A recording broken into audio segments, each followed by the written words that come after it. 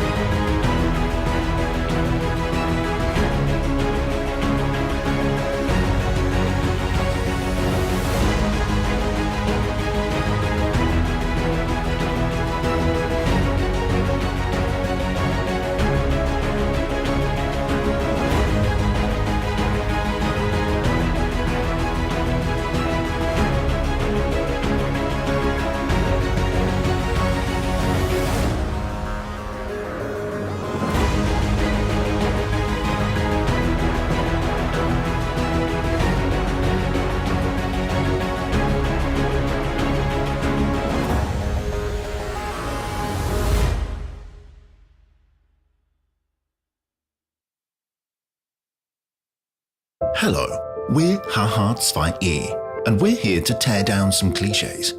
Looking at the usual talk supposed to give people positive energy, we often hear, yes we can. Then reality kicks in and we have to admit, no, we can't. But when it comes to the world of renewable energy, we feel it's just the other way round. Here's why.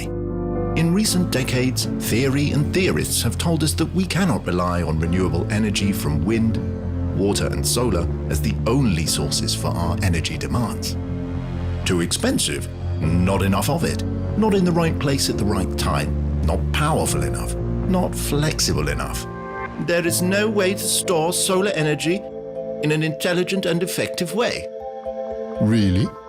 Ask the trees. They've been doing it for over 300 million years. As a matter of fact, we have everything we need. Enough CO2-free electrical power, if we want it. The technology to convert it into heat or green and safe hydrogen. The means to store it and distribute it whenever and wherever we want. And today, renewable energy is already the cheapest energy on the market. For the business of renewable energy and our climate, it is now or never. This is why we're building a power plant that generates energy and the future. The Zukunftskraftwerk, where we provide 24 hours of constant energy using the best 4 hours of wind and solar, with an innovative system that combines green electricity, green hydrogen and heat storage to supply all people and all industries with sustainable energy around the clock. We believe that if we collectively overcome old barriers of thinking and make this happen together, we will create energy that is both ecologically and economically sustainable, help our climate, and save the world. And that's just for starters. Ha2E. Join us and change the game of energy.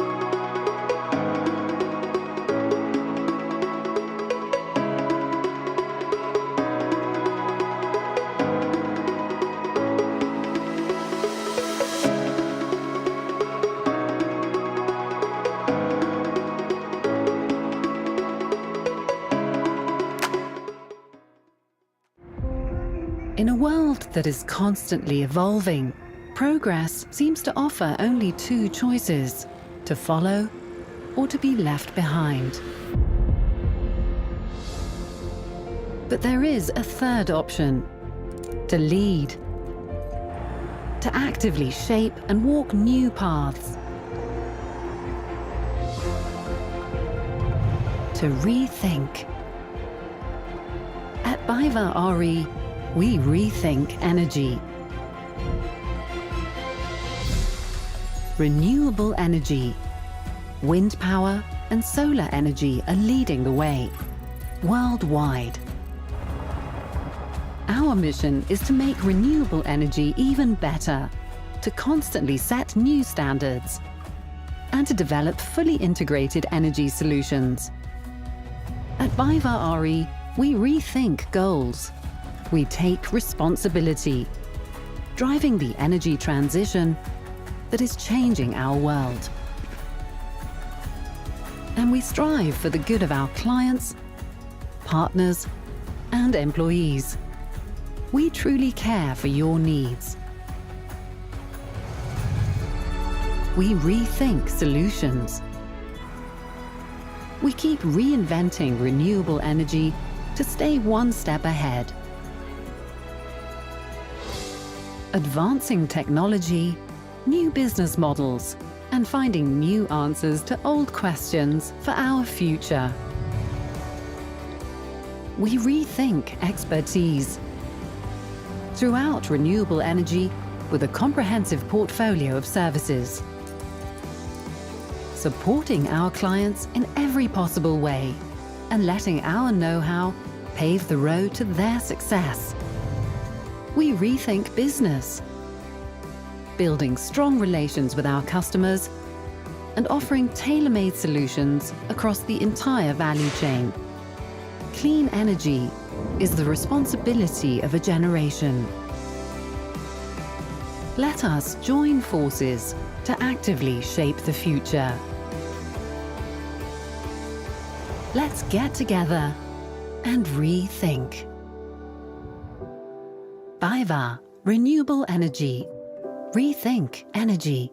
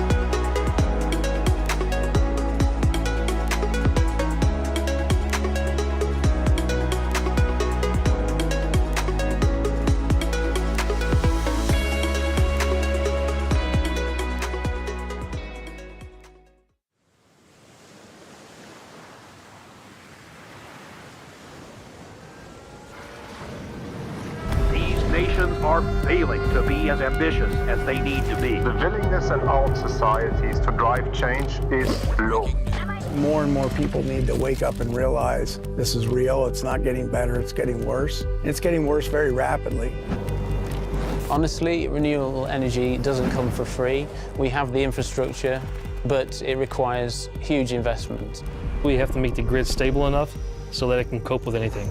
We were hydrogen ready, but we'll need gas as a bridging fuel. We need to cut global emissions by 45%. The demand for energy is only going to keep rising. 700 million people still need access to clean energy. This is not fiction or exaggeration. It is what science tells us.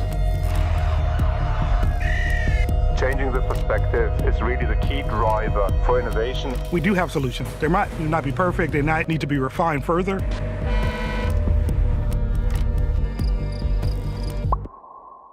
We do not have all the answers.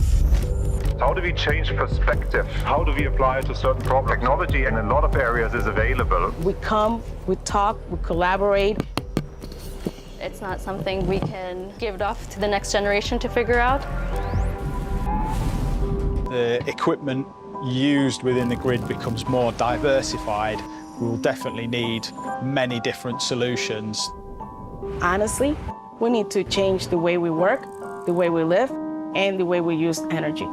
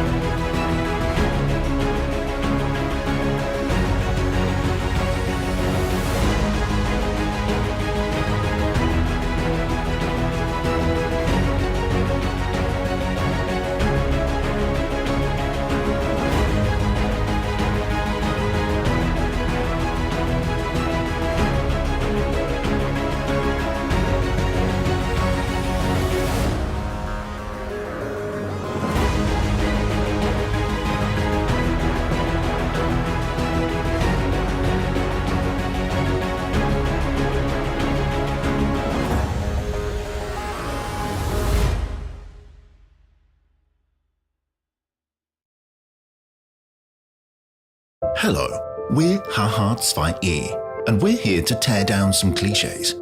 Looking at the usual talk supposed to give people positive energy, we often hear, yes we can. Then reality kicks in and we have to admit, no, we can't. But when it comes to the world of renewable energy, we feel it's just the other way round.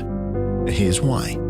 In recent decades, theory and theorists have told us that we cannot rely on renewable energy from wind, water and solar as the only sources for our energy demands.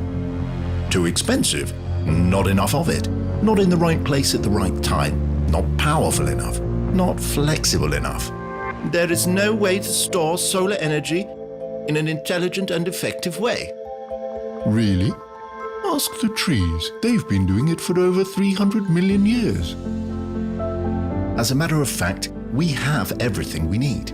Enough CO2-free electrical power, if we want it.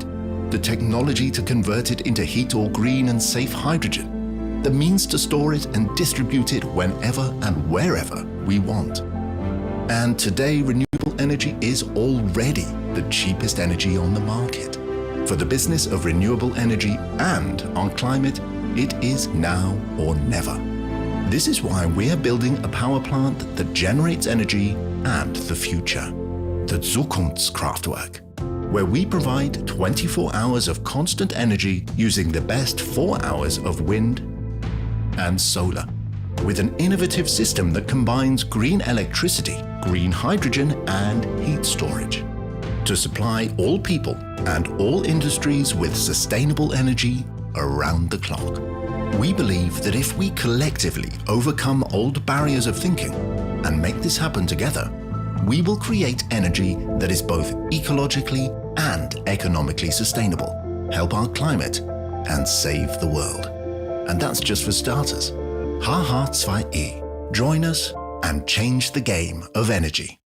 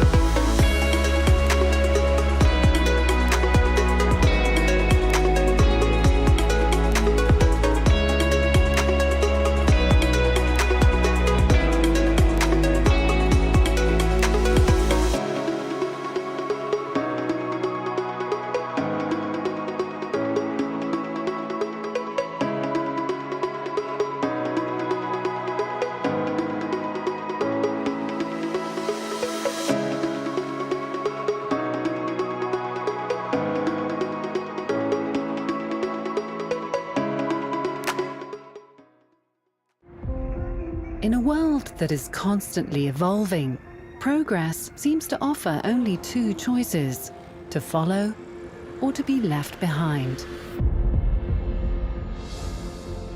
But there is a third option: to lead, to actively shape and walk new paths, to rethink. At BayWa r.e., we rethink energy. Renewable energy, wind power and solar energy are leading the way, worldwide. Our mission is to make renewable energy even better, to constantly set new standards, and to develop fully integrated energy solutions. At BayWa r.e., we rethink goals. We take responsibility, driving the energy transition that is changing our world. And we strive for the good of our clients, partners, and employees. We truly care for your needs. We rethink solutions. We keep reinventing renewable energy to stay one step ahead. Advancing technology, new business models, and finding new answers to old questions for our future. We rethink expertise.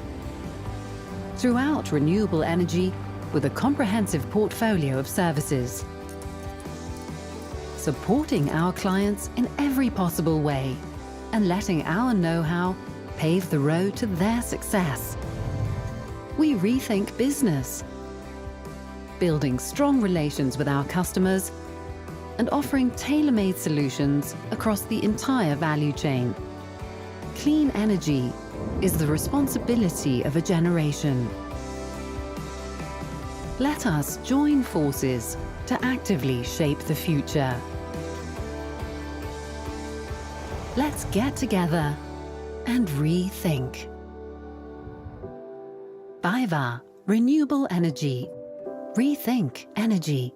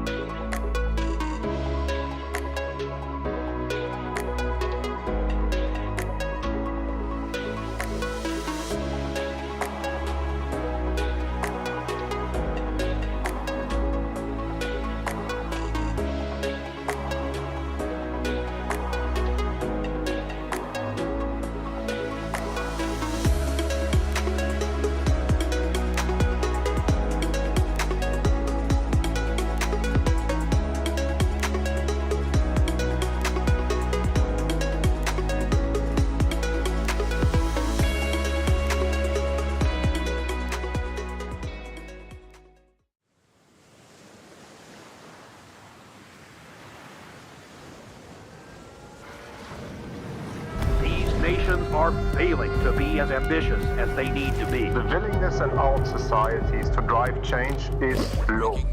More and more people need to wake up and realize this is real, it's not getting better, it's getting worse. And it's getting worse very rapidly. Honestly, renewable energy doesn't come for free. We have the infrastructure, but it requires huge investment. We have to make the grid stable enough so that it can cope with anything. We were hydrogen ready, but we'll need gas as a bridging fuel. We need to cut global emissions by 45%. The demand for energy is only going to keep rising. 700 million people still need access to clean energy. This is not fiction or exaggeration. It is what science tells us. Changing the perspective is really the key driver for innovation. We do have solutions. They might not be perfect, they might need to be refined further.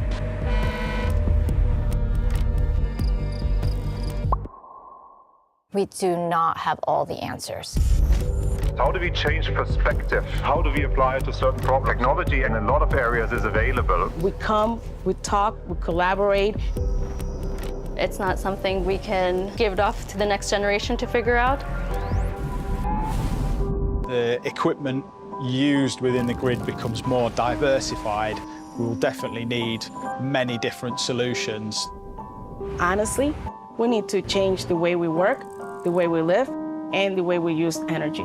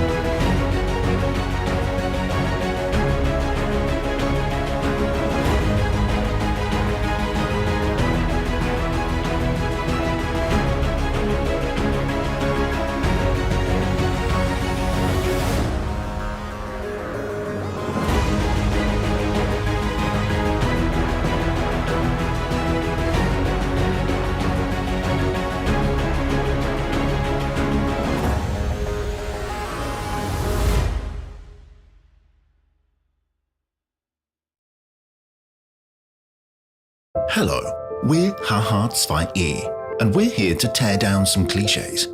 Looking at the usual talk supposed to give people positive energy, we often hear, yes, we can. Then reality kicks in, and we have to admit, no, we can't. But when it comes to the world of renewable energy, we feel it's just the other way round. Here's why.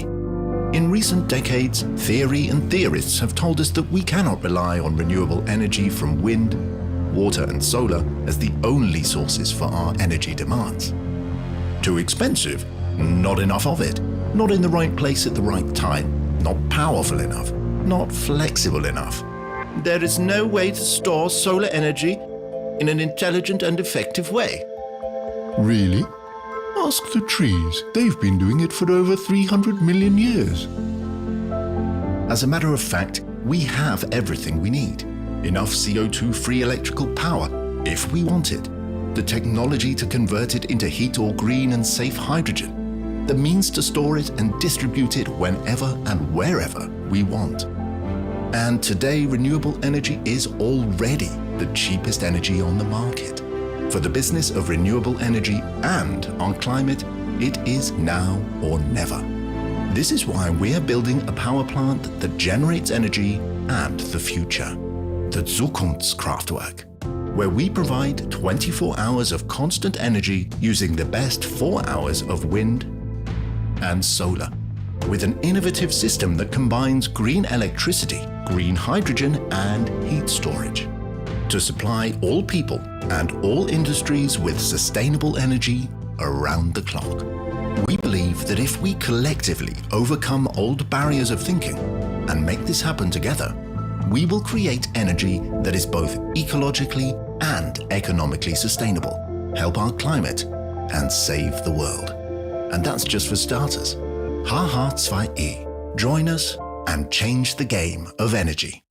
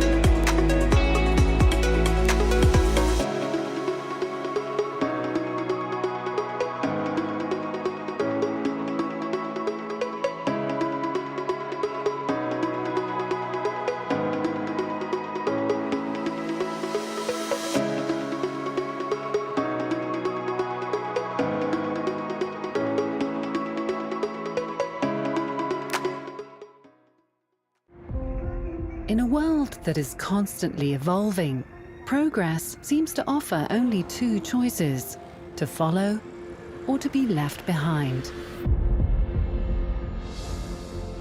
But there is a third option: to lead, to actively shape and walk new paths, to rethink. At BayWa RE, we rethink energy. Renewable energy, wind power and solar energy are leading the way worldwide. Our mission is to make renewable energy even better, to constantly set new standards, and to develop fully integrated energy solutions. At BayWa RE, we rethink goals. We take responsibility, driving the energy transition that is changing our world. And we strive for the good of our clients, partners, and employees. We truly care for your needs. We rethink solutions. We keep reinventing renewable energy to stay one step ahead. Advancing technology, new business models, and finding new answers to old questions for our future. We rethink expertise. Throughout renewable energy, with a comprehensive portfolio of services.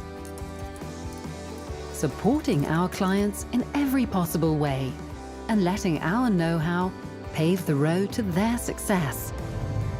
We rethink business, building strong relations with our customers and offering tailor-made solutions across the entire value chain.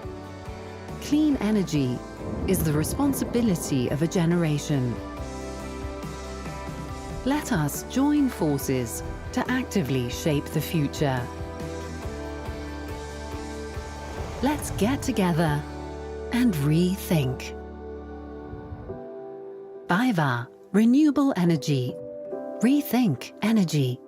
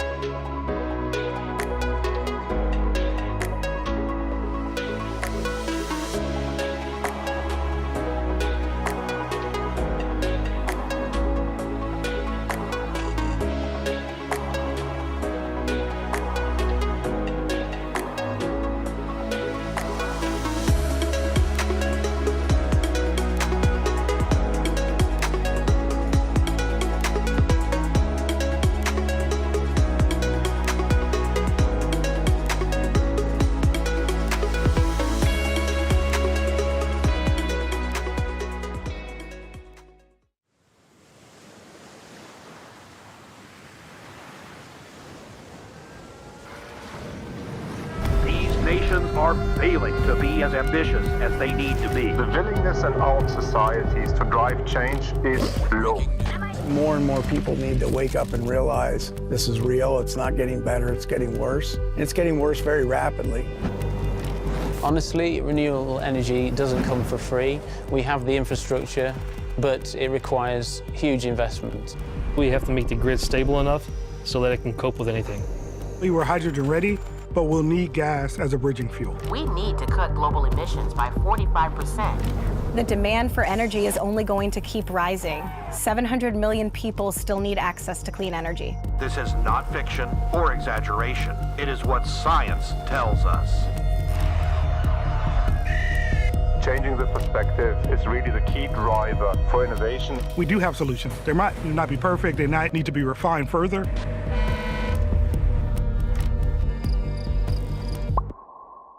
We do not have all the answers. How do we change perspective? How do we apply it to certain problems? Technology in a lot of areas is available. We come, we talk, we collaborate. It's not something we can give it off to the next generation to figure out. The equipment used within the grid becomes more diversified. We will definitely need many different solutions. Honestly, we need to change the way we work, the way we live, and the way we use energy.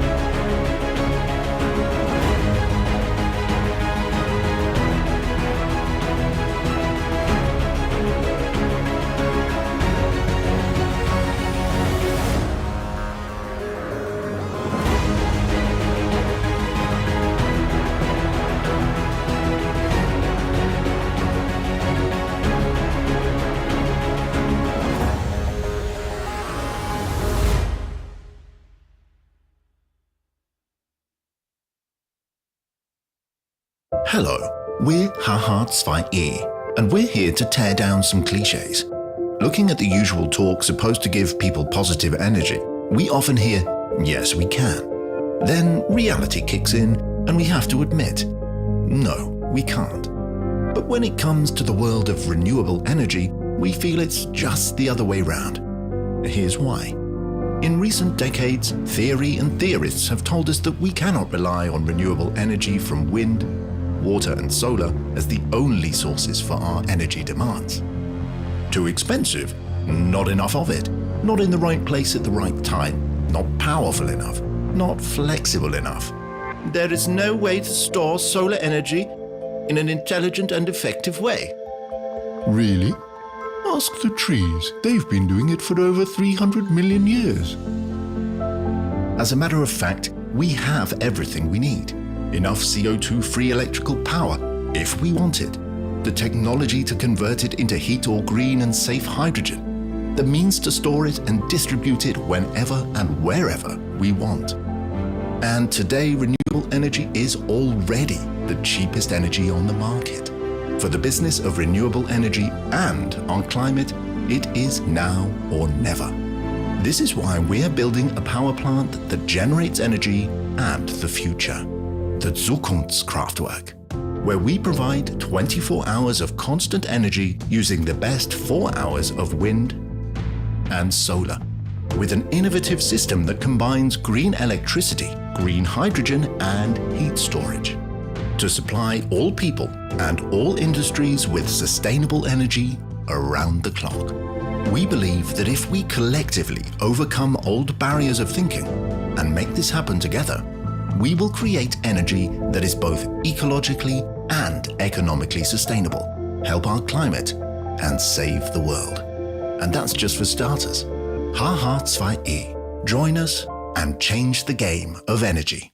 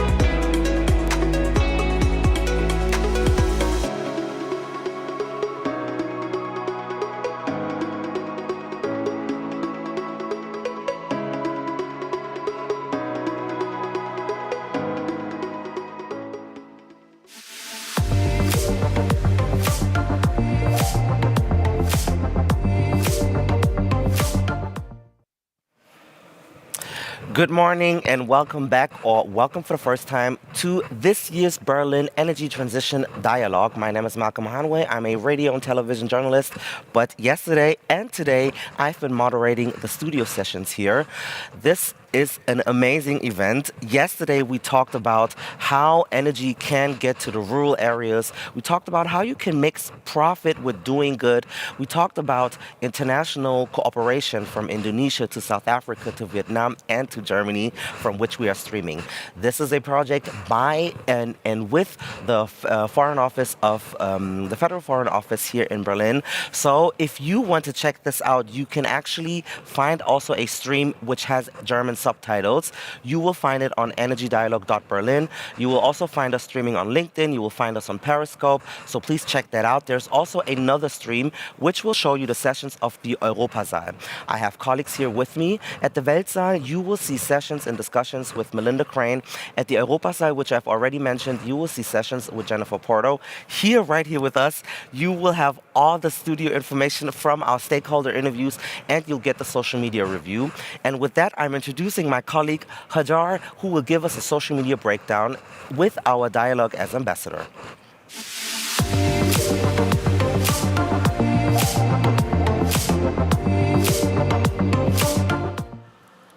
Yes, thank you so much, Malcolm. And thank you to you all for tuning in again with us on this second day of the Berlin Energy Transition Dialogues. Now, you've been very busy yesterday with the program, but also on socials, for which I, of course, applaud you because we love to see it. Again, make sure to send us all your comments, ideas, questions, thoughts today through the hashtag BETD23. And that being said, let's hop right into it with this very first tweet that we can see right here from Romana.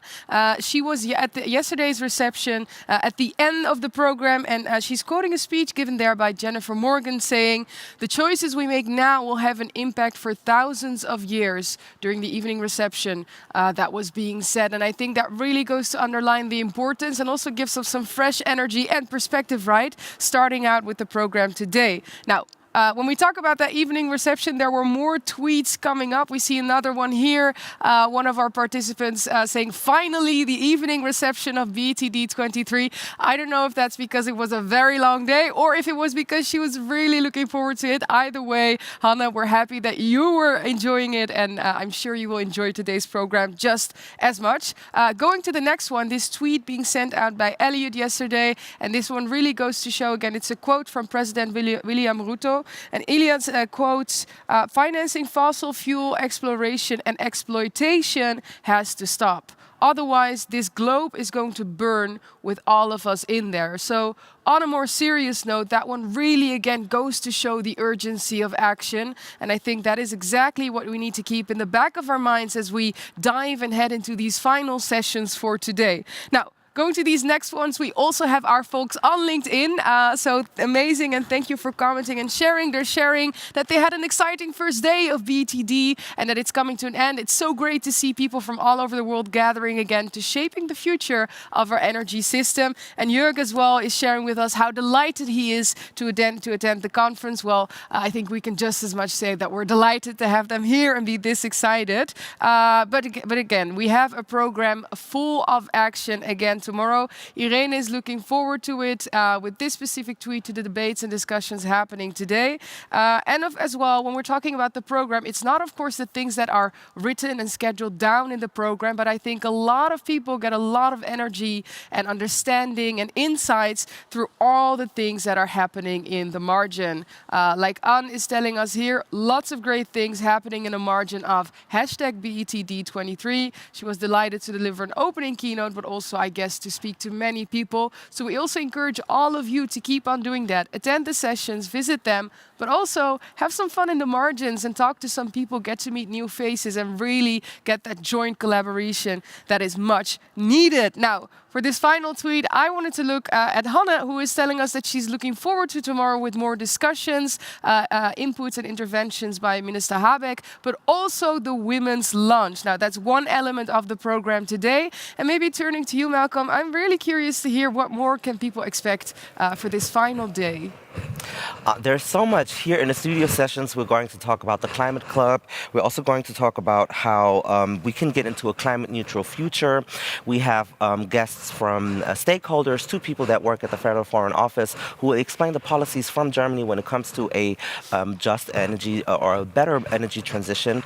Also, we have keynotes that are going to approach us right after this chat from the Vice Chancellor, Robert Habeck. Also, we will have a keynote from the COP28 President, Dr. Sultan bin Ahmed Al-Jaber. So we have so many things that we can discuss, and as you said, also the women's lunch, highlighting what role women play when it comes to the energy transition and how important it is to also think of the different intersectionalities when it comes to this transition. We've already learned yesterday that when you come from a rural area or when you're maybe from a country that is considered poor, that it could be more difficult for you to get to that place. So it's also going to be interesting to find out what it means for gender equality to meet with with responding to climate change and also setting more sight on renewable energy. So those are some of the things that I'm looking forward to dive into this. Is there certain aspects that you want to see more or that you look forward to when we jump into the sessions? Or what is something that maybe our people who are watching us at social media would be interesting for them to give us as an input also for our stakeholders? Because this is an opportunity to get your point across to all these experts that we're going to have here. Yeah, absolutely. And I first of all, I agree. I'm really excited about the women's lunch, but of course we can't be there. Because of the fact that we're doing a session. Bummer. And I'm not a woman. No, I was going to say, I'll leave that minor part out. No, I am just joking. But I really underline what you said, right? I mean, women play such an important role in this energy transition, yet they're still very much underrepresented in the energy sector. So I think there's a really added benefit, but also a lot of importance in, coming together. It's also a traditional thing. So every time a women's lunch is organized here at the German Federal Foreign Office for BTD. And it's really to give all these female experts also an opportunity and a chance to sit with each other, share insights, share expertise, maybe also share some, obstacles that they might encounter or bottlenecks and how we should overcome those. So I guess that's a really good thing. I'm particularly looking forward to the financing session that we'll also have today and the climate club, because I think it's such a monstrous task, right? Yesterday we were talking as well about the press conference that was being given and where the chair of the International Energy Agency was also saying that he wasn't super optimistic about staying in line with 1.5 degrees of global warming. Now, this climate club has really been brought to life to accelerate that, and I think that's just exactly what we need. So I'm really curious to hear from them as well, perhaps, how they deal with the scaring numbers, if you could say, and the big gap that we still have to bridge in order to meet that 1.5 degrees Celsius world and stay beneath it. So that's one thing I'm really looking forward to. As you said about socials, I see a lot of tweets coming in of people arriving at the venue. Okay. Yesterday, we saw that people said that the line was longer than the one at Berghain, and that was only a good sign for how exciting BTD is. So I guess that's only a good thing. But it seems that today people have not as much difficulty coming in, so that's a good thing. Maybe people spread their arrival time, or I'm just seeing the early birds that are, of course, smart enough to get here in time before the long line. Yeah, we will discuss the Climate Club as the next session, which it was presented at the G7 last year. So we'll also have Birgit Schwenk of the Federal Foreign Office, who we are hosting this. So this is going to be a really interesting conversation. So you can check out also the agenda at energydialogue.berlin. If you see anything that is very interesting to you, you just prepare a tweet, ask the question, Hajar will catch it, she will see everything, and we will discuss it right here with our experts, with all the political decision makers, with all the activists. Like yesterday, we had an activist here, a young girl named Alicia, who was talking so convincingly about how climate change needs to be combated. So you have the opportunity to communicate with us, to put in your input, to talk to us about what is needed to be discussed at the Berlin Energy Transition Dialogue. So don't be shy. Join us, tweet, use the hashtag BETD23 and involve yourself into the conversation so we can have the best conversation possible. Absolutely. And also, we really do appreciate your input. And I think it goes to say the best sessions are the most interactive ones. And online is really the place where we can see your input and also incorporate it here in the sessions, present it to the speakers that we'll have today. So really, please indeed do join the dialogue using hashtag BETD23. And also, if you have any feedback or input on BETD23 so far, we really would like to see it. So please send it in and then we can use it. In the meantime, I see that there are some ministers arriving on the site as well. We see the Minister of Niger on the green sofa arriving, but also you see the Minister of Uganda that is here with friends arriving at the scene. So I guess the venue is filling up again, and we're looking forward to an exciting program. This is also what I found so exciting. Like, we have people from all countries, from Niger, from Germany, from Italy. We had the ambassador here. We have people from Israel. We have people from Nigeria. That is also what makes it so special. So many different perspectives come to one place. So many different age groups. So many different social backgrounds. People from business. People who have more activist ambitions. And so how do these things go together? And this is also something that I'm looking forward to. And I wonder how you find this international combination, how you view how these different countries and different perspectives communicate with each other. So this is also something that makes it so very special, that it guides us through the whole conversation, that we are in this together. This is a global conversation. This is something that affects us all. While we're here in Berlin, this is something that will be relevant to everyone watching and to everybody, no matter where they are. So this is also something that really struck me. And especially with your background with the UN that you've worked for, because I come from a journalistic background, I'm sure this is also something that you've always been dealing with, to see different people of different countries coming together to discuss a common goal. Yeah, absolutely. And it's always so interesting, right? Because I think it also has a very uniting element. Because, everyone comes from a different sort of background, heritage and culture. But then yet we're here all together united for the same goal, to talk about that energy transition. Because whether you're from Japan or whether you're from Germany or the Netherlands, where I'm from, we're all going to be faced by the consequences of that inaction. And I mean, particularly, and I was actually going to ask you the same, Malcolm, because we're talking about energy. And I know that you're not per se directly from the energy sector, nor am I. I mean, I'm very interested in the urgency behind it. So I'm also really curious to hear from that perspective how you were looking back on the first day, now that we're starting on the second one.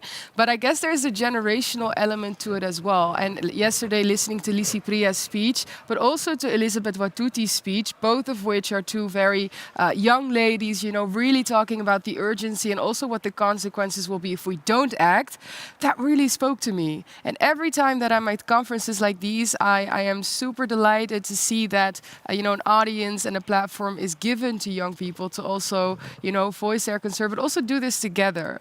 Because if anything, it's really about generations coming together, about countries coming together, and having like that joint effort to make a change.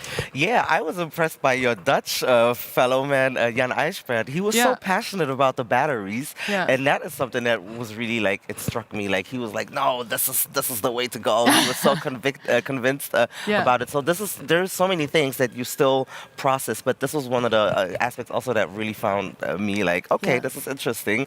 So there were so many things, and it goes to show that you can never learn enough. And that's why it's so important that you stay tuned, that you grab your notes, that you involve yourself in the conversation.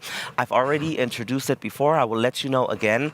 Now, after this session, you will get a keynote from Germany's Vice Chancellor Robert Habeck. He's also the Federal Minister for Economic Affairs, and he will give his speech introduced by Melinda Crane. After that, you'll have the president of COP28, who will also give a speech, Dr. Sultan bin Ahmed Al-Jaber. He will discuss the things important for energy transition. So please stay tuned. We have the women's lunch later. We have sessions about the climate club. And you can check this out in different languages, in German and in English with the subtitles. You will find it on energydialogue.berlin. You can find the stream on YouTube, LinkedIn, Periscope. So I really hope that you will see as much enjoyment and pleasure in this, as well as the seriousness of the topic, as we are here, Hajar and myself, in the studio. Yes. So with that being said, I would now head you over to the Weltsaal. I hope you have a great time. And maybe before we do, because I think maybe one thing to say to people, I loved how you said take out your notebooks and write down everything you learn. But also, considering that you really liked Jan Eijsbert, I also liked the session that we had with Hamed and with Tobias, because I liked how go-getter style they were. They were really there and they were working on the issue, and not just super focused on what they were going to contribute here. But I think the thing is, everyone is gathering here in Berlin, right? We're here with more than 1,000 people to talk about the energy transition dialogue. I think the mistake that we should avoid is that we focus on this transition dialogue. We should focus on the energy transition itself, and people are doing that. So also beyond today, people keep on doing the good work, keep on learning, keep on having these conversations with each other. We're here to talk about the energy transition. And this is a catalyst for it, I think very much so. But it's really important that beyond today, we keep on having these conversations and that people, keep as much spirit in their work, as they do during these 2 days. I think that's the most important thing. Absolutely. I mean, the conversations, they will give us food for thought, but then also if you take action, that's also, both of these things go together. Yeah. And then we also have a keynote that will touch on that with a young climate activist from the Philippines, which I'm also looking forward to. It's always like, especially when you see young people so passionate about these topics, that is what invigorates so much interest also to me. Yeah. So that's why I'm also recommending to you, Mitzi Jonathan is her name, check out this speech as well. If you miss something, you can also go to our YouTube page, and some of the interviews are already uploaded. I checked out some of them yesterday, so if you didn't catch all of it, there's absolutely no shame in that. You can watch it on our YouTube channel. But I think now we should be getting ready for the keynote and the Weltsaal. So with no further ado, thank you so very much for having paid attention to our studio session, and we'll see us in a bit, and I hope you enjoy the keynote.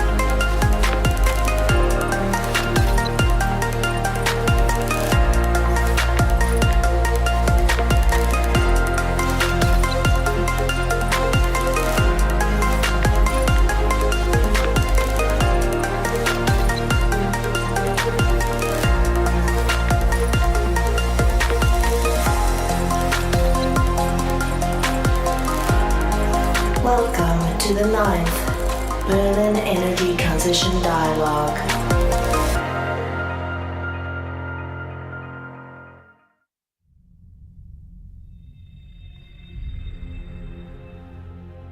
The world is in a state of crisis. Rising energy prices, limited access to energy and increasing geopolitical tensions stress the limits of a fossil-based energy system.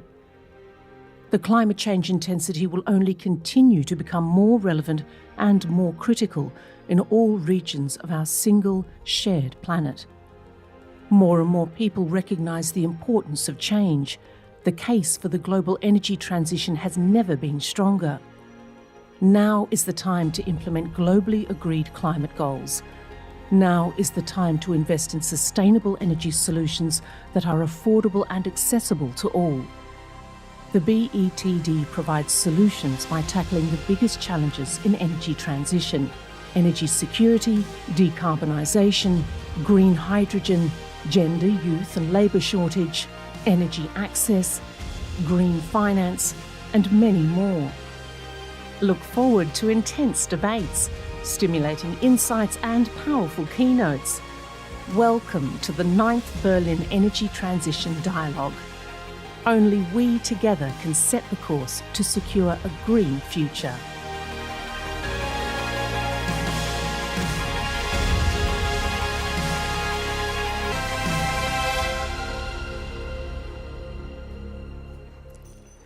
Good morning, Excellencies, ladies and gentlemen, and a very warm welcome to the Berlin Energy Transition Dialogue 2023. I'm Melinda Crane, and on behalf of the Federal Government of Germany and civil society co-organizers BWE, BSW, dena, and eclareon, it is a great honor to accompany you today as moderator. Our title, you just heard it, is Securing a Green Future. And yesterday, our keynotes and high-level panels explored numerous dimensions of how we can do just that.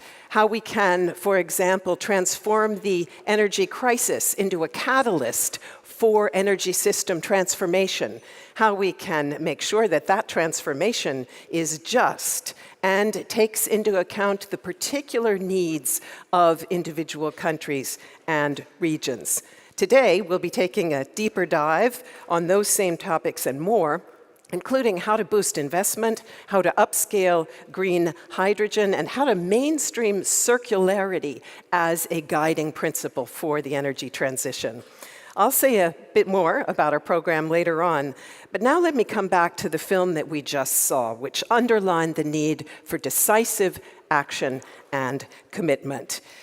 Together, those add up to political will, which, as we discussed yesterday, is imperative for driving the kind of massive change that we're talking about, change that can be disruptive for our societies. Many of you in this room have been displaying that kind of commitment, that determination as you push to accelerate climate action. And that includes our first speaker today.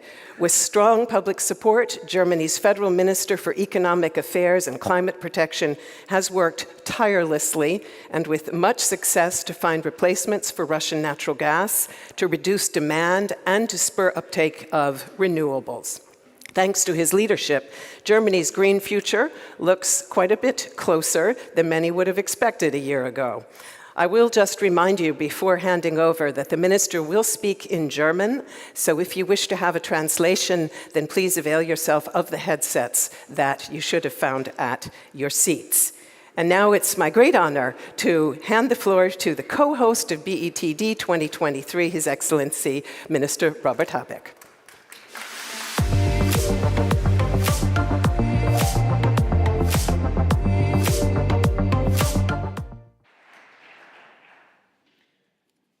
good morning, ladies and gentlemen, dear friends. Yeah, you're taking on the headphones. I switch to German in a minute, but just let me welcome you, everyone here in Berlin on the second day of this Berlin Energy Transition Dialogue.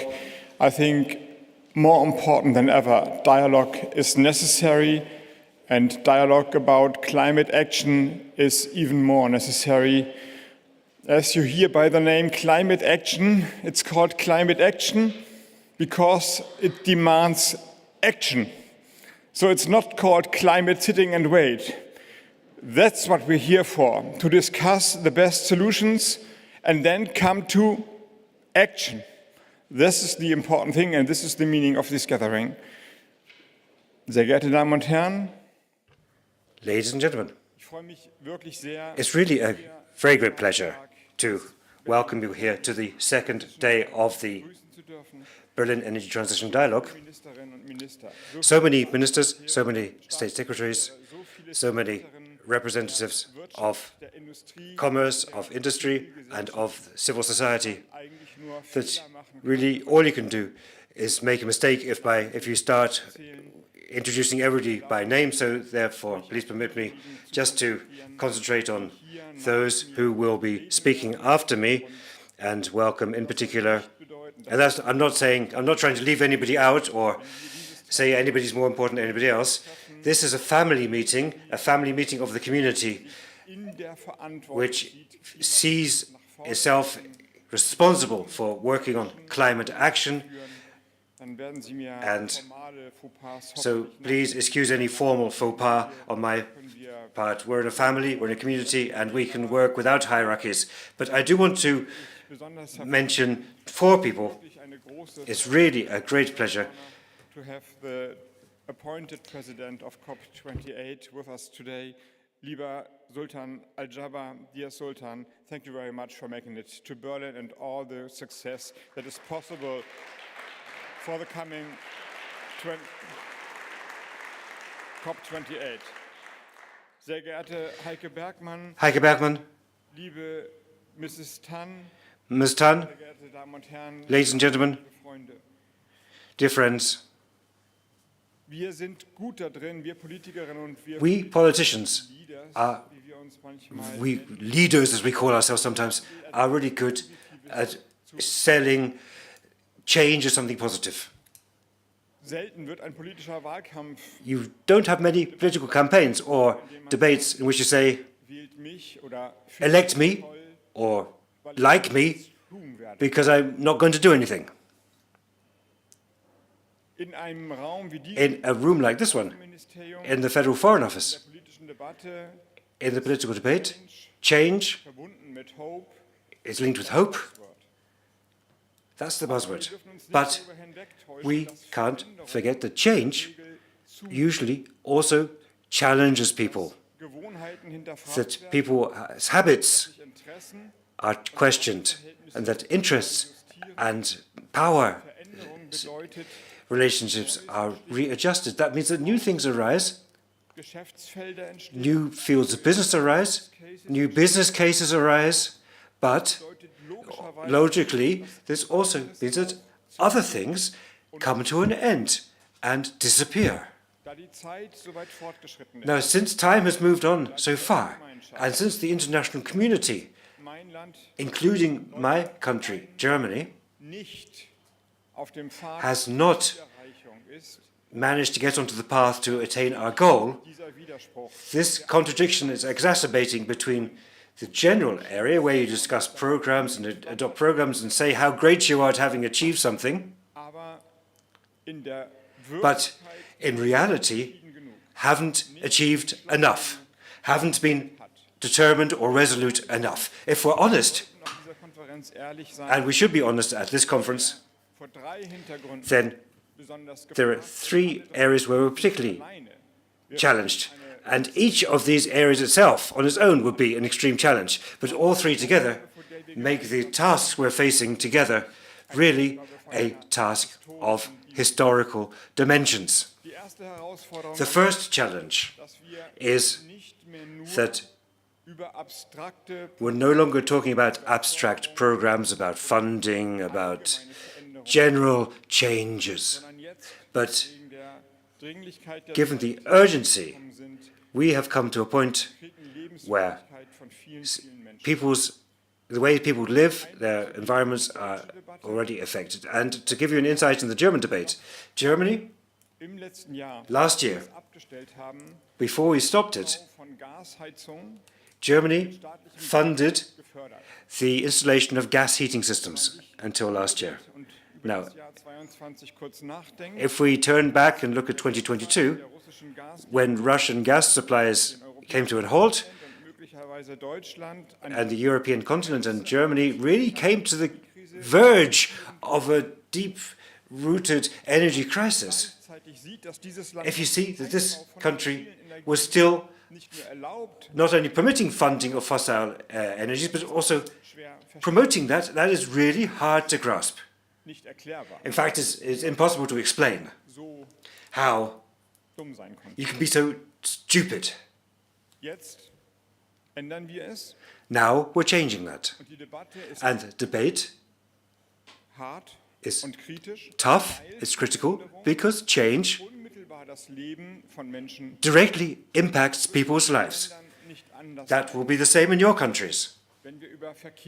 When we talk about transport, about the future of traveling by car, about heating, about the way people live their lives, these are not political planning games. These are, but in view of the urgency, this debate really is affecting people's realities quite immediately. And it is necessary and difficult. We need both patience and understanding for the fact there are going to be tough debates. All the questions about social justice, about transitional periods, about participation in projects are justified, and all of them need answers. But because there are questions, and because the contradiction between change and willingness to change is so manifest, we cannot stop and just look with astonishment at the problems, but we need to tackle them. And for too long, we have failed to solve problems out of fear about difficult debates. Now, if we are political leaders and do not lead, do not show leadership, then we will fail in our task. The fact that debates are difficult is no justification for not conducting them, not engaging them, and staying with old patterns of behavior. Secondly, all the technologies, all the changes which we need lead on the industrial side, not only on the personal side, but on the industrial side, to changes as well. Companies have to change their fields of business, their methods of production will change, from cars to steel to energy. Craftsmen, tradesmen will have to retrain. They will learn different technologies and forget old technologies. That also has dramatic repercussions for regions. And new opportunities will develop, new fields of business will develop for other regions. Now, you can explain this well in economic terms. I'm fully convinced that our economies overall will benefit from our taking this path of a green industrial production, of green energy production. That overall the economies will prosper and benefit from it, that it will generate more affluence and prosperity through climate action, but that does not mean that some regions will not have to take a second place. They may lose out a bit, and therefore, on the global economic map, we can see competition between regions of those who are most resolute, most determined to press ahead with the development of hydrogen industry, with the production of electrolyzers, or solar panels, or wind turbines, or batteries, or semiconductors. who has access to critical minerals and raw materials. Now, for climate action, that is good. The question is no longer which form of production is the right one. This question has been answered over the last 2 years. It will be green industry which shows the leadership we need.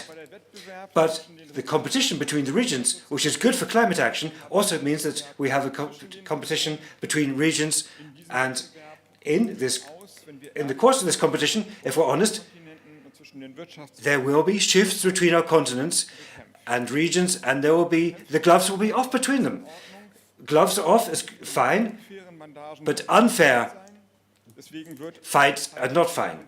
And therefore, part of this conference will also look at what rules, what fairness do we give ourselves so that we can compete together to develop the best, most efficient technologies and methods of production. And Germany has set up the Climate Club for this. It was proposed the Climate Club for this.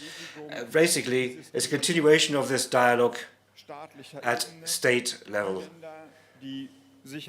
Those countries which see themselves as pioneers, which want to contribute, which want to feed in ideas, which want to show ways forward to engage in climate action, are heartily welcome to join the Climate Club.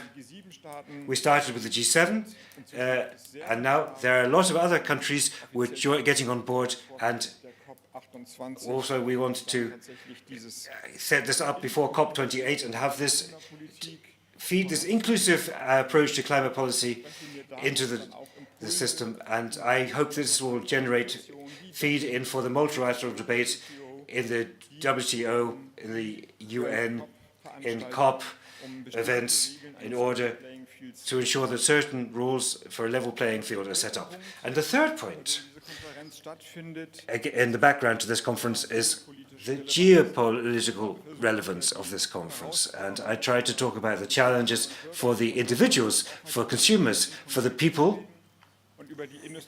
and about the challenges for industry facing competition, which overall is good, but which of course represents a challenge to individual regions which we need to balance out. The biggest challenge is energy policy. Has always been energy policy, if we're honest. And this is particularly true because we don't always want to believe it. Energy policy has always also been interest-driven policy, and thus power politics. Over the last 3 decades, we have developed an outlook for economic and energy policy which said there is a market and it's free of political interests. It's organized based on criteria of efficiency, and where the most efficient production takes place, that's where production will take place, and where the innovation takes place, that's where the processing will take place. And these are market-based processes, market-led processes, and basically is market economics, everybody will benefit. If that ever was the case, it has not been true over the last few years, because energy policy has always been security policy, and security policy has become geopolitics, interest-led politics, power politics in the last few years. So if the world wants to become climate neutral, this has massive repercussions for the strategic structure. Which countries produce what energy, what trade relations are used by these forms of energy, what dependencies arise, what partnerships arise. If it goes badly, this will mean that not trade and market-based principles lead us, contribute. Rather, this will split the world into spheres of interest which are driven by economic and energy policy conflicts. That would be the bad solution. I say with what we're experiencing in Europe, that would be awful.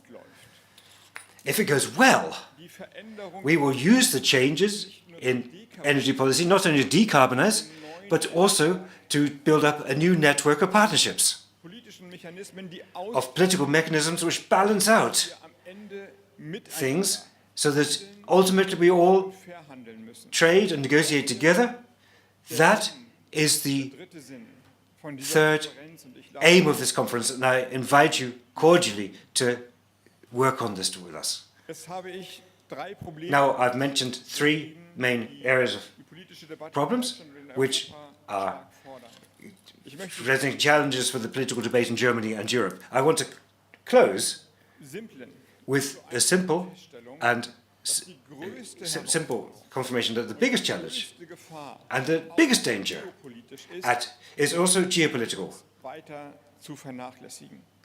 The biggest challenge is to neglect climate action. We say, and we say climate protection in Germany, but we're not protecting the climate. The climate doesn't need protecting because the climate doesn't care whether it's 1.5 or 4 degrees. The climate is the climate, and when people have gone, the humanity is gone, the climate will readjust.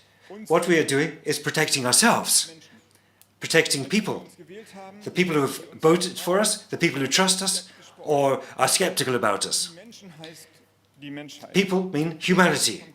The point of protecting the climate is having the right political and climate policy action to engage in climate action, to have a democratic, liberal, trust-based coexistence of people, to protect people and thus to show political strength in the interest of liberty and self-determination. That is the task of climate protection, climate action. It's not in other people's interest and our own interest to press ahead with climate action. I believe that COP28 will be one of the crucial COP meetings, and with all respect, Mr. de Sultan, in view of what we've done in the UAE, I have to say what you and your CV as the manager of an oil company started and now president of COP, it's really a strong narrative of the transformation through which we're going now from a fossil energy world economy to a decarbonized world economy. I regard that as a big advantage, that your CV, your resume, brings you into this narrative, and I think it's a great honor and pleasure that you're with us in Berlin. Thank you for all comers, and I wish everybody a very successful conference. Thank you.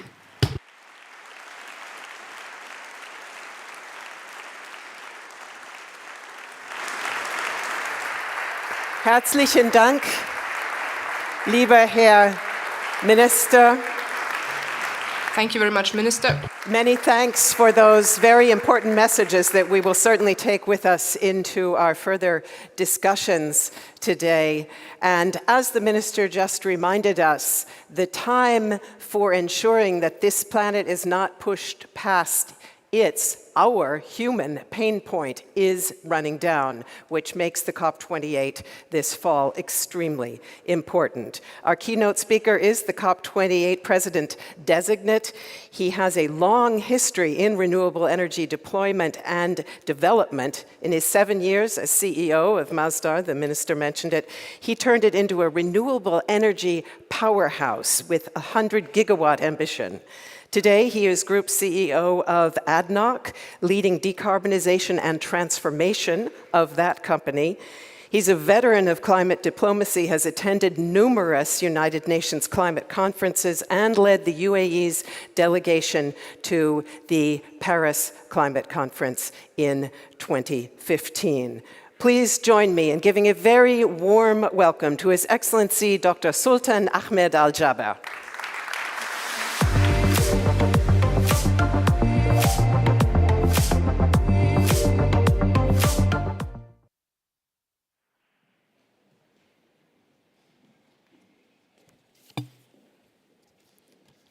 Good morning.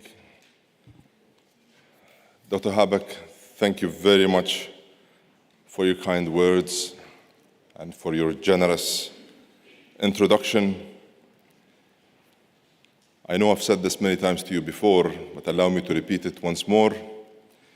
We very much value and appreciate your efforts, and I personally, truly respect how you're helping shape a new narrative for energy security and helping strike a balance between passion and realism.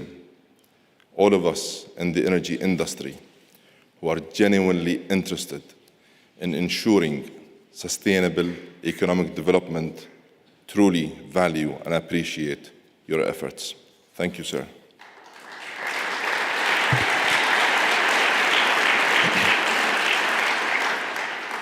Excellencies, distinguished guests, ladies and gentlemen, it indeed gives me great pleasure to join you here this morning at the Berlin Energy Transition Dialogue. It also makes me be very happy to see many friends, many colleagues, and familiar faces that I have worked with and have come across over the past 2 decades. Allow me also to thank the organizers of this event.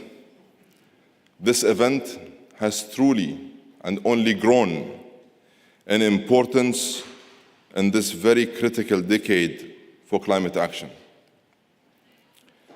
Allow me also to extend the warm wishes of the leadership of the United Arab Emirates to the government and people of Germany. For over 50 years, the UAE and Germany have enjoyed a close strategic relationship that cuts across many areas and many sectors like energy security, sustainable industrial development, and of course, jointly working together in addressing the threats of climate change. As home of the UNFCCC Secretariat and the host of 3 COPs, Germany plays an essential role in addressing the climate challenge. And as the UAE prepares to host COP28, we do so with a commitment to truly correcting course and enabling a meaningful, practical, pragmatic, transformational progress. Ladies and gentlemen, last week's IPCC report sent a clear message from science, which we have to respect. The world is losing the race to keep temperatures from rising 1.5 degrees above pre-industrial levels. We have a small window of opportunity to make a massive course correction. There is still time, but we must act now, and we must act together. And we must anchor our response with a rapid, well-managed, and just energy transition.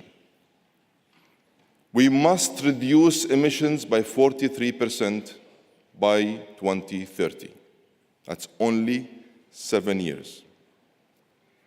And we have to make these cuts while meeting the energy needs of a population that will grow by 500 million over the same period, 7 years. Not every country starts from the same position, and not every country can seek the same solutions.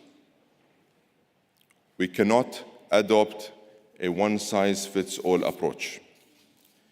We need to explore every available option. It is not renewables or hydrogen or nuclear or carbon capture or only using the least carbon-intensive oil and gas. In fact, it is all of the above, plus new technologies yet to be invented, and once invented, commercialized, advanced, and then deployed. We must triple renewable energy capacity over the next 7 years and expand it 6 times by 2040. That is to 50,000 terawatt hours. A very ambitious target. Renewable energy is transforming the power sector, providing almost 90% of all new generating capacity last year. We must capitalize on that progress, and we need to build on that growth. The UAE and Germany have a shared vision for the future of renewable energy. When the International Renewable Energy Agency, IRENA, was inaugurated in the UAE, IRENA's Innovation and Technology Center was established at the same time in Bonn. Both our countries have embedded wind and solar into our energy mix. In Germany, renewable energy has grown 40% of power generation in 30 years. In the UAE, we have built the 3 largest and lowest cost single-site solar plants in the world. And through Masdar, the Abu Dhabi Future Energy Company, a company that I am very proud to be associated with its establishment, we will grow our renewable energy portfolio 4 times in the next 7 years, from existing 25,000 megawatts of operational renewable power to over 100 gigawatts. And here, allow me to take advantage of this opportunity and extend an open invitation to our German partners and all our global partners to work with us to deliver commercial renewable energy projects in every region in the world. That said, renewable energy won't deliver all the zero-carbon energy we need. There are more than 5,000 steel, cement, and aluminum manufacturing plants in the world today, and none of them can run on only wind or only solar alone. Along with heavy transportation, these hard-to-abate sectors make up over 30% of global emissions. This is where solutions like hydrogen come in, an option we have been exploring proactively with our partners here in Germany. I was in Hamburg last October with His Excellency Dr. Habeck to witness this country's very first hydrogen shipment, one that came proudly from the United Arab Emirates. And while hydrogen has great potential, the hydrogen value chain is still very much at its infancy. So we need to turn to other proven, commercialized technologies like carbon capture. The IPCC has been saying since 2016 that carbon capture is an essential enabler for curbing emissions. Yet, there are still only 44 million tons per annum of operational carbon capture worldwide. I'm sure we all agree that is nowhere near enough. We need to multiply that amount 30 times. But we also know that the main barrier here is cost. We need smart, progressive government intervention through policies and regulation to attract and incentivize private sector investment. We need to explore emerging carbon capture technologies like direct air, mineralization, and osmosis. And allow me again to send an open invitation to engineering, technology, energy, and industrial players from Germany and all over the world to partner with us and develop the carbon capture value chain of the future. We must find solutions to turn carbon capture from a cost we cannot afford into an opportunity we cannot afford to ignore. Carbon capture can become a true bridge in the energy transition.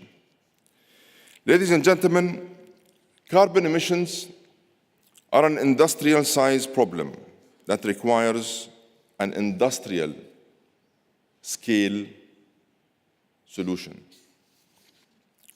You may have heard my call to action earlier this month for the oil and gas industry, where I simply said that the oil and gas industry must up its game and align around net zero by 2050 or before, and eliminate methane emissions by 2030. If we can do this in the United Arab Emirates, I am sure everyone can and should pursue the same. We need to reimagine the relationship between the energy sector and all other sectors. A relationship where the energy sector partners with heavy emitters, technology companies, and finance community, as well as the civil society, to find the breakthrough solutions we all desperately need. Excellencies, distinguished delegates, ladies and gentlemen, in delivering this transition, we need to ensure that no one is left behind. Last year, developing economies received only 20% of clean tech investment. These are economies that represent 70% of the world's population, that is over 5 billion people, and 800 million of them have no access to energy at all. They must have access to the least carbon-intensive energy options available today, as we all stay focused on building the energy system of tomorrow. And of course, a critical success factor here is finance, capital. In fact, lots of capital. We need a holistic reform of the global international financial architecture and a holistic transformation of all multilateral development banks. These institutions were established almost 80 years ago to solve post-war inequity and drive reconstruction. We need to modernize their mandate and update their operating models to cater for and adapt to the 21st century requirements. Concessional finance needs to be scaled up, made much more available, much more accessible, and much more affordable. And the reason why I keep emphasizing finance needs to be made available, accessible, and affordable, simply to help lower risk and ensure the activation of private capital at a multiple. If we make the right moves today, we can create a low-carbon pathway to a high-growth destination. The energy transition represents the biggest leap in human and economic development since the first industrial revolution. But it will only happen in the time frame required if everyone does their part and pulls in the same direction. No one can be on the sidelines, and no one can be left behind. Failure is just not an option. And imagine the benefits success can bring to all. A world that creates economic growth while eliminating and reducing emissions. A world where prosperity and sustainability go hand in hand, and a world where all people can look forward to enjoying the advantages of sustainable economic development. In short, a world where we hold back emissions, not progress. For the sake of this generation and all that follow, success is our responsibility.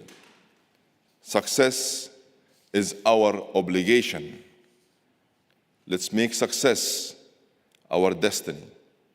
Thank you again for the opportunity.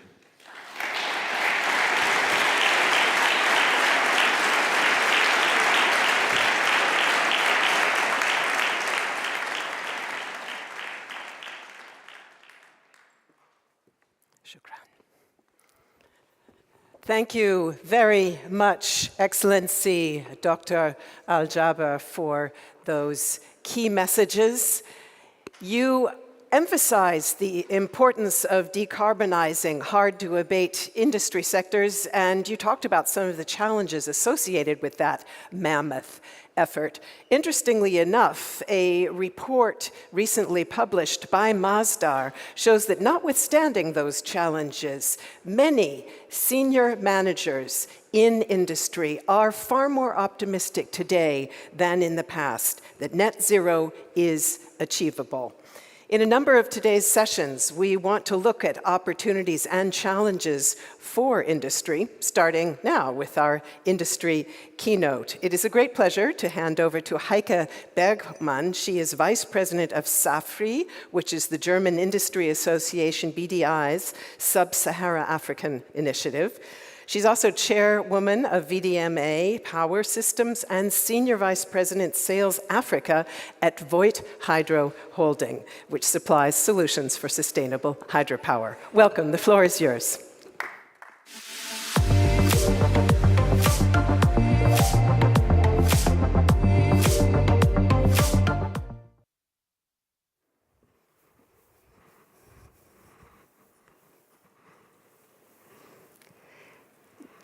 Dear Minister Habeck, dear Excellencies, dear colleagues and dear friends, at the Berlin Energy Transition Dialogue, we recognize the importance of climate and energy transition and the urgency of reducing carbon emissions. We are all affected by climate change in different ways, but solutions must be found together. In this context, industry transformation has a key role to play and is one of the drivers of innovation. As a representative of industry and the global technology company Voith, I will focus on two questions. What competitive advantage can the transformation bring? And what are the expectations of industry who want to contribute to the energy transition with regard to the policy framework? From an industry perspective, we face two challenges.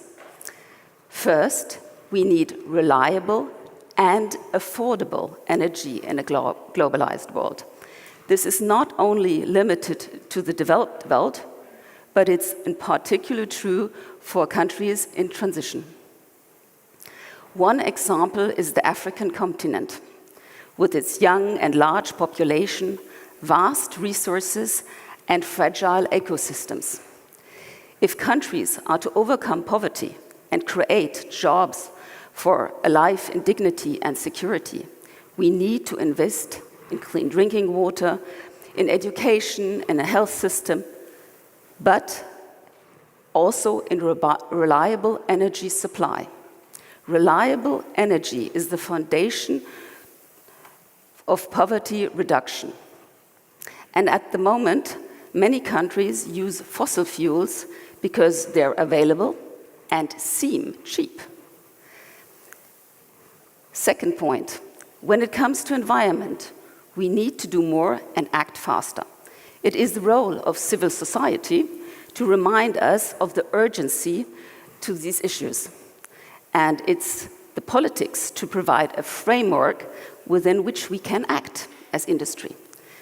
But it is up to the industry to come up with innovative technical solutions for our future. What competitive advantage can this transformation bring? Climate change is the greatest challenge of our time. But equally important is the need to ensure access to energy for quality of life and economic development. Our reliance on fossil fuels must be reduced. But there is no doubt, and there will be a period of time when we will still need to rely on fossil fuels, while at the same time expanding renewable energy sources and exploring new and more environmental friendly ways to produce renewable energy. As baseload, fossil generation is stepwise phased out, and the integration of variable wind and solar needs to be managed.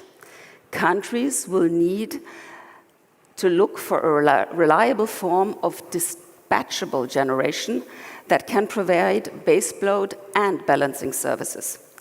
Within this clean energy transition, the only proven and reliable source of flexible electricity on a large scale is hydropower, with its storage capabilities of reservoirs and pump storage.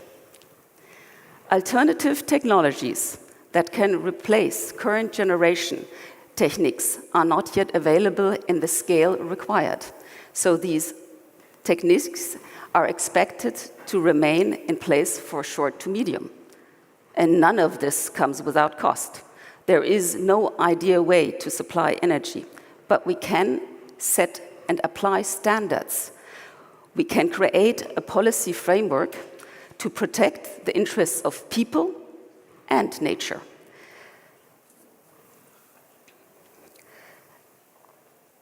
And we can make every effort to find solutions for an environmentally sound energy policy. Climate change is therefore not only a challenge, but it's also an opportunity. Opportunity for industry. Global megatrends as digitalization and decarbonization, the transition to climate neutrality are drivers for innovation.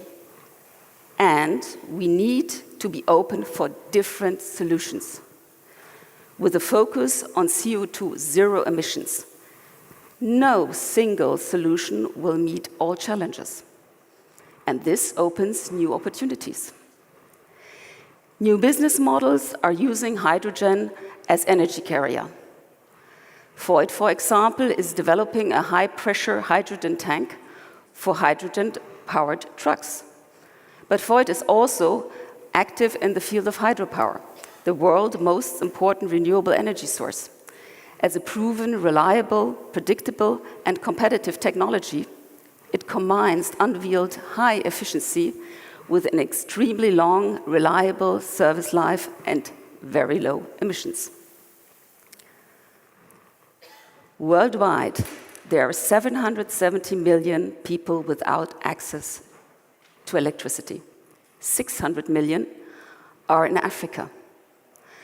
Currently, 128 gigawatt, 76% of the total installed power capacity in Africa is generated from fossil fuels, 18% from hydro, and only 6 from wind, and remarkably, in Sub-Sahara, only 3 gigawatt installed solar. The same as the Netherlands alone. Based on our experience in Africa, about 25% of the current installed hydropower generation or capacity is done by Voith. We know Africa has still a long way to go. Financing solutions and regulatory framework are needed to support investments in energy infrastructure and to attract independent power producers to meet the growing demand. But it's not only Africa. The International Energy Agency predicts that global energy demand will increase by 30% until 2040. The development of hydropower and other renewable energy sources creates economic value and jobs in a country. At Voigt, we are convinced that access to electricity is a prerequisite for development economically, personally, and above all, the stability of societies. So, what are the expectations of industry and mid-sized companies that want to contribute? What in regard to the policy framework? Building a sustainable energy system will require a significant change from what we have today. Improving efficiency relates not only to energy issues at the consumer level, but also upstream. Energy efficiency in production, in generation, in transmission and distribution is needed. It is an opportunity to accelerate the shift from the traditional model of selling energy commodities to one providing energy services based on innovation. For the industry, and in particular for the Mittelstand, with its diverse products, the transition is a challenge, but also a mission. Sustainable technologies are our growth opportunity and our future. But we need a major innovation and investment offensive. We need a reliable legal framework that allows competition of ideas and innovation, that gives the industry a framework, but leaves us room for entrepreneurial action. Government support programs for sustainable investments should be efficient, targeted, and unbureaucratic, and should also provide sufficient support for small and medium-sized enterprises. Fewer burdens and less bureaucracy are needed, for example, to get quicker approval processes done. But this all is key in our quest to fight climate change and to reduce carbon emissions. Thank you.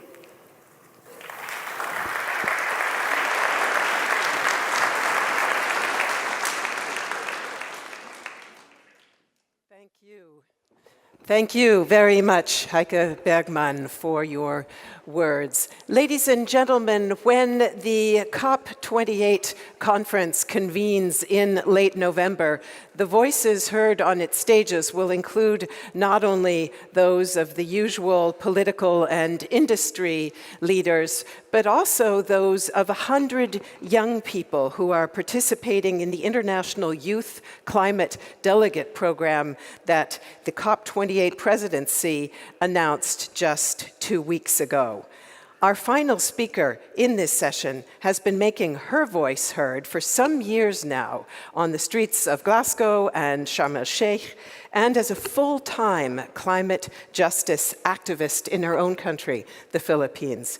She's convener and international spokesperson of Youth Advocates for Climate Action Philippines and an organizer for Fridays for Future International. It's a pleasure to welcome her to the stage for our closing remarks. Mitzi Jonel Tan.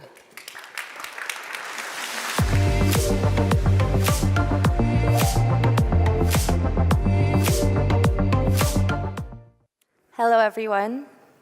I am a climate justice activist from the Philippines, one of the most climate vulnerable countries in the world. The latest reports say that in the past 20 years, we have had the highest number of extreme weather events globally. This means that my generation grew up seeing communities consumed by floods. This means that I grew up being afraid of drowning in my own bedroom. The latest IPCC or UN climate report was released last week. And I want to ask here, who has actually read the summary of the report made for policymakers?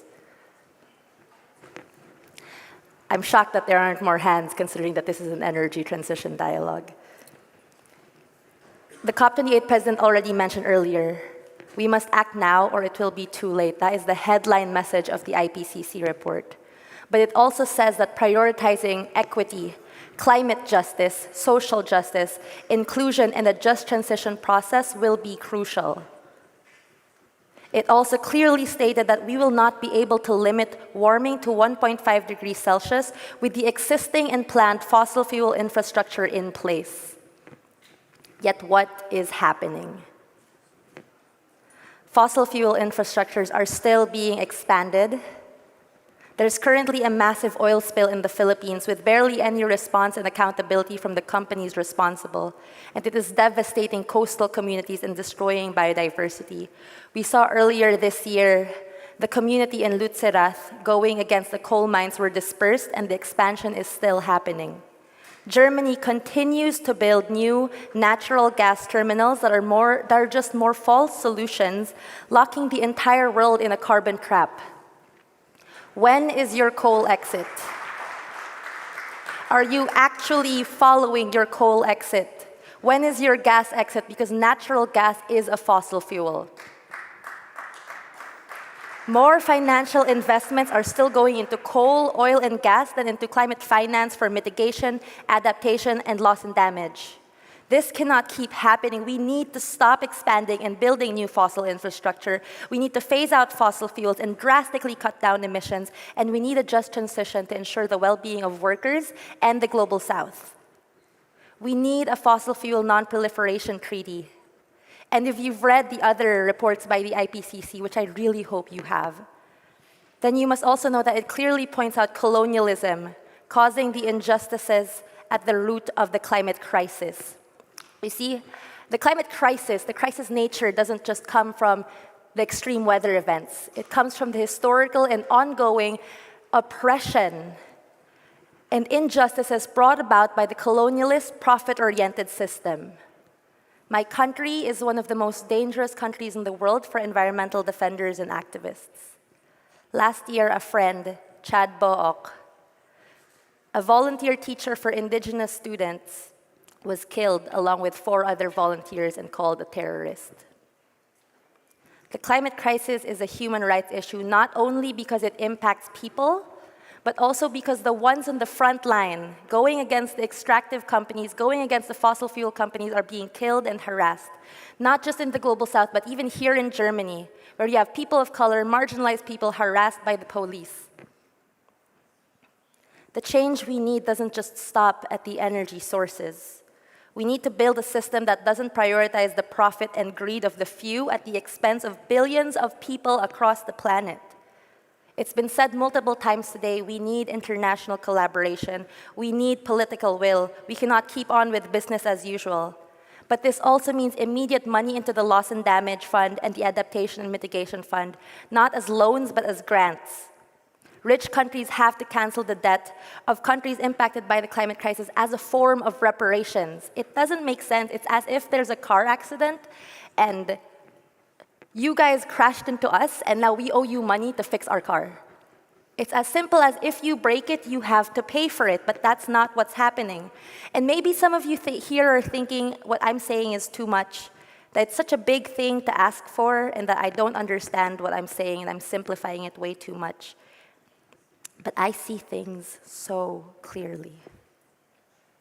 Yes, of course, securing a green future, but what about the present? What about the billions of people across the planet today already experiencing the climate crisis? Germany is already also experiencing climate disasters. This is a global issue, and the science is clear about what must be done. But the question now is, are you listening? Do you understand? Do the policymakers truly understand? And if yes, do you have the political will to do this? Listening to everyone today, it sounds like everyone wants to do this. Everyone seems like everyone's on the same page, yet where is the action? Each day that action is delayed is an act of betrayal to young people across the planet. 2045 goals for carbon neutrality is way too late. In the end, all I'm asking for you to do is to choose life. That's all we're doing here today. Fighting for life, fighting for all our lives. It is a matter of life and death. It's as simple as that. Phase out fossil fuels, act now, life. Keep doing what we're doing today, death. And we shouldn't have to compromise on people's lives. And I don't understand why people aren't understanding that.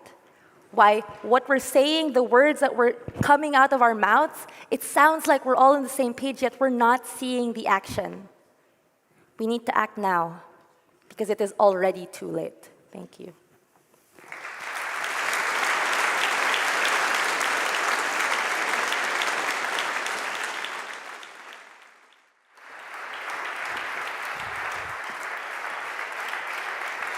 Mitzi Jonel Tan, thank you very much.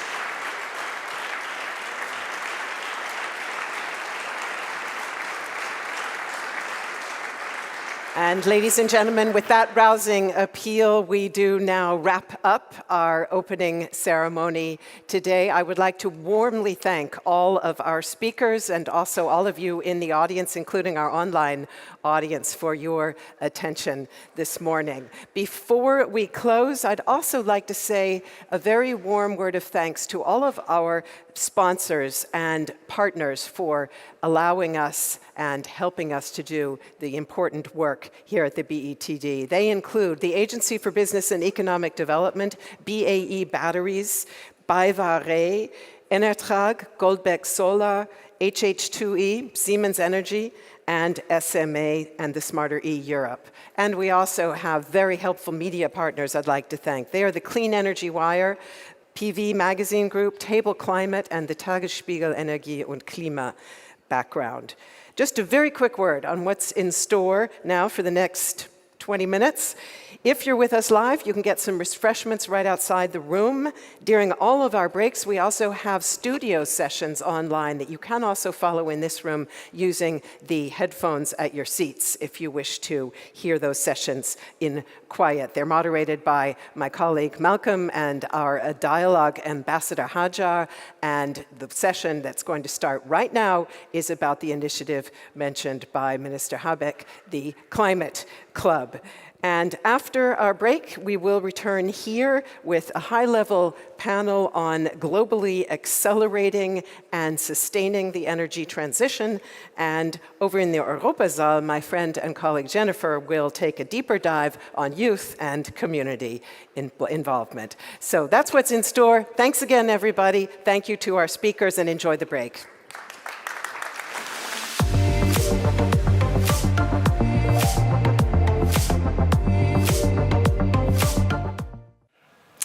Thank you to my colleague Melinda introducing us. In December 2022, the Climate Club was officially launched. It is a cooperation with the G7. The G7, the organization of 7 leading industry nations, such as Japan, Canada, United States, United Kingdom.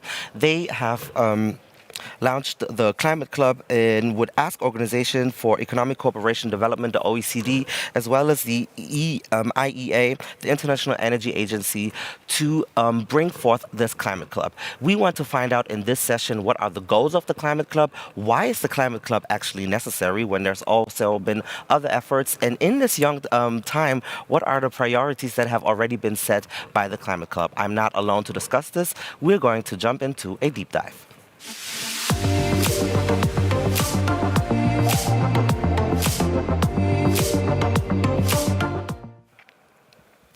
Joining me here in the studio are 2 people. We have Birgit Schwenk. She is the Director General for Climate Action at the Federal Ministry of Economic Affairs and Climate Action for Economic Affairs and Climate Action. Welcome to our studio. Also, we have Hans-Peter Lankes. He is a visiting professor in practice in the London School of Economics. Thank you so much for being here as well. I've already announced it. What is the Climate Club? It is a pretty young endeavor. It is launched in December last year. What is it actually for those who have no idea? Thank you very much, first of all, for inviting me and being able to explain a bit about this initiative that we've taken. That is an initiative that we have taken under the German G7 presidency, but it is actually not meant to be restricted to the G7, but it should be a broad initiative that involves all kinds of countries, emerging economies as well, developing countries as well.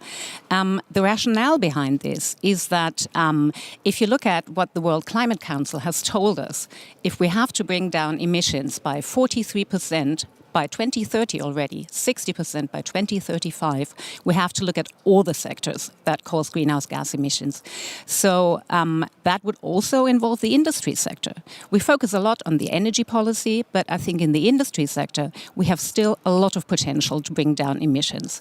So with that in mind, we founded the Climate Club as a multilateral initiative, a broad forum of diverse countries that want to focus on their policies to bring down emissions in the industry sector.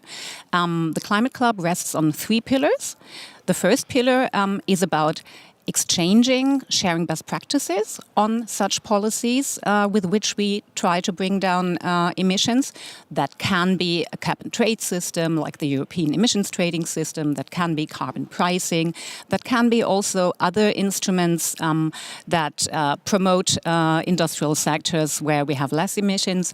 And we are going to exchange on these and look how they function together, whether we can make them more consistent, whether we can make them more comparable, and reap synergies of these. So that's the first pillar. Exchanging on such ambitious policies, because it's supposed to be an ambitious club, obviously. Second pillar will be focusing on industry decarbonizations in the so-called hard-to-abate sectors. That is mainly those sectors where it's difficult to find a method of bringing down emissions.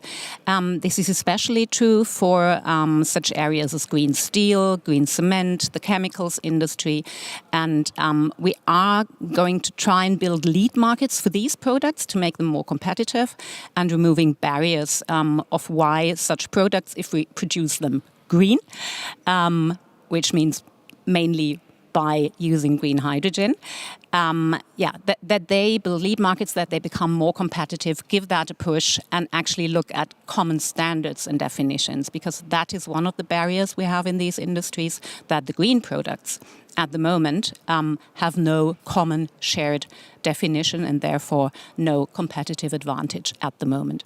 And the third pillar will be focusing on partnerships between the countries in the club. That's starting from different circumstances, and we want to partner up and make sure that we use the existing instruments, because it's going to build on existing instruments, as you mentioned, to give them a more political push.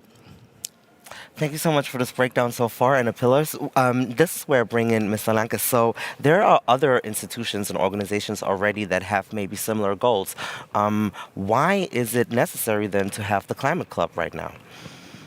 No, you're quite right. There are many organizations and fora that deal with the climate today, but collectively they are failing to deliver the results that we need. We're failing at this rate on the Paris climate goals. What we need is engagement at the top so that we can break logjams. We need a critical mass of countries to participate that account for a large share of global emissions. We need countries that are ambitious and want to achieve these results. So those that are not ambitious should not be part of this and be able to slow it down. Yeah? We need to be able to trade across areas so that we don't sit in fragments and get stuck in our negotiations. So we need to be able to trade across what Mrs. Schenk has said, different areas of industrial policy, of trade policy, and we need to have a focus on the climate. So, for instance, the G7, the G20 today, that also deals with climate on occasion, is not focused on the climate. So if you get the Ukraine war, these issues get sidelined. So we need those 5 elements, and the Climate Club is an opportunity to bring them together and to push progress. This is also what leads to the aspect of different countries who have different realities. You've mentioned earlier that there's also developing countries, so-called developing countries, and countries who are more wealthy. Now, how can the Climate Club chime in and create an atmosphere or an infrastructure where all these different interests can be met and where people can discuss at eye level?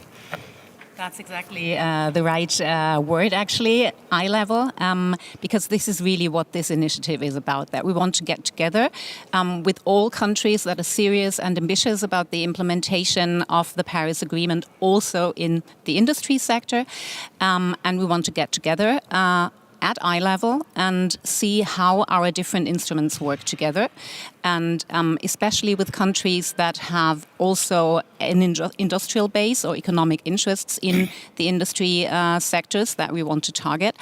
We want to exchange on where are the different interests, where are the barriers, what is the understanding of different countries, and discuss these in an open and inclusive forum.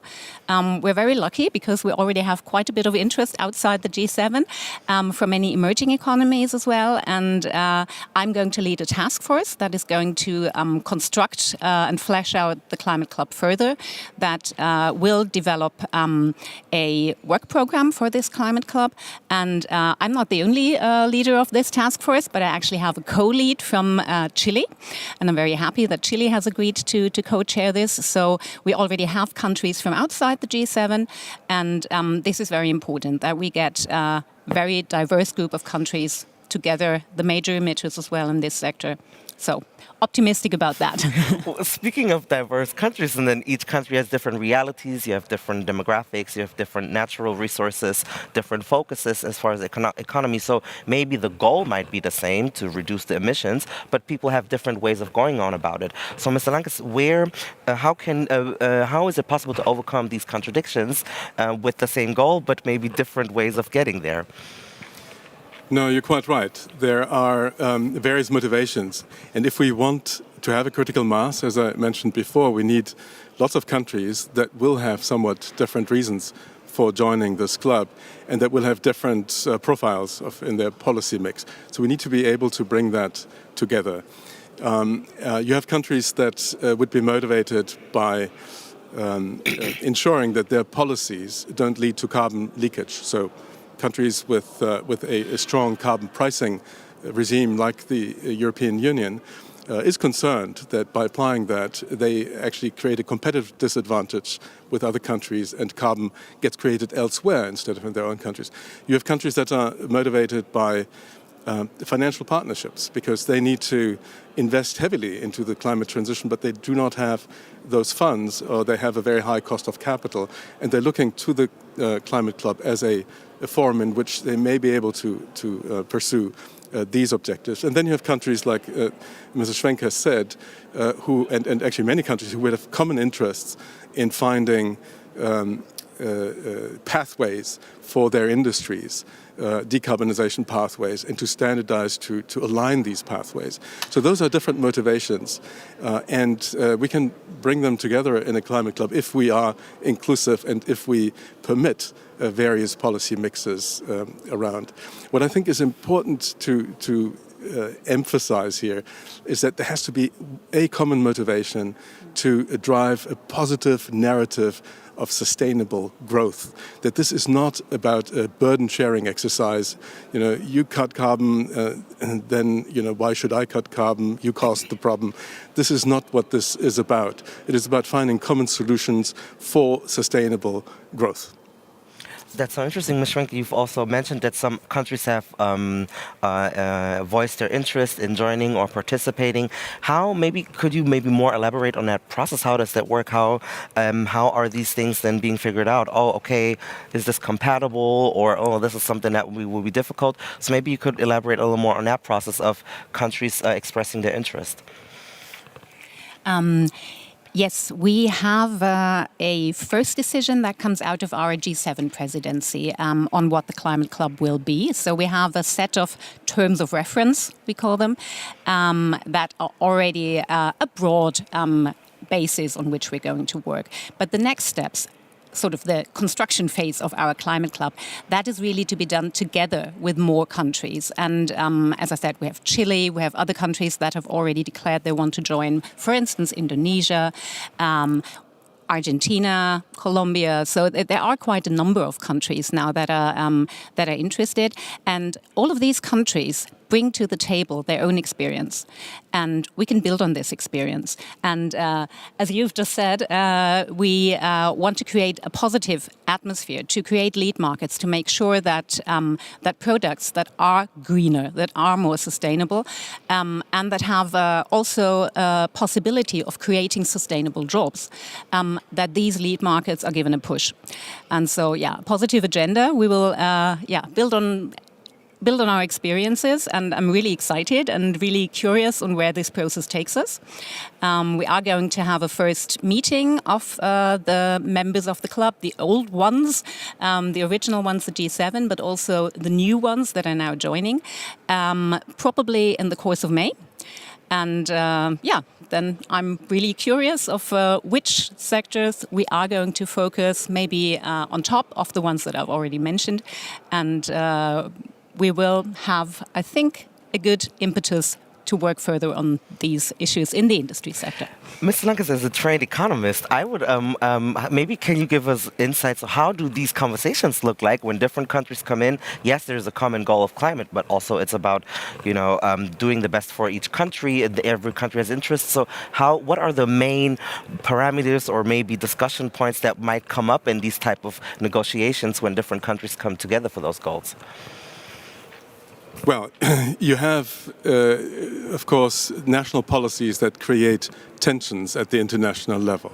So a carbon border adjustment mechanism like the European Union is installing raises, concerns in countries that are exporting to the EU that feel they will be affected by that. What we need there is a forum in which these issues can be discussed, negotiated. The WTO offers a forum. A climate club could agree to bring those issues to a discussion at the WTO to find common rules and procedures for these issues.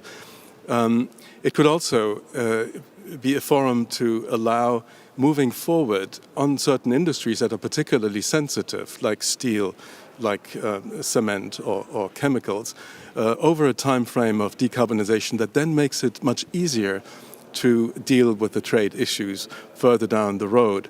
So this is what we were all mentioning at the beginning. It's important to look at this climate club as in all its facets. There's the trade side, but there's also the ability to work at the industry level. And if we combine these two, we can reduce the tensions. There's the finance side, and maybe my one final word on that. Looking at this from the global south, there is actually a proposal for a global climate alliance that is very compatible with the climate club idea that comes out of India. The focus there is very much on financial partnerships, which is one pillar of the climate club. So to bring countries along that have a huge investment challenge, but that contribute to the vast majority of the emissions reductions going forward, we need to find ways to address this finance challenge. So looking across finance, trade, individual industries, in that balance, there are ways of creating a common ground for all these countries. Considering all these aspects and having the Climate Club being in existence since December last year, where does the Climate Club stand right now? Yes, as I said, we are still in the construction phase. So we have laid our groundwork, and now we can start the discussion on a proper work program and have the first meetings of this task force. And then we're looking at a more detailed work program by COP28 in the United Arab Emirates, COP28 in December. So this will then be hopefully, our full launch of this climate club. And at the moment, we are conducting outreach, speaking with countries that are interested in joining, and getting more of a feel for which areas of industry we are going to focus on and what interests are coming to the table. To close this deep dive, this is for both of you. What are some of the key priorities that people should know about what the Climate Club will do, and what are some of the maybe most promising things? We've talked about so many of the challenges that people can look forward to, what the potential of the Climate Club actually could deliver. I think it's going to give a push to industrial sectors that want to become greener, and that will help all the countries. It's going to be an inclusive forum. We're really sitting down at eye level and looking at the different best practices of how to get greenhouse gas emissions down in these sectors. And I think this is really going to be a very high political push for that work together. For me, it's a process that has the potential to unblock global climate action and to get us to be more ambitious and to act in a way that is commensurate with the urgency of this challenge. It has that potential. It's very important for me, in that sort of looking at the G7 countries, that Germany that have initiated this, to make sure that the countries of the global south that will be carrying the largest share of the emissions reduction burden, that they have a very prominent voice in shaping this climate club. They have to be part of forming it. They cannot just be invited to join something that is cooked up in the north. They have to own this in order to make this effective. I want to thank you so much, Birgit Schwenk from the German Federal Office for Climate Action and Foreign and Economic Affairs, and also Hans-Peter Lankes, visiting professor at the London School of Economics. This was really, really interesting. Thank you so very much. And this, thank you, Sue, thank you. And this is also our cue to head back to our colleague Melinda, where we will continue with our Berlin Energy Transition Dialogue. It's going to be very insightful at the Weltsaal, so please stay tuned. And we haven't forgotten you guys in social media. We will do the review. Just stay tuned and check us out at the next studio session. Thank you so very much for having watched this deep dive about Climate Club.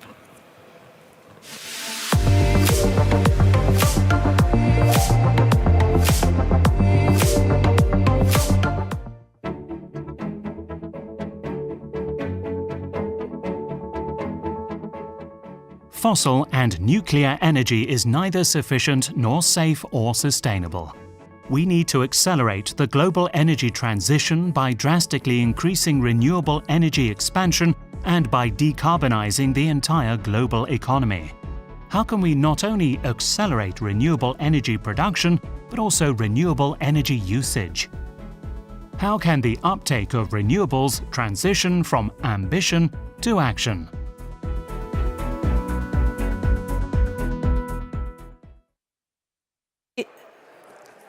Ladies and gentlemen, welcome back. I hope you enjoyed the break. If you will kindly take your seats, we can get started with the opening dialogue of our first high-level panel for today. So, dear ladies and gentlemen, please do take your seats. If you're still out getting a coffee and you can hear me, then please return to the Weltsaal.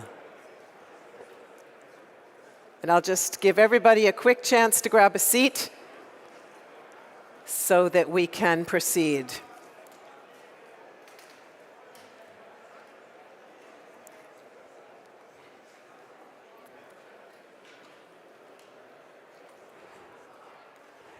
Maybe we could have somebody close that door there so we don't have quite as much noise from outside.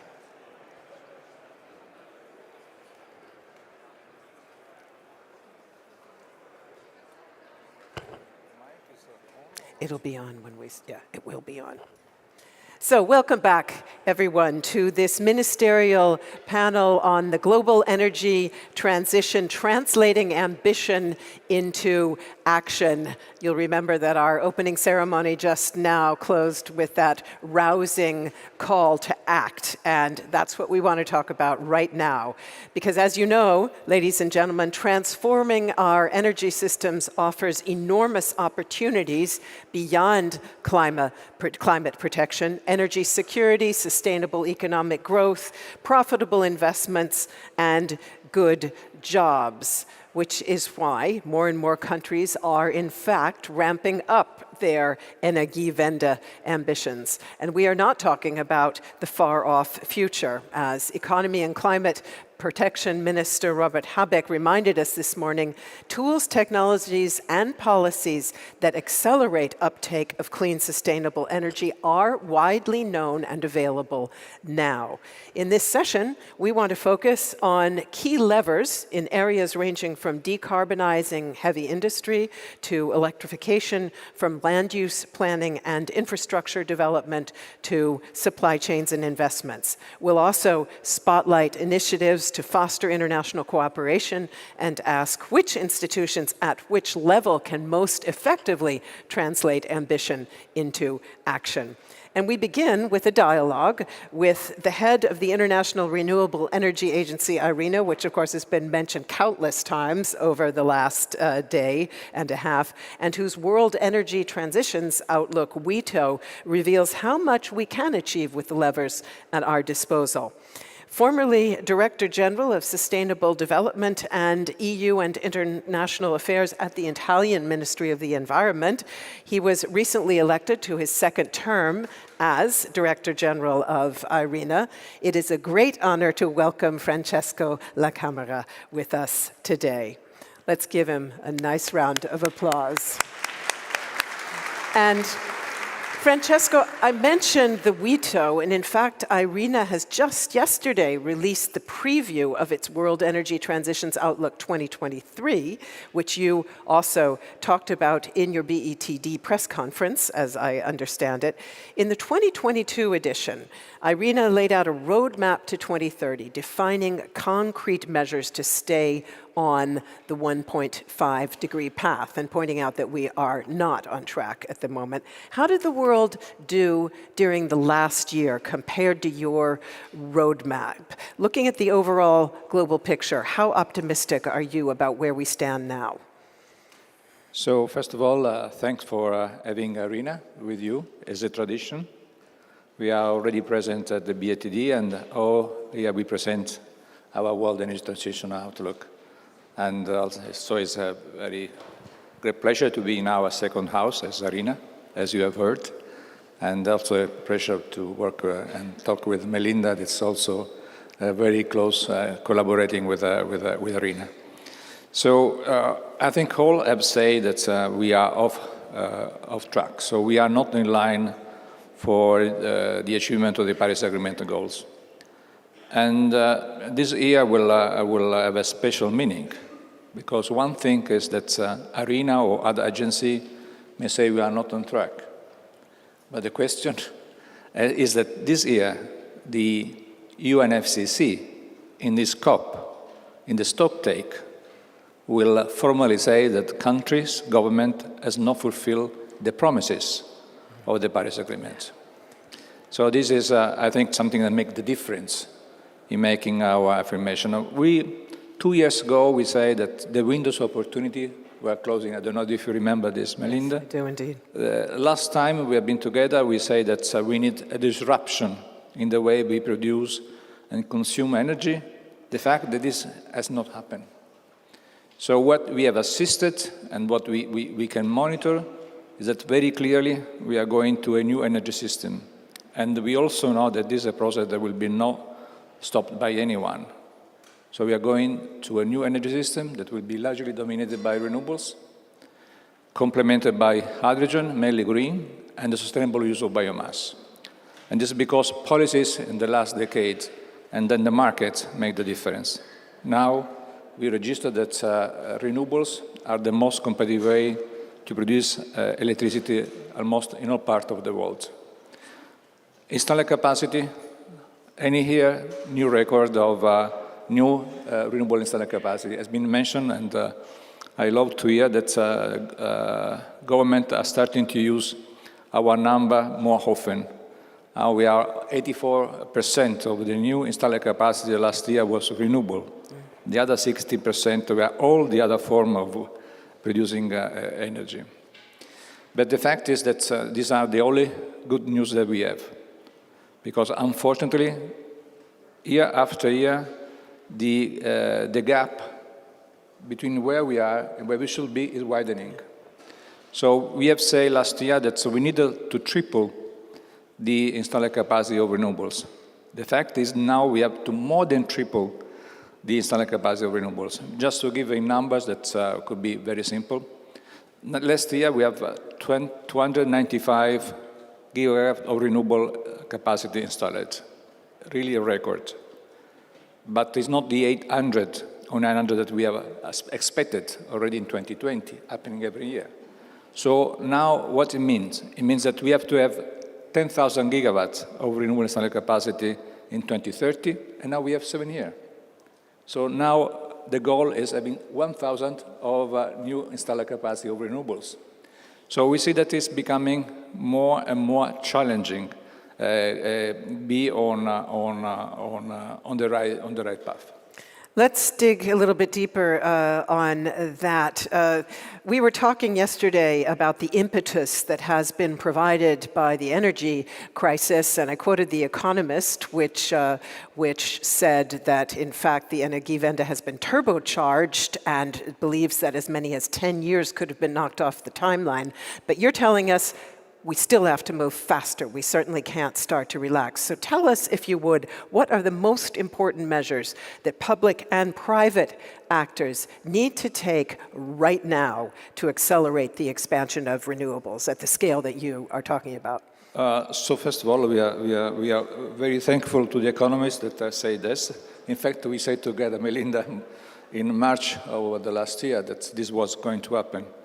And because everyone may agree that the narrative was there, was mainstream, is mainstream, that renewables are most competitive, are a clean form of producing electricity, so the technology that we need to use for being compliant with the Paris Agreement. But now there is a added argument in favor of the new energy system and renewables. So the energy security. Could you think 5 years ago that people may think that renewables are important for energy security? Now everyone has understood, finally, could say that this decentralization of the energy system is the best way to ensure reliance, resilience, and also to provide energy security. This applies naturally for the source of energy and also for the supply chain that we have to consider how to decentralize the supply chain in a way to be more efficient.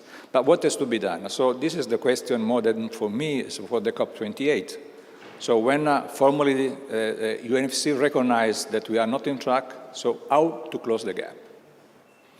Naturally, IRENA, because IRENA is ambitious, as you know, want to work on this, is working on that, and we are trying to build a narrative that may be part of the discussion. If we have been building our preview of our veto in a language, in a way that could be easy in some way for the negotiator to capture the wording and the targets that are there to fit the building of the new narrative. So concerning targets, please go, the preview is already available on our website. The 1,000 gigawatt is there in installed capacity, but we have also been able to provide targets on how we have to decrease the fossil fuel presence in the final energy consumption, be substituted by renewables. So every 5 years, so to be also in coherent timing with the stocktake exercise, every 5 years, we put the objective, the goals that we have to achieve for be coherent with the Paris Agreement. Concerning the narrative, in our point of view, there must be a reason why we are not going fast enough. It's not by chance, because renewables are the most competitive way. So why we are not progressing faster? We think that there are some, structural problem that has to be solved, especially when we look at the area of the world like Africa and Southeast Asia.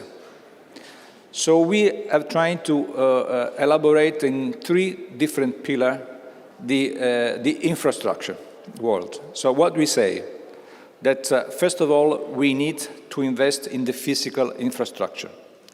How we can think that we can enhance the green hydrogen trade in Africa, if we have not the pipelines, if the harbor are not ready, how we can do that? So this also applies for Europe. The rich Europe cannot, at the moment, capable to utilize all the potential of the offshore wind of the North Sea, because we have not the infrastructure that are ready to absorb the energy and ensuring interconnectivity, flexibility, and balancing of the system. So this is the first thing to think about. This is the first barrier that we have to abate. The other one is not always we have the legal and policy provisions in place. So we are trying also in our veto to suggest policies that can be used by and be present in the COP28 deliberation. The third aspect that we need to concentrate is on the institutional capacity, because managing all this need institutional capacity. And also the professional skills. So if you allow 1 minute, I want to repeat this concept. A super short minute, if you don't mind. Absolutely, because someone have already said renewables are intermittent, so we cannot use at large. This is a fake. Everything is intermittent, also oil and gas. And we have discovered under the Ukrainian crisis how gas is intermittent. So what is make things not to be intermittent is the structure that sustain the energy system. So what make possible for gas starting from one point arriving in my house? This structure has been taken more than 100 years for saving the actual energy system, centralized and based on fossil fuel. And still part of the world is not enjoying energy services. This infrastructure is not able to fulfill 100% and sustain the building of a new energy system. So this is something that we have to have in mind in our perspective if we want to really try to accelerate our path. And we're going to talk, for example, about how to finance that, something that you have done a lot of work on at IRENA. So stay with me right here. Please, let's give him a warm round of applause, ladies and gentlemen. And earlier we heard from our youth keynote about the required reading of the newest IPCC report, and I'd say the WETO 2023 is equally required reading, since it sounds like it could become something of a roadmap for COP28. Thank you so much. So let me now, without further ado, welcome the rest of our panel onto the stage, and I will just keep the introductions very short in order to maximize our time, starting with Agnès Pannier-Runacher. She is France's Minister for the Energy Transition. She previously served as Minister Delegate for Industry in France's Economy and Finance Ministry, and has held, no, this one right here, if you would, please, that's my seat, and has held leading positions in the private sector. Welcome to you. Next, I'd like to greet German Galushenko. He is Ukraine's Minister of Energy. Oh, he's not here. Okay, well, we hope that he will join us shortly. Then I will greet Jean-Marie Paugam. He is Deputy Director General of the World Trade Organization. He's an expert on trade and has also held senior positions in the French Ministry of Economy and Finance. And I'm going to suggest we just leave that chair open in case he comes. I'll ask here he is. Wonderful. Welcome, dear Minister of Energy, German Galushenko from Ukraine. Right here, please, if you would, sir. Thank you. Great to have you. That's what we call a just-in-time arrival. I'm also very pleased to welcome Sirpa Yavinpa. She is the Fund Director of the Southeast Asia Energy Transition Partnership located in Bangkok and co-hosted with the United Nations Office for Project Services. She has also worked with UNDP and the Asian Development Bank. And I'm very glad to greet Solenaina Andrea Manam Pissoa. He is Minister of Energy and Hydrocarbons from Madagascar. And just a word to you, dear audience, he will speak in French, so you will want to have headsets if you would like to have a translation for that. And finally, Alvaro Pardo is President of the National Mining Agency of Colombia, and he will be simultaneously interpreted from Spanish. Welcome to you, Excellency. And I'm going to ask everybody to please take your seats. And then before we get our panel's take on our topic. Let's go to our Slido tool, everyone, and ask you to please vote on this multiple choice question. What are the most powerful levers for reducing global greenhouse gas emissions during the next 5 to 10 years? And you see the choices in front of you: expand renewable energy production capacity, decarbonize industry, electrify mobility, replace fossil-based heating and cooling, provide more and better project financing, and finally, increase energy efficiency. Please vote now, and we'll come back a little bit later to take a look at the result. Now let's talk about the levers that you, dear panel, consider the most effective for accelerating the energy transition. And I will begin, if I may, with you, Madame Pannier-Runacher. The French government wants to double the share of renewable energy in its total energy mix from 20% at present to 40% by 2030. We just heard Francesco saying we have to set clear targets. Clearly, you are doing that. And a new law streamlines procedures for setting up new renewable energy projects. So tell us more about that, if you would, because we've talked a lot about red tape and permitting as one of the obstacles in the way. And would you say this is the beginning, possibly, of a pivot away from nuclear power, which does still account for 60 to 70% of your energy, which is the highest share in the world? Yes, indeed. Thank you very much for inviting me at this panel, and it's great to be here in Germany. So like Germany, France is now fully committed to reach net zero carbon in 2050, and I will give maybe just a step up regarding our energy strategy. We have 4 levers to reach this target and to reach the 2030 targets that we contributed to, or to voted, I would say, through the French presidency of the European Union, because, as you know, the global agreement on Fit for 55 climate package of Europe was done under the French presidency, and we were really struggling to reach that. The 4 pillars are energy efficiency, obviously, so how to reduce through technologies, the use of energy in buildings, in transportation, in agriculture, in industry, etc. The second pillar, which is key for us now, is how to avoid waste of energy, is how to change our behavior to reduce the use of energy. For instance, we may consider that there is too much light in this room, and to reduce the use of energy. Sure feels like it up here, doesn't it? So just to give an example, and we have launched a plan toward that. The third pillar is the deployment of renewable energy, and the fourth is to carry on using nuclear energy, because, as you know, nuclear energy is emitting less CO2 than sun power energy and than wind power energy. So it's quite interesting to have that in mind.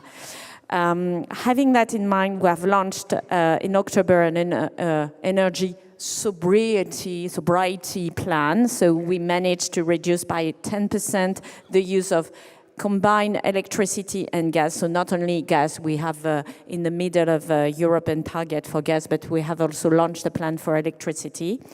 And on the production side, we have launched this double track, nuclear and renewable.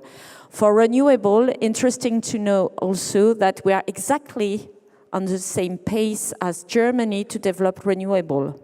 We used to have 13% of renewable in 2012, and we have now 19% in 2021, and this is exactly the same figure for Germany. So maybe when you think about France, you think nuclear, but when it comes to renewable, this is exactly the same track.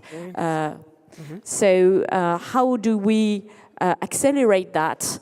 Alleviating red tape, that is true, but we have to balance that with ensuring that we are not having problems with biodiversity.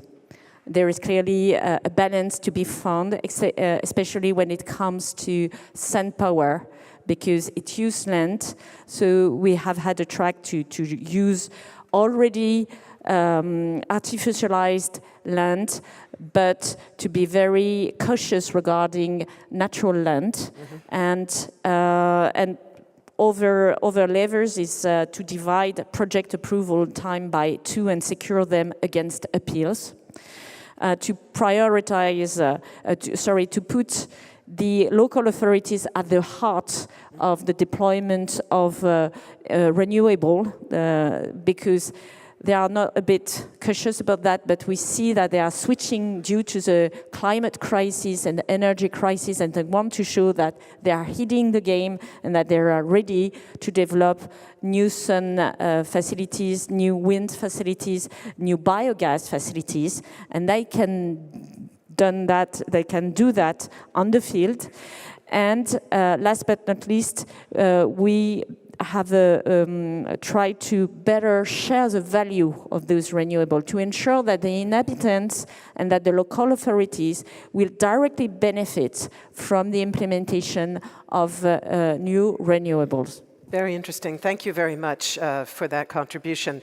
Let me go to Minister Galushenko. And your country, too, has traditionally relied on nuclear for a high share of its energy needs. As we discussed yesterday, your energy system and infrastructure have been the target of massive attacks by Russia in this war.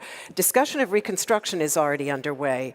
So given the promise that it holds for you of boosting energy independence and security, will renewable energy be high on the political agenda, and what levers would you prioritize to bring it forward?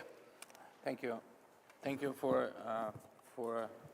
I think that is a very important point which we discuss, and that is really the future of the energy system, not only about Ukraine, about the whole world. But what is very important, and probably I want to shift the angle a little bit due to what we've seen in Ukraine during these attacks on the energy infrastructure. In our plans, we see the future of Ukrainian mixes. We still really have the basic generation, the nuclear, and we see that the 50%, now it's even more than 50, produced by the nuclear fleet in Ukraine, and 50 is renewables. And I can tell you that renewables is not only because of the green transitions or because of the obligations which we mentioned to Paris Agreement, I mean, and everything. What we see during these attacks. The renewables is also about national security and security of supply. And why? Because we see that, for instance, the Ukrainian energy system was hit 271 times, was hit. So they reached the targets 271 times from the 10th of October. And that is only 20% of all missiles, drones, artillery they use. So you could imagine how massive these attacks. And we see that we had the situation, for instance, when we had in one region of the country, in some part of the country, we had the nuclear stations. And due to this attack, they split the system. We cannot transmit electricity from nuclear stations, and at the same time, we cannot consume in these regions this amount of electricity. So, and we have to restrict production, for instance, on the west, and at the same time, we see the deficit in the center. And it gives us the understanding that renewables, which could be generation in all regions of the country, could be the best solutions for security of supply. Because even from the military point of view, it's much difficult to target so many points all around the country. When they use modern missiles, they use everything, I mean, what they can use from the military point of view. And we understand that that is absolutely the right direction to feel safe. And of course, we're still obliged to go to the green transitions, and we really want to do this. And I can tell you that before these full-scale inventions, we already reached quite a good results. Something around 10% of all generation was renewables. But what Russians did, they destroy up to 90% of wind is destroyed. Up to 40% of solar destroyed. And they occupied the south part now temporarily, south part of Ukraine, where that was the best areas for renewables. And we understand that, of course, we need due to the attacks and destruction, we see that all our plans, because in our energy strategy, we are planning to have 25% of renewables by 2032. But now we see that due to destruction, and so our plan to gradually phase out coal, due to the destruction of the thermal generation, due to the destruction of mines, we lost a lot of mines because of the occupation, because of the war. We need to speed up. We need to speed up. We do not want to rebuild as it was before. I mean, the thermal generation, that's old units, which is more than 40 years old. And of course, we understand that we need to speed up this renewables transformation because it's not only about green transition. Because that is, for us, now we see that that is absolutely about the security of supply and security for the country. And that is a very important message, because frankly speaking, we never look from that angle. I mean, because we speak about the green transition, I mean, the obligation, and that is very important. But now we see that that's not only this point. And I think that I hope no one would, I mean, no state would face the challenges which we go through this winter, because I can tell you, I mean, that is something beyond the understanding what they are doing, because that is not a battlefield, that is not a front line. So they attack the energy infrastructure all around the country. So if you see the map of Ukraine, there is no region which was not hit by missiles. And in all regions, that is generation, that is substations, and I mean, that is like, we could find the notion of this in international legal instruments, which is terror. Yeah. But renewables is really a very important solution. Thank you very much. And I think so many of us have seen also the images of the warming centers that you constructed so that those who had no more heat or power could take shelter. And indeed, we're talking here not about economic security or even access security. We're talking about physical life and death security. So many thanks for that. Deputy Director General, it's wonderful that the WTO is with us, because trade in renewable energy components is often also hampered by regulations. We spoke a moment ago about permitting regulations, but tariff and non-tariff barriers, including also not only technical ones, but subsidies to domestic suppliers, are becoming an impediment to trade in important RE components. So how concerned are you about a shift away from multilateral trade in general to nation-first strategies, precisely in connection with the new interest in energy security and autonomy? And what's your message to countries and multilateral institutions as they shape strategies for the energy transition? Well, thank you very much, and good morning, everyone. Actually, you're right. Trade should act as a natural booster for the energy transition, because trade expands the market, so decreases the cost of investment by promoting economies of scale, selecting best innovation, and in general, helping to organize the economy in an optimal manner in terms of use of natural resources. And trade policy should be mobilized to accelerate that and to foster that dynamic. For instance, we know from economic studies that the tariffs in the world are biased in favor of high-intensity carbon activities. So that means brown products are being taxed less than green products. So there should be a rebalancing of that, and that could be a contribution of trade policy. Unfortunately, this is not happening, as you rightly reminded us in your introduction, for 2 or 3 reasons. The first one is that climate policies in general, decarbonation policies, are being uncoordinated around the world. So that means everybody is going after the same goal, which is increasing the cost of carbon or the price of carbon, but with different approaches. You have pricing approaches, for instance, in the EU. You have non-pricing approaches, for instance, in the US. But at the end of the day, it gives some elements of fragmentation of those policies.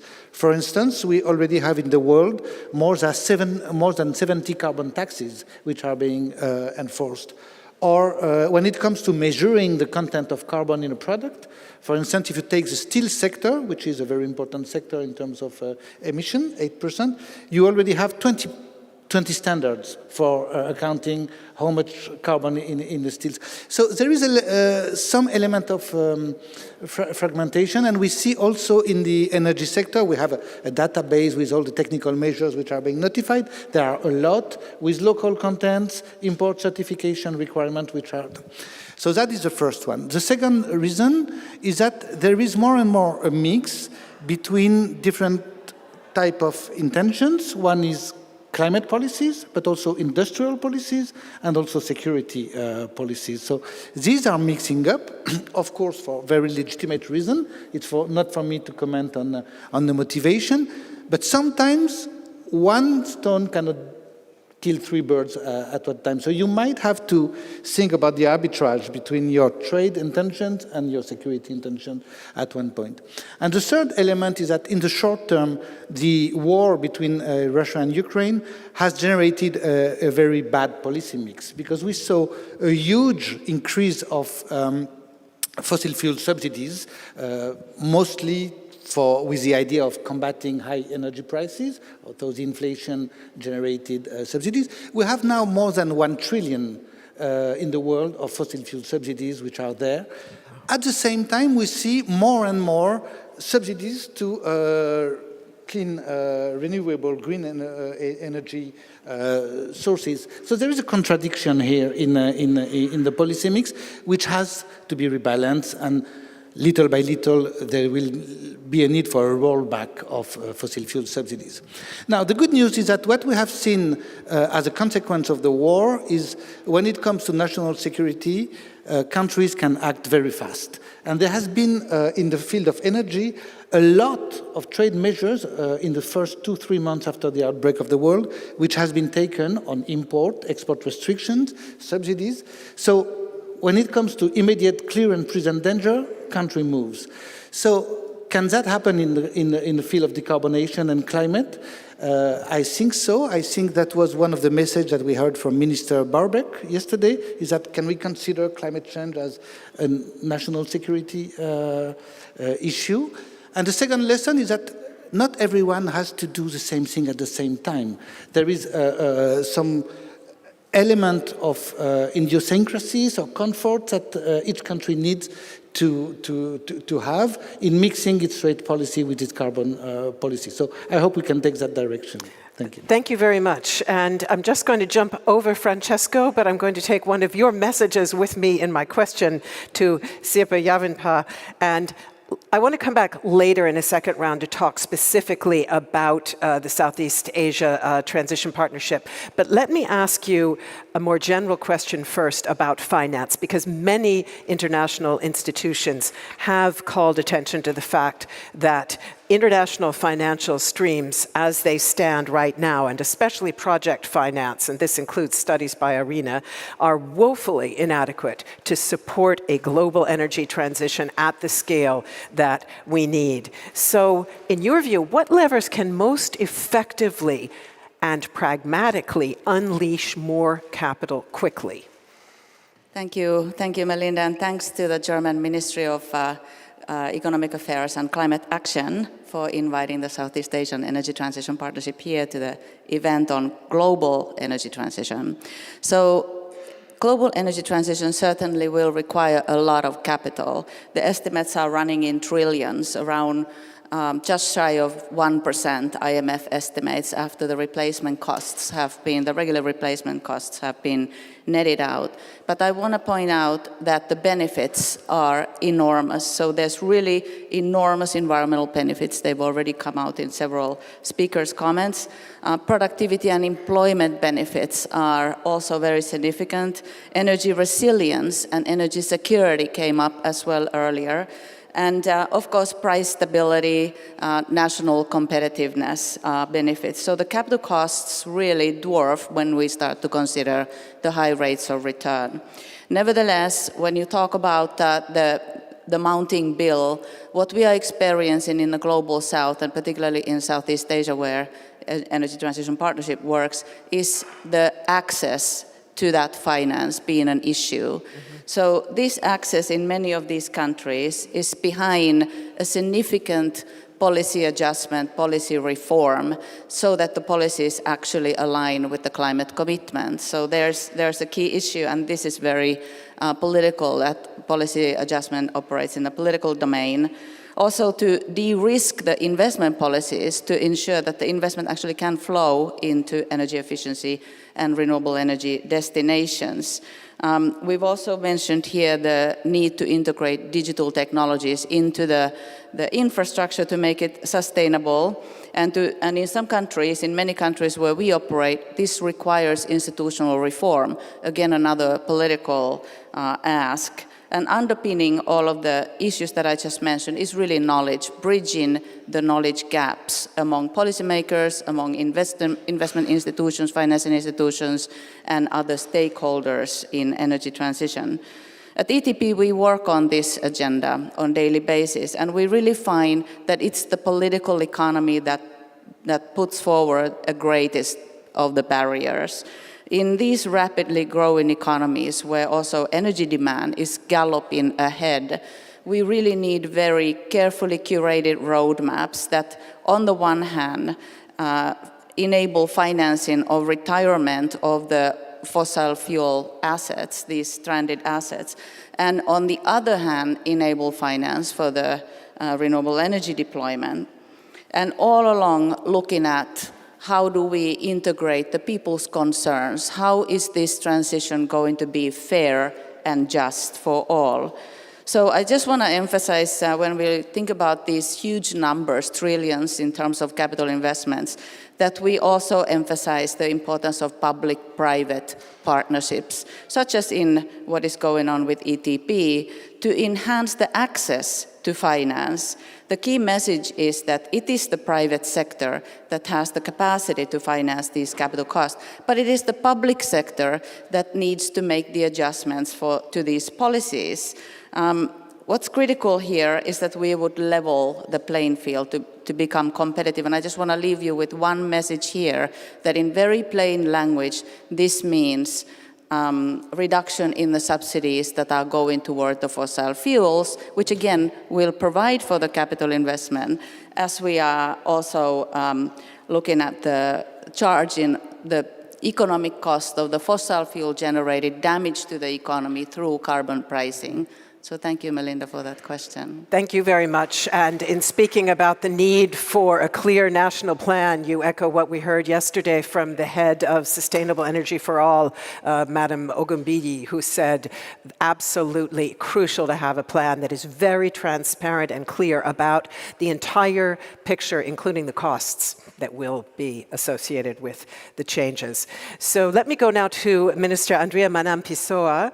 And project finance, of course, is also very important for Madagascar in your effort to electrify rural areas through off-grid and mini-grid solutions. What kind of obstacles do you encounter in seeking capital for these kinds of projects? Are the hurdles greater than they would be for larger installations?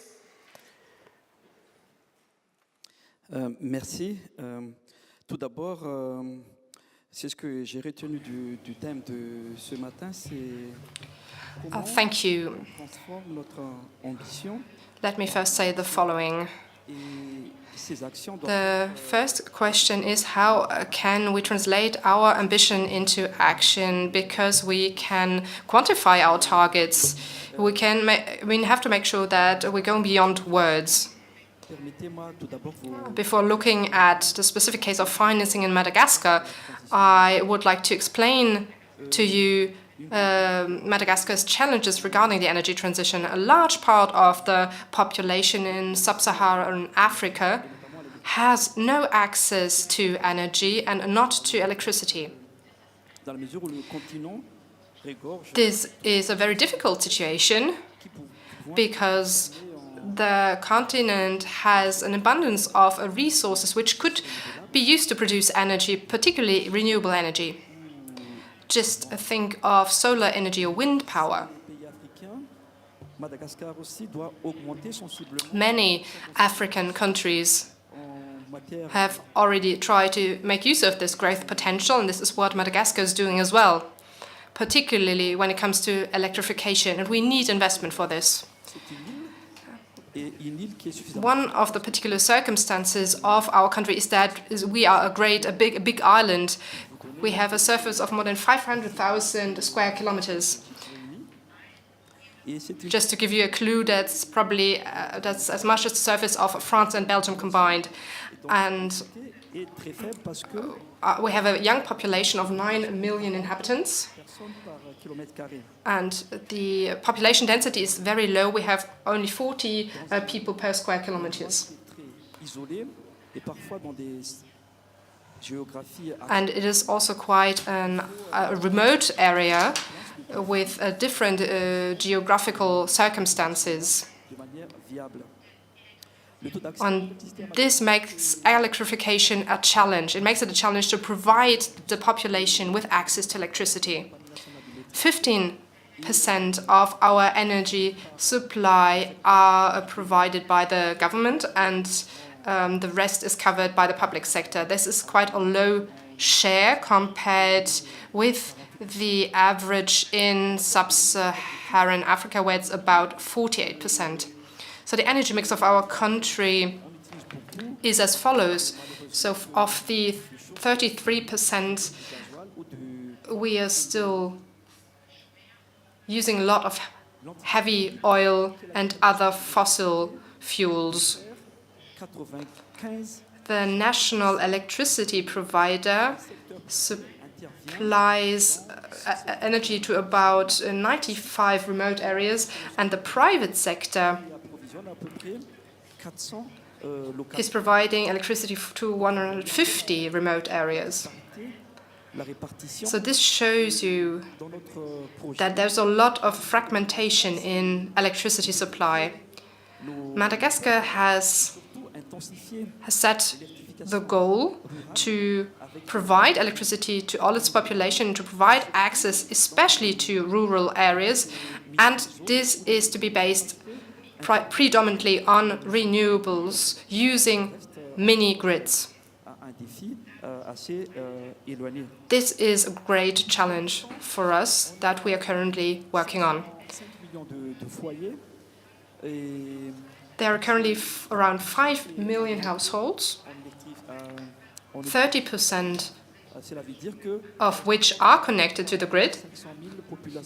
This means that around 6.5 million households that still need to be supplied with electricity. So those are the numbers. Now speaking about financing. Recently, we've tried to tackle this challenge, but access to financing is still very difficult because the banks are very difficult to convince to give us financing, and we have a rate of around 14 to 15%, and also the private sector is very reluctant. There are many partners, also partners from abroad, who are willing to bridge this gap, But then we need to provide government guarantees or also independent guarantees.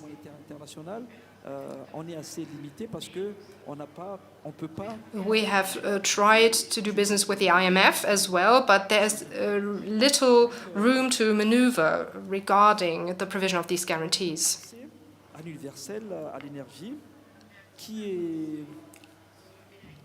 Access to energy, of course, also depends on access to financing and also on public-private partnerships, as the person speaking before me already said.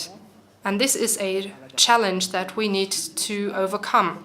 We need access to financing, we need access to guarantees. There are partners who would be willing to provide financing, but then we always face a problem of providing guarantees, which are asked for by these partners. And even if we manage to receive subsidies from these partners, we can see that we need to really fight a lot to complete renewable energy projects, because even if it's only small projects, we always need to take into account that completion takes up to 4 years in our country, and we need to speed up these projects in order to reach our target of reducing emissions by 50%.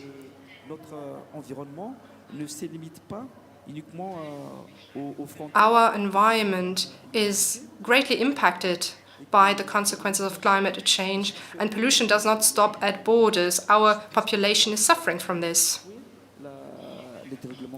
And the population in Madagascar is really suffering from the impact of climate destruction, of environmental destruction. Thank you. Let me go to Colombia now and return to the topic of the importance of having a clear national plan.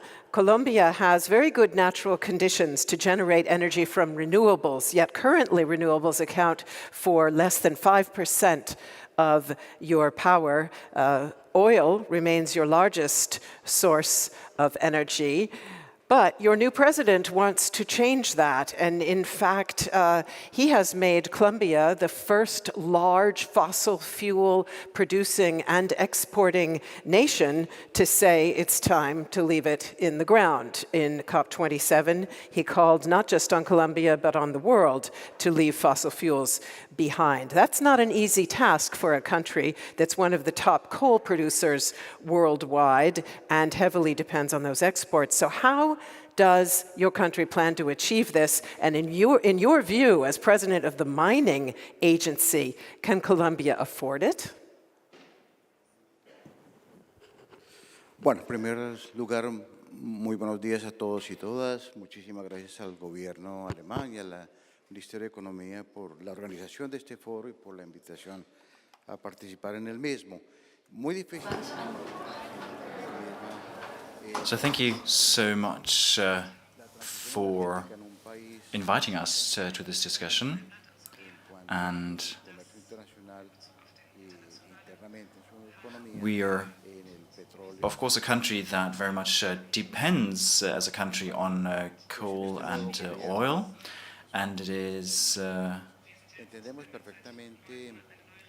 course, also the fact that we have a new government, and we have that for 9 months now, and they are very much focused on tackling this issue. We are very concerned about climate change, and our government is very committed to that, and we have to contribute to that, looking at the very urgent crisis on our planet.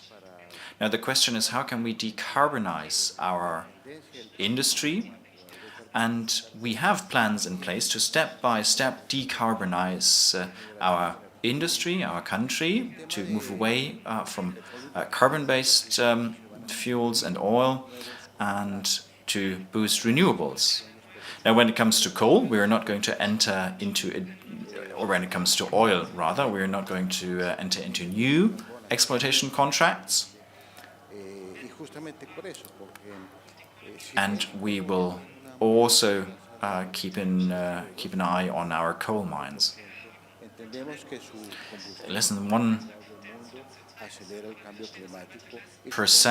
of CO2 emissions comes from our country, but we understand that we have to contribute to a solution, and Colombia is very vulnerable to climate change due to its location. And that is, of course, one task for our government. We are currently developing a national development plan that's currently discussed in our Congress, and that includes phasing out fossil fuels. We want to keep resources within our country, and our goal is to expand renewables quickly. And I think Colombia has a lot of potential to do that. Our energy mix consists up to 70% from water resources. We have about 20% from fossil fuels and others. And the entire potential has to be used. Solar energy, wind energy, geothermal energy, water and hydro energy, and hydrogen is important as well. And I think it is particularly important to focus on hydrogen, looking at the global hydrogen boom that we're seeing. We are cooperating with a lot of our important trade partners, and it's important for our country to expand on this sector, and that also touches upon all the technologies derived from this. We want to use this opportunity here today to talk with partners in Germany on how to intensify our relations and to expand hydrogen production as well. And we need technologies and resources to do that. And we can make progress on renewables. And I think this is very constructive, and our visit here at BTD has been very constructive. And we could touch upon resources, minerals, etc. But I think what ultimately is important, bottom line, is that we make progress, and that we have to make progress, just as the developed countries are saying as well, in order to fight climate change. And that's what we're fighting for. Muchas gracias. And I would like to now suggest that we take a quick look at the results of our audience poll, where we asked about the levers, and then I want to do a very short final round of questions on cooperation as a lever, because so many of you have mentioned the importance of that. So first, let's get a look at the results, dear technical team, if you'll show us that. So what are the most powerful levels for reducing global greenhouse gas emissions along the next 5 to 10 years? Expand renewable energy production capacity, say 38%, I believe that is. 26% say decarbonize industry. Another 14% say provide more and better project financing. Then we have around 11% saying replace fossil-based heating and cooling, and just 9% essentially saying increase energy efficiency. Now, international cooperation, of course, cuts across all of those fields. It can be a vehicle for essentially trying to use any or all of those levers. So let me now, beginning with Francesco La Camera, if I may, ask all of you to just say a word about where you see the most effective forms of international cooperation available to us now, whether it's multilateral, bilateral, regional, for translating ambition into action much more quickly. Francesco, please. Very fast. In responding to this question, we have to reconnect with the narrative that we are proposing for beyond the COP28. We think that narrative imposes us to rewrite the way international cooperation works. Now, every entity is doing everything. It's very disorderly. We don't understand what is the role of the multilateral financial institutions. Development banks are competing among each other with the development agency and others. So in our point of view, the reform of the multilateral financial system is to point out naturally to have more concessional funds, and it's okay. But what is important is for what? Mm-hmm. So the multilateral financial institution, in our point of view, should be engaged in building the physical infrastructure that is needed to have more renewables into the grid. Call Marshall Plan for Africa, call Green Deal, call as you like. What is important is that the multilateral financial institution concentrates on building the infrastructure for the new energy system that is coming. Mm-hmm. Then we have, on the basis of this, we can recognize what the bilateral cooperation can do in the other pillars. So legal and policy, also agency as our, the regional entity. The development bank has to work on the projects, not the multilateral financial institutions. And what is important is that we have to recalibrate also, because without infrastructure, it's very difficult to invest in Africa. Only 1% of installed capacity last year was in Africa. This is really unfair, simply unfair. But without infrastructure, we cannot change that so soon. So in our point of view, and this is, I invite you to have a look to our veto, we have to try to rewrite our international cooperation work. How it's working now, I think it's not working effectively for the energy transition. Thank you very much for that, because I must say, whenever I look into this subject and I'm confronted with all the acronyms of all the different windows, platforms, partnerships, it can be overwhelming, I think. And surely that is the case for countries as well as for journalists and moderators. Let me go over now to the minister from Madagascar, Mr. Andrea Manampisoa. And I know you've been working with both bilateral and multilateral partners, including, for example, Germany's GIZ, the World Bank, and others to advance renewable energy initiatives. So what would you consider the most effective forms of cooperation that you have at your disposal, including initiatives to de-risk, which you talked about as being so important? That's to you, sir. Yeah. Merci. Thank you so much. Now, talking about Madagascar, we're closely cooperating with our international partners, and the World Bank has been supporting our government in our efforts to improve access to electricity and to improve the electricity sector in general. Now, there are a variety of financing means that we've received, and thanks to that, and thanks to the support by the IMF, we've received support for the large-scale projects in Madagascar, supporting our grid and expanding our grid in urban areas, and there's a lot of potential there, I think, for further development. The African Development Bank and the World Bank support further initiatives, especially hydrogen initiatives, and we are investing a lot in mini grids in rural areas. And our goal, of course, is that we work with the GIZ, with the French Development Bank, and you can see that we have a lot of partnerships that we're building on. And going beyond financing, our government is aiming at expanding public-private partnerships. We want to really take this a step further and promote transition to renewable energies. And as I've heard this morning, and I think there are going to be more panels this afternoon about green hydrogen, and based on this, I want to go into some detail on that. In Madagascar, we benefited from the geopolitical situation, and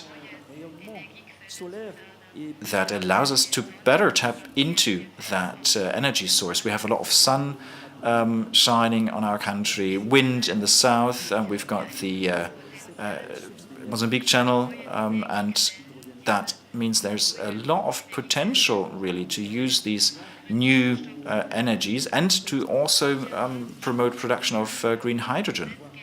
We have already adapted legislation in our country in order to attract more investment to Madagascar. And as the President of Kenya said yesterday, they and we as well want to become a hub for green hydrogen. Let me go over to Minister Pannier-Runacher, if I may, once again. And I know that you are working with other countries, including Germany and international development banks, on the just energy transition partnerships that have been mentioned, not only in this session, but elsewhere in countries in Asia, in Africa. And you also co-founded the G7 Climate Club. So tell us a little bit, if you would, about where you see the advantages of these kind of initiatives in cooperation compared to so many of the others that are out there.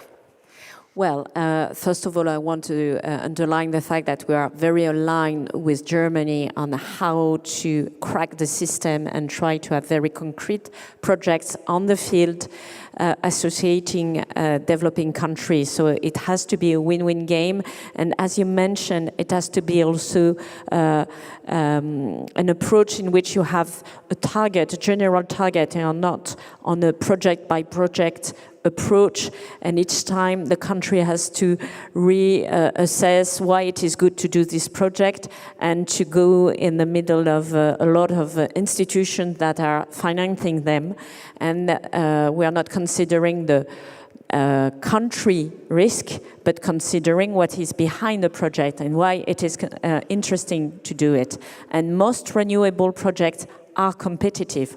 From a pure competitive point of view, they are more competitive than oil and fossil fuels projects. So there is clearly an interest, a pure economic interest to flow money to those projects. So JETP, it is a more innovative approach, a real cooperation and partnership that is not based only on one project, but a general goal. How do we ensure that we may switch from fossil in this area of the country to renewables? And how do we consider also the economic return for the country? So training the people, ensuring that SMEs will be associated to the project, and following the recommendation of the country, not imposing one's view. We have 3 projects that are already launched. The first, more advanced, I would say, is in South Africa. So as you may see, those countries have industrial bases, they have technological bases, and they contribute to the project to a large extent. And we will invest more than 8 billion euro within 3 to 5 years, with milestones and with objectives, even compliance, etc., but objectives. We have launched a project with in Vietnam and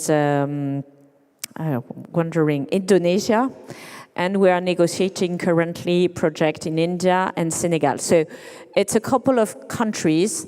Sometimes it's France, sometimes it's Germany, it might be UK, United States, and both countries are negotiating the general frame, and then the G7 countries may come and donors may apply to have a, I would say, a holistic approach of how to concretely turn and deliver. Thank you very much. I'm sorry that I'm making hand signals, but I'm hearing words in my ear saying that we need to move a bit, apropos accelerate.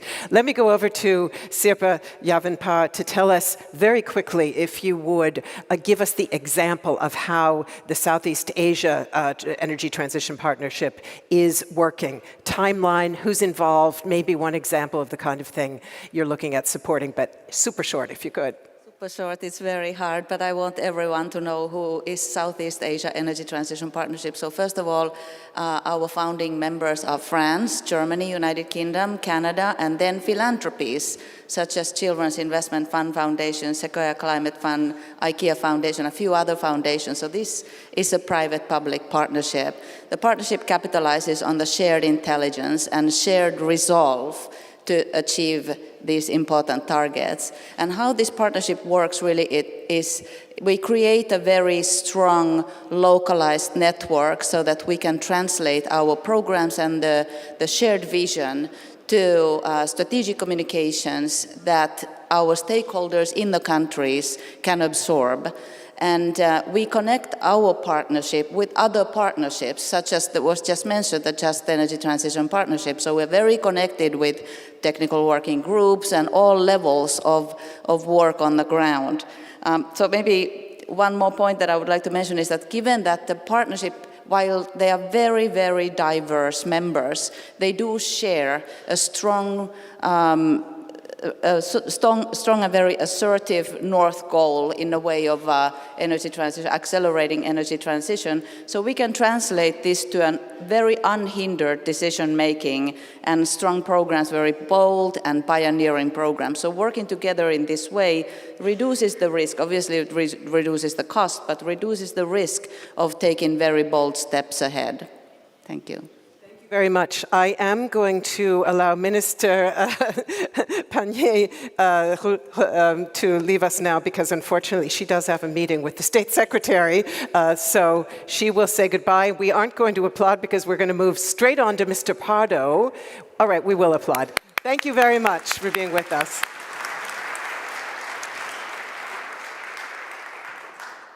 Mr. Pardo, could you imagine such a partnership, an energy transition partnership of the kind that we just heard described, being helpful to your country as it makes this very radical move away from fossil fuels to more green energy? And would it help, for example, to try to create the kind of good jobs that you're going to need for people who are leaving the fossil fuel sector?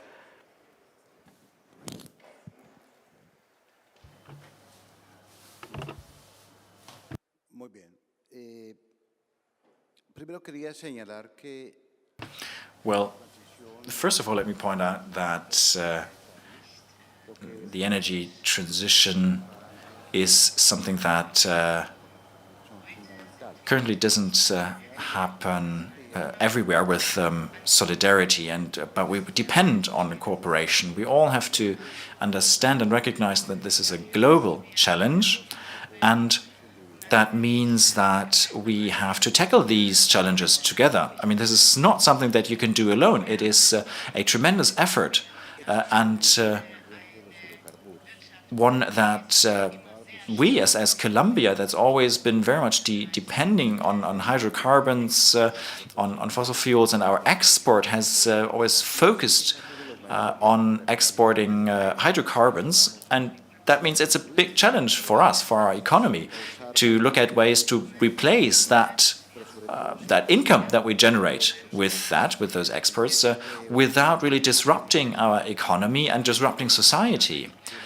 Looking on jobs, looking on interest rates that we are paying, and looking on violence that happens in our country.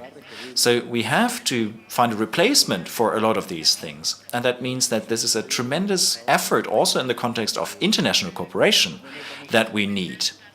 And I think that, yes, we have, due to the international, or with an international approach, have to compensate for that. And I think that, we're exporting up to 9.6 billion euros here in some of those areas, and that means that we have to replace that. We have to replace that with other exports, and we have to push for this. And we have to push for this without disrupting our economy, and as I said, in particular without disrupting our society. And let me just mention as an aside, I would like to thank the German government very much for their role that they played in facilitating the negotiations with the groups that we involved in restoring peace in our country. And that entails a lot of programs that also touch upon the labor market. And we have to create the right conditions and the right programs to reindustrialize our industry, to guarantee food security, and also facilitate the shift to renewables. All of that is going to need a lot of resources, and we will very much depend on international cooperation. So without causing too many disruptions in our country. Thank you very much. And Deputy Director General, very briefly, if you would, please, what is your central message about international cooperation as you think of it in terms of accelerating this very, very important transition? Well, thank you. Trade is part of the solution. It will accelerate decarbonation if it's mobilized optimally. Now, historically, the problem is absolutely the opposite of the one Francesco has been mentioning, is that nobody has wanted to take care of the trade dimension of decarbonation, because the Paris Agreement does not talk about trade, and the WTO did not want to talk about trade. So our problem is not too much governance, our problem is lack of governance on this dimension. It has started changing, and the WTO is starting in many ways to discuss this climate change dimension. What are we supposed to achieve? Two things. The first one is prevent a trade fragmentation of the world trading system out of climate policies, because if you take out trade, you will get very little benefit for the decarbonation and a lot of GDP losses. So that is the first key endeavor. The second one is try to boost decarbonation by liberalizing, when you can, technologies which are contributing to fight against climate change, and above all, starting a real discussion on fossil fuel subsidies. Thank you very much. That discussion has been ongoing at the COPs, of course, but not always delivering all the results that many hoped. Last word to you, dear Minister Galushenko. Very, very briefly, if you would, please. Cooperation.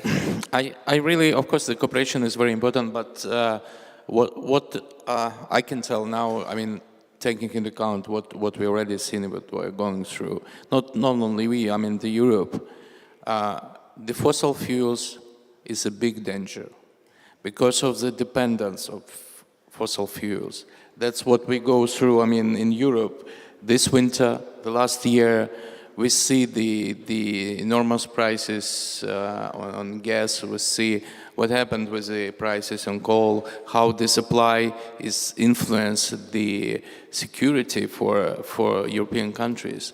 And I'm really very proud that the Europe maintained the solidarity, which allowed European countries to withstood the last year, this winter, and that is really very important. So that's what we discuss, that this green transition and renewables give you independence and safety. And fossil fuels, it gives you dependence. And that is very important to understand, because I hope we would never have, I mean, the civilized world would never have the situation of so much dependence, of so much danger, and so much increase of prices, of so much pressure to our people. And that is a very important issue. Thank you. Thank you very, very much for those final words to this very insightful and very, very constructive panel. Let's give our panelists a warm round of applause. We're now going to take a much shorter break than planned, and I'm not going to fill our time with anything except to say over to my colleagues Malcolm and Hajar in the studio, who are going on a deeper dive on financing the energy transition, with apologies to both of you that you are now starting a little bit later. And the rest of us meet back here, please, in 15 minutes for a session on the feminist energy transition. So don't miss that. See you shortly.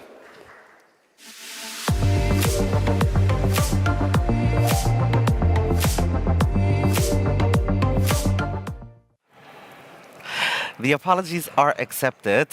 We will make do with what we have. As Melinda has already explained, this section is going to be about how do we fund this energy transition? Where does the money come from? It could come from loans, it could come from other ways. This is something that we're going to discuss, and we have our stakeholder interview to get deeper into it.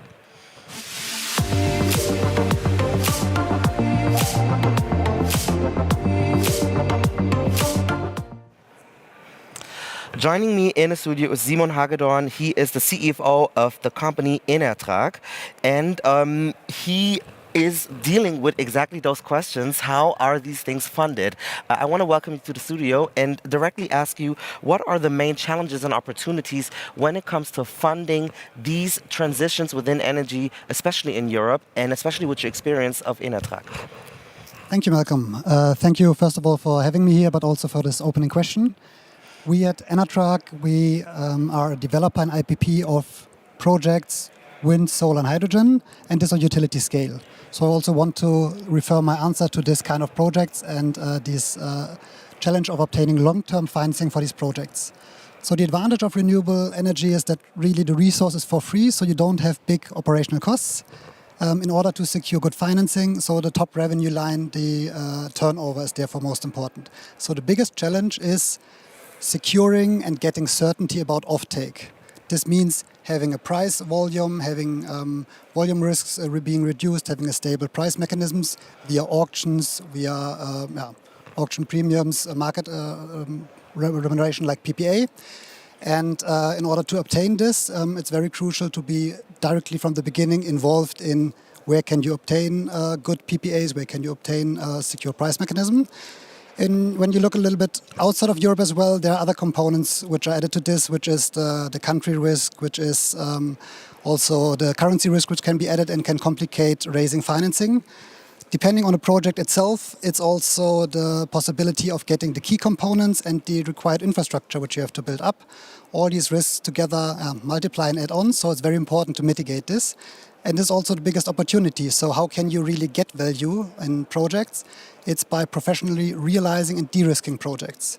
This means you go through the whole value chain, analyze the risks, and then look at the different project setup and the partners and try to allocate the risk to those partners which can best handle it, be it the financing parties, be it contractors, and for sure also the sponsors.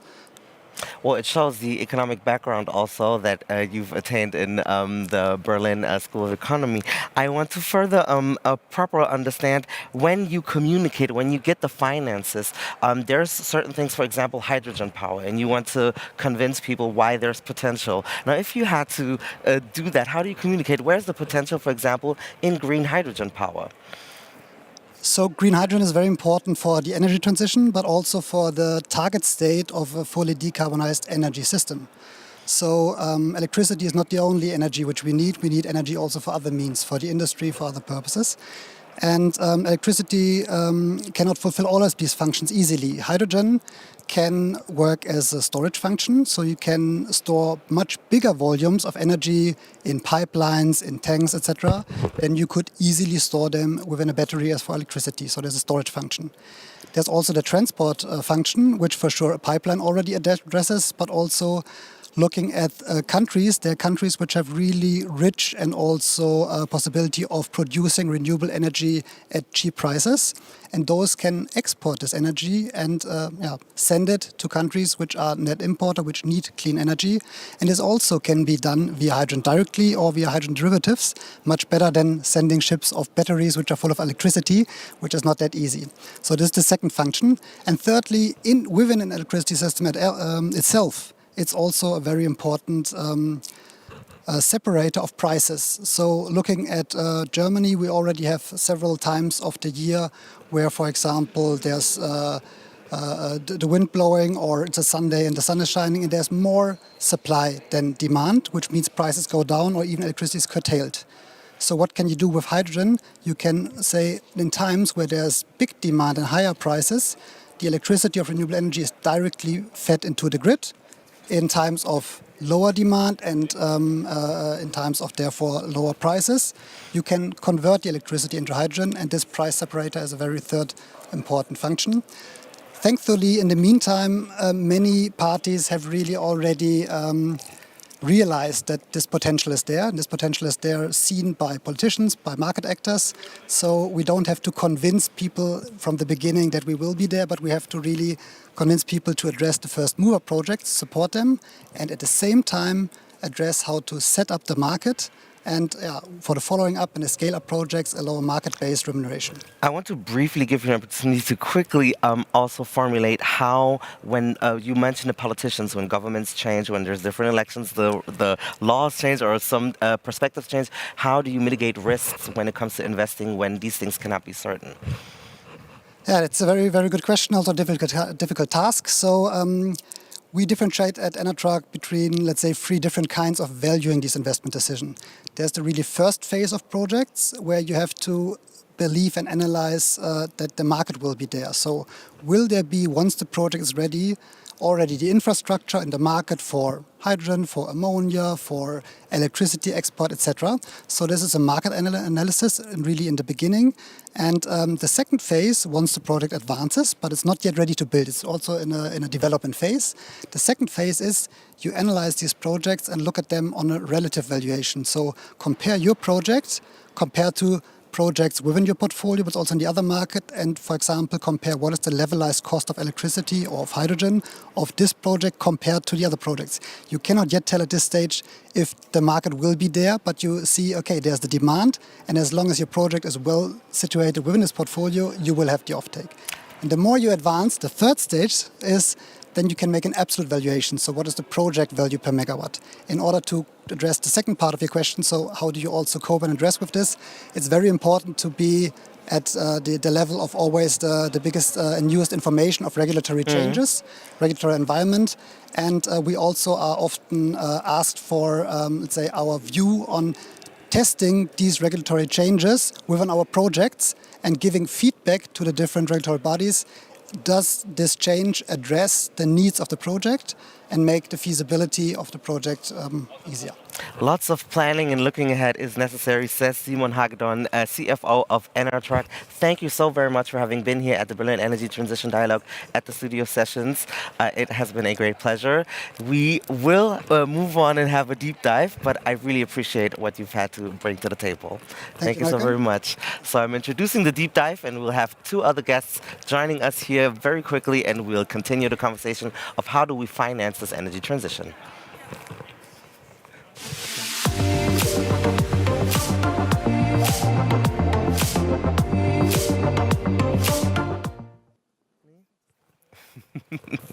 So our next guests are getting comfortable. We are continuing with the deep dive about how do we finance this energy transition. I have here Dr. Sabrina Schulz and Borislav Kostadinov. Dr. Sabrina Schulz is the co-CEO and managing director of eConnext AG from Germany, and Borislav Kostadinov is the director of a Green for Growth Fund from Bulgaria. Thank you so very much that you guys are here. I want to jump right into this conversation. Mr. Kostadinov, what are the main objectives and achievements of the Green for Growth Fund? Thank you, Malcolm. And maybe by a quick way of introduction, I'm actually Lachlan. Borislav's my colleague, but couldn't be here today. Oh, okay. I was not informed, but nonetheless, I'm very happy to have you here. And maybe just to make the connection to what Martin was saying and talk a little bit about where does finance come from more broadly, right? And there's obviously a lot of countries and sectors where we see that the general market are solving problems. They're doing well, they will do that. But there's also what we see, a lot of places and types of investments where the general market is maybe under-delivering. And we think, for example, impact investing, which is what we do as a company, is a really big part of how to get there. And impact investing, very simply, is when you explicitly set out to try and do good things for people or planet. In everything you do. And that's a little different to the way the traditional financial sector might work, but obviously it has to be a big part of the solution as we want to sort of grow this idea of an energy transition. So we've been doing that now 15 years. We're based here in Germany, but in 16 offices where we invest. And we manage now some sort of sum of funds, just to give a sense sense of scale, of some 3.2 billion euros across different funds that cover all sorts of topics: mitigation, renewables, biodiversity preservation, social outcomes as well. And the Green for Growth Fund that you mentioned is just one of these initiatives. And that's a special fund in this sense. It's called a blended finance fund. And what that means is that you sort of take different kinds of investors and mix them together to get the best of their different characteristics. And so in this sense, we have public support from the German government or from the European Union. We have different kinds of development finance institutions, the initiators of the fund, the European Investment Bank, the German Development Bank, KfW, but also private investors. And they're sort of aligned in the same mission, but they really need these other kinds of investors alongside them to get comfort and be willing to step into these places or these topics or these sorts of asset classes. And that's where we've seen good success. And so a couple of numbers, that means in practice we've been able to deliver over 1.5 billion euros of really dedicated green finance. And that's reached 52,000 beneficiaries. And these are maybe numbers that some people would say a lot, or some people would say not much. But what we really feel is you need a bigger theory of change beyond that. If you leave behind this, that's something great. But what we really try to do alongside our finance is work with financial sectors, work with financial institutions to teach them about the benefits of green finance. So when you think of your local bank, you don't think of green finance per se, but maybe you should. There's a lot of opportunities there for them. So when we find that we can teach a bank to think that, well, they're more like an impact investor and less that it's a sort of regulatory or compliance issue, that's a really important mark that we can leave behind that's much bigger than just the financing that the fund delivers. Thank you very much. I want to bring Dr. Schulz into this conversation as well. So as the co-CEO of Econext, which, quote, starts, incubates, advises and scales companies or acquires significant stakes in young enterprises and supports them, I want to know, having also discussed the finances, what are the specific challenges for startups when it comes to financing the energy transition? Yeah, it's an excellent question. So Econext essentially invests in companies that are into hardware, and hardware is very badly needed in order to make the energy transition work. But when you want to scale a hardware company, an infrastructure company, the challenges are very specific. It's not any quick wins that the venture capitalist fund, for instance, can reap. It's about long-term and steady returns that you expect. And that's not really a mold that fits many investors. So let me give you an example of different sources of finance. You've got private equity. Now, private equity in Europe doesn't usually invest in startups or scale-ups at a really large scale. Private equity wants to see profitable companies and grow them even more. But the expectations on the returns of their investment are usually in the region of 15 to maybe 17% at this time of soaring interest rates. So not really something that scale-ups in the area of infrastructure. So think thermal energy storage, for instance, that's what we do. Or think recycling of photovoltaic modules, that's what we do. You won't see these returns on investment, and you won't see them that fast. Then traditional venture capitalists, they don't usually go into the realm of infrastructure, at least not in Europe. They do digital solutions mostly. And then third important point to say is you've got institutional investors. That would be an excellent match to go into infrastructure because of the steady returns on investment that I just mentioned. However, they are banned by law to go into risky business, right? And that's Solvency II. That's all due to the financial crisis. It's all been done for very good reasons. But it would be fantastic if there were some kinds of changes to this arrangement.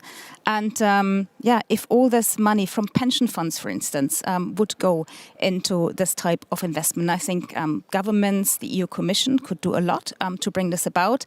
In particular, what we just heard about blended finance, that would be fantastic to solve that issue as well. You know, really leveraging the funding that's there in pension funds, for instance, so the money can work towards something beneficial for the greater good of society at large and for the climate. And at the same time, you could do something with government money to cover the first lost piece of these investments. That's so interesting. You mentioned some of the examples like the photovoltaic option of extracting energy, not spawning so much investment or not generating that much. Why is it that certain endeavors right now are not as financial? Like, maybe could you elaborate where the reasons you see or what could be policies that could be changed that these things are improved? You know what? It's a very different ballgame whether you're in Europe or you're in Africa. And since the focus of this conference is on Africa, let me give you an example of what can be done there. So one of the companies we invest in is Grips Energy. They largely operate in sub-Saharan Africa. And what they do is they are usually, they build renewable infrastructure for SMEs in the area of, for SMEs that need energy below 5 megawatts. And no bank would go there. Who would finance such a project? So GRIP says, okay, you know what? We cover all the project development costs. If anything doesn't work, we cover the losses, don't you worry. And then they act as energy contractors. So companies that work with them would only pay for the electricity they receive from the renewables project. And there would be no upfront costs, as is usually the case with renewables, as all the capex you have to pay for upfront. And the other good thing is if GRIPS builds this infrastructure, then a company doesn't have to deal with all the technical challenges, and it doesn't have to deal with interest rates that are 20% plus in most countries in sub-Saharan Africa. So no wonder that renewables are not really taking off. So, and then you, last point on this, then you wonder, how is this company making money?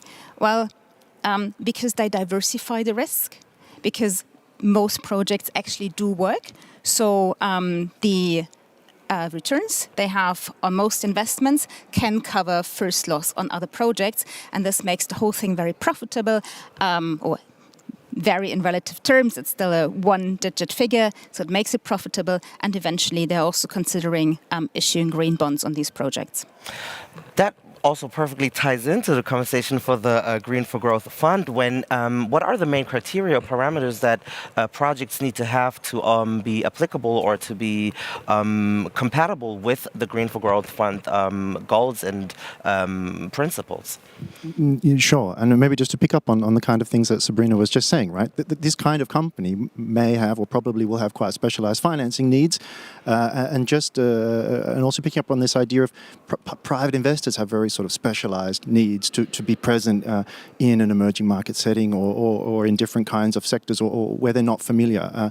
And that's the sort of fundamental idea around these blended finance vehicles, right? You build something up that has a track record, that has a certain size, that lets them enter in a way that's fiduciarily responsible for them. As you say, they've got certain commitments, they're obliged, they're regulated in certain ways. They have certain minimum sizes of things they're willing to do because it's not efficient for them otherwise. And if you can create those funds or those vehicles, and you can attract that private money in a way that's sort of the big promise of blended finance, and that's where it needs to keep going. So what we do when we look at the fund in practice, we make sure that every single thing that gets into the fund is really delivering meaningful impact. So we've done that now. We have these 52,000 beneficiaries, and we run an online sort of dedicated tool that helps us understand what we're doing for every single one of those final end clients. It collects information on all the characteristics of the particular investment. We work with local engineering companies to confirm what's being claimed is really what is being achieved. But we also then have that sort of real transparency in data and reporting that our investors want to see when you're making a claim, right? You're sort of saying that this is what we're delivering. Perhaps the other thing I would just mention is this idea of you also need to, I think, finance is not enough, right? That's sort of what you were Sabrina was hinting at. You need to do more on the ground. And so you sometimes hear these sort of arguments that there's maybe not enough demand in certain places or for private investors or for international investors to enter. And the way we like to tackle that is you have to really build that demand. You have to be on the ground. We have a network of 16 offices in the places where we invest. And we work with local partners to actually create and market demand. And that can involve all sorts of different things, but just a few examples, right? So you might find the fund supporting TV advertisements in a country, advertising the benefits of insulating your home, or we send engineering firms to audit companies and identify green investments they could make, or we've even developed some sort of digital platforms where we matchmake between technology providers and people that need certain products. And you have to go a little bit further than doing things at a distance. You really have to be present if you want to leave a lasting impact. That's really what we've been able to see in the market. Dr. Schultz, is this something you can agree with, that going forward with what needs to happen, that there need to be more innovative approaches of making the finances possible when it comes to energy transition? That's definitely the case. And I can give you one example again from the African context. So what does it take in order for investors to be confident that their investments will pay off? Well, if you had regulatory changes, so if you had regulation for renewables that doesn't only apply to large-scale operations and large-scale renewables, but to smaller-scale ones, a lot would change already because, okay, the regulatory framework is in place, wonderful, this is a safe investment. And then it would also be fantastic if there was something like net metering, for instance, because what happens if a small company in a rural area that produces during the week doesn't need the excess solar power at the weekend? Well, it would be fantastic if that could be fed into the grid. And you don't necessarily need a feed-in tariff for that. What you need is net metering. So if the company comes back on Monday and it does require more electricity from the grid, this can actually be calculated against what's just been given into the grid at the weekend. So this very little, this tiny regulatory change would make a huge difference when it comes to confidence of SMEs that this investment pays off, and also confidence of investors. Thank you so very much to both of you, Sabrina Schulze from eConnext and the partner of Mr. Lachlan Cameron for the Green for Growth Fund. Thank you so very much for having been here at the studio sessions for the Berlin Energy Transition Dialogue. I hope you have a great time further in this conference. It has been a great pleasure. I am also being told we need to wrap it up because there is another session coming up, which is incredible. So I want to let you know that this energy transition cannot happen without looking at all the facets of it. And one of it is also, how do we have gender equality? That means in the following panel, you will understand what feminist foreign and energy policy will look like. This is something that has been discussed, especially in Germany, for a long time. How do you do foreign policy and also ensure that certain human rights are covered and respected? So this is the panel that we are going to have on this stream right now. Stay tuned and we'll see each other at another opportunity. And then I hope, I promise, we get to also look at your social media comments. Thank you, and I'll see you later.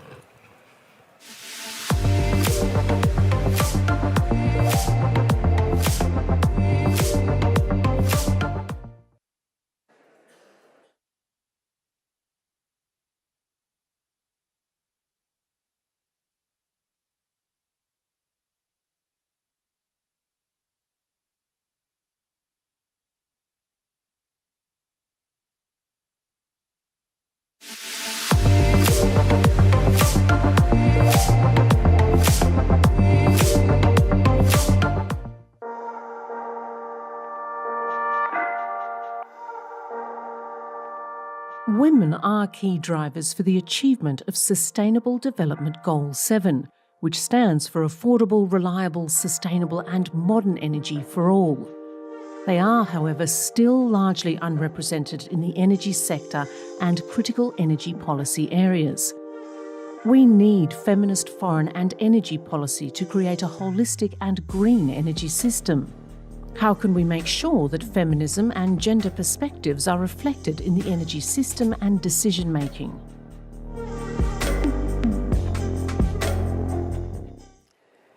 Welcome back, ladies and gentlemen, excellencies. I hope you had an interesting and refreshing break.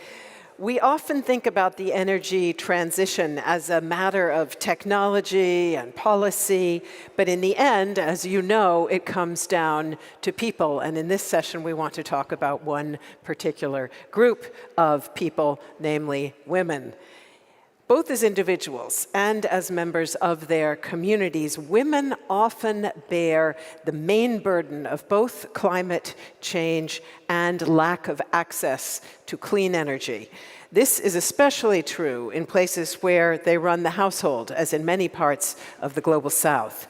Yet, women frequently find themselves left out of the equation when the male-dominated energy and engineering sectors design solutions and infrastructure that bypass women's needs.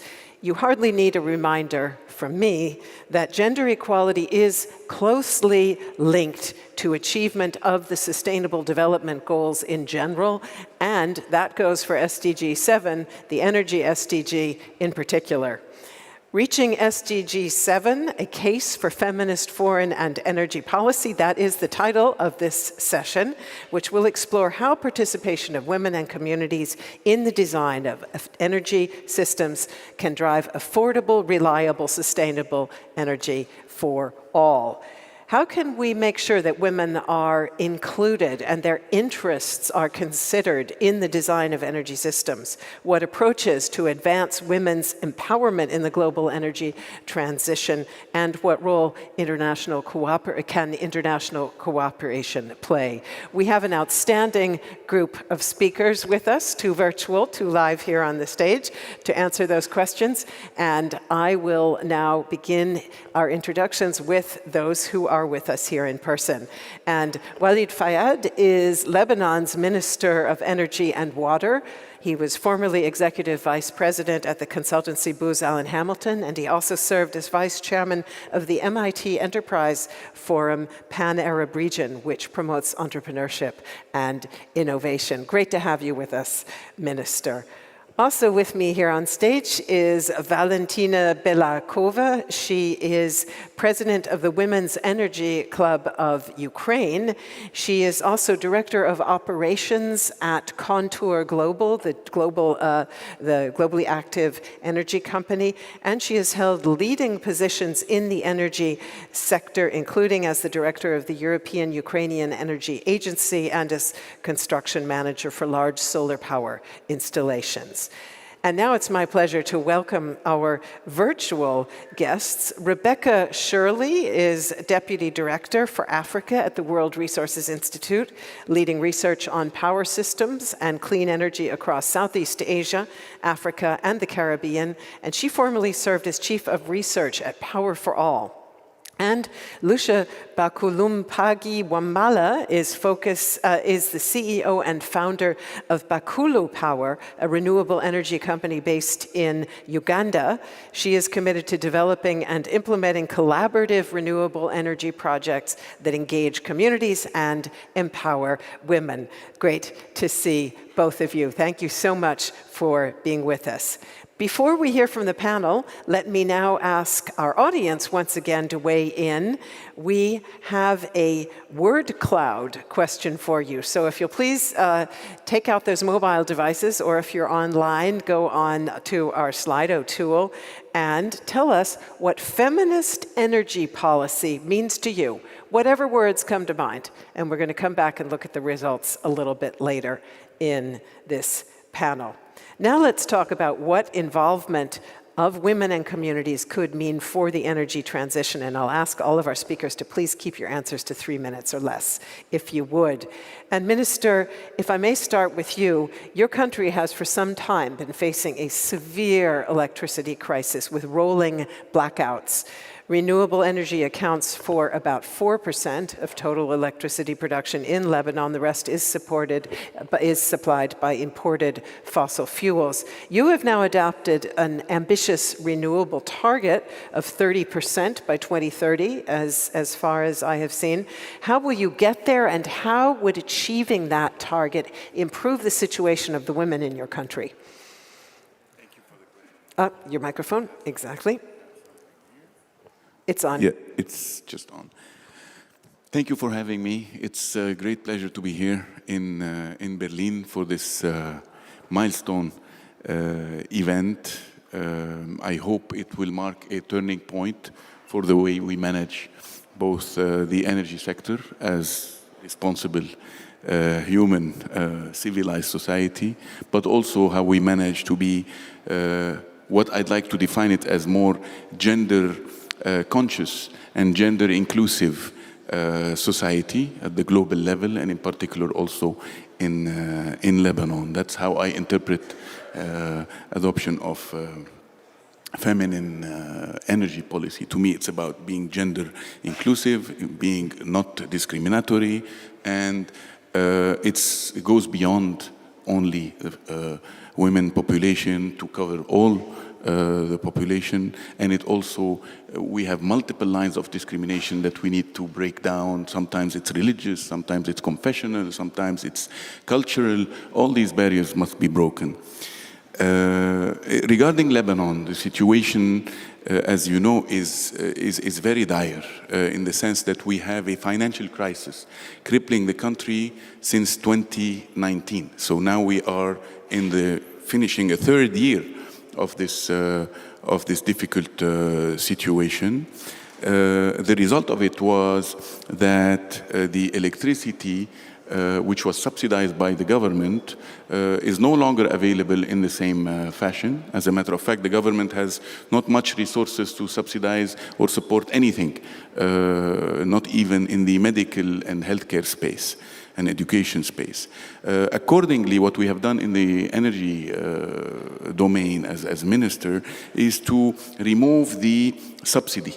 When you remove the subsidy, then the benefits of renewable energy become very clear and very resolute.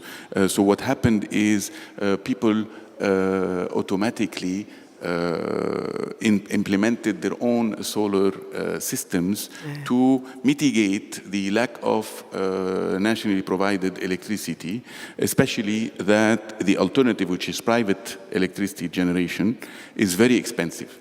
And accordingly, we have seen a mushrooming of solar individual off-grid solutions to the tune of, from the numbers I see, about 600 megawatts, which is roughly maybe 10% already of the energy being produced in the country. So I would say that while solar and renewable energy were not taking their right place in Lebanon, despite the productivity of the climate there and of the sun and also the wind, this has changed over the last year very dramatically, and now the market dynamics are encouraging for solar.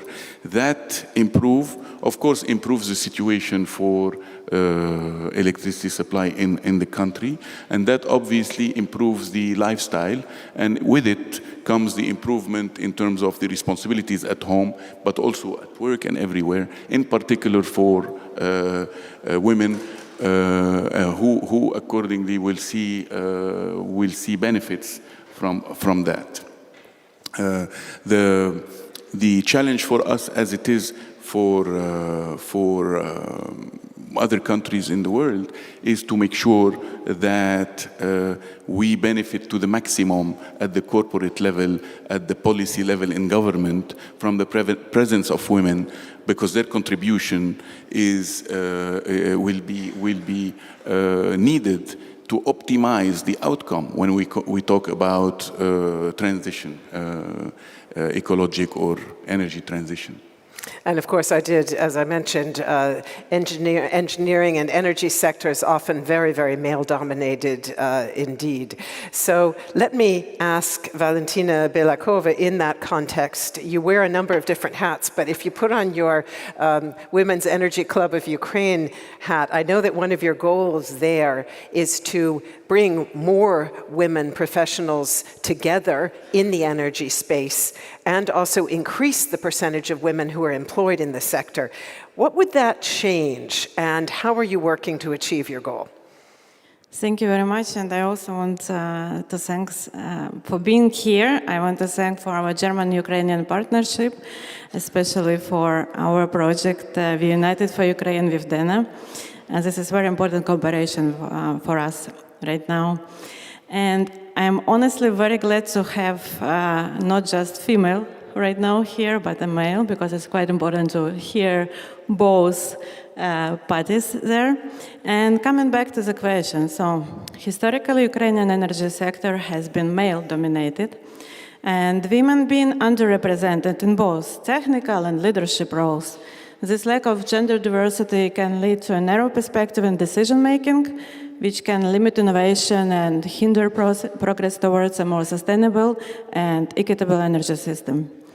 Studies have shown that gender diversity in leadership position can lead to better decision-making, improved financial performance, and increased innovation. When women are represented in leadership position, they bring diverse perspectives and experiences to the table, exactly as you said, and which can lead to more comprehensive and effective energy policies. Before war started, we have done this study with the support of Henry Bell Foundation. It named Women and Men in the Energy Sector of Ukraine. With this study, we wanted to cover different parts, like regarding pay gaps, women's representative in the energy sector, and so on. And this study has shown to us that we have just only 25-27% of all employed in the country's energy industry. War in Ukraine, and sorry, but this is not invasion, but this is war, is a crisis for women. Many of them became refugees. Others left in Ukraine and continue to handle with the daily crisis. And many of the refugees are the talented and experienced women who took their kids abroad in order to have a peaceful life. We want to do the new study in order to see the impact and current situation of female representation in Ukraine, and we will share the research results with all of you.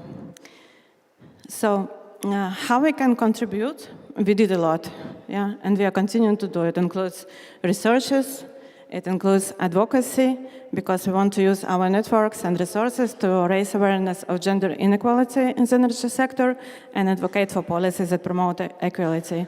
Education and trainings is quite important to still support women and provide trainings for them so that they will be feeling like they're on board, they are still needed, they can do rebuilding of Ukraine, and they can bring their ideas, and their voice will be listened by others.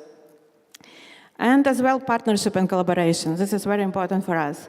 And our club is partnering with other stakeholders to promote gender diversity and inclusion in industry. Collaboration can help to identify, address specific barriers that women face in the sector and create more opportunities for women to succeed. Thank you. Thank you very much. Yes, indeed.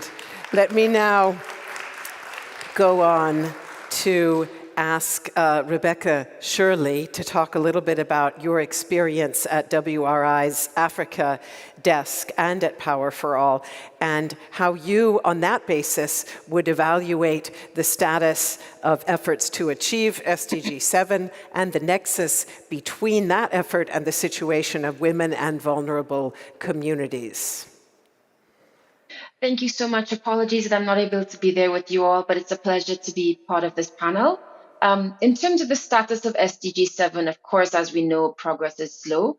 It is sometimes difficult to see to break through the distortion of what data can tell us, because we have population increasing at the same time as we're making progress along SDG 7, and so it can be difficult to see what the gains look like. But the data does show us that there is progress being made, though it's slow. Access to electricity stands right now at about 35%.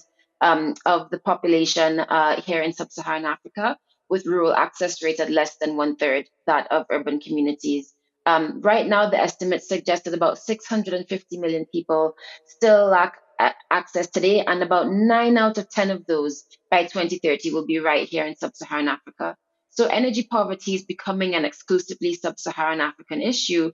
And of course, to your question, as we all know, energy poverty is not gender neutral. The evidence shows that women disproportionately bear the burden of energy poverty.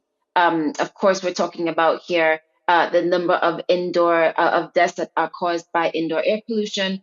We're talking about challenges of healthcare and childbirth because of unreliable electricity in healthcare facilities. We're also talking about after disasters and conflicts, which are continuing to increase more and more in the face of climate change, women and internally displaced persons camps facing increased risks of assault, gender-based violence due to lack of lighting, lack of electricity. So absolutely, the effects on women of our slow progress on SDG 7 are very clear. But what I'd actually like to focus on a little bit is the opportunity for women rather than the effects on women, because there is a humongous opportunity and the potential for new clean renewable energy solutions to not just save lives and reduce and save time for women, but also empower women through enterprise while encouraging technology uptake more broadly.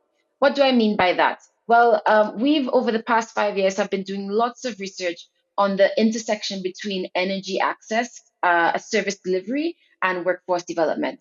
And what we're finding is that a lot of the companies that work in this space of energy access service delivery are really challenged, not just by technology and by procurement and supply chain issues, but what they often say is that they're challenged by skills gaps. They're challenged by a workforce issue. And that actually represents an amazing opportunity to both solve workforce challenges and and create empowerment opportunities while also helping to advance energy access at the same time. I'll just give you one statistic on women's role in the energy access workforce, because right now our role as women in the workforce is quite low. We're on average about a quarter of the direct formal workforce right now working in renewable energy. But companies recognize that women are beneficial to the sector, particularly in areas of sales and the value chain. So, for instance, women are the social influencers within their communities, playing a very critical role in successful sales and product distribution and micro enterprise development. Youth participation is a little bit higher, about 40%.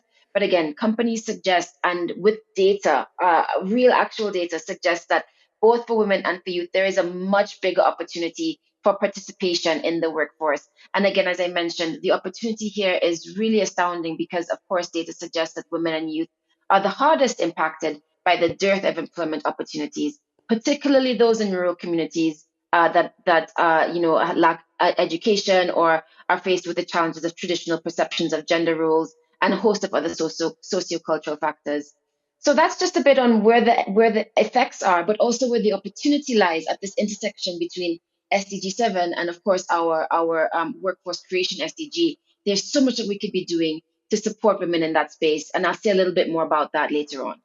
Thank you very much, Rebecca. Let me go over to Lucia now, because you are trying to do just that, open up opportunities for empowering women and vulnerable communities. Tell us something about how Bakkulu Power is doing that. What are the concrete steps that you're taking? And how can more female talent be attracted to what is traditionally a very male-dominated sector? I'd like to start by thanking you for having me. I have a really special place in my heart for BETD. I feel like I'm part of the family. I think that there are so many positions in the energy industry. I think that it's kind of not a misconception, but a lot of people think, oh, I'm not an engineer, or, maybe that's just me. I always had a very big hang up about not being an engineer, but I found that there's so many other skills, there's so many other roles. And you could work in marketing. You could work, for example, we have a rural development specialist who works with us. She's a woman, and she is like the star of our team. She's a sociologist by training, and a lot of people used to laugh when, we go to meetings with a sociologist. But before we can get to megawatts and all of the, the hard technical parts of the work, we have to deal with the people. And I find that it's very interesting. Developing projects is a very fascinating experience. You have to really leave your ego aside, and you have to listen. I can go there and have all my great ideas and you should do this, and this is where the world is going. And you can't just tell people what to do. Someone can't just come into my home and take all of my sugar and my carbs away, even if I shouldn't be eating sugar, It just can't work like that. So in the very beginning, when we start projects, we go into the community and we have meetings, and it's amazing to really hear the feedback, because there's so many issues that I didn't ever thought about. I thought I was going to go do one thing, and then you realize there's a whole sort of other influences that can determine the success or the failure of your project. And I liked what Dr. Rebecca Shirley said about women being influencers and about data. So when you're working in rural communities, there is really not that much data to work on to model your project. So that's always step one, collecting data. And I think I'm a pretty friendly person, but I can't just knock on someone's door and ask very intimate questions. I mean, a simple question is, how many kids live with you? How many kids do you have? The answer can vary depending on who's home. So that was our first step. We looked for those female influencers in the community, a lot of teachers and nurses, and we worked side by side to collect data. And in modeling a project for energy projects, for rural development, you have to consider the businesses. You know, we have to model in a productive use of energy component, of course, to make the project financially viable. So you ask a lot of theoretical questions about, you know, what would you do if you had electricity? And it's amazing to hear all of these business ideas that people have. And for me, that really motivates me to just play a small part in somebody getting closer to their dreams. So my answer is just to try. There's so many ways to be part of the energy industry. I'm not an engineer. I'm a bit of an outsider myself. So if I could say anything, it's just give it a shot. And collaboration is key. These are very, very, very complex problems, and they cannot be solved in one particular way by one particular person. We all really have to work together. Minister, I saw you nodding quite emphatically when when Lucia just began her remarks. Did you want to add something? Part of it is there is a sense of stigma sometimes in many sectors, and the reality is it's all about education from the beginning. At the level of the education, the upbringing, it's making people aware, and I think we're doing a good job in this forum in particular, but it's also the number of forums that have now emerged to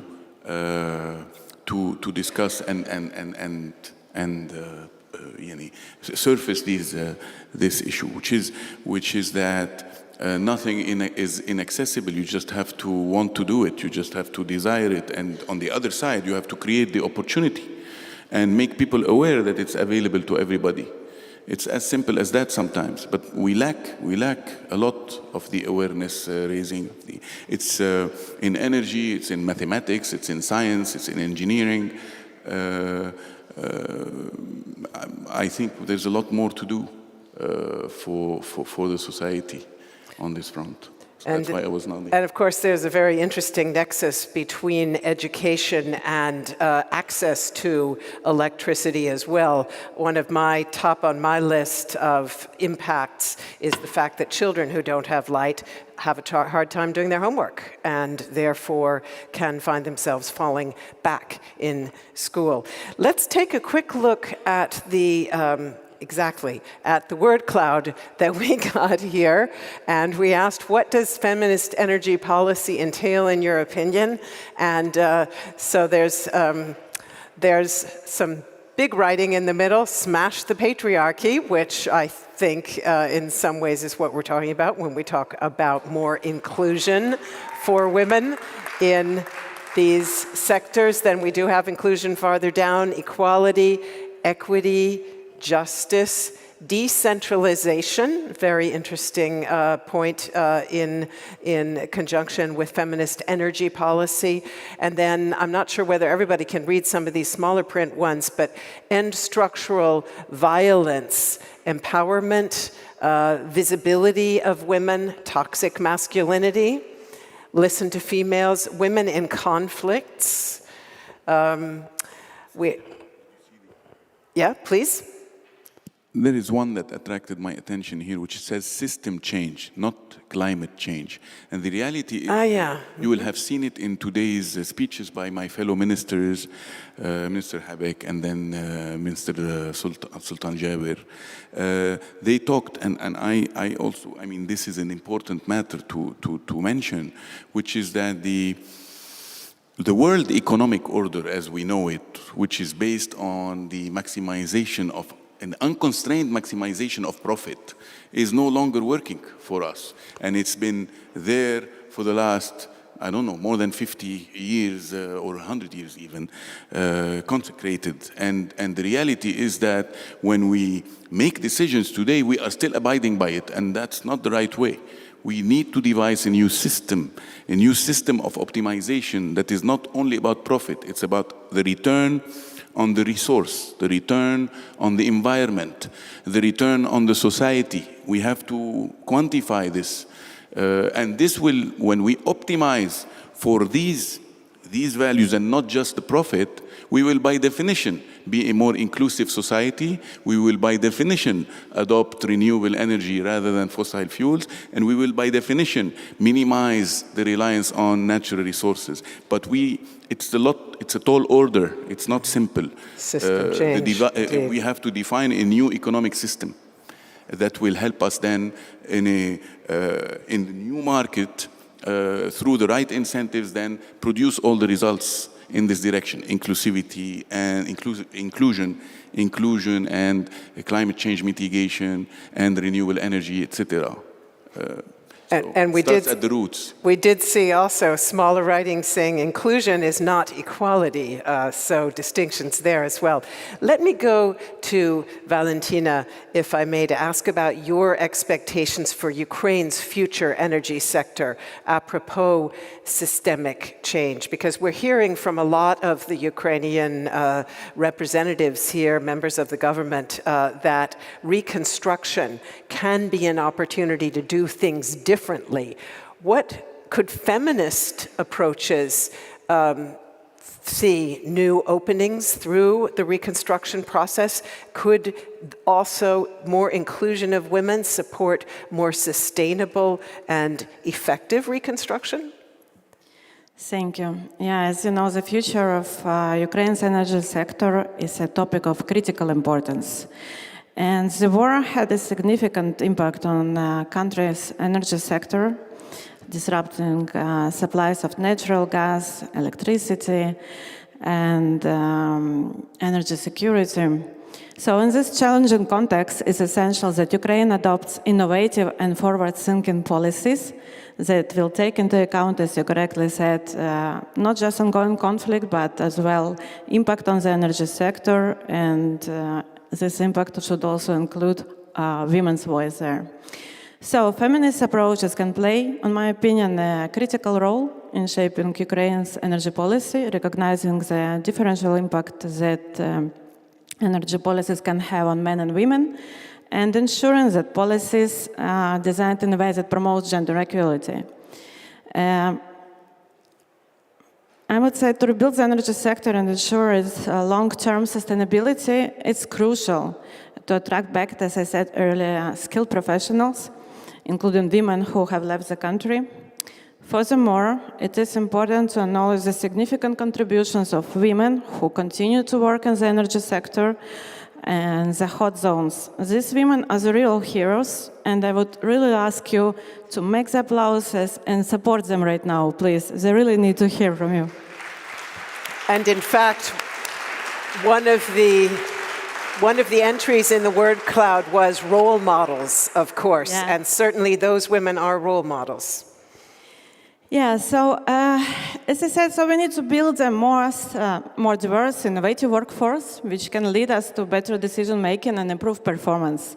Furthermore, international support and cooperation will be essential in rebuilding Ukraine's energy infrastructure and strengthening our energy security.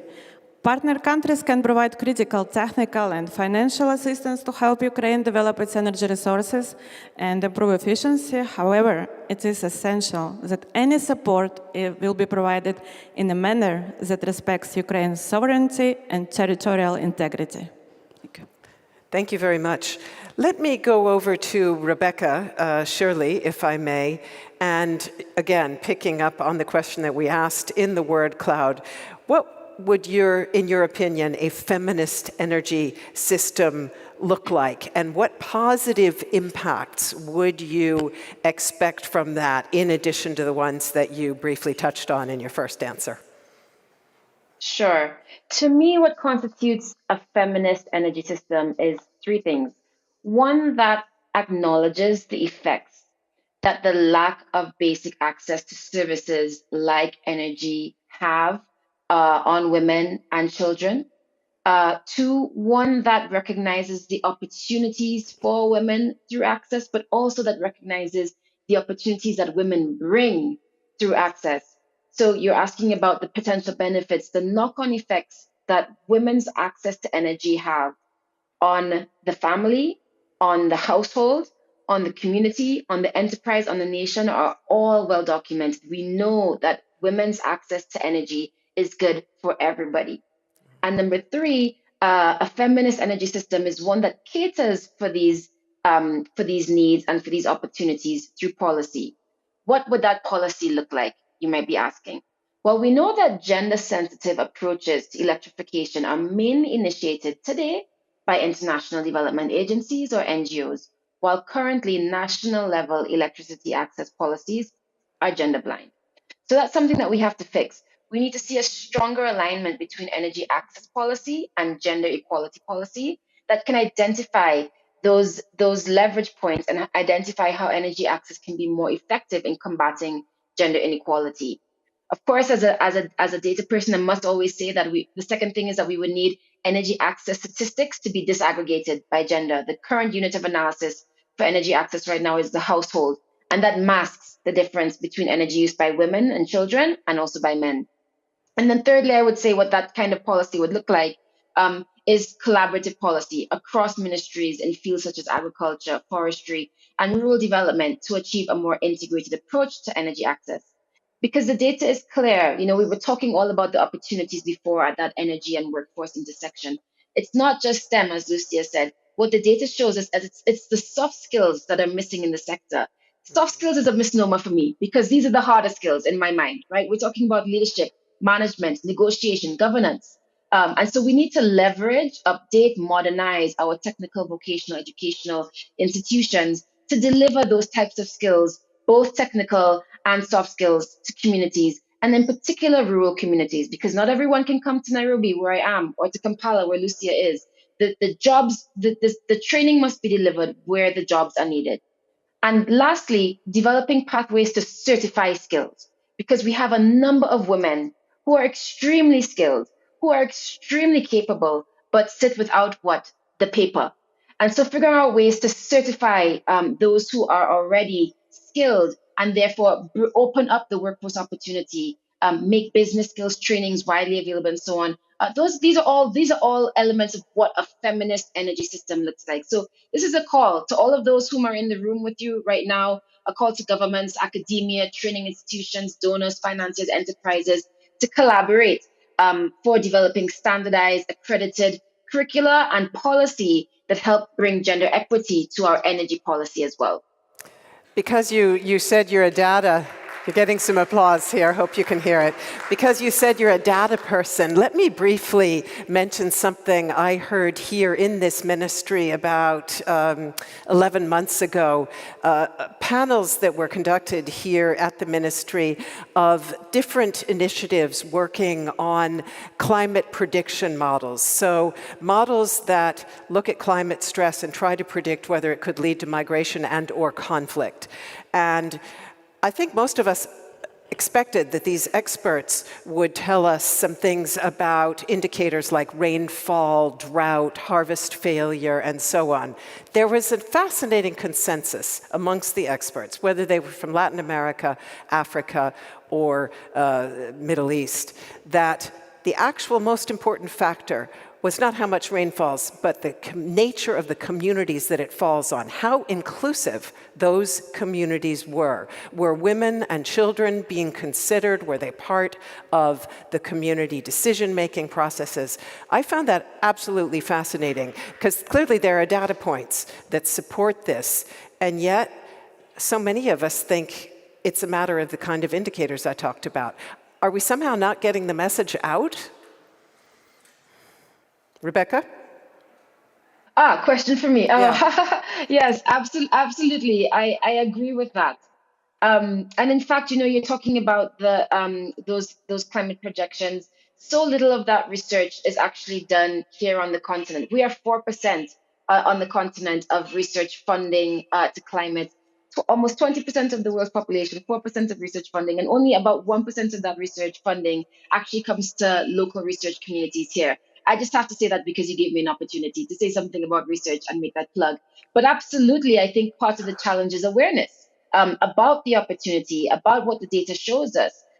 There are statistics now, there is data now that demonstrates the benefits that women and children prioritization has, as I said, not just for themselves, but for their entire community. That data needs to be now brought to platforms like this, where we can now engage with decision makers with that data and then develop policy to suit. So I'm completely agreed, and I think awareness is one of the issues that we're challenged with right now. And Lucia, if I may go over to you and again, talking about feminist energy policy and what that could mean in practice. What, in your opinion, could drive more equality in this sector in Africa, but also worldwide? And how could countries better cooperate on advancing this goal? Because we have talked a lot here at BETD about cooperation in driving the energy transition forward, but how do we drive this transition through cooperation? I was just going to say, events just like this are amazing for cooperation. And I think, I'm a little bit lucky. In Uganda, so many of our top officials are women, and I believe some of them are there in person. I'm kind of sad I'm not there. Our energy minister is a woman, the permanent secretary, the head of the petroleum company. Maybe that's a bad thing to say here. In Uganda, our vice president's a woman. Our prime minister's a woman. Sorry. Good. Well, no, I'm happy to hear that, because sometimes I really think that we all can get in our own echo chambers, our own silos, and can get a little bit almost tribal about things. And that's just not how the world works. We have to work together. And I think, I'm not in government, so I can't really speak to that kind of cooperation. But in terms of, a project developer and technology companies, I know, Germany, you guys have got an amazing solar association with so many great companies, so much technology that we need back home. Developers, we need it. You need a place to deploy your technology. We need technology to solve our problems. There's got a lot of synergy here. And I think that events just like this are fantastic. And I just really have to thank you, because it's not often that a local project developer is given a microphone. And I think, when Rebecca was speaking, I was probably making all these crazy faces because I was so excited. And, she said a lot of things that really ring true. And there's a lot of knowledge from the field. There's a lot of, things that people assume would go one way, or assume people want these things. And I just think about listening. And when I think about feminism, maybe I'm wrong, but I think that whole idea of feminism is for a woman to do what she wants. And there's a lot of things we can do. I loved how even Honorable mentioned to, change things and change the idea of what it means to work in the energy industry. Not everyone can be the minister. Not everyone can be a CEO, even though it's really just something in my signature blog. There's so many other things. And I'm a big fan of trades, of skilled trades. I'm always talking to my daughter about it. She is so sick of me. But I think just promoting the idea of electricians, and there's so much that needs to be done. There's so many of us who got to work together. And just to, I think, even show people there's a lot of different ways to do it, and you can find a lane that suits your needs and your desires and make an example and make a change. Thanks very much. And again, you mentioned role models, which was also something that came up in our word cloud. Minister, I think I'm calling everybody else by their first name, so I'm going to go with Walid. And let me ask you to comment on the potential advantages of decentralization in this context, because we saw that also on the word cloud. And I know that you are seeing some of that in Lebanon as a response to the crisis. Électricité des allées, as I understand it, is often cited as one of the success stories in Lebanon's energy sector. Its network apparently supplies consistent access to reliable electricity, and women reported that their lives had been considerably improved as a result.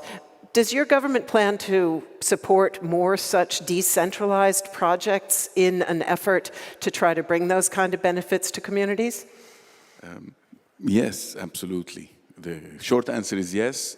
If we want to delve a little bit more into it, we have, in Lebanon, we have developed a law on distributed renewable energy with the help of the EU and, specialized consultancies. And that law has passed through government, and it's now in the parliament, and even in the committee responsible for the power sector in parliament has been discussed. It's now with the highest legislative body to approve it as law. That law allows for the decentralized utility scale power plants to be built anywhere for the benefit of any community. So they can be built wherever there is good solar, and they can be used by the community that needs them. And it's private to private, private to government, very flexible. So yes, in short to say, we welcome decentralization. It's an engine of growth. It's an engine of inclusion, like we said, and more equity, because we have geographic discrimination, we have gender discrimination, we have all sorts that are happening, by the way, in my countries as they are in other countries. What I caution against is when it comes to, because we see it in Lebanon, we have a lot of privately generated power, and that privately generated power is still often conventional power using diesel, which is very polluting, and Zahli is no exception to that. So on the front of distribution of power or generation of power that is renewable, then yes, I go for decentralization. But when it comes to conventional power like nuclear energy or carbon power, and ideally we want to get rid of it, but for the time being it's still a need at this stage, then centralization remains key to the economies of scale that are required. So this is maybe the trade-off that we need to strike. Yeah.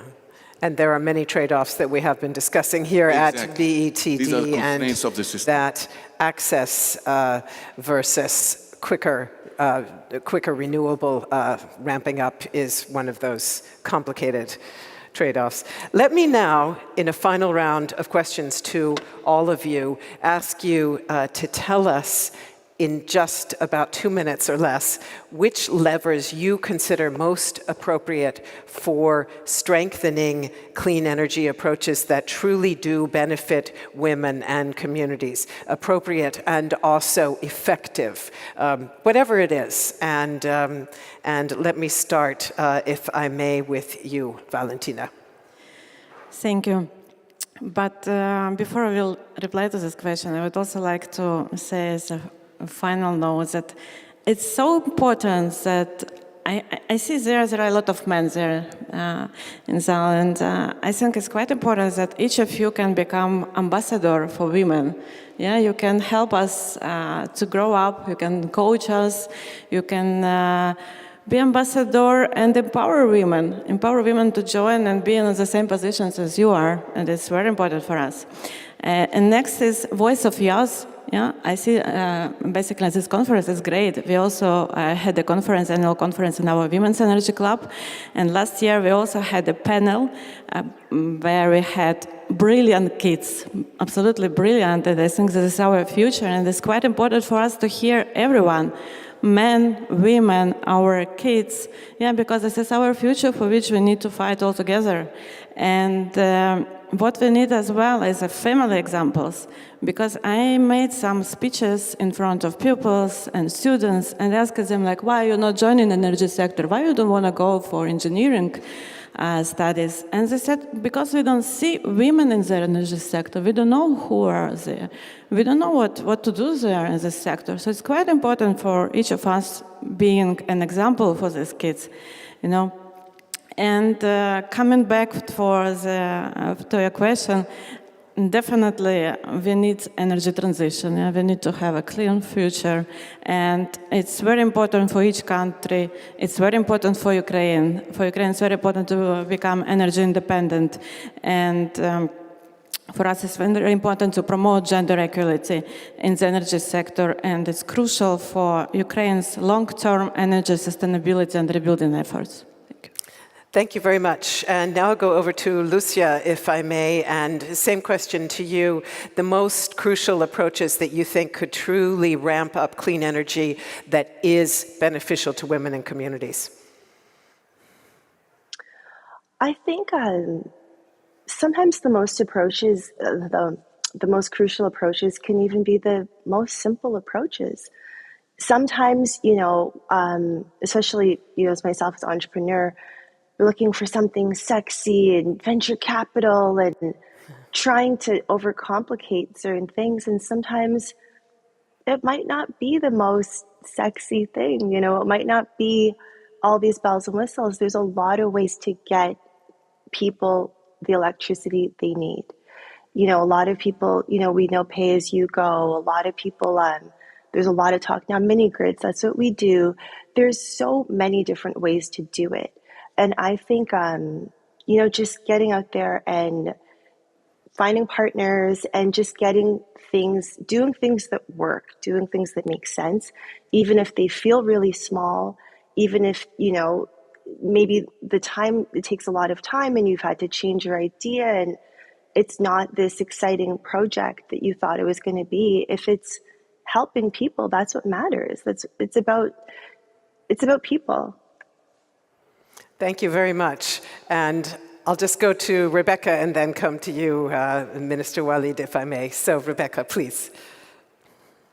Thank you. I think that telling better stories about gender equality and how gender responsive policy is not pitting women against men, but as I mentioned before, gender sensitive policies are better for everyone.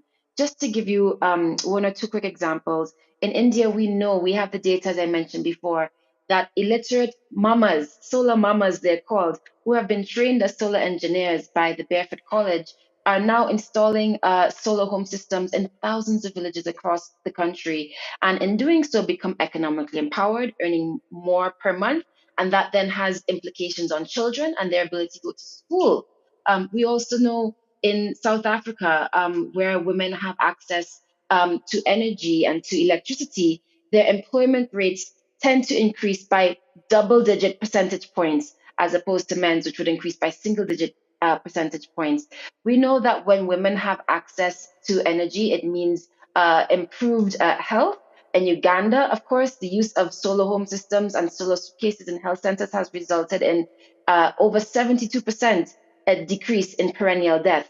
So telling better stories with the data that we have, I think, is one way to be really appropriate and effective in strengthening gender equity. The second I would say is that policies that really address these, and I don't just mean national and subnational level policies, I even mean corporate policy. So for instance, programs that adopt gender inclusive consultation and participation, female-friendly lending techniques that allow women-headed, female-headed households to have access to finance to then uptake connections and access to electricity. And then thirdly, of course, as I mentioned before, and I will keep saying, technical vocational education and training for rural communities, serving communities, the skills that they need, the certification that they need, where the jobs are, where the employment opportunities are, right where they are, to me, is fundamental. So those are the three I would say. Thank you very much. And finally here, Minister. I think most of it has been said by the charming ladies and participants. Maybe just to close the circle with what happened yesterday and this morning and tie it together, if you want to promote clean energy, I think there is a lot of room still to go in the financing. and it was mentioned this morning, Africa is still, and Middle East to some extent, but Africa mostly is still suffering from a lack of financing in this space, despite the goodwill that's being shown by the world, but still not it's still not at the materiality level that we want to see, that is needed for Africa, but also for the world, as was argued by the President Ruto yesterday. Second thing, and this financing includes also the restructuring or the reform in the thinking of the financial lending institutions. And secondly, and equally important, is legislation. Because the sooner you have the legislation in place, the sooner the mechanisms that will promote progress toward your objective will be met. And if on the legislative and on the financing front we have women participating more actively, we know, as per what the data shows, that the contractual commitments that will happen will be longer standing and will be more sustainable in time, according to the data that I've been privy to recently. So very, very interesting indeed. Very encouraging. Yes, indeed. Thank you very, very much to all of you. This has been a very, very insightful and inspiring panel. So let's give them a warm round of applause, please. Hopefully our virtual guests can hear the clapping here in the room. Thank you so much for being with us here today. And dear audience, thanks as well to you for your attention and your participation. If you are here live and you'd like to continue the conversation, you can attend our women's lunch. It is at the meeting point is at the dena booth out there where the co-organizers have their booths. Our online audience and all those with us here in Berlin who wish to do so can now follow the studio session focusing on sustainable development and the global Energiewende that is hosted by Malcolm and Dialogue Ambassador Hajar. Our break extends for 1 hour and 45 minutes, and then when we return, we will hear a keynote, unfortunately not from the Minister for Economic Cooperation and Development herself, because she has a very urgent appointment elsewhere, but she is sending her very most eloquent deputy to speak to us after our lunch. So before we go, let me just thank all of our sponsors and donors. The Agency for Business and Economic Development, BAE Batteries, Bivare, Enertrag, Goldbeck Solar, HH2E, Siemens Energy, SMA, Smarter E, and our media partners, Clean Energy Wire, PV Magazine Group, Table Climate, and Tagesspiegel Background Energie and Klima. Over to the studio now. Malcolm, Hajar, over to you.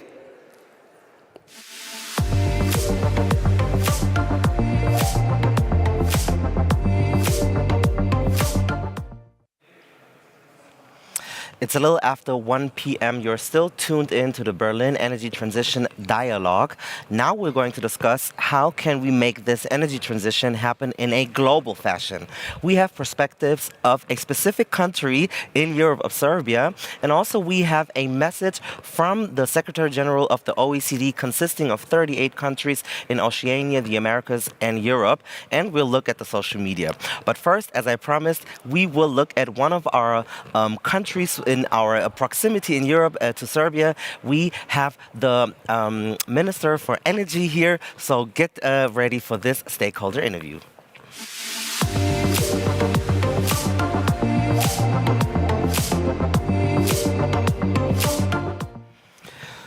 Thank you so much, Dubravka Djedovic, for being here, Minister for Energy.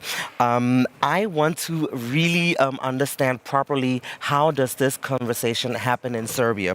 So maybe you can give us an insight on what are the challenges and what are the opportunities when it comes to Serbia and the energy transition. Thank you very much, and very pleased to be here and to address all the audience and to be part of very interesting discussions both today and yesterday.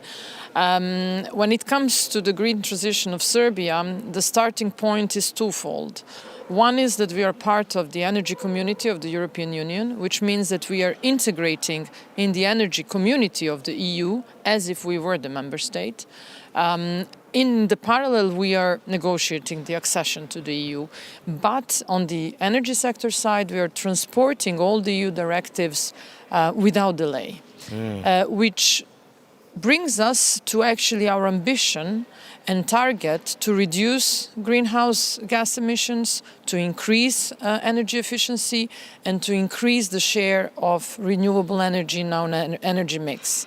Our starting point on the other side is not so optimistic, because we have been traditionally the coal-based energy country, with also a very high potential in hydro, which we have utilized for the past 60 and 70 years, and we plan to continue to explore it more on the hydro side.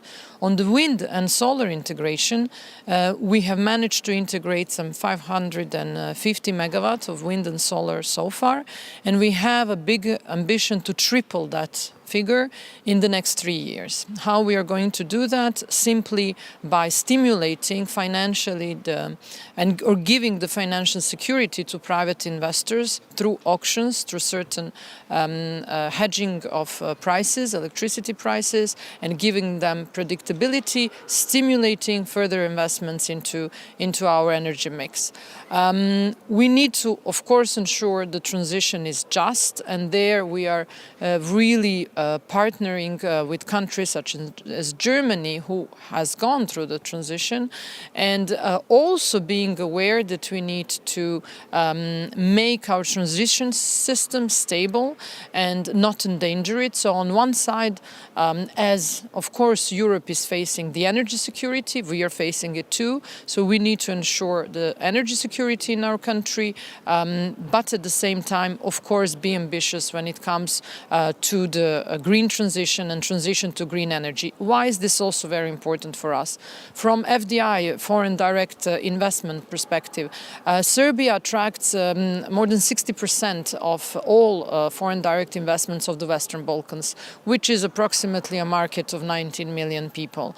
And we want to continue doing this. And of course, for investors, it's very important to know that they can rely on the green energy, and we want to give them that assurance. Currently, we have reached the EU target of 27% of renewable share, which was the target for 2020, and we are moving towards a new target of the European Union of 2030 target, which is close to 40% of renewable energy share in our mix. This is ambitious, but we will be equally ambitious and at the same time realistic of what can we achieve through mainly private sector investments, but also public sector investments that we are working on as well. This is interesting as far as the investments that you've mentioned and also the ambition, and then what plays into it. How can job creation be maintained and also the economic growth of the country? So how do these factors play into moving to a more sustainable energy source? Well, of course, we have regions that are dependent on coal mining still, and this is similar in Germany, I am sure, and in other countries of the EU that have been through that transition. But Serbia is also very rich in critical raw materials, and I see the opportunity there from mining coal, for example, or other, we are also very rich in copper, for example, to mining and transit really, and create job opportunities in the critical raw materials, which are very important for the energy transition, which are very important for green transition. Serbia has one of the largest deposits of lithium and borat, and this is an opportunity that we need to look into further and explore further, because it's important for Europe, because it's important for European partnership, because we have heard in also yesterday opening speeches that this is something that Europe needs to be very careful about and plan looking forward for the next 20 to 30 years, because we need critical raw materials for renewable energy sources. And this is where I see the opportunity, and where we need to transit from carbon intensive and fossil fuel intensive mining, for example, to some new and raw materials that are equally important and that are also being mined. But at the same time, the technology development gives perspective for creation of jobs. Of course, the economic growth, and as I mentioned, foreign direct investments have big impact on that. So to provide investors with green energy at the same time, our economic growth has been solid. We had economic growth last year of 2.3%. We are projecting this year 2.5%. And this is compared to the EU average of below 1, or EU 19 average below 1, quite promising. In that context, I see the opportunity for jobs, for people really to make new skills. And this is the stimulus that we need to help them as a government. For that, of course, we need financial resources. On that end, as we have heard today in opening speeches, financial instruments need to be available.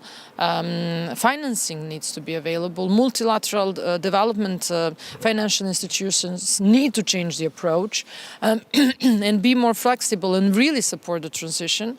And this is all partners of ours that we are working in our country to really stimulate the job transition, and that would bring us to greener and healthier economy with equally promising economic growth that we are projecting in the future.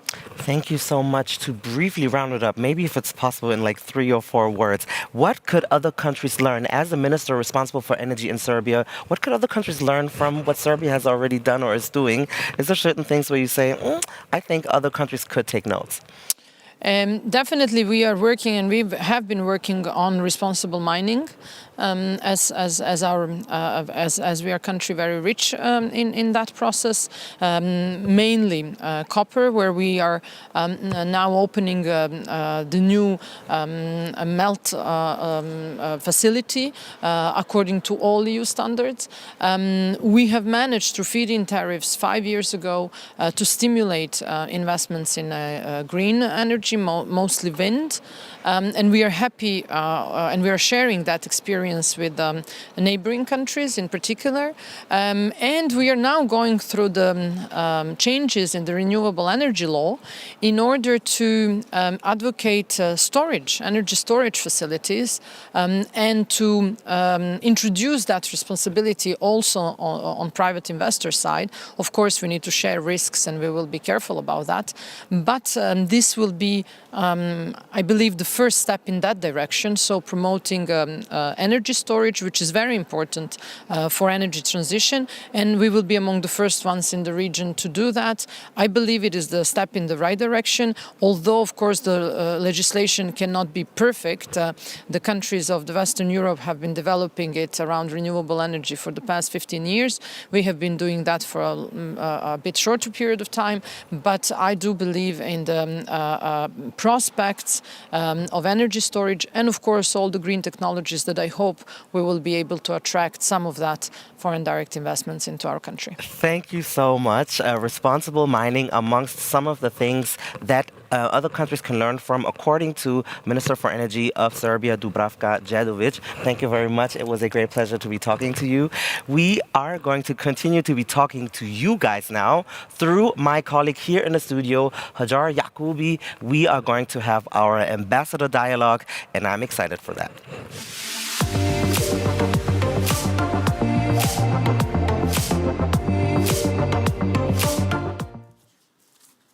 Yes, thank you so much, Malcolm. And a big thank you to all of you for keeping on submitting all your ideas and thoughts. We have seen them, checked them out, and we have them here in store for you. Now, if we start right away, the program is going at full speed already today. And that program started with a couple of opening keynotes this morning. The minister just referred to it, and they sparked a lot online. Now, our media fellow Jess said, she tweeted, Mitzi Tan urges ministers and delegates to read the IPCC reports and choose life. She quotes, each day that action is delayed is an act of betrayal to young people across the planet. All I'm asking for you to do is to choose life. Now, that is from this morning's speech by Mitzi Tan, which really goes to show the urgency. And now we see Joachim also quoting the speech given this morning as well by Minister Habeck, which was very much, I think, underlines the premise of Mitzi's speech. Because Joachim says, climate protection does not protect the climate does not bother. It will rearrange after humans are gone. Climate protection protects the human race so that we can continue living in liberty in a world worth living in. So indeed, it is all about choosing life. And indeed, I think the climate will be fine without us. It's humans that we need to do this for. Now, more people were inspired by the speech given by Minister Habeck.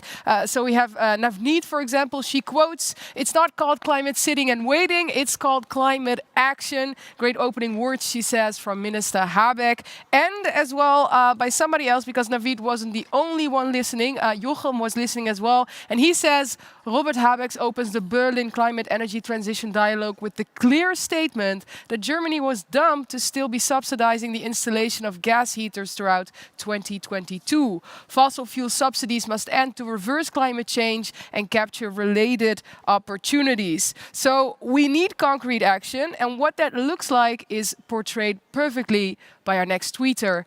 Because this person says, without fast transition to renewable energy sources like wind, solar, we will not beat this climate crisis. We need carbon pricing, lower green premiums, we must innovate for climate, governments and policymakers must commit to green economies. So some very concrete points, carbon pricing, about pricing externalities, and having the true price of energy represented. And now one final tweet to end with. Malcolm, you have not seen this yet. It's a bit of a self-shout-out, but I need to share this message that was shared by Peggy. Yes, indeed, because check this out. Peggy says online, lots of good vibes and fresh energy already at the online sessions of BTD 23. Excellent social media moderation out of Berlin by Malcolm Hanway and Hanja Yaghoubi. Keep on rocking day 2. Well, I must say, Peggy, thank you very much. We really do appreciate it. That is so sweet. And I must honestly say at this point, you got me blushing, Peggy. So before I get more flustered, I would say let's go on to our next segment, which is a short video that we'll take a look at.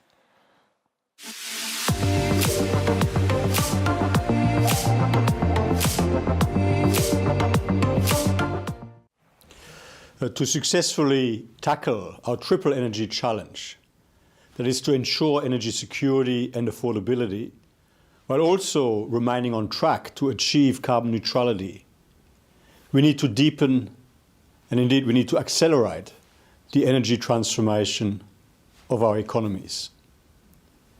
By innovating, by diversifying our sources of energy supply, by continuing to improve energy efficiency, by strengthening and diversifying global supply chains for essential inputs into low-carbon technologies, and by complementing necessary and pragmatic judgments about reliable, comparatively lower emissions intensity energy supplies through the transition, with genuine efforts to boost private sector investment in reliable and affordable supplies of green energy. We need to ensure our policy frameworks align all relevant economic incentives with our energy security, affordability, and carbon neutrality goals. Through the OECD's Inclusive Forum on Carbon Mitigation Approaches, we intend to help countries to identify the policy tools and best practices that best suit their circumstances, facilitating data and information sharing about the full spectrum of carbon mitigation approaches, facilitating evidence-based mutual learning about best practices that can be adapted to different local or regional circumstances, and by providing an inclusive platform for multilateral dialogue to help optimize the positive global impact of all our individual efforts to reduce emissions while ensuring energy security and energy affordability. Yes, that was the Secretary General of the OECD with a video message. Also, we talked to the Minister for Energy of Serbia, how this energy transition can happen in a global way, which makes sense because this is the Berlin Energy Transition Dialogue. So we want to understand these things. I want to give you an opportunity to digest everything, to breathe, to take it in. So have a lunch break. We will be back here by 2:15 p.m. We're going to talk about initiatives studio, how can we move to a climate neutral industry? So this is something that we can look forward to. Thank you so very much for the people who have complimented Hadar and us. We appreciate it. Stay tuned, and we'll see each other in 1 hour right back here in the studio.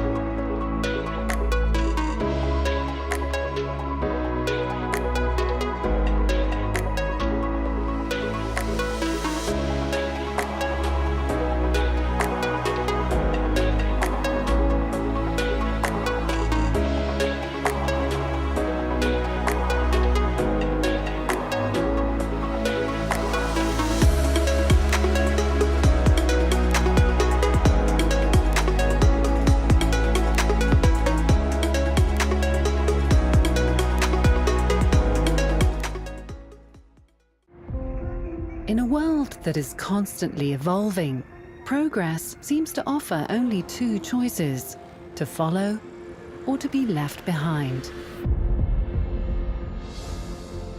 But there is a third option: to lead, to actively shape and walk new paths, to rethink. At BayWa r.e., we rethink energy. Renewable energy, wind power and solar energy are leading the way worldwide. Our mission is to make renewable energy even better, to constantly set new standards, and to develop fully integrated energy solutions. At BayWa r.e., we rethink goals. We take responsibility, driving the energy transition that is changing our world. And we strive for the good of our clients, partners, and employees. We truly care for your needs. We rethink solutions. We keep reinventing renewable energy to stay one step ahead. Advancing technology, new business models, and finding new answers to old questions for our future. We rethink expertise. Throughout renewable energy, with a comprehensive portfolio of services. Supporting our clients in every possible way, and letting our know-how pave the road to their success. We rethink business, building strong relations with our customers and offering tailor-made solutions across the entire value chain. Clean energy is the responsibility of a generation. Let us join forces to actively shape the future. Let's get together and rethink. BayWa Renewable Energy. Rethink energy.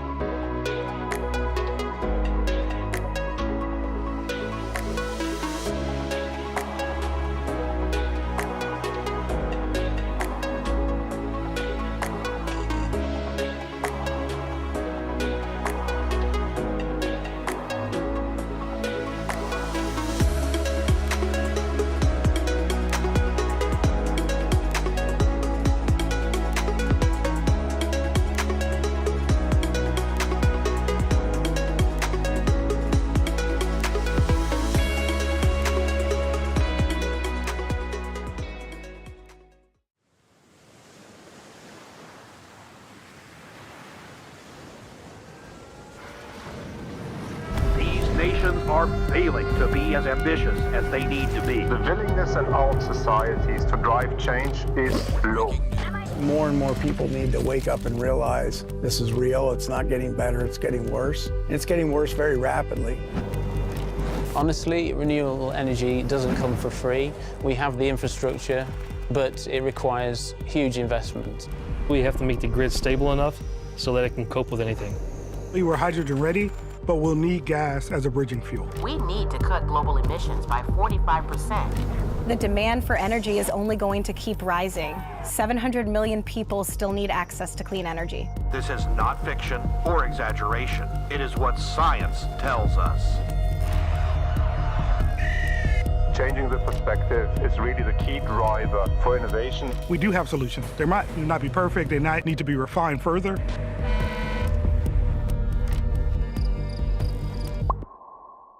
We do not have all the answers. How do we change perspective? How do we apply it to certain problems? Technology in a lot of areas is available. We come, we talk, we collaborate. It's not something we can give it off to the next generation to figure out. The equipment used within the grid becomes more diversified. We will definitely need many different solutions. Honestly, we need to change the way we work, the way we live, and the way we use energy.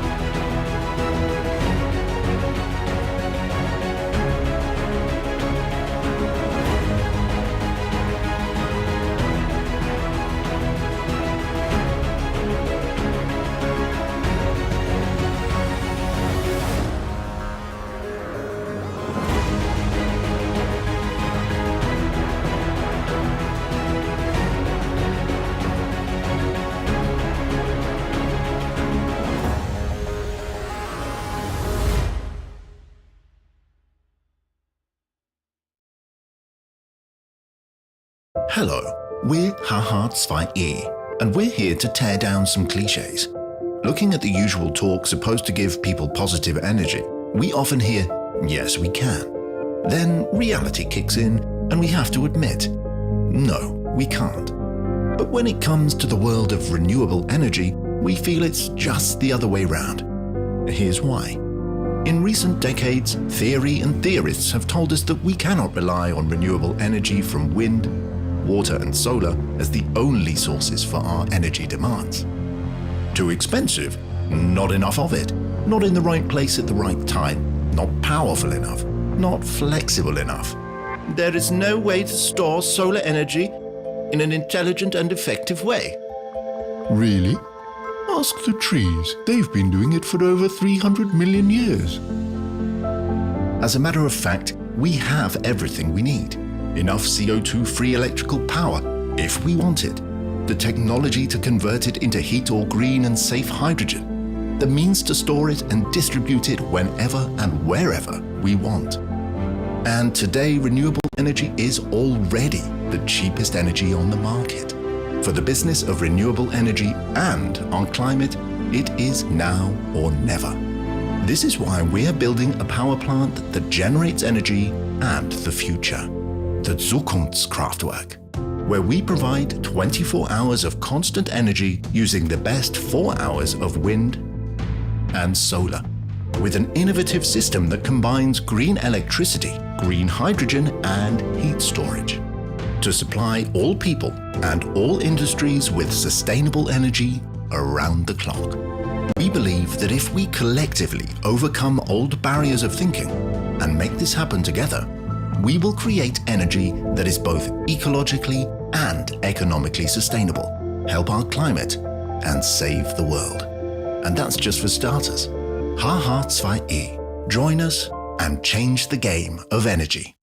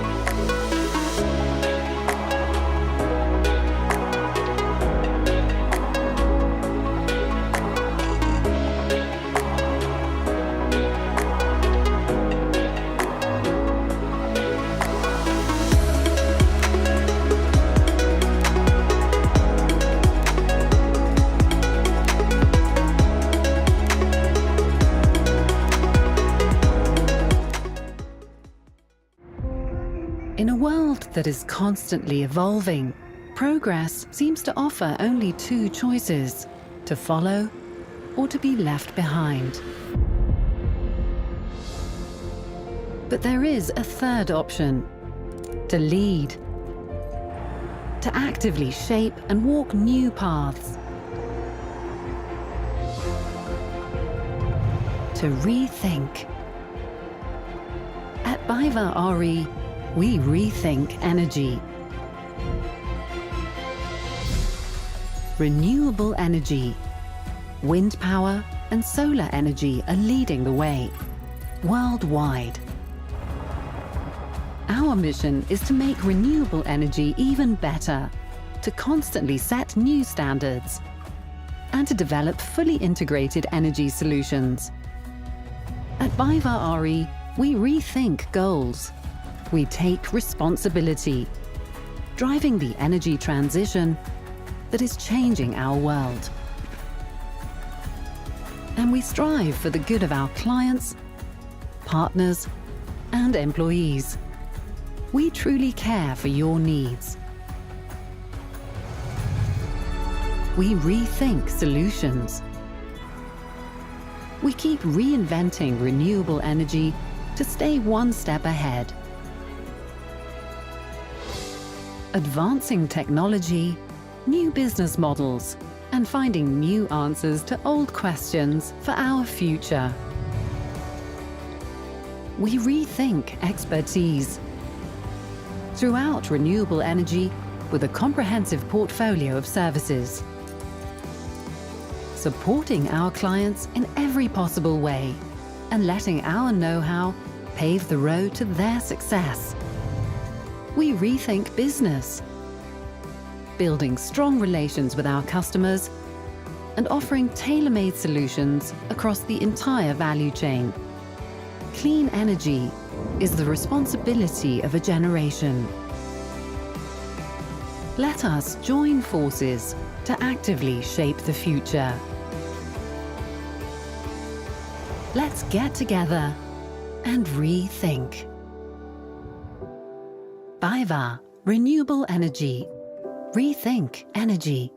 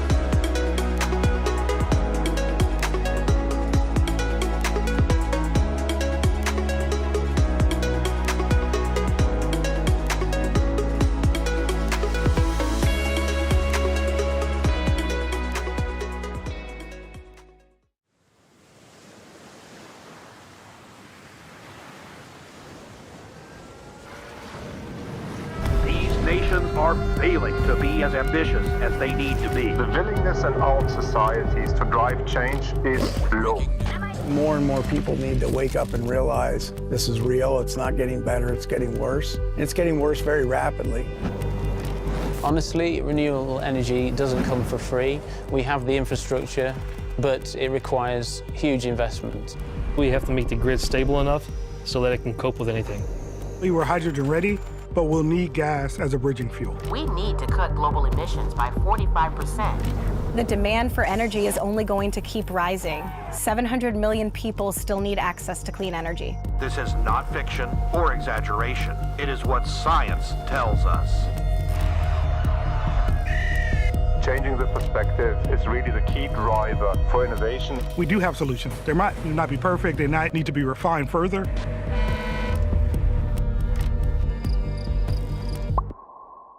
We do not have all the answers. How do we change perspective? How do we apply it to certain problems? Technology in a lot of areas is available. We come, we talk, we collaborate. It's not something we can give it off to the next generation to figure out. The equipment used within the grid becomes more diversified. We will definitely need many different solutions. Honestly, we need to change the way we work, the way we live, and the way we use energy.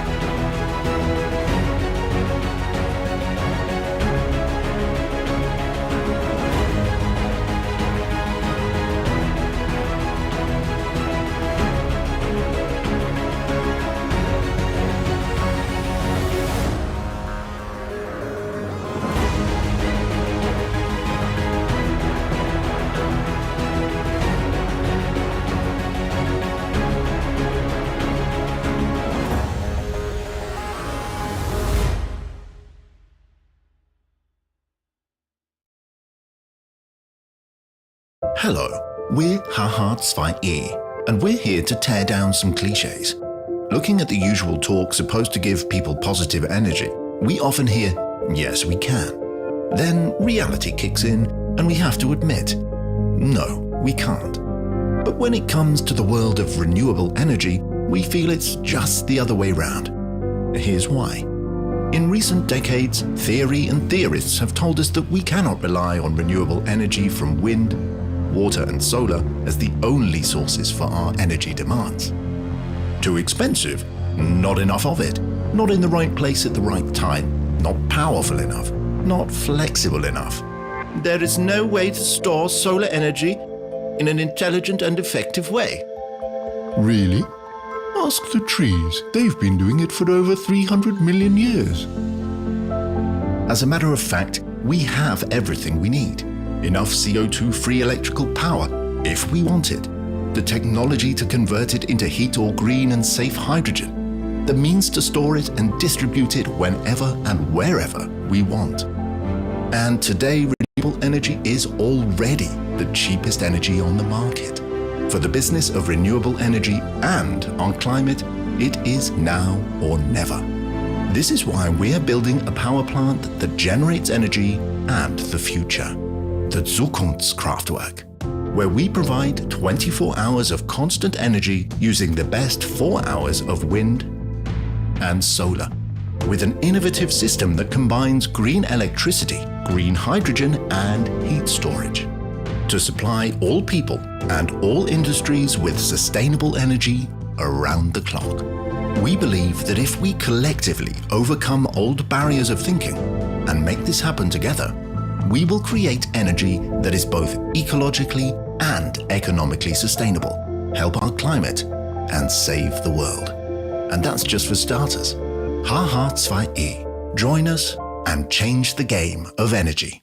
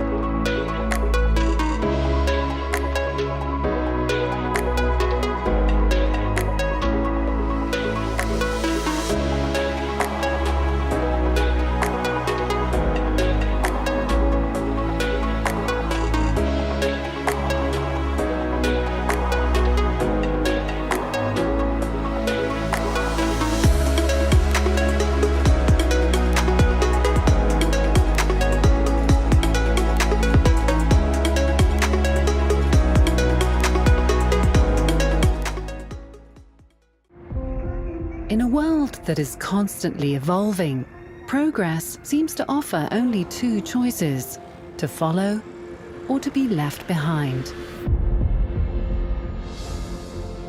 But there is a third option: to lead, to actively shape and walk new paths, to rethink. BayWa RE, we rethink energy. Renewable energy. Wind power and solar energy are leading the way, worldwide. Our mission is to make renewable energy even better, to constantly set new standards, and to develop fully integrated energy solutions. At BayWa RE, we rethink goals. We take responsibility, driving the energy transition that is changing our world. And we strive for the good of our clients, partners, and employees. We truly care for your needs. We rethink solutions. We keep reinventing renewable energy to stay one step ahead. Advancing technology, new business models, and finding new answers to old questions for our future. We rethink expertise. Throughout renewable energy, with a comprehensive portfolio of services.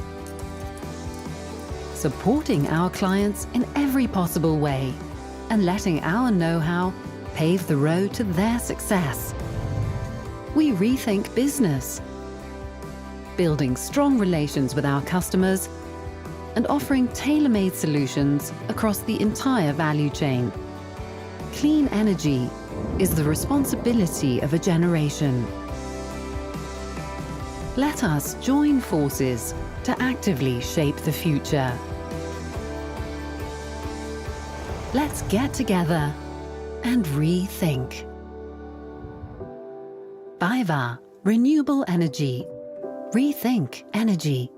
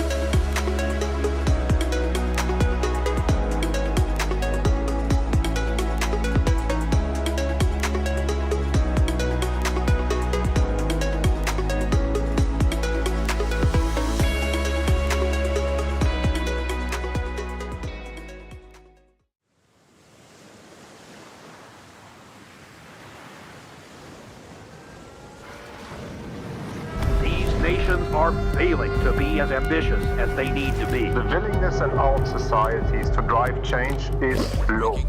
More and more people need to wake up and realize this is real, it's not getting better, it's getting worse. And it's getting worse very rapidly. Honestly, renewable energy doesn't come for free. We have the infrastructure, but it requires huge investment. We have to make the grid stable enough so that it can cope with anything.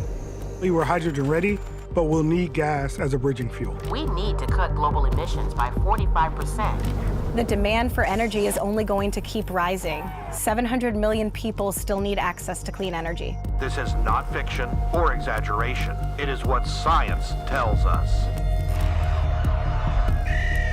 Changing the perspective is really the key driver for innovation. We do have solutions. They might not be perfect, they might need to be refined further.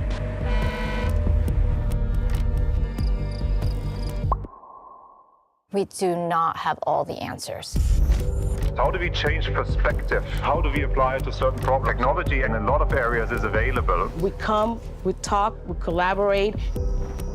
It's not something we can give it off to the next generation to figure out. The equipment used within the grid becomes more diversified. We will definitely need many different solutions. Honestly, we need to change the way we work, the way we live, and the way we use energy.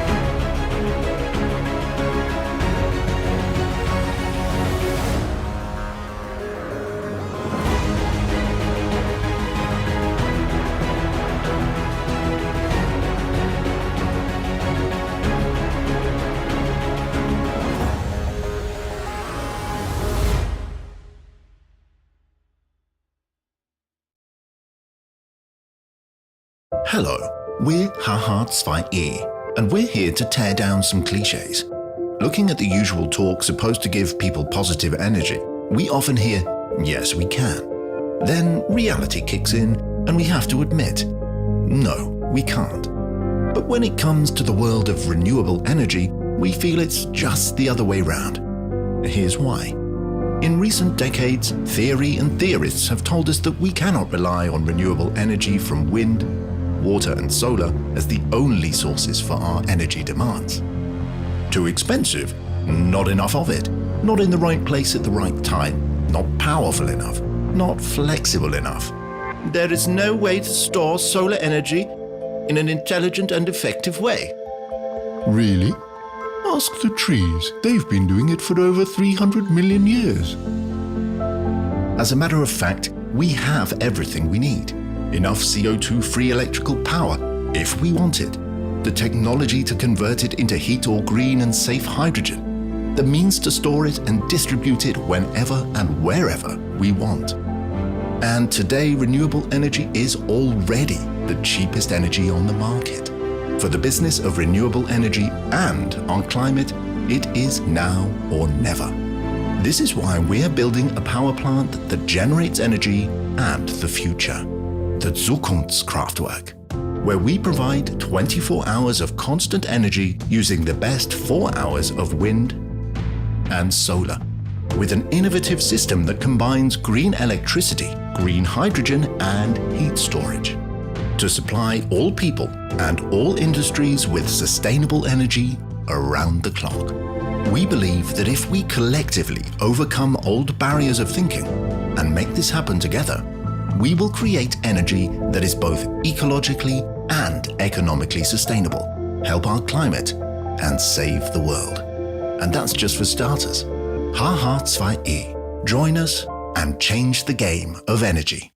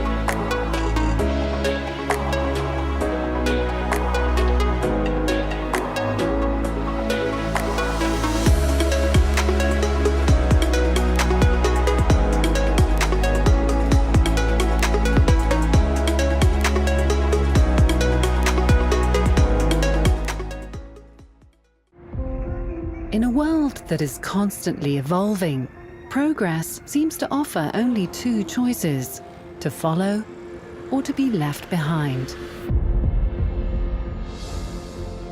But there is a third option: to lead, to actively shape and walk new paths, to rethink. At BayWa r.e., we rethink energy. Renewable energy, wind power and solar energy are leading the way worldwide.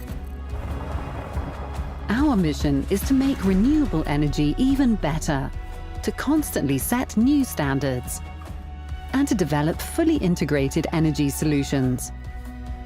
At BayWa r.e., we rethink goals. We take responsibility, driving the energy transition that is changing our world. And we strive for the good of our clients, partners, and employees. We truly care for your needs. We rethink solutions. We keep reinventing renewable energy to stay one step ahead. Advancing technology, new business models, and finding new answers to old questions for our future. We rethink expertise. Throughout renewable energy, with a comprehensive portfolio of services. Supporting our clients in every possible way, and letting our know-how pave the road to their success. We rethink business, building strong relations with our customers and offering tailor-made solutions across the entire value chain. Clean energy is the responsibility of a generation. Let us join forces to actively shape the future. Let's get together and rethink. BayWa Renewable Energy. Rethink energy.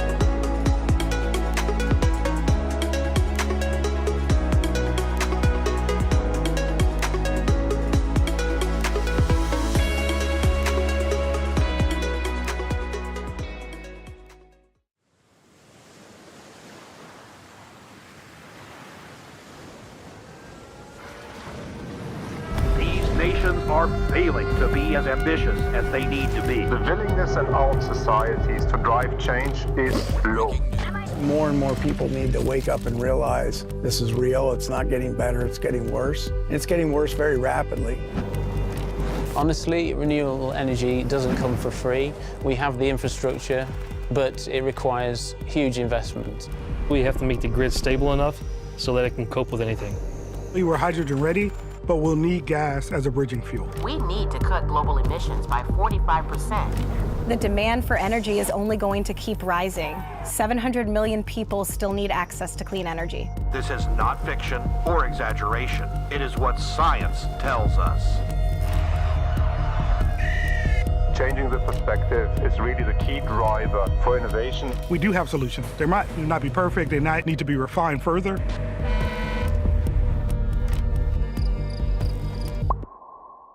We do not have all the answers. How do we change perspective? How do we apply it to certain problems? Technology in a lot of areas is available. We come, we talk, we collaborate. It's not something we can give off to the next generation to figure out.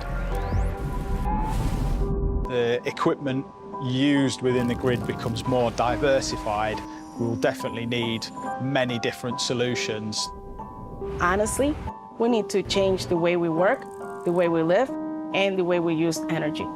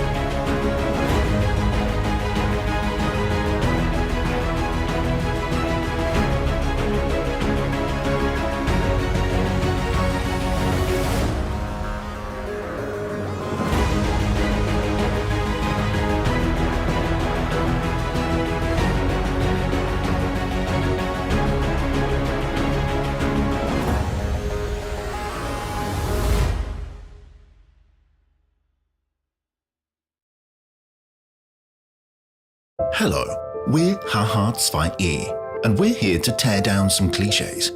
Looking at the usual talk supposed to give people positive energy, we often hear, yes, we can.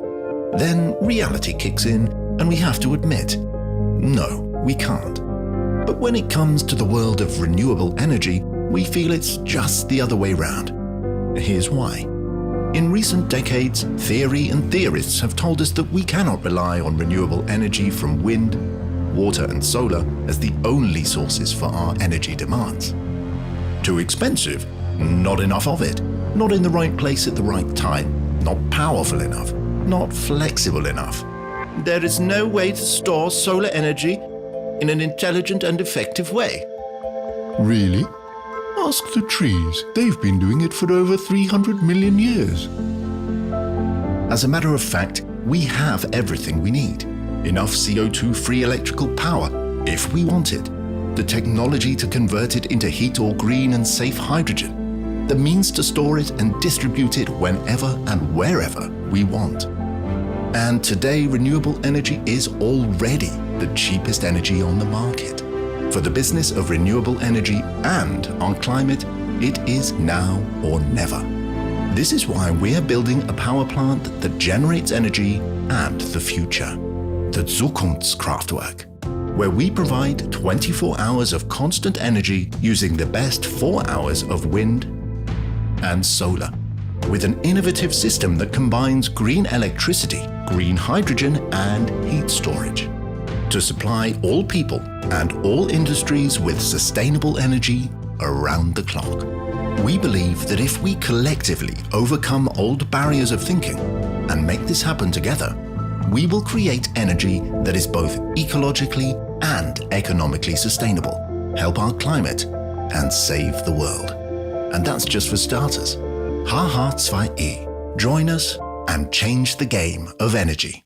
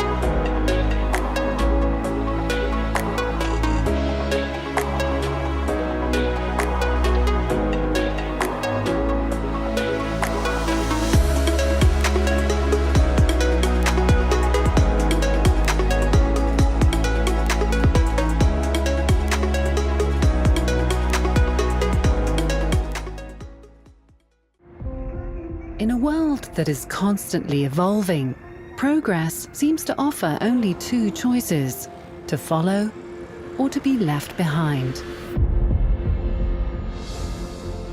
But there is a third option: to lead, to actively shape and walk new paths,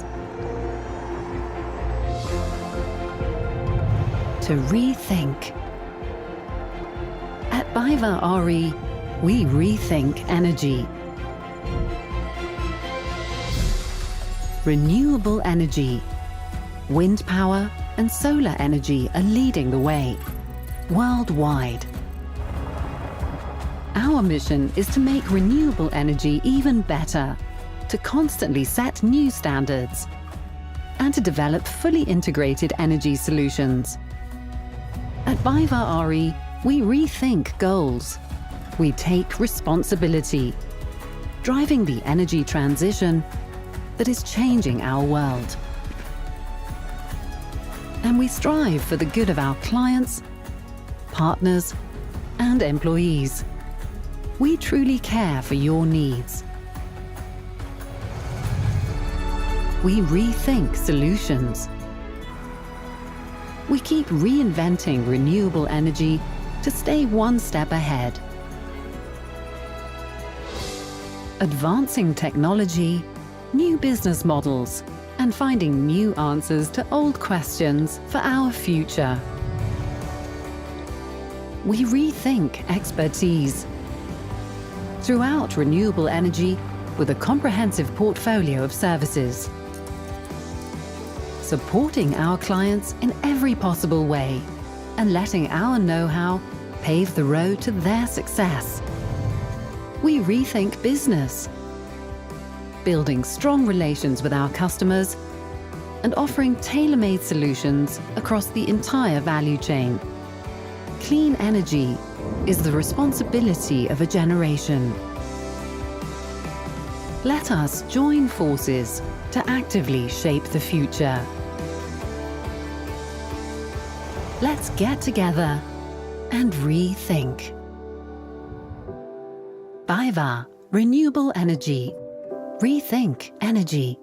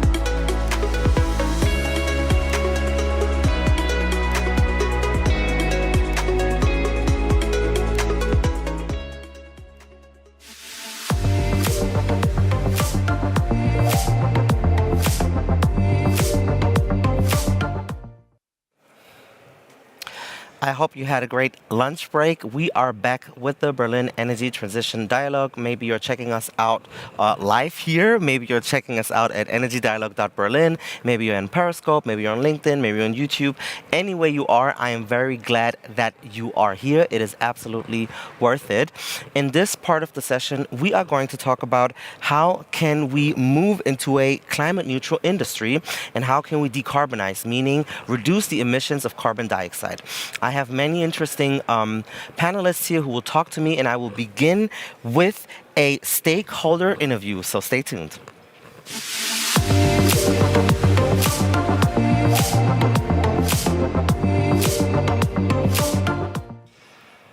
With me in the studio is the Executive Director of H2 Global, the H2 Global Stiftung, Markus Exenberger. Thank you so much for being here.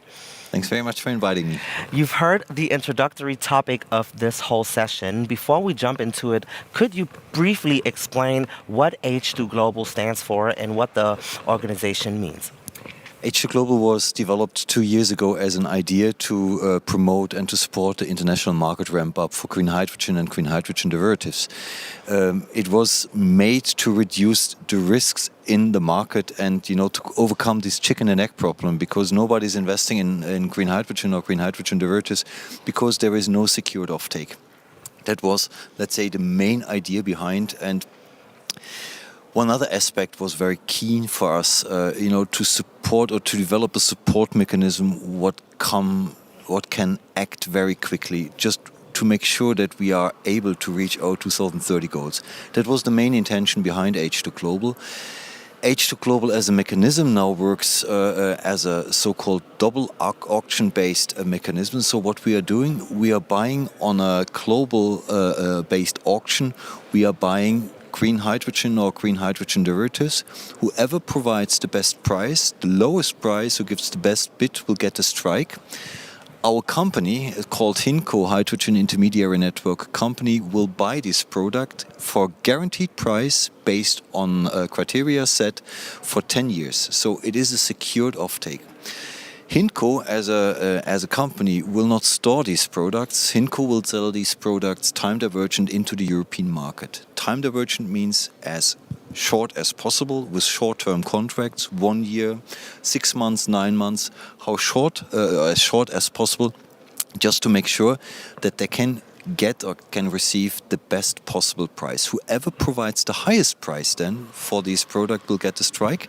And there is a price gap, between this high cost production and these lower income due to our offtake. And this price gap will be closed with funds provided by the German government and in the future by the Dutch government.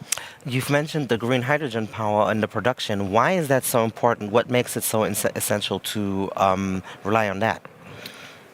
The green power. The green hydrogen, yes. Green hydrogen, I think, is the most prominent solution now for our energy transition, beside everything what can be electrified. But there is a huge demand in different areas, in different sectors, steel industry, other industries like the chemical industry. Even what we have heard yesterday, that even in the transport sector, hydrogen might play a more prominent role beside trucks and beside ships and beside airplanes. So I would say, and I think this is something we have learned from all the scientists who deal with this particular topic, that we need an enormous amount of hydrogen and hydrogen derivatives within the next couple of years. Produced in Germany, produced in Europe, but as well imported. Elaborate more on the H2 Global mechanism that you've also addressed when you first spoke to me. Yeah, like I said in the beginning, it is really to overcome this chicken and egg problem. So nobody is investing because nobody can make a financial decision because a secured offtake is not there. And that's where H2 Global jumps in. We are reducing risks, not only the financial risk, we are reducing as well the risk, let's say, in regards of regulation. Because what we are doing, we are defining, not we, so the provider of the funds, in our particular case, it's the ministry. Whoever provides funds to H2 Global needs to define precisely for what kind of purpose, for what kind of product, for what kind of criteria as well. This auction should be made. So that means the ministry decides what H2 Global as a mechanism should auctionize. So it's the precise planning and the precise analyzing that will make green hydrogen more cost competitive, essentially?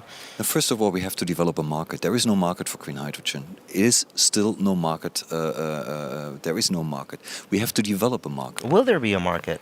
Of course, because hydrogen is a very often used, and it is a commodity, but not green. The grey hydrogen is very often used now in the chemical industry, in different other industries. So a market needs to be developed for the green one, and nobody knows the price right now for the green one. So we are, I guess we will be the first one after the first round of auctions finalized, who is able to set really price signals into the market. So you have to somewhat plan. So when do you expect green hydrogen to be somewhat cost competitive? If I would know that, we expect within the next 10 years. So okay. I would say around the end of the decade, beginning of next decade, it might reach this level that it is cost competitive to the grey one. Maybe in 10 years, green hydrogen power will be cost competitive. Markus Exenberger. Maybe earlier. Markus Exenberger is convinced and dedicated to that process of the H2 Global Stiftung. Thank you very much for having been here. It was a great pleasure. And we're going to continue with our dialogue ambassador and look at your social media answers with Hajar Yacoubi.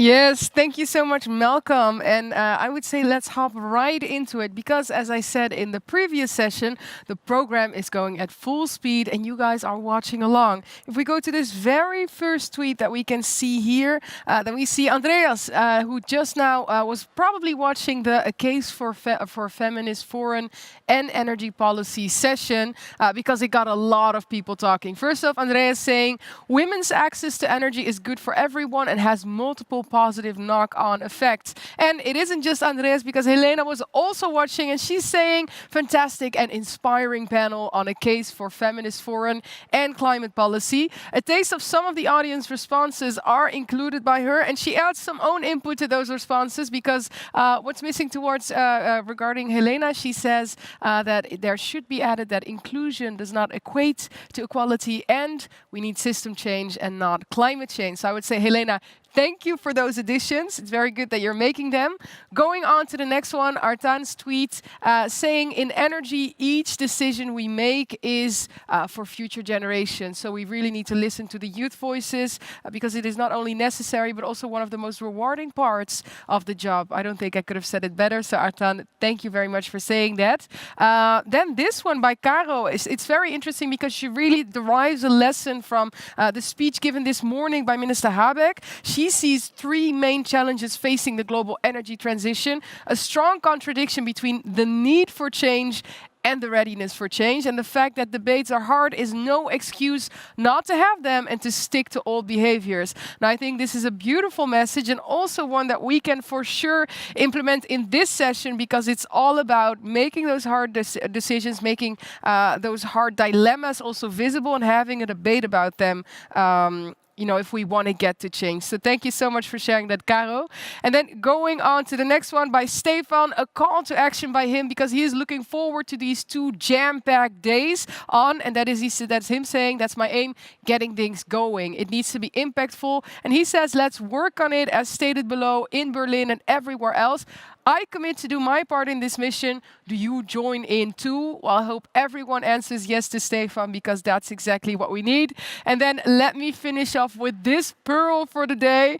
Abdoulaye coming through. I would say thank you, because he's watching BTD and is absolutely enjoying the moderation by Malcolm and Haja. Now, you guys, if you don't stop it with the flattery, you'll keep on sending it in, then we're going to expect it every time. And of course, that's actually what we want. So please do keep on sending in your ideas and thoughts, but also the occasional flattery. You can do so through #BTD. And with that being said, I would say let's hop right into our next stakeholder interview.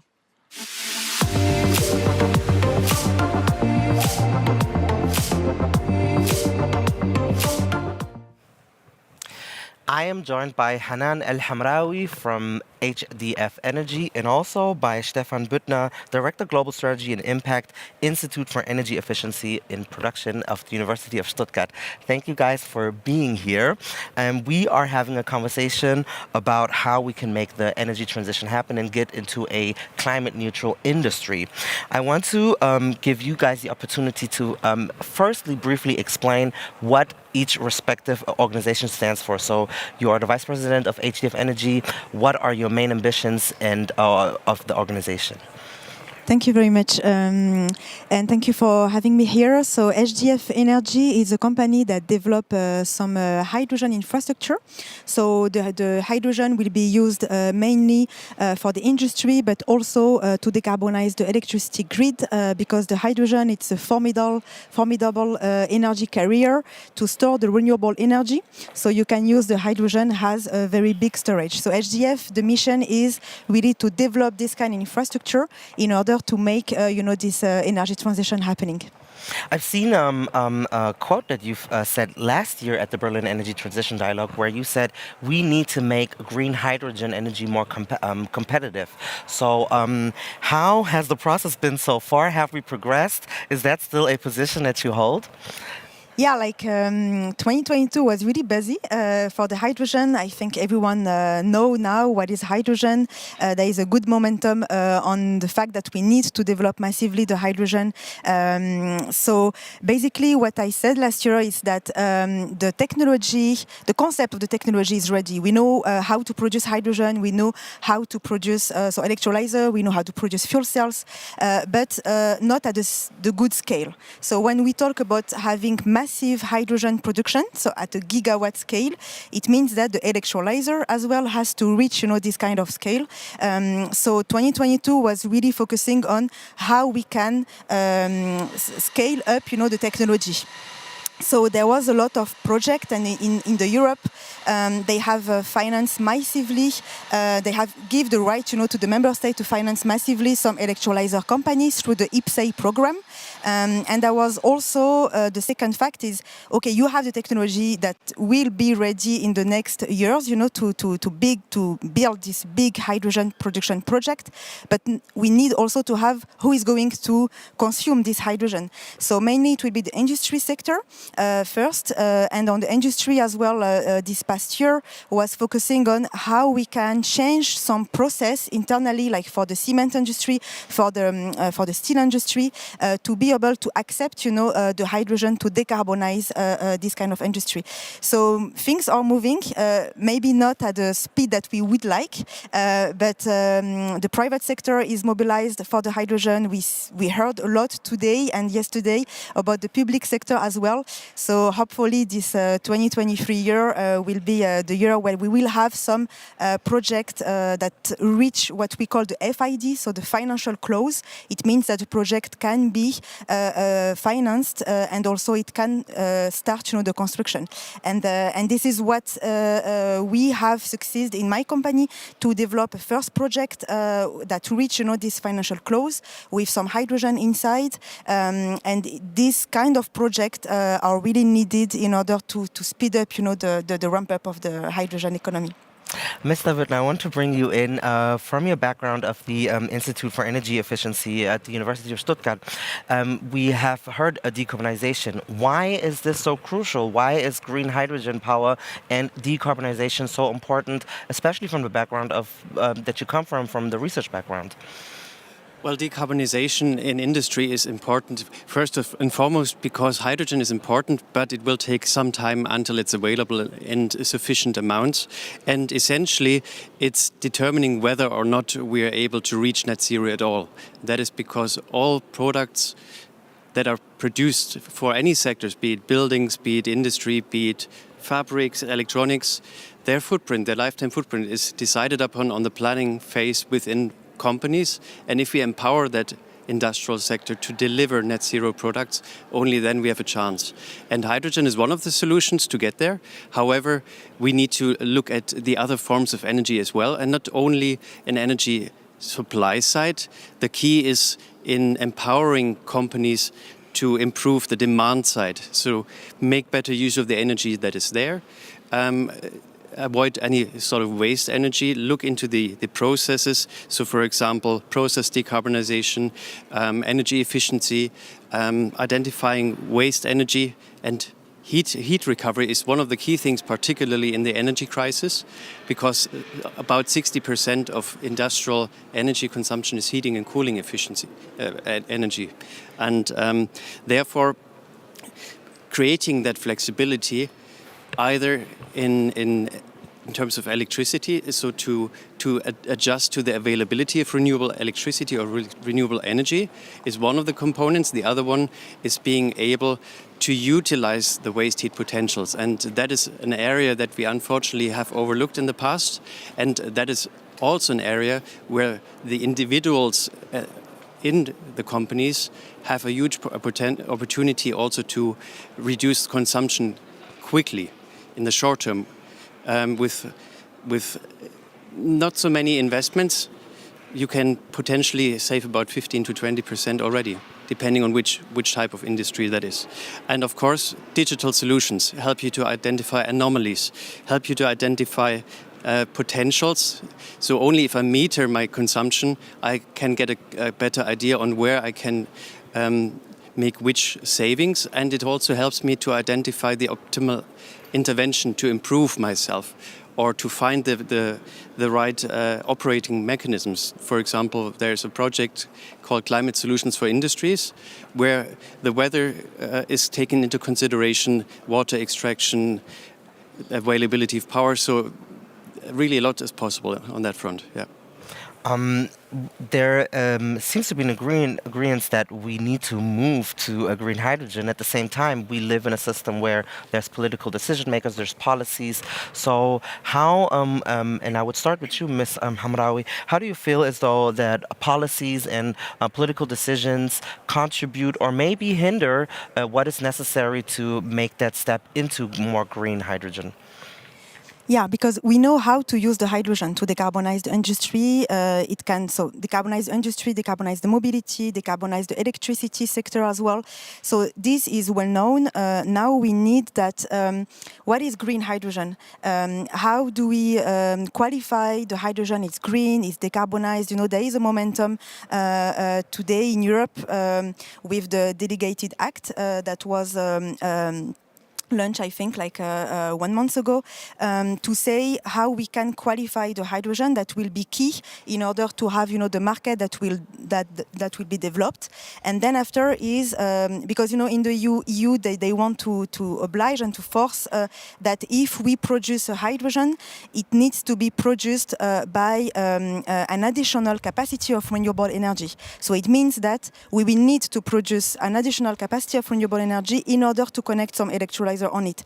So all of the mechanism has to be done, because if I take just the example of France, there is a lot of queue in order to connect, you know, the renewable energy into the grid. The capacity to connect this kind of electricity to the grid due to regulatory framework, to some permitting issue, it's very, very long. Like, so the bureaucracy needs to be more simple. Yes, exactly, more simple, because now they try to create like the mechanism that is really needed, but it's too slow. It's a little bit complicated. We need to speed up the process. The permitting process as well needs to be speed up. When I heard about some project that cannot connect to the grid, you know, until 2030, how can you make, you know, hydrogen project if we cannot connect, you know, before 2030? So this is on moving, you know, this is on track. People are working on it, but we really need to speed up. What the US has done, you know, with the Inflation Reduction Act, it was very quick, you know. Since last summer, they have launched, you know, this initiative. So I think in Europe as well, we need to speed up this kind of process. And then after, of course, if we want to integrate the hydrogen into the industry, into the mobility, into the electricity sector, we need as well that the infrastructure has to be ready. Because today, like the demand side, they say, okay, I cannot have hydrogen because it's not available. But then after, on the production side, they say, okay, but the demand is not secured as well. So, you know, it's always this chicken and egg problem. Well, what would the good infrastructure look like? So if you say the infrastructure needs to be ready, what does need to happen exactly? Yeah, if we talk about the mobility, for instance, we need a refueling station. So today we cannot have a hydrogen car without this HRS, you know, the hydrogen refueling station. Then after, if we talk about infrastructure, we can talk also about the vehicles. The vehicles are not ready as well. So again, you know, chicken and egg problem. The infrastructure can be as well, we will have a big hydrogen production where it makes sense, you know, where you can have like sun or wind, or also we can use the nuclear as well as a mean to produce hydrogen, maybe hydropower, you know, like all the country will not have the possibility to produce massively the hydrogen. So we will need then after to transport this hydrogen from the country where it makes sense until the country where the demand will be. So the infrastructure will look like a gas pipeline, maybe to change the hydrogen into ammonia to be transported by boat. So all of this infrastructure, so it needs that the harbor, the port as well need to be ready. So it's true that if we wait until the fact that the demand will be secured and we don't develop the infrastructure, the demand will not also be in a position to be the first mover, because they will wait also for the infrastructure. So this is this kind of problem that we need to solve, and I think that the public sector can have a big role to play.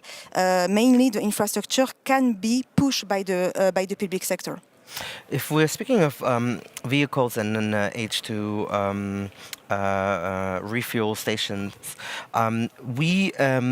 there is a necessity to make this transition understandable, to get these points across. So if we had more of these stations, would that be a possible opportunity to create more of a positive agreement to those changes and policies needed to make? Is that maybe a solution to the chicken egg problem, or what are things that need to happen? Well, first of all, having the infrastructure is absolutely essential. Without powering the transition, we cannot power it, because, of course, we can become more efficient in the consumption. However, we cannot avoid all consumption. Now, I think the key issue, and that is much overlooked, is that we need to become much better in explaining, and that is making all stakeholders, so that policymakers, that they cannot know all the details necessary. The same with civil society. They cannot be an expert in all the fields. They know their profession, but not other professions that much. But particularly also entrepreneurs and staff at companies, the workforce, to understand the why. Why is that important? Why should I do that? And make use of finding out of the pains that the companies perceive, particularly at this era of poly-crisis, with COVID, with supply chain shocks, with the war, with energy prices, emission prices going up, inflation, all the lot, and shape the message accordingly, because to many of these pains, the toolkit of decarbonization can present a healing, a cure. And so essentially there are three types of companies: those that have perceived that pain and pressure for a long time already, and that know how to do it and that know how to tackle it. Then you have the set of companies that in principle understand that they need to do something, but the overall package is way too complex for them to grasp. How shall I be able to do that? I need help, because it's overwhelming. And then the last category, by far the most, and there's many smaller ones among those, is leave me alone, because I'm already under so much pressure from those different pains, not being aware or able to see how they can get out of there. They need to find the connection on how they can get there, how decarbonization can actually be their way out. And there, it's important to make them understand that, yes, they have the means to do something. Well, what are common misunderstandings or misconceptions that people have? Because you've talked about, like, I can't follow, I don't understand. You want to make it tangible to the civil society, to employees. So is there certain things that people are really confused about, or the like common myths that you now have the opportunity to say, no, it's actually not like that? Too many. Just one of them. We're talking about awareness, right? Mm-hmm. Awareness is often solved by awareness about available technologies, but it's much more important to create perception, like implant the notion that, hey, you could do, for example, if I'm cold at home, why should I use waste heat recovery at home, for example? But then I realized, wait a moment, if I put a beanie on, I get warm. That's something I could do. Or I could switch off the camera or change the resolution. Oh, I have the means to do something. And then something strange happens in the mind, because then you can replicate. You have seen it by yourself, and then you can replicate. Because it's somehow embedded in people's minds. And if you bring that message across to many others, they see, if they get one example, they can replicate it to their work environment, which is why it's so super crucial to get through to the workforce and listen to them and give them the chance. Because we have also found in empirical studies that companies where staff proposals are being considered twice as often exceed expectations if those measures are implemented. Thank you. My final question will go to Ms. Hamraoui. I want to understand, your company also collaborates with countries who are less industrialized or less rich. How does this work, and how is the success rate with countries like South Africa or Indonesia or Vietnam? How is this working over there? Yeah, like it's true. Like everyone wants to work on the hydrogen because I think people understand that hydrogen can help to decarbonize a lot of sector in their country, but also hydrogen it's a mean to reindustrialize their country as well. You know, so for instance, in South Africa, they have a very big challenge for the electricity market. I don't know if you have heard that the fact that they have some very long blackout during the day. So SGF is working to use the hydrogen as a way to store the renewable energy and to provide a power plant completely dispatchable with a firm power, stable. And we have been selected by Eskom, the local utility grid, to develop some project on more than 1,000 hectares of land. And those kind of projects will be able to provide electricity for 1.6 million of inhabitants. So this kind of project where we have a collaboration between the public sector, because Eskom it's a public company, and the private sector in order to solve one issue and try to see how the hydrogen can help, you know, on this issue, not only just to decarbonize, because for sure to decarbonize the electricity is a key, but also you need also to provide something to the country, saying that we will give you also some security in terms of energy access. So this kind of project that we are developing, this is quite of the same that we do also for Indonesia. There is a very big topic today for the Just Transition Energy Fund to go from the phase out of the coal power plant. For sure, the coal will not be able to be financed by the private sector, so we need to find an alternative solution, and hydrogen can play a role on that. So it's really a key to talk with this kind of government, to try to tell them that we can have a solution to decarbonize, but a solution that can be very interesting as well for their issue, not only to decarbonize. So this is very the key. Thank you so very much for having been here. It was a great pleasure. Hanan El Hamraoui for HDF Energy and Stefan Büttner related to the University of Stuttgart. It was a great pleasure. We need to wrap up because there is a great panel coming up at the Weltsaal. You should be tuned in. It is also about decarbonizing the industry, its success stories and challenges at the global hydrogen economy. So please stay tuned at Weltsaal. I will head back over to my colleague Melinda.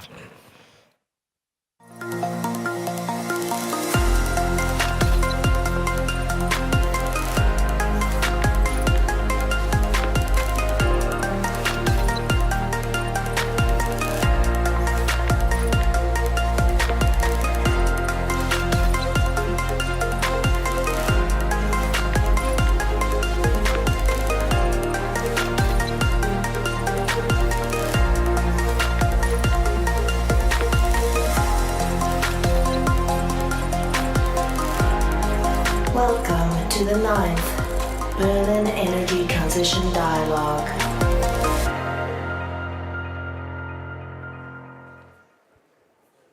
Many thanks to Hajar and Malcolm over there in our studio for that great session. And welcome back, ladies and gentlemen, excellencies, to this final afternoon of Berlin Energy Transition Dialogue 2023. Also, warm greetings to our online audience. Thank you so much for being with us. I hope everybody had a good break and got to do a little bit of networking during our pause. In our high-level panels today, we have been exploring the role of international cooperation, among other topics, and we've heard a resounding affirmation of their contribution to securing a green future for everyone, to quote the title of this year's BETD. Our next speaker this afternoon has demonstrated deep commitment to fostering such ties. Working together with the entire federal government, Germany's ministries have been seeking to forge partnership with countries to accelerate a clean energy transition that is socially just and also economically productive. And ladies and gentlemen, we were to have heard from Germany's Federal Minister for the Environment now, but unfortunately she has been called to speak to the Parliament, the Bundestag, at very short and urgent notice.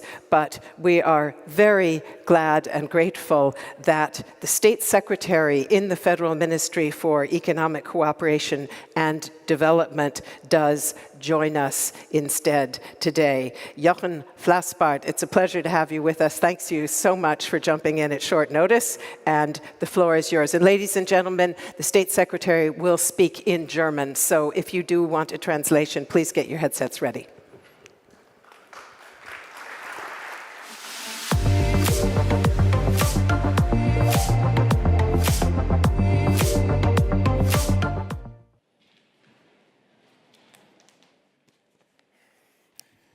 Exzellenzen, meine Damen und Herren und Excellencies, ladies and gentlemen, friends. Of course, you would have preferred to hear the federal minister, not the Minister of the Environment, by the way, but she is the Minister for Economic Cooperation and Development. I am taking her place voluntarily, so I have the great pleasure today to be part of the energy transition family, and initially, if you allow, I would like to thank the colleagues from the Federal Foreign Office. It's really a great location here in the Weltsaal, and everything has been organized so professionally. I think we have every opportunity to network. Ladies and gentlemen, the Berlin Energy Transition Dialogue is, and I'm sure many people have mentioned it, is under the motto, is also affected by the IPCC report that was launched last week, and that showed the urgency for action, and it showed that the measures that have been taken so far to achieve the 1.5-degree target are not enough by far. The international community, all the stakeholders have to do more. That's the main message that came out of that report.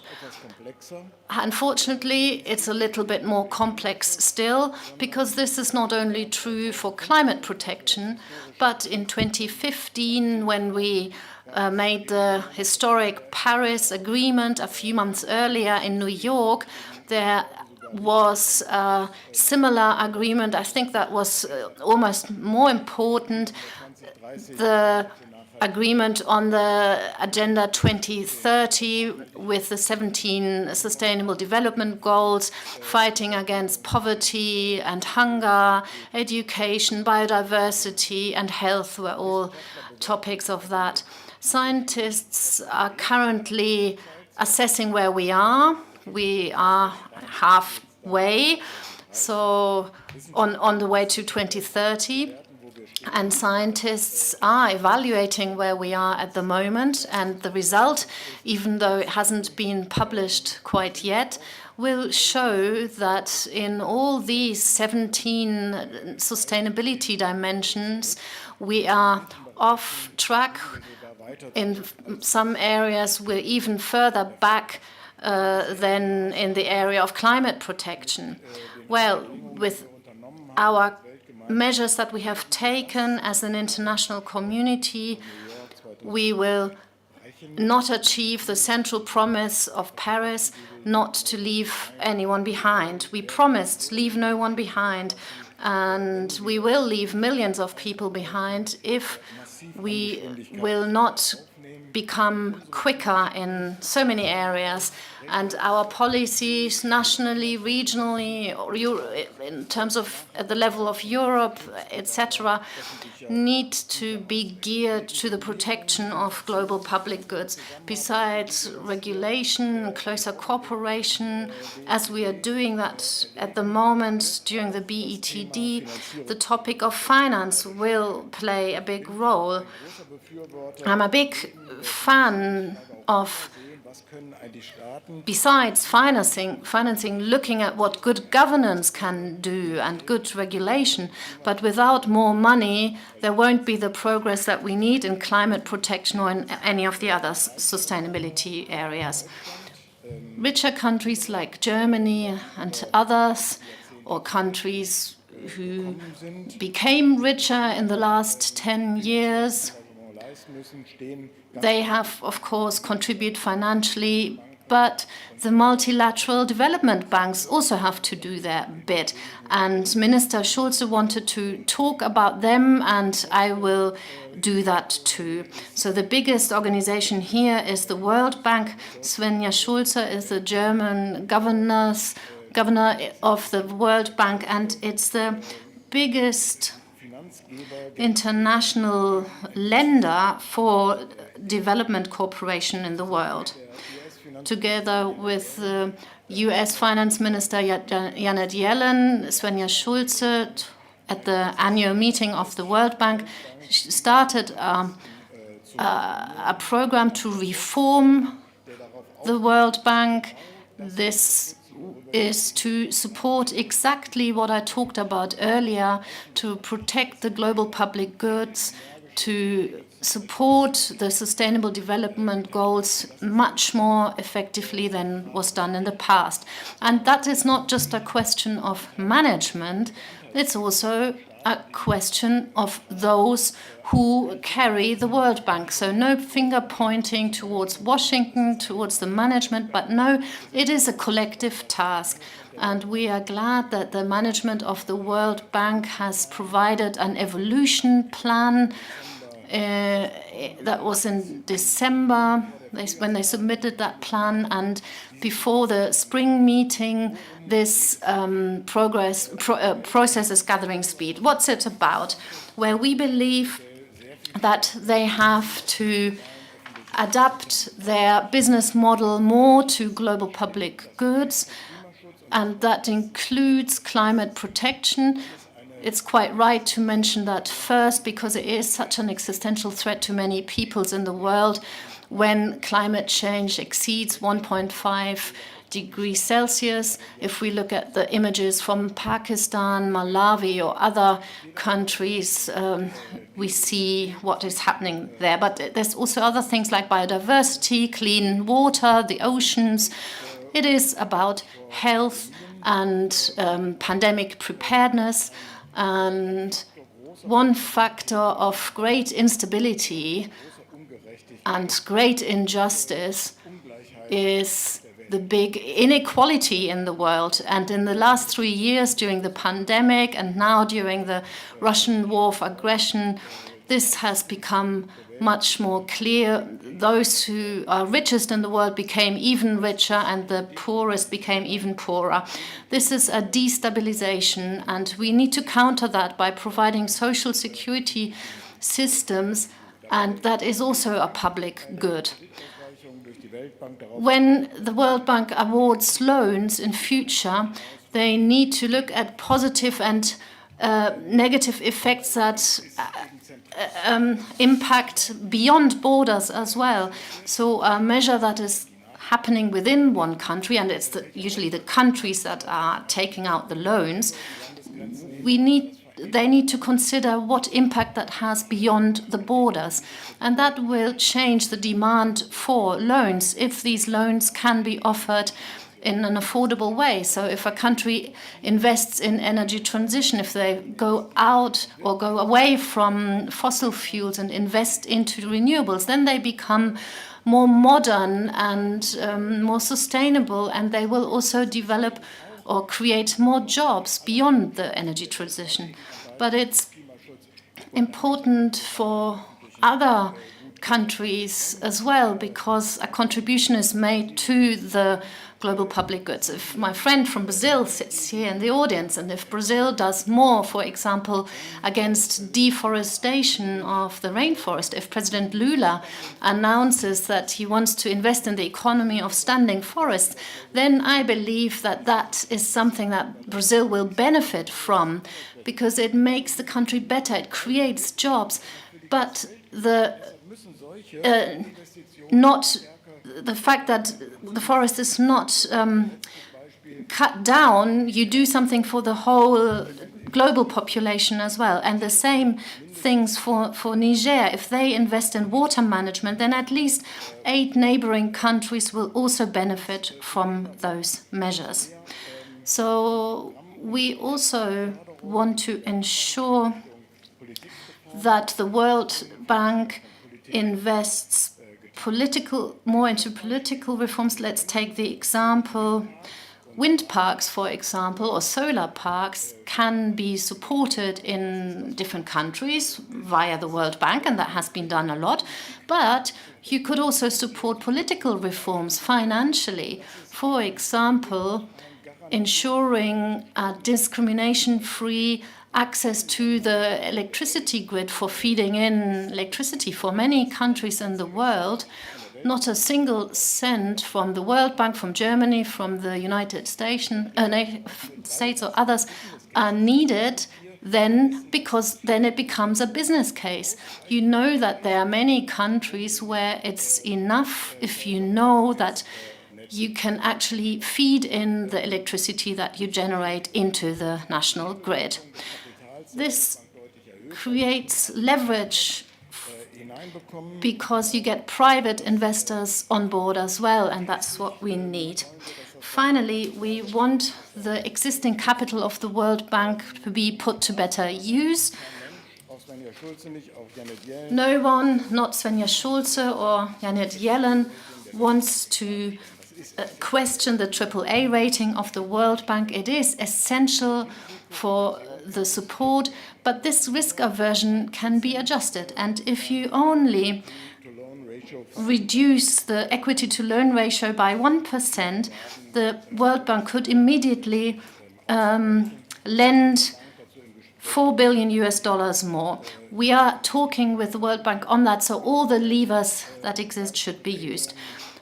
Ladies and gentlemen, sometimes I am asked by representatives of the poorest countries whether your policy is looking away from the poorer countries. So do you want the World Bank no longer to fight poverty, and you want them to support global public goods now that you benefit from too? But that's not the case.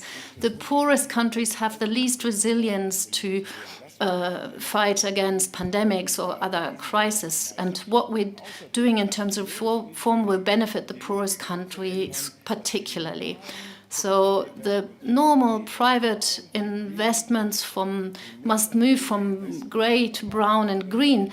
The more green investment becomes normal, the more capital we have available to meet the actual mission of the World Bank that we continue to see, which is fighting poverty in the world. Thank you very much.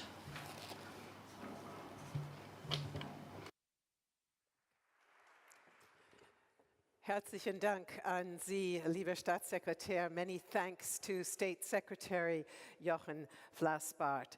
And amongst the cooperation that the Ministry of Economic Development and Cooperation, excuse the slight mistake earlier on, you're quite right, that's the old connection between Svenja Schulze and environment that I made there. The ministry has been working to strengthen its immediate support for more than 200 million euros to help Brazil combat deforestation. And following the victory of President Lula last fall, the ministry noted that Brazil now has the opportunity to become a powerhouse for sustainable agriculture and one of the leading nations of the new green hydrogen economy. Brazil already has a high share of renewables, including hydropower, in its energy mix. Let's hear more now about where it plans to go from here. Joining us is the Director General of the National Electrical Energy Agency. Ladies and gentlemen, he will speak in Portuguese, so if you wish to have a translation, once again, please get those headsets ready.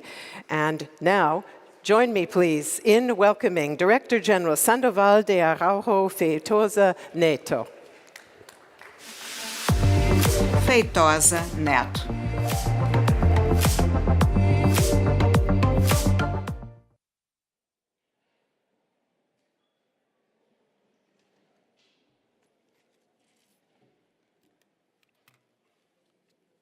Good afternoon, ladies and gentlemen.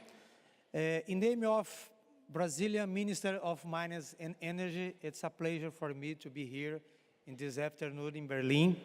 Unfortunately, I have many details that I want to explain for you.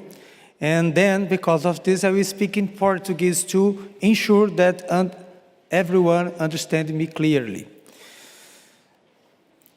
Inicialmente, gostaríamos... So, I would like, first of all, to thank, on behalf of the Brazilian government, to the invitation that was extended to the Secretary of Mines and Energy, and on his behalf, to circulate a message on behalf of the Brazilian government.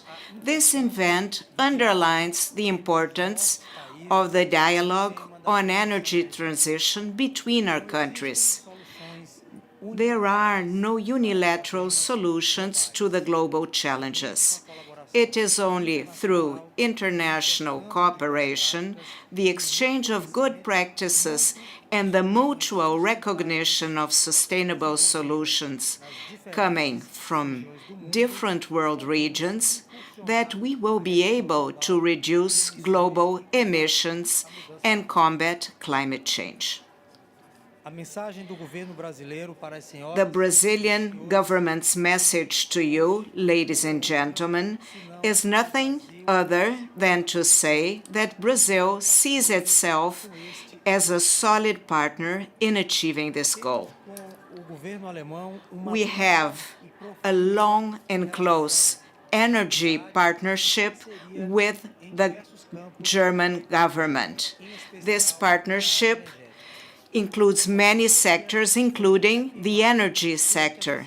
This partnership was reaffirmed during Minister Habeck's visit to Brazil this month. The focus of this visit was to strengthen our cooperation on green hydrogen. We are open to sharing our experiences and good practices. We also want to hear about good practices coming from other countries. The Brazilian government wants the energy transition to be good, not only for the environment, but also for the economic and social development, and in Brazil's case, also to reduce inequalities in the different regions of our huge and beautiful country. The reduction of poverty and the international stability are a priority for us. For this, it is vital to establish partnerships that include the transfer of technology and the opening of new markets for sustainable products, including manufactured goods. When it comes to energy sustainability, Brazil has an important experience to share with other countries. I would like to mention an important experience carried out in Brazil in the 70s.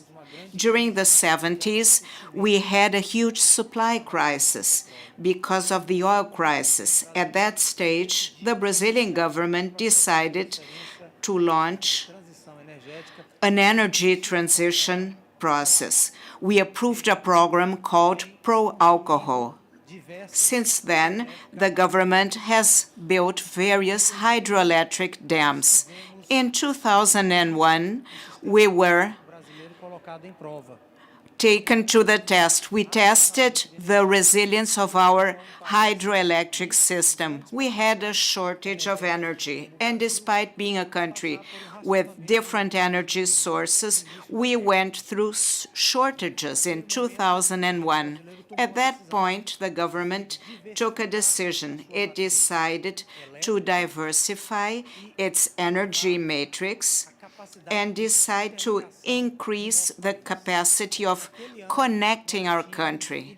In that year, we had hydroelectric dam that had water in excess, but unfortunately, the country was not as connected as it is today.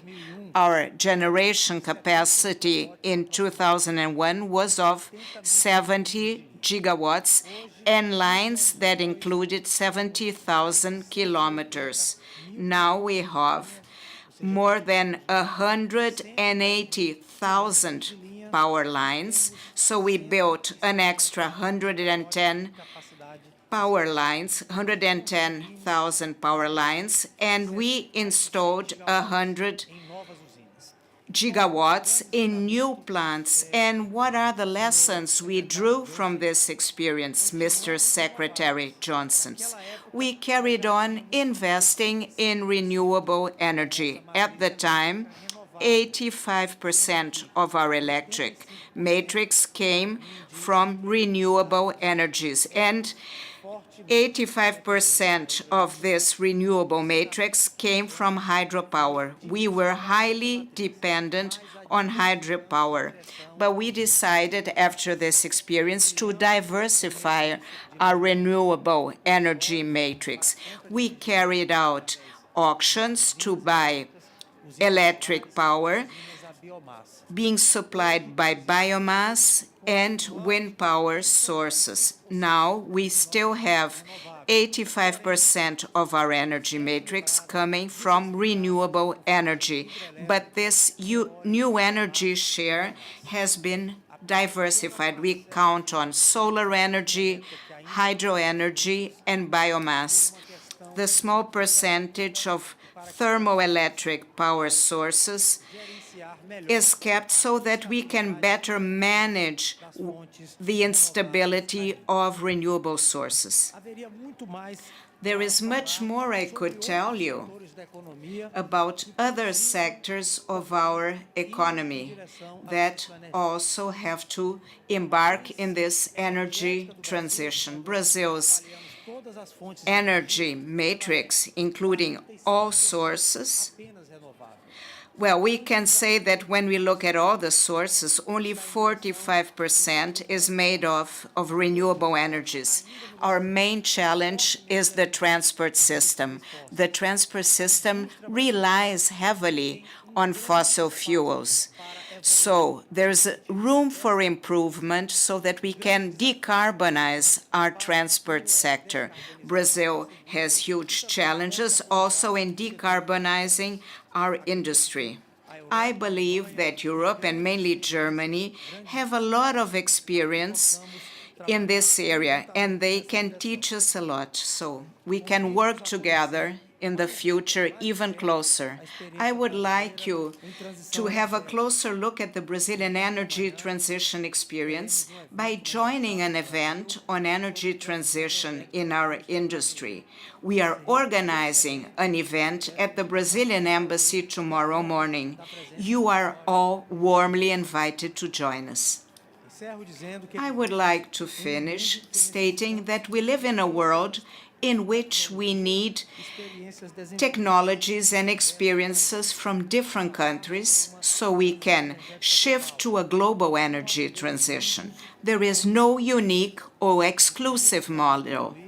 And I would like to say that over the last 25 years, the Brazilian government has evolved in many aspects. We've improved in our use of technology. We promoted social inclusion, and 99.8% of the Brazilian population, a country made of 220 million inhabitants, well, 99.8% of this population has access to electric energy, thanks to programs that promoted social inclusion and that fought to render electricity a universal good.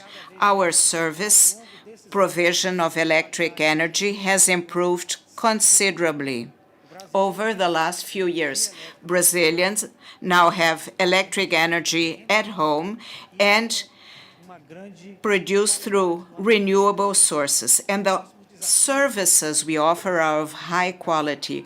Our next challenges are to increase our social inclusion, improve the living standards of our people, and none of this should be done to the detriment of the environment. This is a struggle Brazil has embraced, that Germany has embraced it, and the world has embraced this challenge. So you can count on us to have a more renewable, a fairer, and a cleaner world. Thank you very much.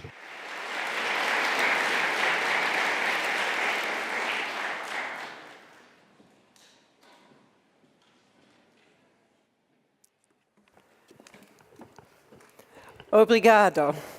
Many thanks to Director General Neto for those words, for sharing the Brazilian model of the energy transition, and also for your kind invitation to attend your event tomorrow morning. Hopefully there will be a number of those in the audience who can take you up on that. So many thanks for being with us today, and thanks as well to State Secretary Flaxbart. Ladies and gentlemen, we now go to a short break, during which you can follow our studio session on innovation in net zero power generation. And for those who want to go on a deeper dive on hydrogen, please join us right after the break in 15 minutes here in the Weltsaal to talk about success stories in the global hydrogen economy. Or you can attend a discussion on fossil-free heating and cooling over in the Weltsaal with my colleague Jennifer. See you back here in 15 minutes. Enjoy the break.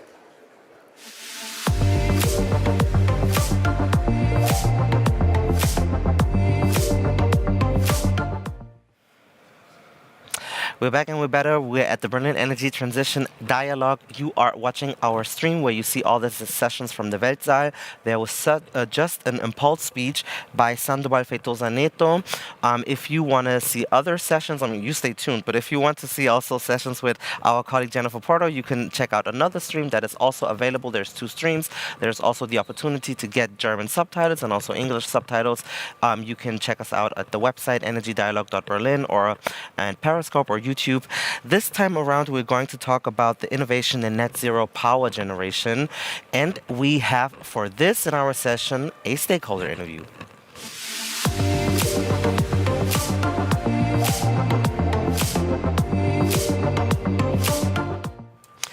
I am now joined by Andreas Schierenbeck. He's the co-founder of HH2E, and we're going to talk about how this company helps with the transition from not so sustainable energy to more renewable energies. Thank you for being here. Thank you for having me, actually. First of all, could you explain to us why you co-founded this company and what the philosophy is behind HH2E? I'm a co-founder of HH2E because I firmly believe in green hydrogen and green heat that will play an important role for transforming our environment and having sustainable energy resources available. The basic idea between HH2E is that we're taking renewable energy at its peak during midday, if the sun is shining or if the wind is blowing, and storing this energy in battery packs and then running electrolyzers constantly. It's one of the biggest problems in renewable networks that you have either too much renewable energy or too less, and actually shaving that peak and using that energy is, from my point of view, a prerequisite for a green transformation. Last year, the Intergovernmental Panel on Climate Change, the IPCC, published their synthesis report, and they said immediate action must be taken in order to accomplish the 1.5 degree goals. So with these new technologies and ideas that are right there, why are they not already being used when we already have them available? And how does HH2E's business model differ from maybe conventional ways of approaching this? I think it's an excellent question because we all know that there's urgency in the things we have to do. If you want to avoid the 1.5 degree scenario, we have to act immediately. The good thing is we have all the technology, as you rightly commented, so we know what we have to do. So why does it take so long? And actually there are some prerequisites which are necessary to start a new economy and to kickstart that. Of course, you need regulations around that to invest and having a stable environment. And if you just take into account that RED II is just published but not official law, and then after that you need the local regulations, it means that we are too slow in putting the regulations and the framework in place. And then, of course, we are starting a new market. Hydrogen is definitely a new market, and we need customers to pay for that. We need to complete the whole business case, and that takes, from my point of view, too long, and that's why HH2E take a little bit of the risk and started already with pre-FID some projects in Germany like Lubmin and Tierbach, where we have secured the assets, the electrolyzers, even without having all the environmental things ready or the framework ready like RED II, because we believed it will come, and then of course we have to run fast. Andreas Schierenbeck, you were once the co-founder or the CEO of a fossil fuel company. So you've personally had your own energy transition. Why did this happen? Why the move to a company that focuses now on renewable energy? Actually, as I was running this big, very carbon-heavy industry, it was clear that the decarbonization is coming and it needed to be done. And as we formulated our strategy there, decarbonization was a big part of that. How are you getting out of lignite, out of hard coal, and how to decarbonize was the whole portfolio chain. And green hydrogen is the ultimate solution for that. As we started that at this time, I thought it will take a little bit longer, so I completely underestimated the speed, which is actually there, even if we just discussed it should be faster. And I bet heavily on hydrogen. And as I decided to change my assignments, I think it was just naturally and logically that I joined and co-founded HH2E, because they are focusing only on green hydrogen, only on green heat, without all the other transformational issues. And those who have not made the change to our in fossil fuel company, what is their role in the energy transition? I think they play a big role, and a double role actually. They know that they have to decarbonize their product portfolio, and it's a big cultural change for them, for the people who are working there, who've done 20, 30 years, things which they are proud of. And to tell them now you have to go away from that, that's not easy. So they know and they accept that they have to decarbonize their portfolio. On the other hand, you're just making a lot of money with that at the moment. And this is a kind of big contradiction. You should invest money into something new, which is small, which is green, sustainable, but it's not making the big business impact. And on the other hand, you have an environment where you have high oil prices, high gas prices, energy scarcity.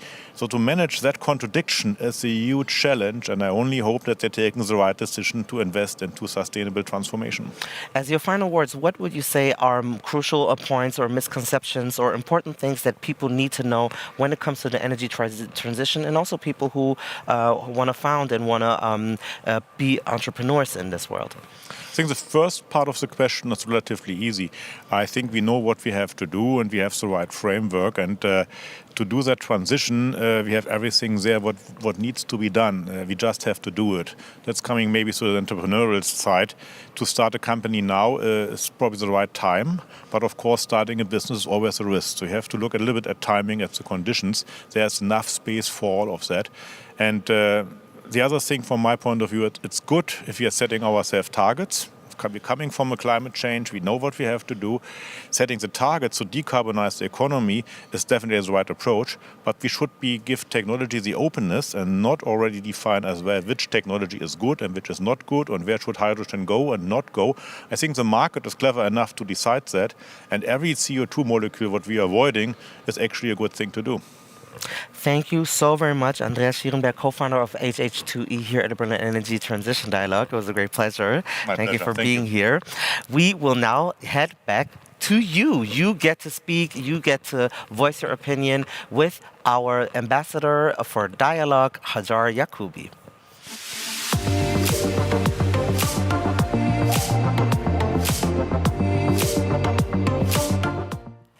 Yes, thank you so much, Malcolm. And thanks to you again. You keep on sending in your ideas and you keep on using the hashtag. So I can only applaud you for doing that. And also tell you, keep on joining in the conversation.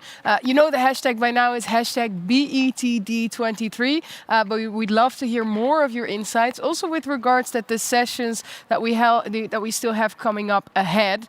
Now, let me start off by this first picture here because it brought me a lot of joy and I think it will bring you loads of joy as well. It's great to see you having fun and meeting each other. And this picture comes straight out of today's lunch break. It says, another day at BETD 23, meeting dear colleagues from around the world. Now, if I look at this picture, I think that they undoubtedly must have loads of fun, good foods, and I hope good talks as well. Because dialogue, that's what today is all about. Now, not just about dialogues and lunch and good food, but also about the sessions taking place. And this afternoon in the Weltsaal, we had a very interesting session on overcoming the bottlenecks of specialized labor. Now, our colleague Jennifer was having conversations there with, amongst others, some people from the labor industry, the trade industry. And here on this picture, we have a quote from the Deputy General Secretary of the International Trade Union Confederation, who said, labor shortages in the renewable energy markets are a symptom of poorly managed transitions.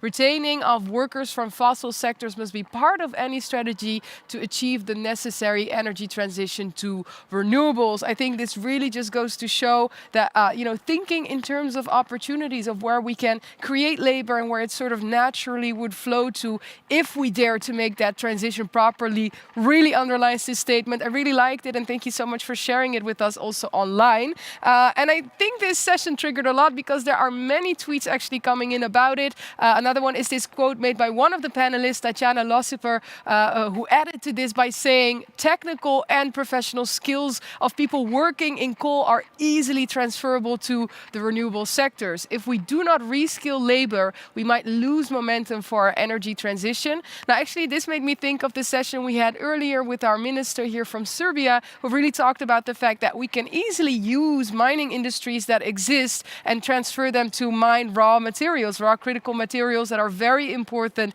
in this entire energy transition, speaking about lithium, for example, and other sources. So I think this really, again, goes to show that we need to think in opportunities as opposed to challenges and find ways to use our skills and knowledge and talents that we have out there.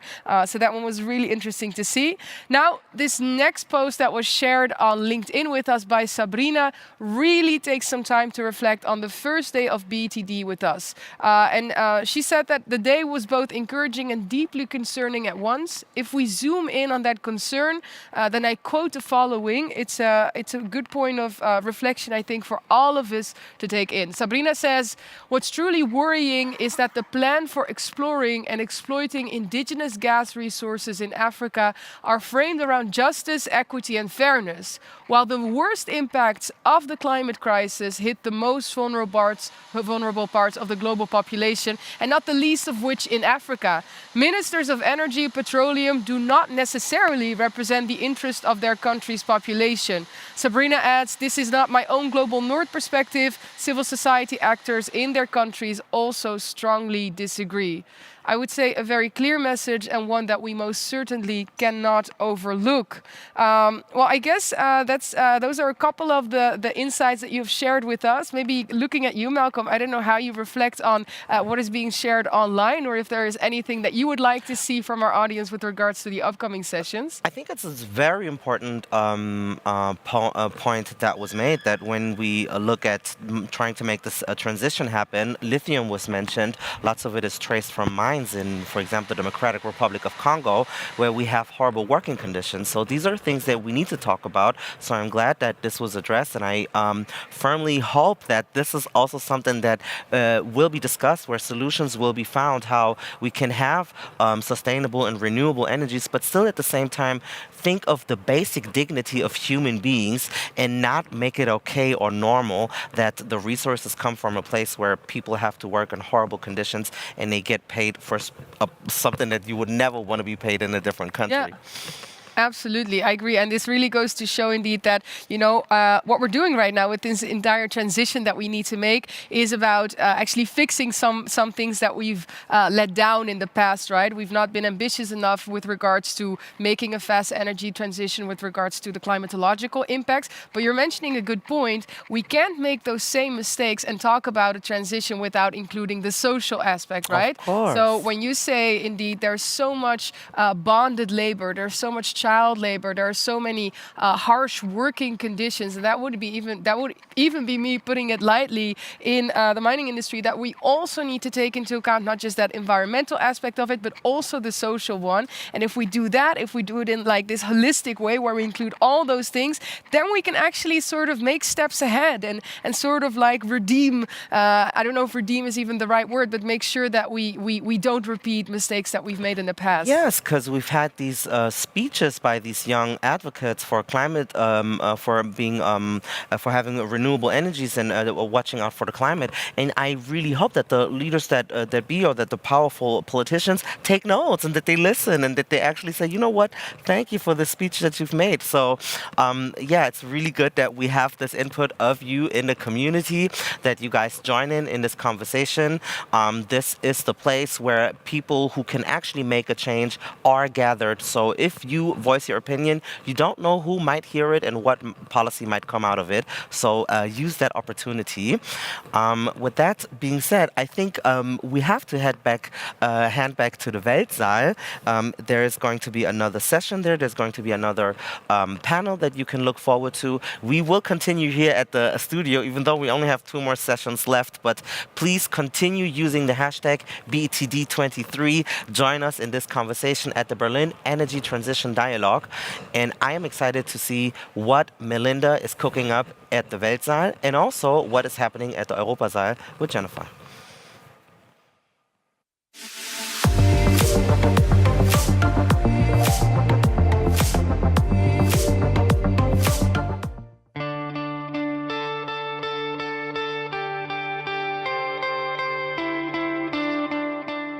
Hydrogen plays a crucial role in decarbonizing industry. End-to-end supply chains for the global hydrogen economy are developing at incredible speed. Plans are ambitious, but what has been implemented already? What policy instruments and financial mechanisms have proven successful? How can the global hydrogen economy equally benefit hydrogen net importers and exporters?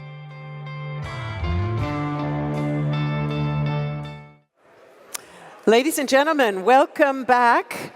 Excellencies, ladies and gentlemen, please be so kind as to take your seats so that we can get started with this penultimate panel. Thank you very much, everyone, for rejoining us, and a very warm welcome to our panelists, whom I will introduce in just a minute. We have heard a lot of excitement here this year, and frankly, just as every year, about green hydrogen. Minister Habeck, for example, referred this morning to its huge potential. And that word, potential, almost always precedes references to hydrogen, and for good reason.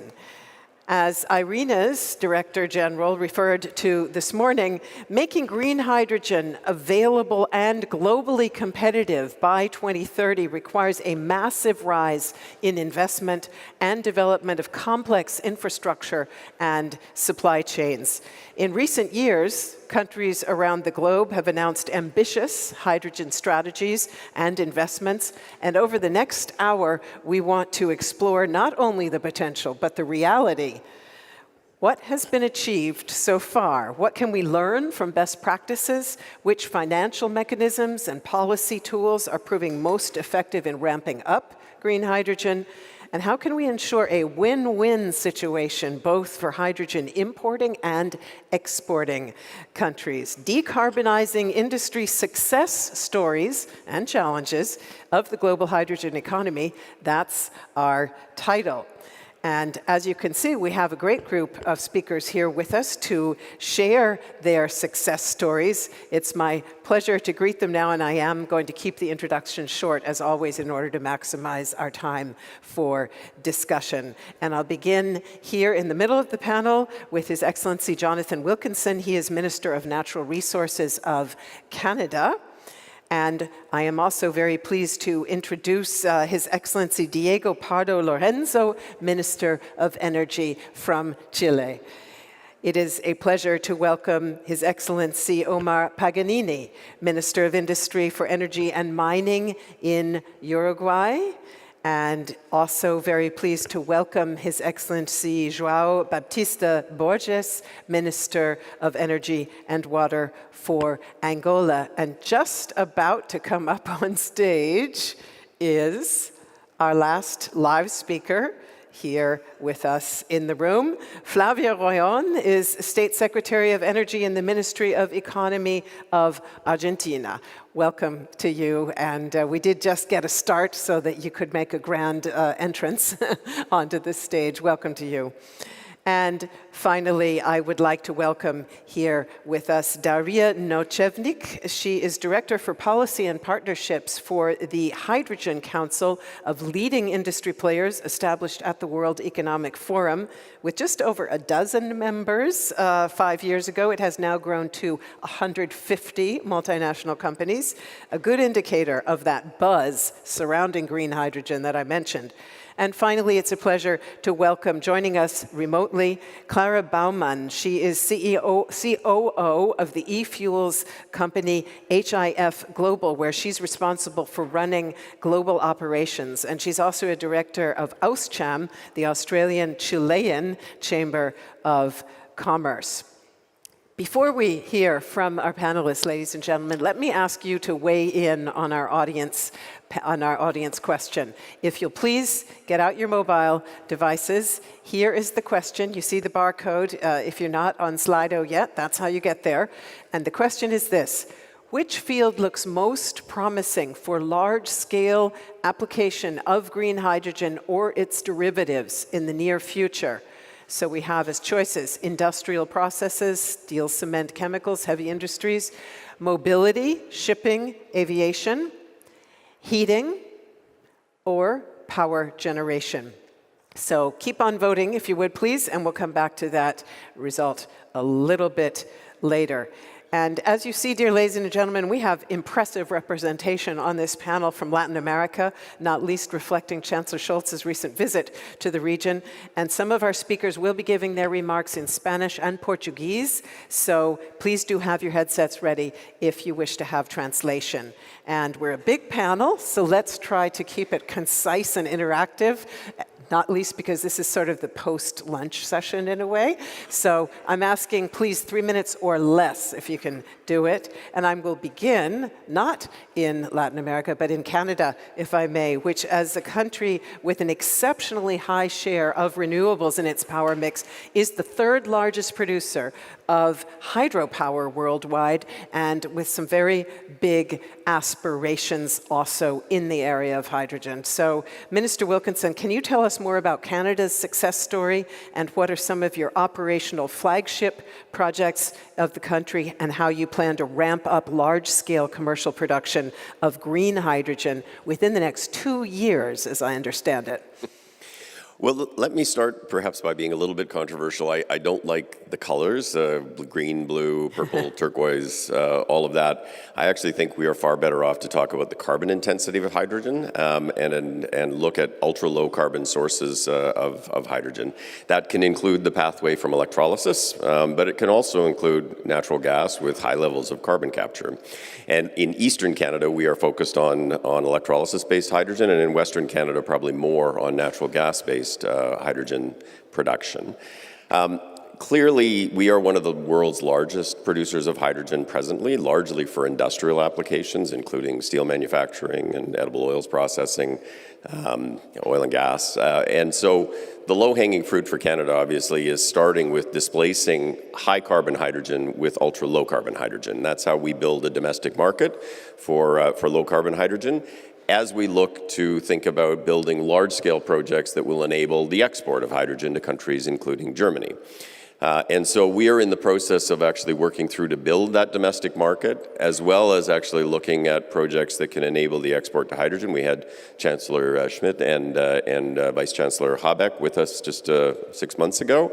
We have a number of large-scale projects on the eastern coast of Canada that are really focused on wind to hydrogen and export to Germany. We have large-scale projects in Western Canada led by Air Products, for example, which are actually focused on the other pathway. But so Canada sees this as an enormous opportunity for us to reduce our carbon footprint within the country, but also to help other countries with respect to reducing their carbon emissions. Thank you very much. And certainly you're not alone with your opening emphasis on do we need to get caught up on colors. So thank you very much for that. Let me go over to Minister Pardo now. And Chile is also aiming high. Your national green hydrogen strategy aspires to produce, quote, the cheapest green hydrogen on the planet by the end of this decade. How far are you in making green hydrogen cost competitive? Thank you. Clara is there. He can tell a little bit more about Clara Bowman is on the screen. She can tell a little bit more about Harvoni, this plant of synthetic fuel that it's in Magallanes, and that it's currently producing synthetic fuels. And of course, the first thing is getting the product ready, and then we can discuss on how to bringing down the costs by scaling up projects. But we're just right now focusing on getting a lot of small-scale projects going. We have Harvoni in Magallanes. We have others. We just recently replaced the diesel in a forklift. In the forklifts that run in a center by logistics center. We are also replacing the diesel in the ventilation of a mining project, and we are the last development we had by the end of the year. We are mixing natural gas and hydrogen with in order to provide residential heating in a small town in the north of Chile. This in particular, Clara will talk more about Harvoni, which is a fantastic project. But this last one, it is also important because it helps us to show real citizens the benefits that we can get from green economy by bringing down the cost of heating. Plenty of more other projects are to come. Right now, we are focusing on these small-scale projects being able to get operational. After that, we will try to find ways of scaling up production and bringing down costs. Thank you very much. Just a quick word, if I may. What would you define as the biggest challenges that you face as you move forward with this aspiration? So we have to find ways in which internal demand complement international demand. So international demand for green hydrogen derivatives is a little bit uncertain today. So I think we all agree that at some point we'll materialize this demand, but it's hard to see right now exactly how and how much. In what dates and how much would everybody different countries on the world will require. So we have a little bigger handle on internal demand. So we're trying to work on internal uses for green hydrogen and derivatives so they can provide a buffer to projects. And this should probably help them to find bankable projects that are being able to look for outside financing. And after we are able to do that, then scaling up is easier. But right now, our focus is try to find ways of make internal demand compatible with the current schedule for international demand. Thank you very much. And interesting that you say that, given the question that I wanted to pose now to Minister Paganini. At last year's Berlin Energy Transition Dialogue, and it's really for you, it's a welcome back, isn't it? Because you spoke here as well last year. You declared that Uruguay is well positioned to export green hydrogen and derivatives to Europe and other continents because of your large share of renewables in your electricity mix, but also because of relatively low domestic energy demand, interestingly enough. Since then, Uruguay has published a green hydrogen roadmap. How much progress have you made in building the groundwork for green hydrogen exports? And what can you share about your lessons learned? Well, thank you very much. Yes, we're doing many things to put this program together. We have launched what is called the H2U program. It's an overall overarching program with Uruguayan hydrogen. Has many components. One is the innovation and research component. In that sense, we made an RFP for pilot projects that is about to be awarded. We also made an agreement with BMBF from Germany for researchers to come and go and to develop capabilities. That's one of the components. The other is H2U Invest. That program is aimed at attracting projects to Uruguay for export, mostly because, as you said, our scale is small to have a competitive project with a big scale that needs exports. That is the main challenge, the egg and chicken paradox, where we need off-taking so that we can make these projects bankable. Happily, we have more than 4 projects on the pipeline, some of them from German companies, that are already in the engineering phase, and they have to decide investment shortly. We hope to have some of these projects confirmed before the end of next year. And of course, they are projects that for Uruguay are big, so they need to bring their own renewable capability. Even though we have nearly 100% green grid, we have to add capabilities, additionality, of course. And we are aiming mostly at biofuels because of the CO2, biogenic CO2 we have in our country, because 20% of our electricity is from biomass. So we have certifiable biogenic CO2, and we can do green methanol, more in the same direction that Chile is doing in the south, while we are aiming at big-time green methanol for Europe, and maybe as a primary source for also SAF. The logistics for methanol is okay. Well, so that the H2U Invest is on just its for feet. the lay people in the audience, sustainable aviation fuel, SAF. We're thinking first of green methanol, then we'll see. But probably SAF could be done in the destination, because of the scale you need. Okay, and so on and so forth. We have also reviewing the institutional framework and the regulatory framework, so that we can accelerate these kind of approvals and permitting for projects. In an integral point of view, there is an inter-institutional workforce working together. Some of them are here. And at the same time, we are exploring the H2U in the offshore. That is a different situation, more aiming at longer term, but ammonia in the Atlantic directly to wind to ammonia. Well, and that is more or less the general progress we've been making. Probably next year we'll have the pilot project already underway. And today we signed an energy partnership with the German government, with Minister Habeck. And this opens a lot of doors about the off-taking and about also the cooperation in technical side. So we are very happy with the progress. Sorry about the long speech, but we think we are doing well. Thank you very much. Let me go to Minister Borges now. And in June 2022, Angola made headlines by announcing that it will start exporting green ammonia next year in 2024. What are the main projects that will enable you to meet that goal? And what positions Angola for upscaling large-scale production and export of green hydrogen and derivatives like green ammonia?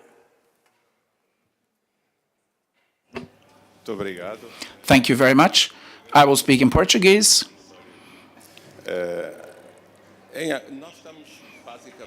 We're basically at a starting point. And of course, we want mostly be able to use our main potential in terms of the energy production, which is basically hydropower, but also we're thinking of growing the production based on solar, and green energies in the energy matrix is around 65%. So we want to use that potential and also the low demand that we have in terms of energy consumption in order to really catch the train of hydrogen. We are right now working on the elaboration of that, which will be the national strategy for hydrogen, which should be approved during this year. And it's true that in 2022, we announced a first project based on a partnership with a German company. Probably it won't be possible to start exporting in 2024, but realistically speaking, 2025, it's possible that we have the beginning of these exports. It's a project with a capacity of about 280,000 tons of ammonium, and it's a project that's very interesting to Angola. Although we are a consumer of hydrogen, potentially, we are going to benefit those that will be its byproducts, especially green ammonia, which is going to create important value chains, reminding you that agriculture is a very important application, and we have a country which is essentially an agricultural country. Thank you. Thank you very much. And let me go on now to Secretary Wayon, if I may. And Patagonia, in the south of your country, is one of the world's windiest places, which makes it, of course, a natural site for large-scale production of green hydrogen. Tell us what your government is doing to boost such production, and in particular, how you're incentivizing investments in that sector and perhaps also in that region.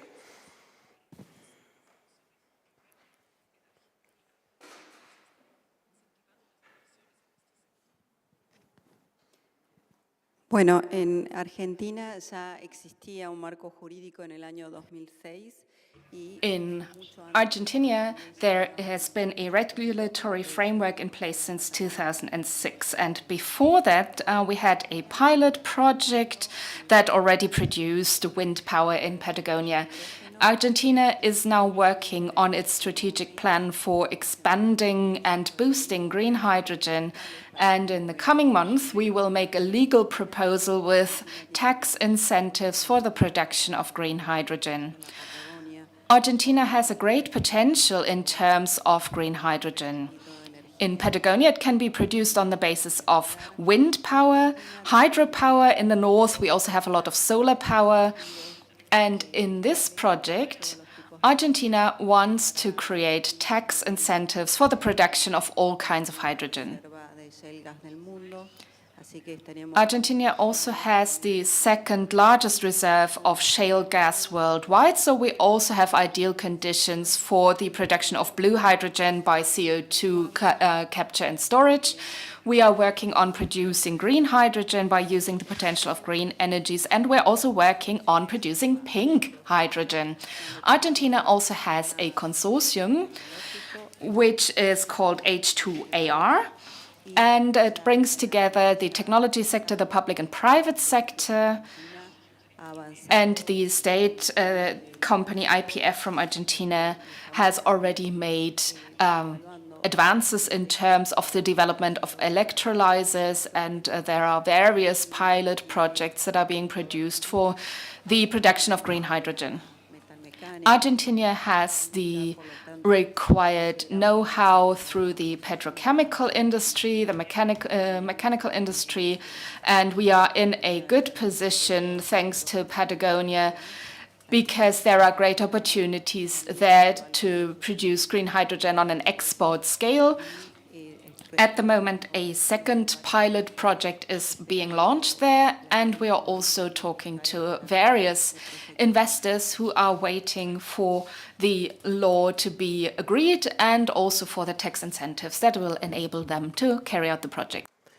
Thank you very much. And I'm going to go to our virtual guest now and then come back to you because you definitely have the overview on all of this, and I have a couple of points from what we've heard that I'd like to pass on to you. But let me go first to Clara Bowman, who is our virtual guest. This past December, it was mentioned by our Chilean minister, your company, together with partners in Europe and backed by the Chilean and German governments, launched its pioneering Haru Oni project, which is the world's first integrated commercial industrial scale hydrogen plant for making synthetic climate neutral fuels.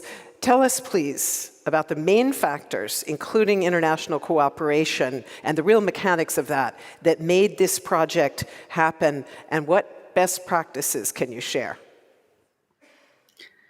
Great, yes. Well, we actually just recently celebrated the first export of a green hydrogen derivative from Latin America to Great Britain last week, which was a few thousand litres of gasoline, which were sent from our production facility in the south of Chile to the United Kingdom. And so I think that that's a great start for what I hope will be an industry that will send not many thousands, but many millions or billions of litres of renewable e-fuel from Latin America around the world. And so when you talk about international cooperation, it's been actually an incredible journey for us in terms of bringing companies from all around the world together to work with us. We have obviously our colleagues and partners at Porsche and Siemens, the German government, the Chilean government, our partners at Enel Green Power, Italians. We have technology from all around the world. Johnson Matthey is the methanol reactor.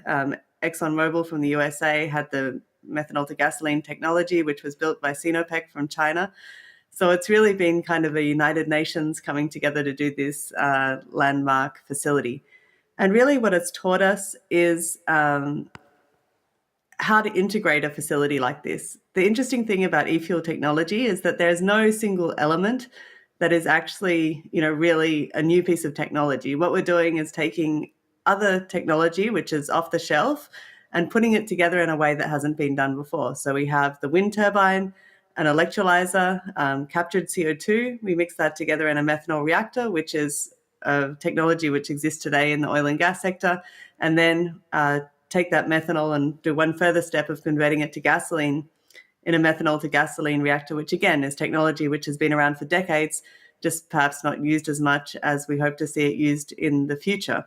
And so what's really new about this plant is taking all of those different elements in the chain, putting them together in an off-grid environment, and learning how those different elements can be optimized to work as efficiently as possible. Thank you very much. And let me go to, is it Daria or Daria? Daria, okay. Let me go to Daria Nacevnik and ask you, because you have a comprehensive overview, I think, of this entire hydrogen value chain and many of the players who are on it somewhere. So when you hear about all these initiatives, all these partnerships, all these compacts, platforms, and so on that are being launched on multinational, European, bilateral, national level, are they really needed and effective in ramping up the market? And would you say they are complementary or are they competitive? Thank you so much. A great question. And I think that indeed we see a number of international cross-border initiatives, both in the form of MOUs and partnership agreements that are being signed between countries, but also between companies. And I think what is really exciting is that we are finally moving from visions and strategies to actual implementation on the ground. And we have heard today about the ambitious implementation actions that are being taken by governments around the world, really. And I would like to also in particular take the opportunity to congratulate Minister Wilkinson and the Canadian government on unveiling the ambitious package of support measures for clean technologies. Just yesterday, the budget was unveiled with some really important support measures foreseen for clean technologies more broadly, but for including hydrogen. And I would also want to take this opportunity to echo some of the the comments that Minister Wilkinson made around colors, we do feel that the use of color code system is perhaps not very helpful because it is critical to ensure that there is transparency on the carbon footprint, and we allow the least carbon-intensive solution to shine and to reveal its carbon benefits and also carbon savings and carbon abatement benefits, and also recognizing that countries across different geographies would want to build on their natural resource and infrastructure endowments, and to maximize these endowments to build the hydrogen economy in a way that would allow them to support their clean energy transition while at the same time providing clean jobs, boosting sustainable economic growth, and ensuring security of supply, supply diversification. I think the exciting thing is that we know that there will be a number of potential new trade routes emerging across geographies, and that will change and improve the diversification of supplies for some of the major demand pool regions, and also unlock new opportunities for the exporters. And I think oftentimes we talk about announcements, and it's true that from the industry side, the pipeline of mature project announcements is growing. We're almost at 1,000 mature project announcements across geographies. But of course, announcements do not equal final investment decisions. Yeah. And while out of this 1,000 projects, approximately 80% of projects could be unlocked, and project developers aim at go live and either full or partial implementation of these projects by 2030. So we could unlock, in principle, over 300 billion in investments by 2030. But some projects will go forward, others will not, and we actually expect natural attrition in projects similar to what we have seen at the inception of the renewable power solutions uptake. So when it comes to wind and solar projects, we saw this natural attrition taking place over time. But the good news is that we have moved from 20 billion in FIDs and final investment decisions in projects to 30 billion in just a year. It used to take us it used to take us 10 years to get to 1 billion. And now we did 10 billion within almost a year. So relative to hydrogen history, what we are witnessing today is unprecedented. And this is a huge step forward. And right now there is an opportunity for governments and industry to really synchronize efforts to push projects ahead and to move from announcements and strategies to real implementation on the ground, and this is exciting. And tell us one more thing before we now take a look at our audience poll. You talked about attrition.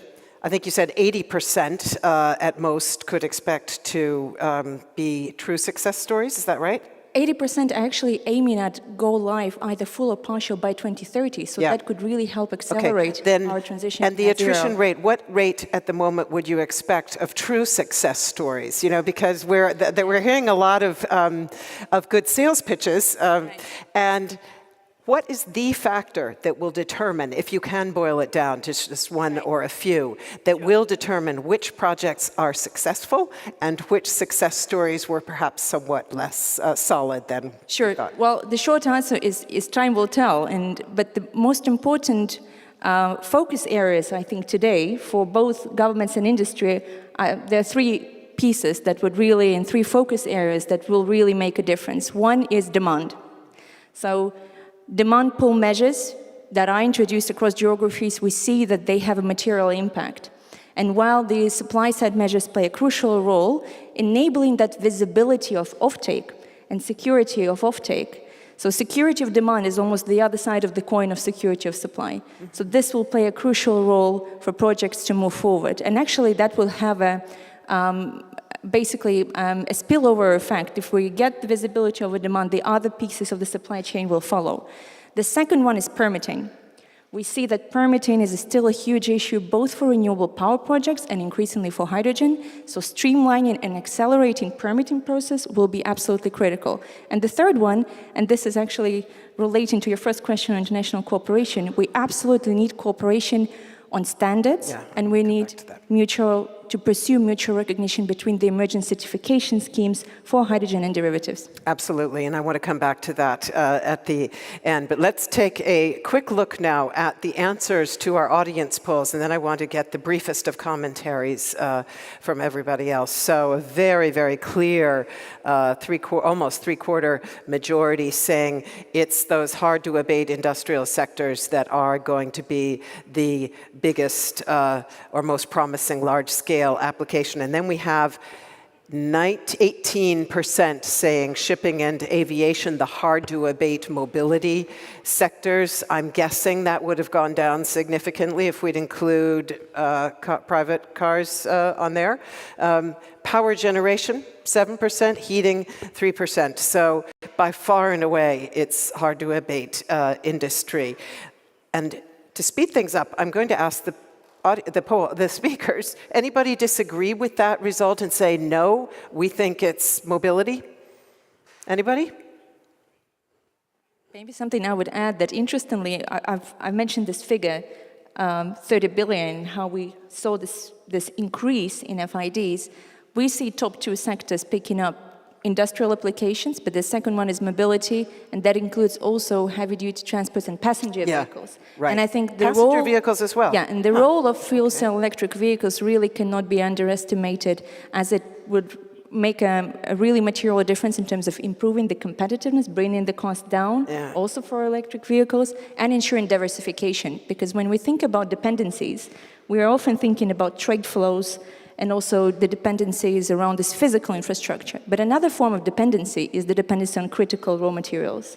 And actually, this is the one that you're able to tackle thanks to the deployment of FCEVs, because the use of critical raw materials is orders of magnitude much less compared to BEVs. So you need both. You need both BEVs and FCEVs to transition in the mobility sector.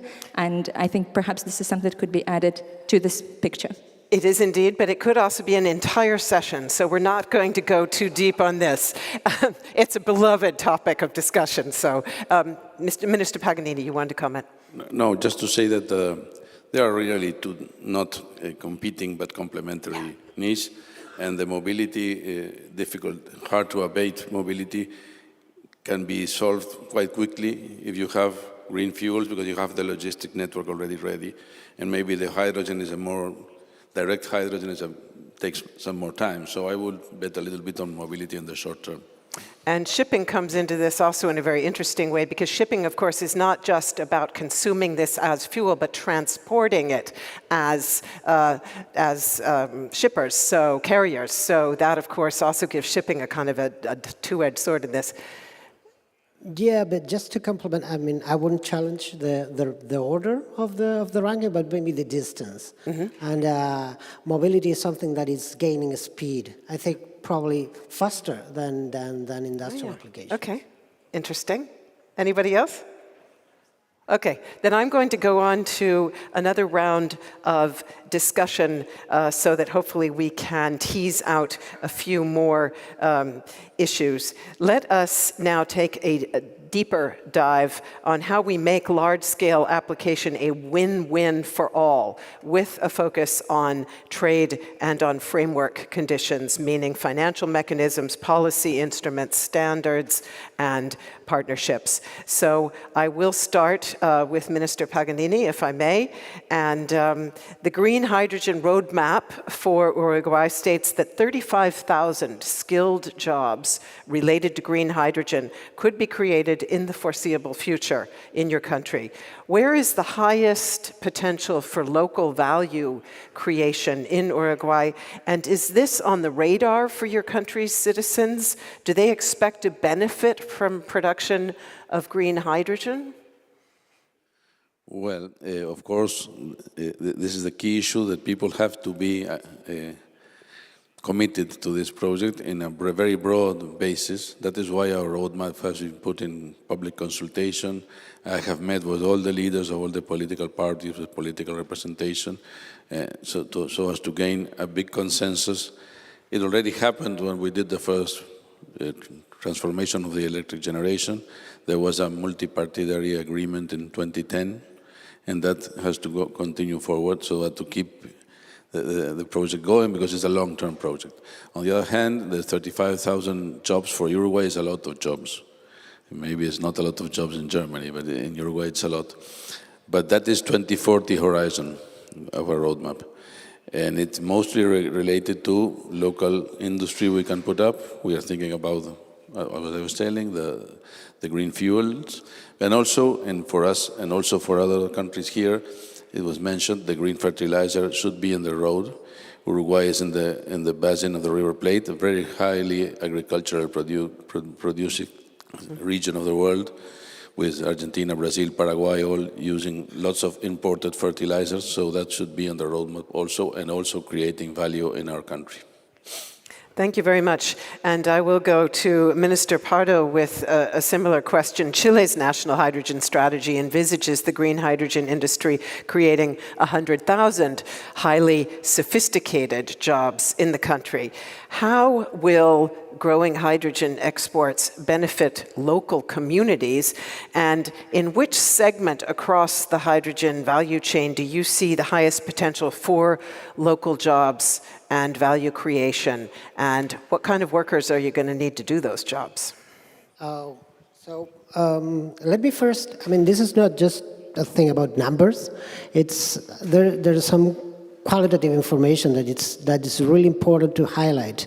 And I would like to steal a story from Clara's project. So one of the chiefs of a laboratory in Harwani used to work in the state-owned oil company.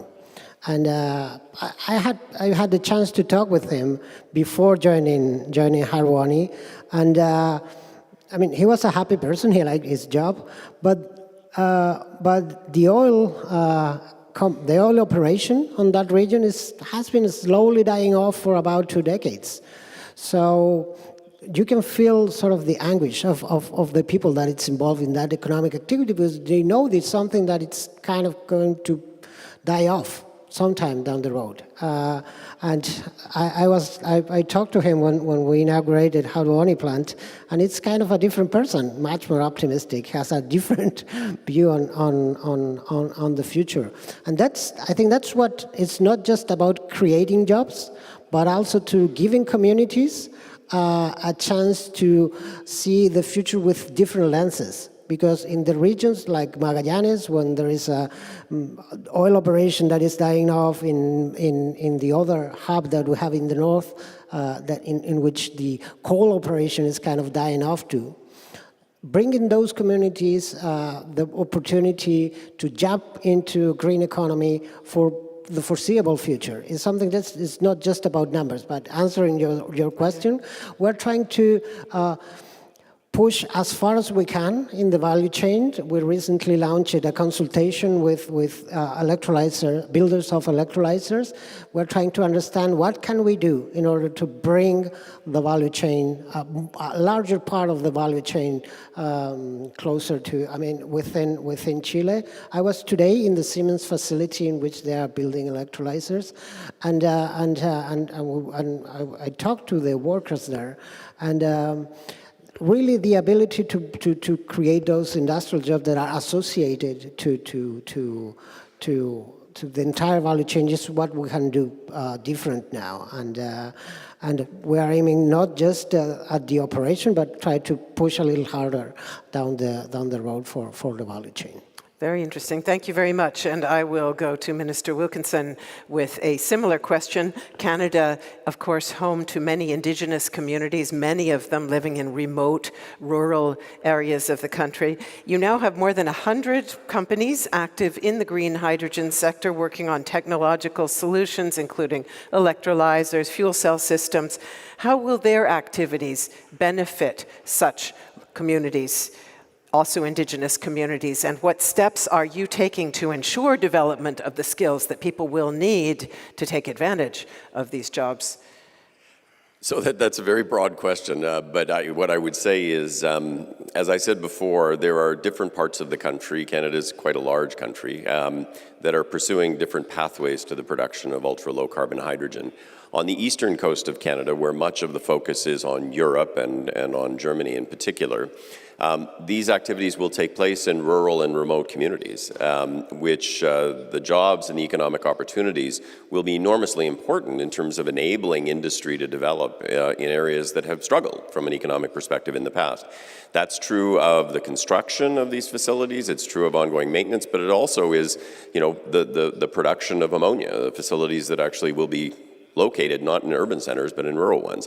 In the West, where we are a major producer of oil and gas at the present time, hydrogen offers a pathway, assuming that you do the appropriate things with respect to reductions of methane in the upstream and carbon capture at high levels in the production, offers a pathway for that area of the country that is going to see changes with respect to the utilization and the combustion of fossil fuels. And so that is another pathway to create jobs and economic opportunity going forward. But I would say that, your point about Indigenous communities is a very important one. In Canada, we are in the process of working through what we call reconciliation with Indigenous communities.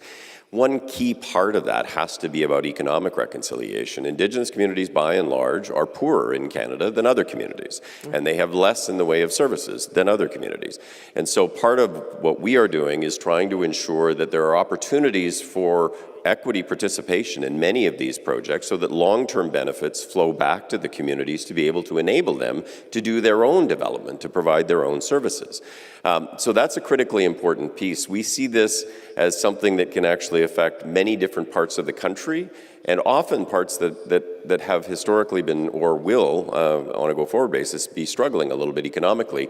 To have those kinds of opportunities, I think our hydrogen roadmap says we will create 350,000 jobs associated with the hydrogen economy. I think it could be larger, but it is confronting the challenge of climate change in a manner that actually can enable countries like Canada and Chile and others to seize the economic opportunities that come from a transition to a low-carbon future.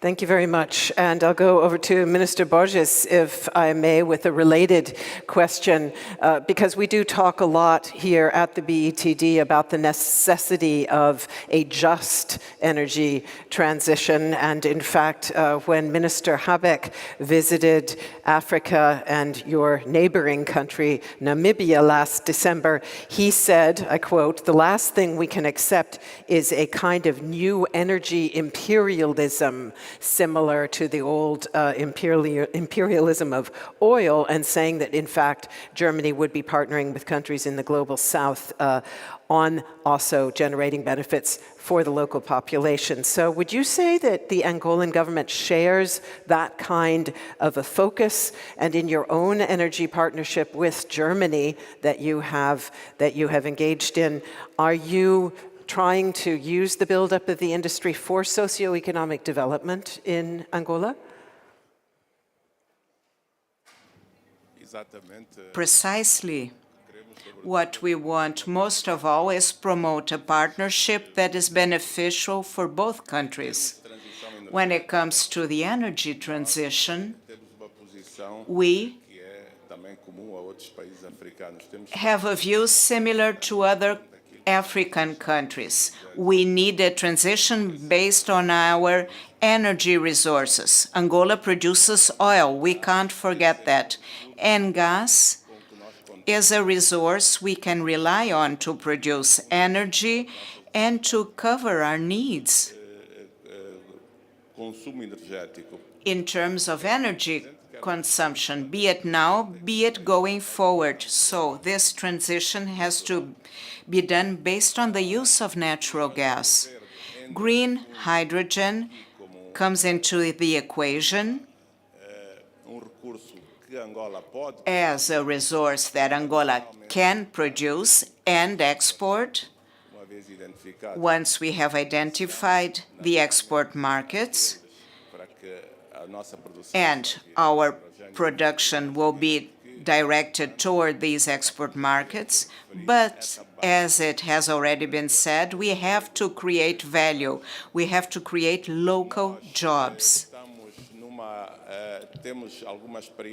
We've gathered experience in terms of producing oil. We've got thousands of workers working in the oil production sector, and with the phasing out of the production of oil in the future, we have to know that we have to transform and convert this labor force,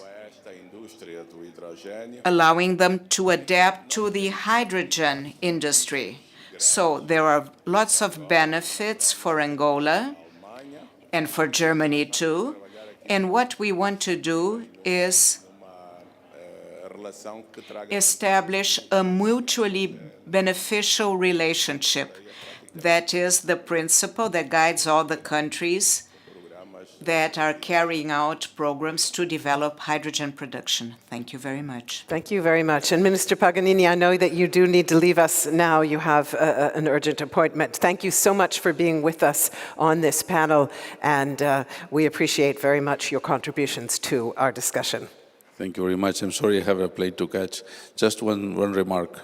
This is a global effort, and the Global South has an opportunity to play a part in the reconfiguration of the energy market and around the world. And I think we have something to provide. So let's work together globally. Thank you very much. Thank you very much. Much appreciated.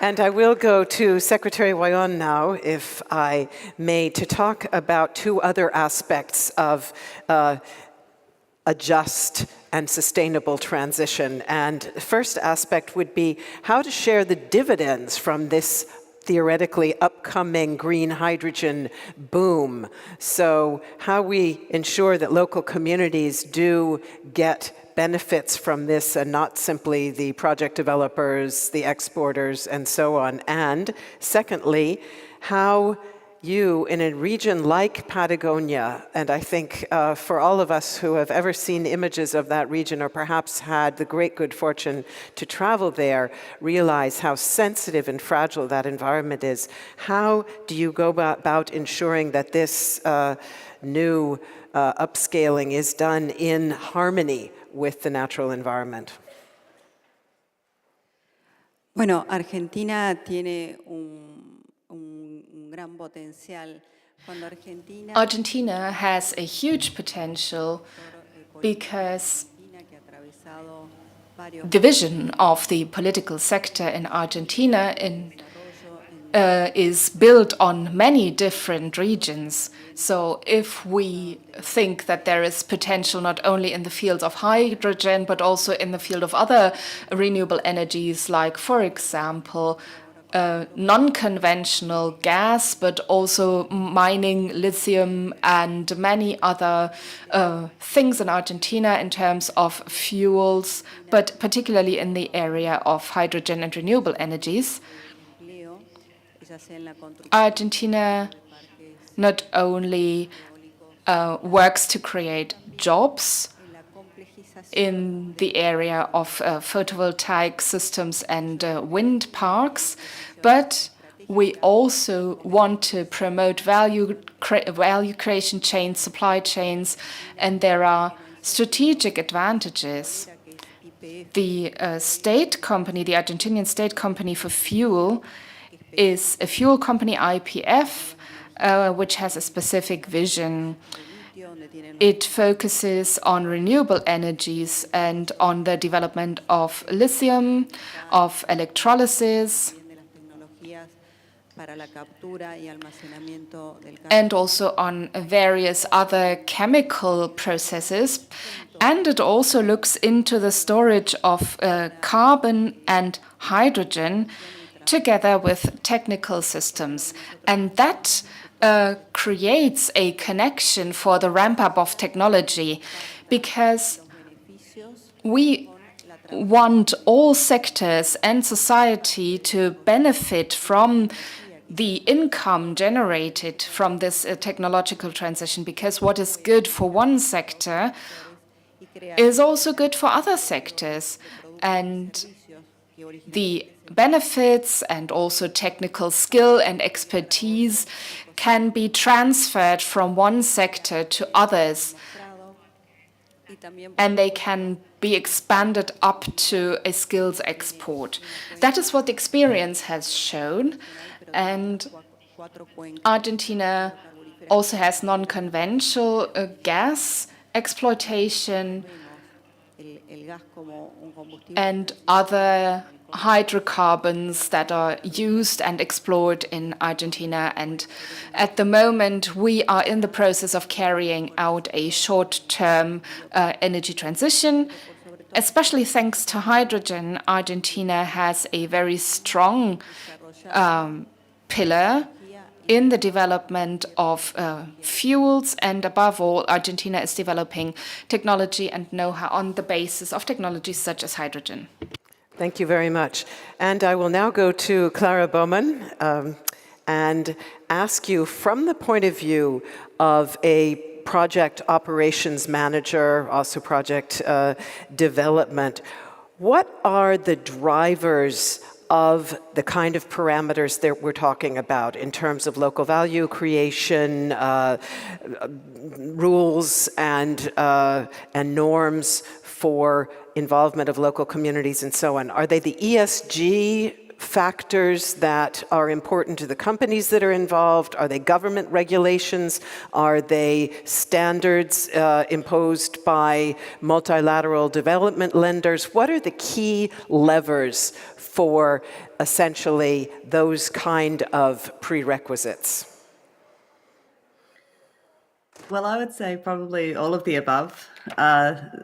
We're producing a product which is a low carbon product, but it also needs to be a sustainable product. And so that means that we really need to engage in a real and sincere way and ask ourselves the question, is what we are doing sustainable? And that's, as a company, something that we've done since the beginning of the development of our projects.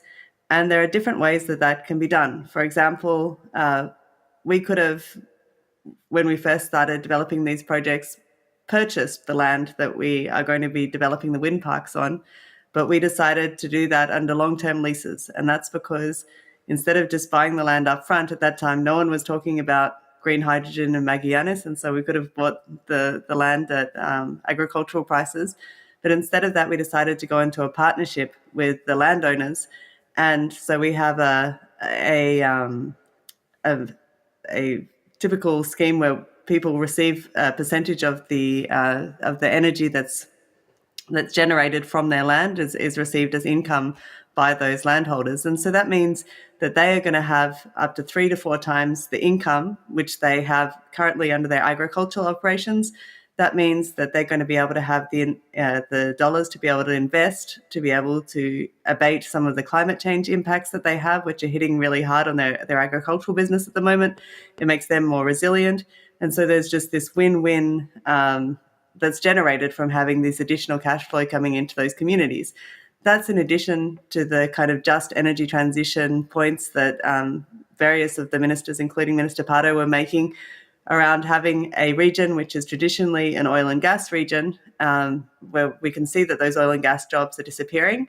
And now we can replace those jobs with jobs in a new sector, which not only is a sector which can continue on almost indefinitely, as we're talking about something that's renewable, it's not something that's going to run out, the wind will keep blowing, but also a sector which is very similar and has a lot of the knowledge base that they have had in the oil and gas. So we're not asking them to go away and learn a completely new trade. What we're asking these people to do, as in the case of Heriberto, our laboratory manager, is to use all of the skills that they've developed through a lifetime of working in oil and gas, but transfer those skills across to doing that for a renewable project producing low carbon fuels. And so that's something that's really exciting for us, not only in Magallanes, but in the other places around the world where we're working. For example, in Texas, we're developing a very large-scale e-fuels facility, and we've had a very similar response from the community there. They're just so excited about being able to work new industry, which uses all of their skills from the oil and gas. Obviously, Texas is an oil and gas location, but in a way that they can see has a future and is sustainable. And so that's, I think, a great element of e-fuels is that kind of social justice, just energy transaction. Thank you very much. And that was my bridge for getting back to certification, Daria Nichevnik. So let me ask you a two-part question, starting with the basic question whether we need a global standard for hydrogen certification in order to maximize opportunities for the green hydrogen economy, and if so, who can and should drive development of that standard?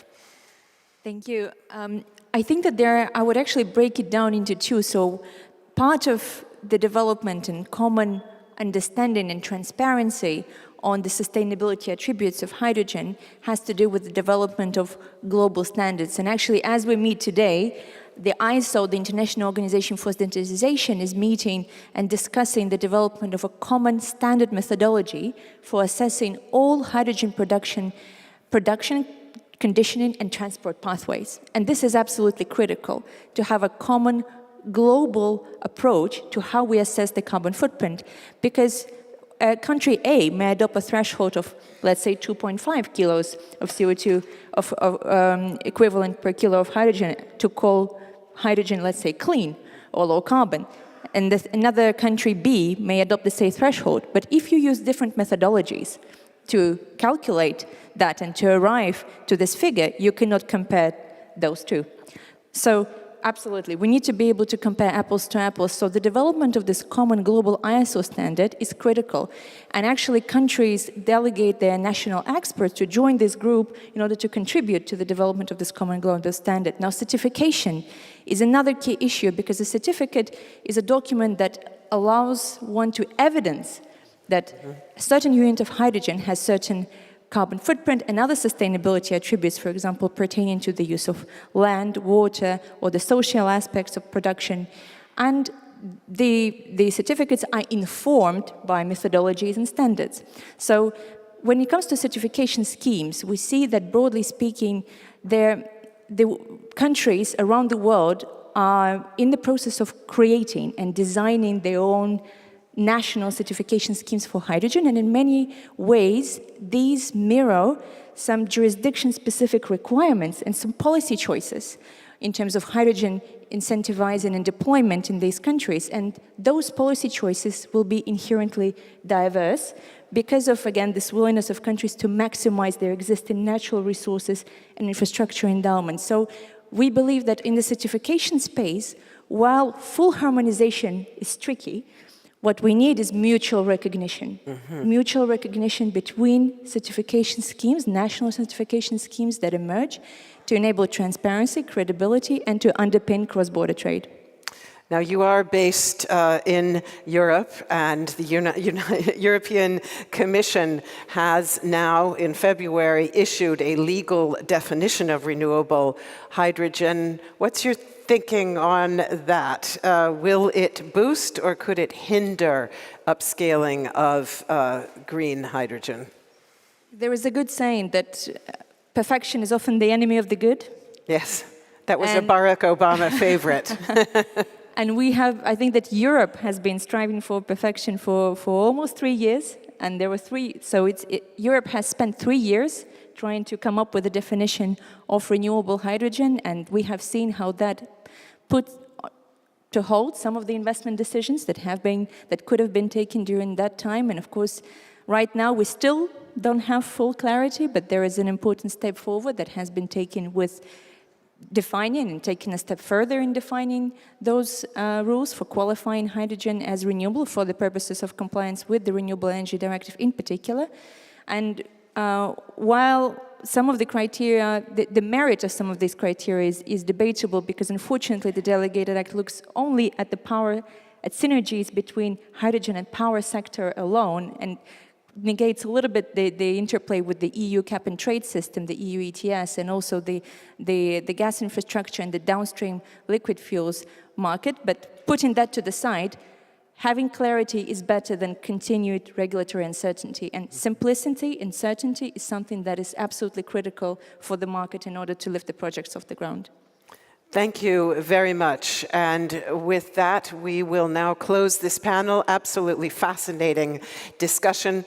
far more concrete and indeed a little bit closer to the sense that this is really now getting off the ground than we have been over the last few years. So many thanks for sharing your success stories and also the prerequisites for making it happen. Let's give them a warm round of applause.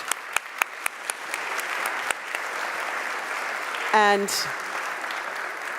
ladies and gentlemen, we do now go to an almost half-hour break. If you want to hear more about hydrogen, please follow our next studio session. It will be taking a deeper dive on the role of finance and R&D.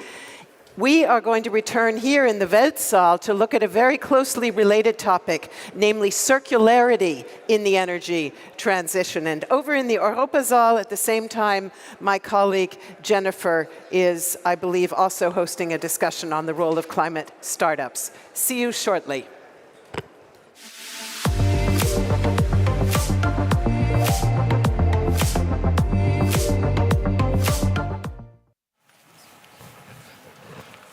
Hey everyone, we are back at the studio sessions of the Berlin Energy Transition Dialogue. If you've watched yesterday, then you know that I mentioned my different national identities. I'm German, Palestinian, Nigerian. We have a Nigerian guest here in this session, but before we do that, we're going to talk about the involvement of Canada and also First Nations, so indigenous groups of this North American state, and how they relate to the global transition to a renewable and more sustainable energy.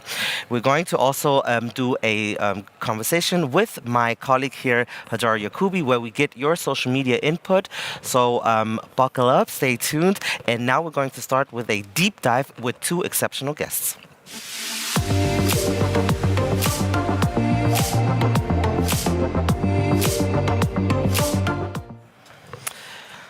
With me in the studio are Trent Vichy, the CEO of Everwind Fuels, and also we have Dr. Ulrike Bayer, the head of the Referenzfabrik H2 Fraunhofer Institute. Thank you so very much for being here.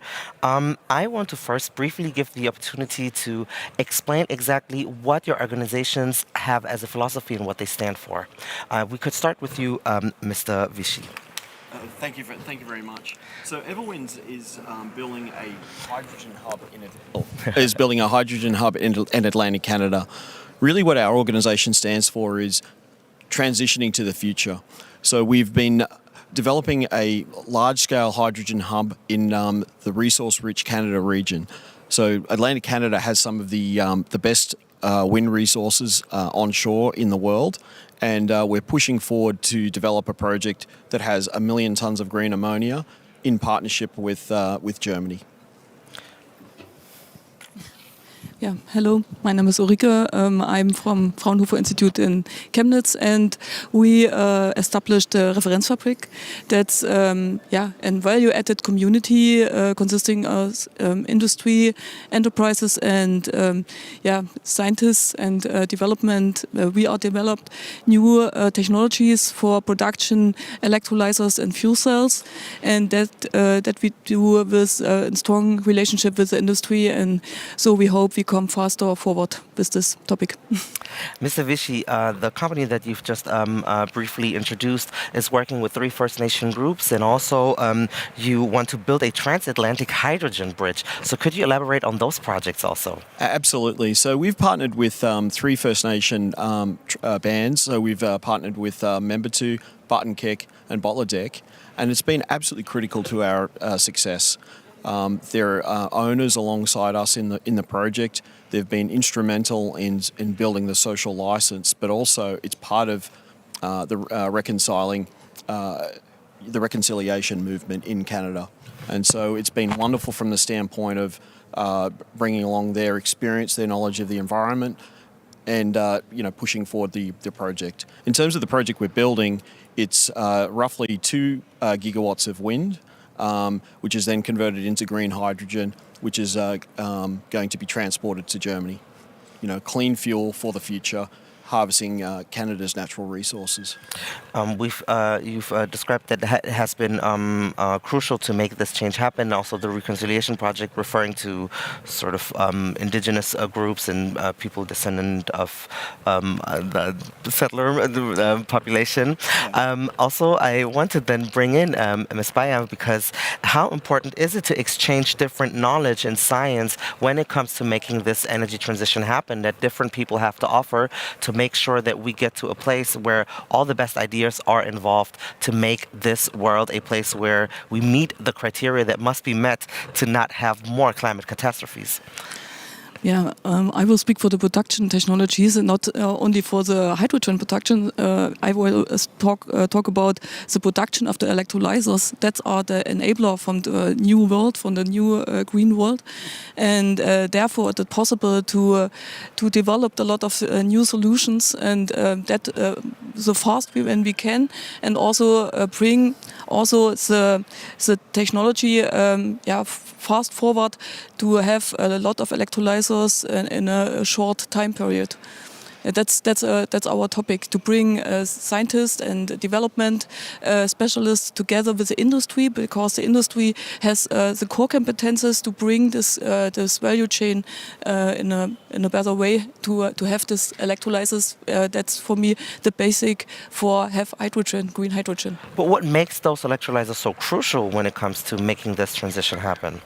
Yeah, the electrolyzers are the main systems to converting the renewable electricity in hydrogen and green hydrogen.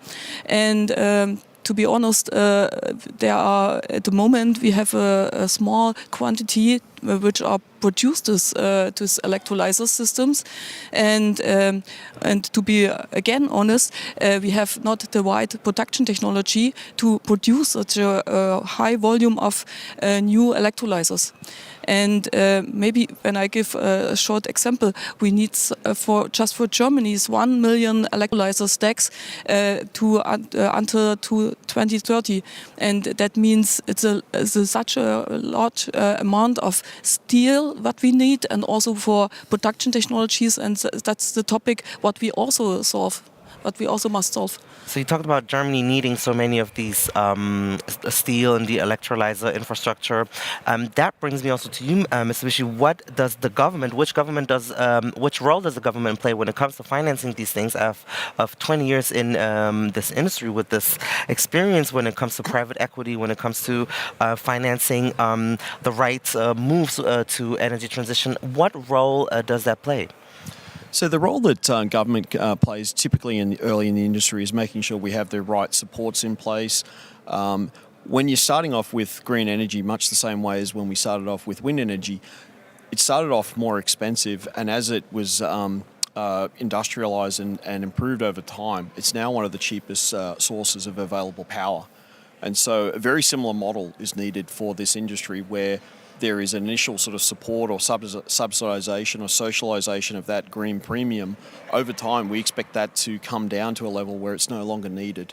So it's really that sort of support to kickstart the industry, have the right supports, social acceptance, the regulatory frameworks. But government plays a critical role in this process. Ms. Bayer, I want to ask you what then lies ahead. So where are we moving forward from this point after having had these conversations? What are the actions that we can actually expect, and what are some of the actions that need to be facilitated to make these things actually viable? Yeah, we talk about the electrolyzers, but we can also talk about the fuel cells. It's also necessary for converting the hydrogen to green energy. That's a lot of also value chain that we have in Germany and also in the rest of the world. I think a lot of enterprises which are produce at the moment automotives maybe or other things that can bring in the core competences in the process chain of production, the hydrogen systems. And that needs a lot of transformation from the production technology, also from the knowledge. I think it's a lot of education necessary to have specialists for produce such critical systems. And also, we need a little bit more speed in the industry that we we invest in this new technology. I think that's maybe another topic, like the whole conference is the most finance topic, but I think it's also in risk topic and also in speed topic. Ms. Vishy, what is the next big milestone to accelerate, to make this thing happen more quickly? So sitting here today, probably the most important thing for us at this stage is finalising contracts to sell the product into the German market. That requires a lot of detailed technical work around shipping, logistics, and then the end user market. And that work is rapidly moving along. We have our environmental approvals to start work. Engineering is progressing at pace. So they're really some of the key things. It's really sort of the customer contracts on the other side that will move this along. I want to both give you the opportunity because in this session we want to talk about decarbonizing the industry and also narrating the success stories of developing a hydrogen economy. So what are some of the aspects maybe that go unnoticed or that are important for people to know when it comes to the actual benefits or the potential in creating this hydrogen economy? So some of the benefits are ultimately hydrogen is made from renewable power, water, and air through processes. It's really around energy stability over time. It's energy sovereignty, and that's a term that was coined by one of our First Nation partners, Rose Paul. But it's really providing sort of that security, sovereignty, and less volatility over time. Because you won't be subject to commodity price fluctuations as you sort of build out this economy. Because it's a resource that is there. Exactly. It's a native It's not resource. quantifiable in that sense, and that makes it more stable. You got it. Is there something you would add to that? Yeah, I think hydrogen has the opportunity to bring together climate protection, also value chain, and also the Energiewende all together. I think it's a great opportunity also for Africa. We have 2 large projects in South Africa, in Cape Town and also in Namibia. There we bring microgrids, that's a combination electrolyzer and fuel cell, in a decentralized electric power generation, and there would, yesterday there was a man who thought, bring the hydrogen to Africa, and we bring the hydrogen to Africa and used it there, and I think that's a good opportunity for Africa to have an important role in the next future. Thank you so much, Dr. Ulrike Bay for Fraunhofer Institute at Trent Vichy for Ever Wind Fuels. It was a great pleasure. Thank you for having been part of the Berlin Energy Transition Dialogue. If hydrogen economy is potentially the best option for Africa as well, we can discuss with a guest who is directly from the most populous country in Africa. Before we do that, we will look at what you guys have to say. And for this, I have the pleasure to introduce my colleague right here at the studio sessions for the Ambassador Dialogue, Hajar Yacoubi.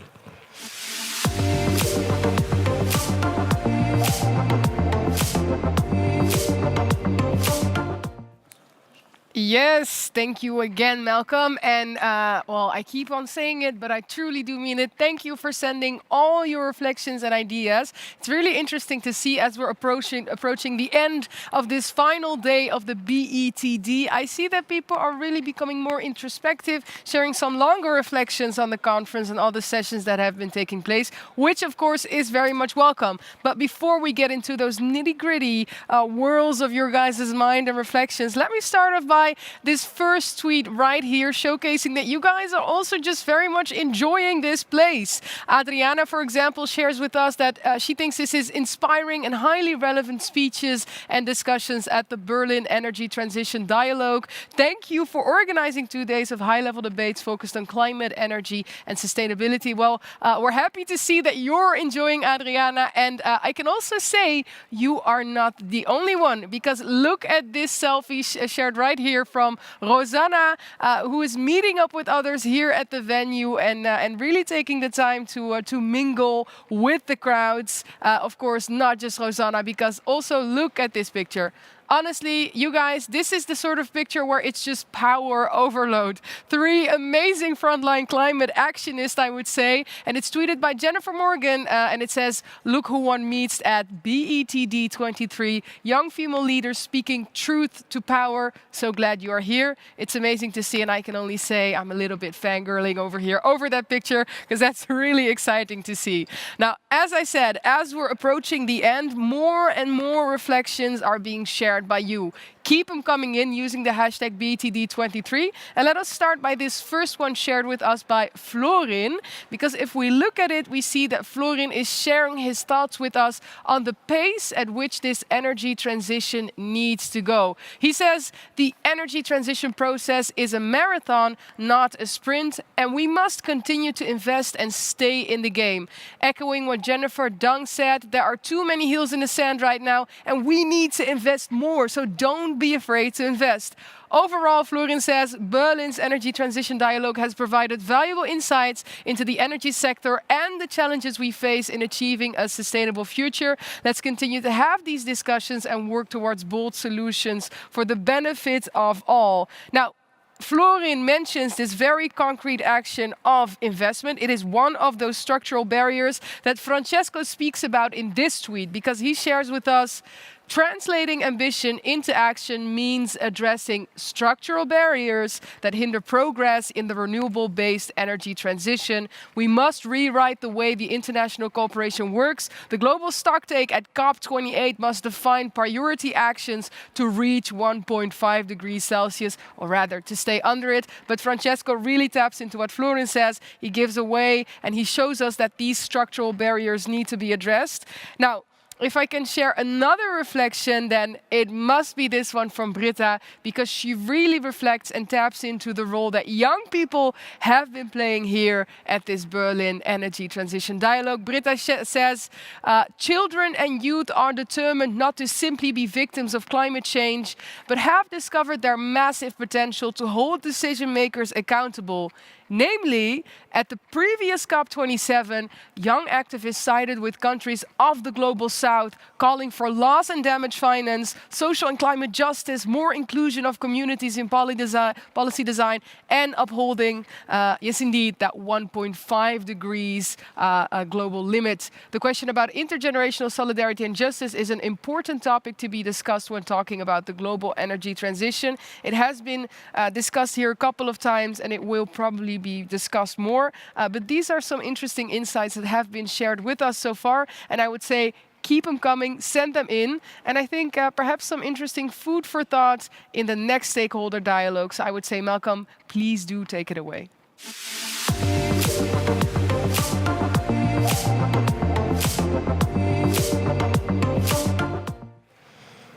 I'm here with Dr. Salisu Dahiru of the National Change Council. He is a scientist, master's degree in cytogenetics and plant breeding, and a PhD in environmental resources from the University of Jos and the University of Nassau, respectively. Thank you so very much for being here and taking the time.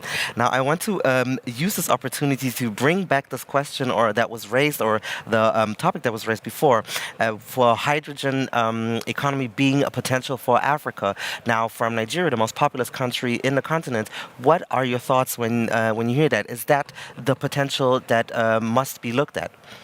Thank you very much. Nigeria, being an oil-producing country, is also one of the countries with the large, gas reserves. We've also put in place an energy transition plan, which is also the first of its kind in Africa, which is very ambitious.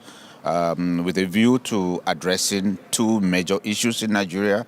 One is the energy hunger or energy poverty, because the population in Nigeria, which is over 200 million, you have just maybe about 40% that have access to energy. And we also need to industrialize. So this energy transition plan is hinged on the use of natural gas as a transition fuel for the time being.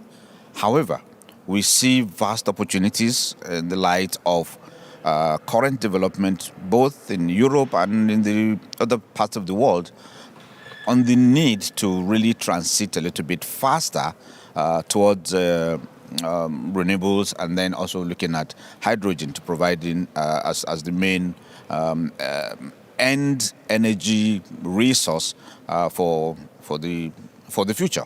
So we are also tagging along and also have arrangements, part of which is the reason why we are attending this particular dialogue, is to explore the opportunities that we can have with the German government and German enterprises and investors and innovators in the area of green hydrogen. Now, what role does the Nigerian government play, though? We've had President Muhammadu Buhari approving a work plan for the National Council on Climate Change a few weeks ago, which you are working for. And what are the key actions you are taking to ensure that Nigeria meets the goals of reducing the greenhouse emissions by 45%, which was the goal, by 2030? So what is the role of Nigeria in this conversation? Okay, quickly on that. Actually, it's reducing it by 47% because it has been updated in 2021. Yes, Nigeria is so complex, very large, and one of the countries in the world that is blessed with all the 5 eco-climatic zones. Down south, we have the rainforests, we have the mangroves followed by the rainforest, and then somewhere around the middle, you have the Guinea savanna, and then towards the end, you have the Sahel, and we also have the desert. So our climate change response is so unique that we need to have a response that addresses the peculiarity of the country. And therefore, the need to have a centralized organ that is going to be providing leadership as well as the right decision-making apparatus is also established. So the National Council on Climate Change was put in place as a result of an act of the Parliament through the passage of a law known as the Climate Change Act 2021, which the President approved. So the establishment of the National Council is actually in response or an implementation of that particular act. And it places emphasis now on one, central coordination, and then also making it situated within the presidency so that it gets the necessary executive powers as well as the legal framework to be able to be all-encompassing, particularly looking at the fact that the Energy Transition Plan, which is one of our major pathways leading to us meeting our net zero target of 2060, is to be driven by the private sector. And then without an ideal legal framework that governs the infrastructure and also the modalities and the regulations, then we'll not be able to advance. So that's where we are as far as the ETP and then the response to climate change is happening in Nigeria. Could you outline a concrete action that you have to make this happen? Okay. With a new organization that is established in a country like Nigeria, which is developing, so not yet on the same level with, say, Germany, you have to go through some cycles, beginning with some teething problems. So stage one, the action that we've put in place are divided into 2 subgroups. One, to quickly institutionalize and make the council operational and functional. And then to look at what are those provisions that are contained in the Act which have mandated the council to implement on a day-to-day basis and for which the council is going to be held accountable. One, it is the development of a 5-year cycle of climate change action plan for the country. 2, we establish a carbon budget for the country that tends to identify all the sources of emissions and also identify the potential sinks where this have to be done. And then to have in place a framework for carbon trading or emissions trading in the country that will harness these projects and the potential carbon emissions reduction certificates that will be associated with this project for the carbon trading, and then to also have in place a carbon tax system, which is also an aspect of this implementation arrangement. But particularly, more important is the implementation of the energy transition plan, which cuts across various strata of government, various MDAs, and also the different levels, whether it is federal, state, or the local government. You just said that Nigeria is not a country like Germany, which brings me to the next question. In 2021, in the capital of Abuja, Nigeria, the German-Nigerian Hydrogen Office was established. Goal was to explore more of the opportunities within a global hydrogen economy. I want to know, especially because we've been talking about this eye-level cooperation, how does this play into the outlook of the production of green hydrogen in Nigeria in combination with this cooperation with the state of Germany, which you said is different than Nigeria? Thank you very much. In fact, one of the other major objective and reason for us to attend this dialogue is to not only participate and listen to other discussions, but to hold bilaterals with the high-level German government officials, and our delegation is also led by the Minister for Power. And we're able to have very robust discussions this morning with the Minister of State, Jennifer Morgan, which also dwelt heavily on the German-Nigerian cooperation for the green hydrogen. We also had opportunities to interface with various German enterprises under the leadership of one entity called Atmosphere, which is here in Germany, that has invented a Save 80 fuel-efficient cook stove, because for Nigeria, a lot of the emissions, apart from the industrial sector, also comes from home cooking as well as energy consumption in the homes. And we felt that because this cooking is also relying heavily on wood-based energy sources, whether in the form of firewood or charcoal, or even to a large extent some of the associated biomass that we are getting from the forest, and has led to a situation whereby Nigeria happens to be one of the countries with the highest deforestation rates in the world. And so addressing climate change for Nigeria will definitely hinge on the kind of support and collaboration that we'll be getting from our partnership with Germany, both at the governmental level and also at the private sector level. When you say robust in the conversation, what does that mean? Sorry?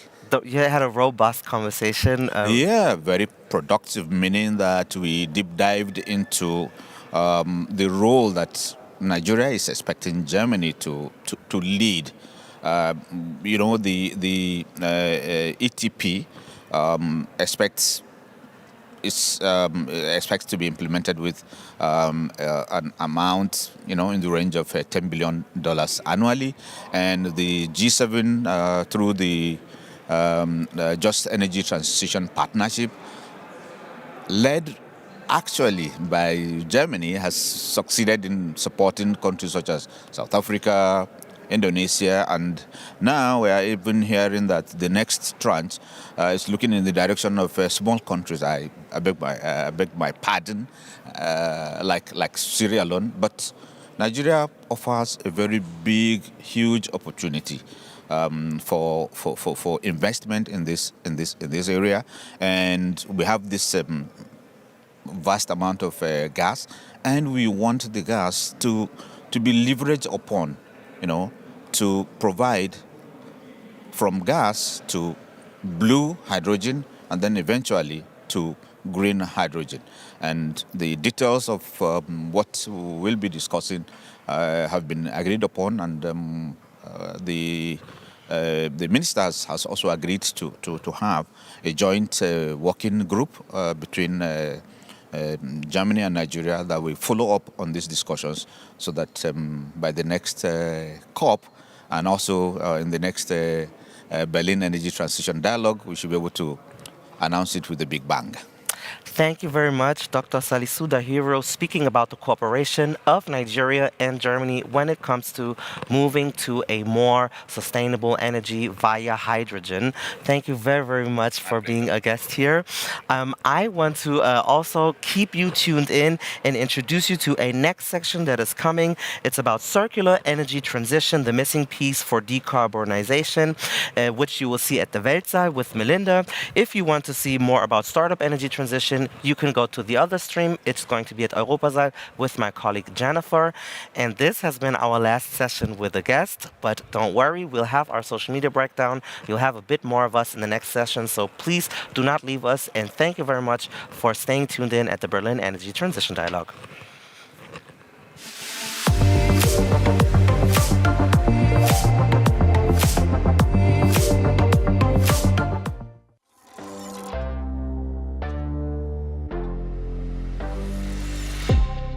To reach net zero, countries around the globe are massively scaling up renewable energy technologies.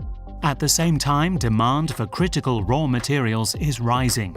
We need to maximize resource efficiency and move towards a circular economy, the missing piece for decarbonization. How can we create sustainable global supply chains for critical raw materials, and how can we decarbonize by fostering resource efficiency and circularity?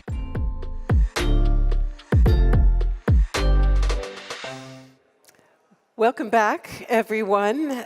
It is great to have you with us, both here in the room and online. In the room, we're a little thin at the moment. This is one of those things, as the day gets longer, people tend to spend ever longer at the coffee and tea bars, but hopefully they will be rejoining us, and certainly we're very glad to have our online audience with us. Thank you so much to all of you out there. And this is our final Weltsaal panel at BETD 2023. And we've heard a lot over the past few days about the massive renewable ramp-up that's coming. And that is very good news, of course. Yet new installations ultimately also mean new waste. And to cite just one study by IRENA, by the International Renewable Energy Agency, we are likely to see worldwide solar PV waste go from 4 million tons in 2030 to 50 times that amount by 2050. In fact, in less than 20 years, annual solar PV waste will exceed new installations. That may sound like not so good news, but it can be, actually, because the potential value of these materials, if recycled, is enormous. $8.8 billion US, according to that IRENA study. And the materials we're talking about include critical minerals, some of which are scarce or concentrated in one place. Which means that integrating circularity into the energy transition can help promote not only environmental sustainability and social justice, as we have also been talking about in many of our panels, but also energy security for resource-scarce regions. Yet so far, very few countries and regions have put a circularity framework in place. In this panel, entitled Circular Energy Transition, the missing piece for decarbonization, we're going to be asking, how can we make sure that global supply chains for critical raw materials are designed in a circular, sustainable, socially just way? What policies and technologies can ensure resource efficiency and circularity in the clean energy transition? And it is a great pleasure to introduce the very high-ranking and outstanding speakers who will explore those issues with us. As always, I will keep it short to maximize our time for discussion. And Anne-Marie Kemmel is State Secretary to Finland's Minister of Economic Affairs and Employment, and also State Secretary in the Finnish Ministry of Agriculture and Forestry. Yves Kitumba Lubada is Director of the Cabinet at the Ministry of Environment and Sustainable Development in the Democratic Republic of the Congo, and he will be speaking French later on in our discussion. And so if you want a translation, ladies and gentlemen, please do use our headsets. I am also very pleased to welcome Jaime Loyo Kwong. He is Vice Minister of Electricity for Peru. Welcome to you. And I am very pleased that to my left is seated Rahmat Kaimuddin. He is Deputy Minister of the Coordinating Ministry for Maritime Affairs and Investment of Indonesia and lead for the Indonesian Just Energy Transition Partnership, which we have been talking about quite a bit over the course of the last 2 days. And finally, a pleasure to welcome Inge Hofkens. She is Chief Operating Officer Multi-Metal Recycling at the global metals supplier Aurubis AG, which is also one of the world's largest copper recyclers. And finally, and we see her there on the screen, it is a pleasure to have with us, joining us remotely, Manfele Ramfele. She is co-president of the Club of Rome, which many of you will know was the publisher of the Limits to Growth report in 1972. She is also co-founder of Reimagine SA and chair of the Tutu IP Trust. It's really wonderful that you could be with us, co-president Ramfele. And as always, dear ladies and gentlemen, we want to sample the wisdom of the crowd in this final panel. So please answer our multiple choice question on Slido, and we will get it up on the screen in just a moment. And our question is, what is the most effective measure to use the Earth's limited resources in a sustainable manner? And our first choice is incentivize and implement circular economy practices in business and industry. Second choice, raise consumer awareness to reduce consumption. Third choice, foster localized and circular supply chains wherever possible. And we'll let everybody continue voting on that for a while and then come back to take a look at the result a little bit later on.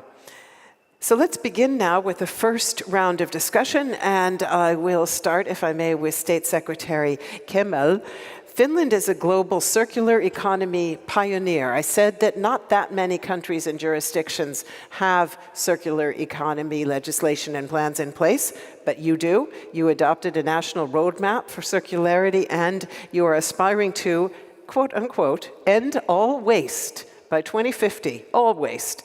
What can we learn from you? Can you share some of your best practices? It's on. Okay, it's very, very honored to be here and with that excellent panel here today. So thank you for having me here. And as you said at first, it's a very complex question when we are talking about raw materials and green transition and circularity, circular economy. And I think that we need some kind of common approach. We can't just rely on one thing. I think that most important thing is that we have a strategic target, strategic aim. And I think that as Finland is a very small country, as you well know, it's very important that you have common approach, cooperation between government and industries. And of course, after setting that very even ambitious targets, strategic targets, you have to have carrot and stick also.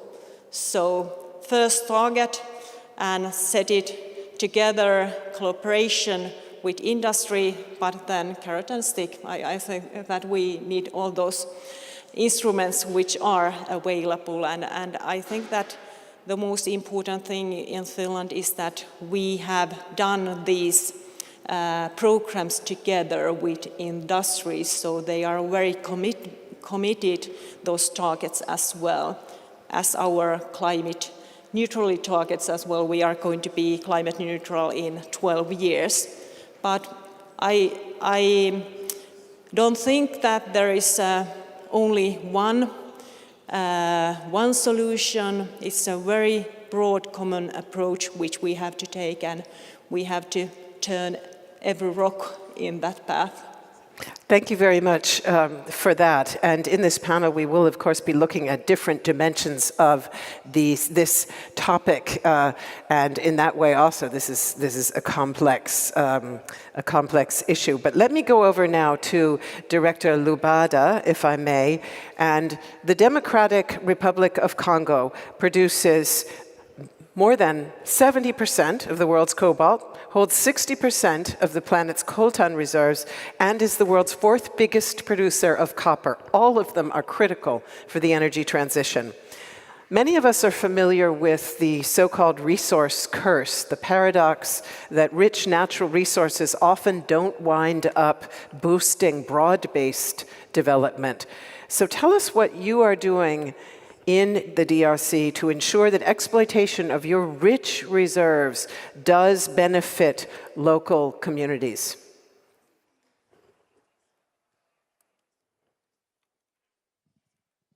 Merci beaucoup pour la question. D'abord, le gouvernement de la République démocratique que je représente remercie la République fédérale d'Allemagne à travers le So, thank you very much.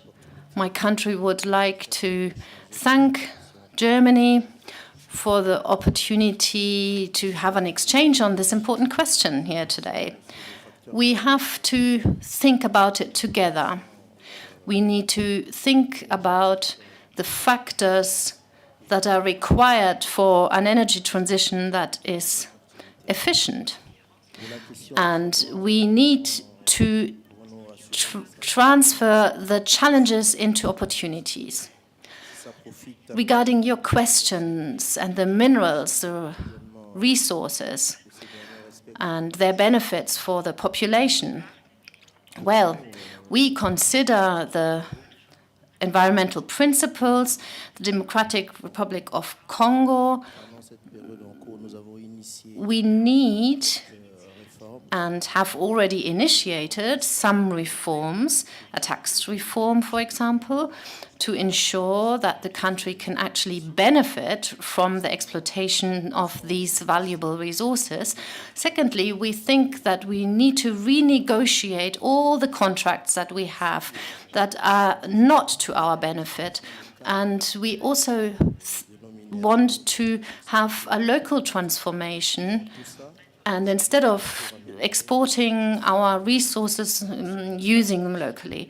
And it's about a better distribution of the profits.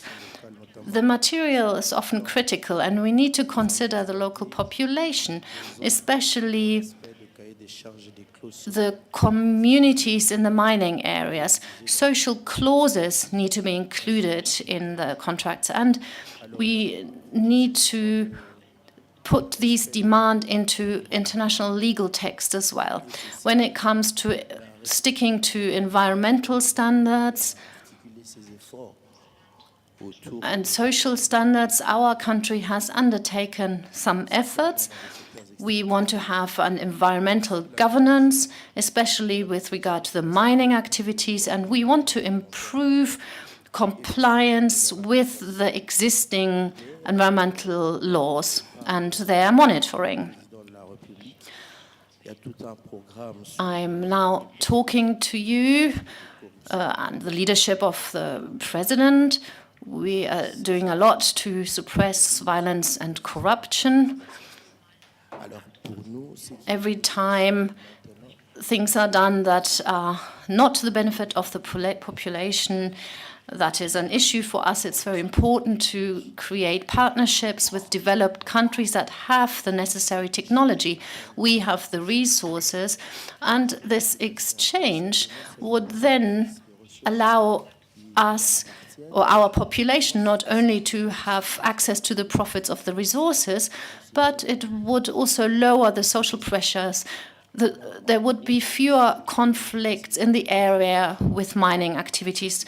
So the big motto, if I'm trying to answer to that question, is that's the big picture. But for us, the most important thing is to have balanced partnerships. Later on as well. Let me go now to Vice Minister Liu Kwong, Peru is the second largest producer, exporter of copper in the world, and copper, of course, is often termed the metal for electrification. How do you see Peru's role in global supply chains for critical raw materials and minerals, and how are you endeavoring to ensure that these supply chains are environmentally and socially sustainable?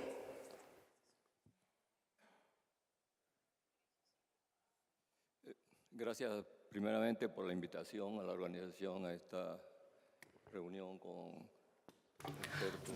Thank you very much for the invitation to this panel discussion with the colleagues and the experts from the energy sector.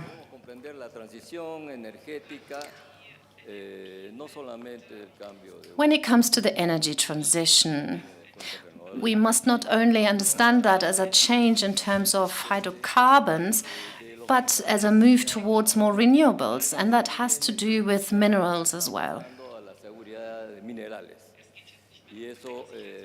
So it's not only about energy security, but about mineral security too, and it's really important to consider that as part of the energy transition.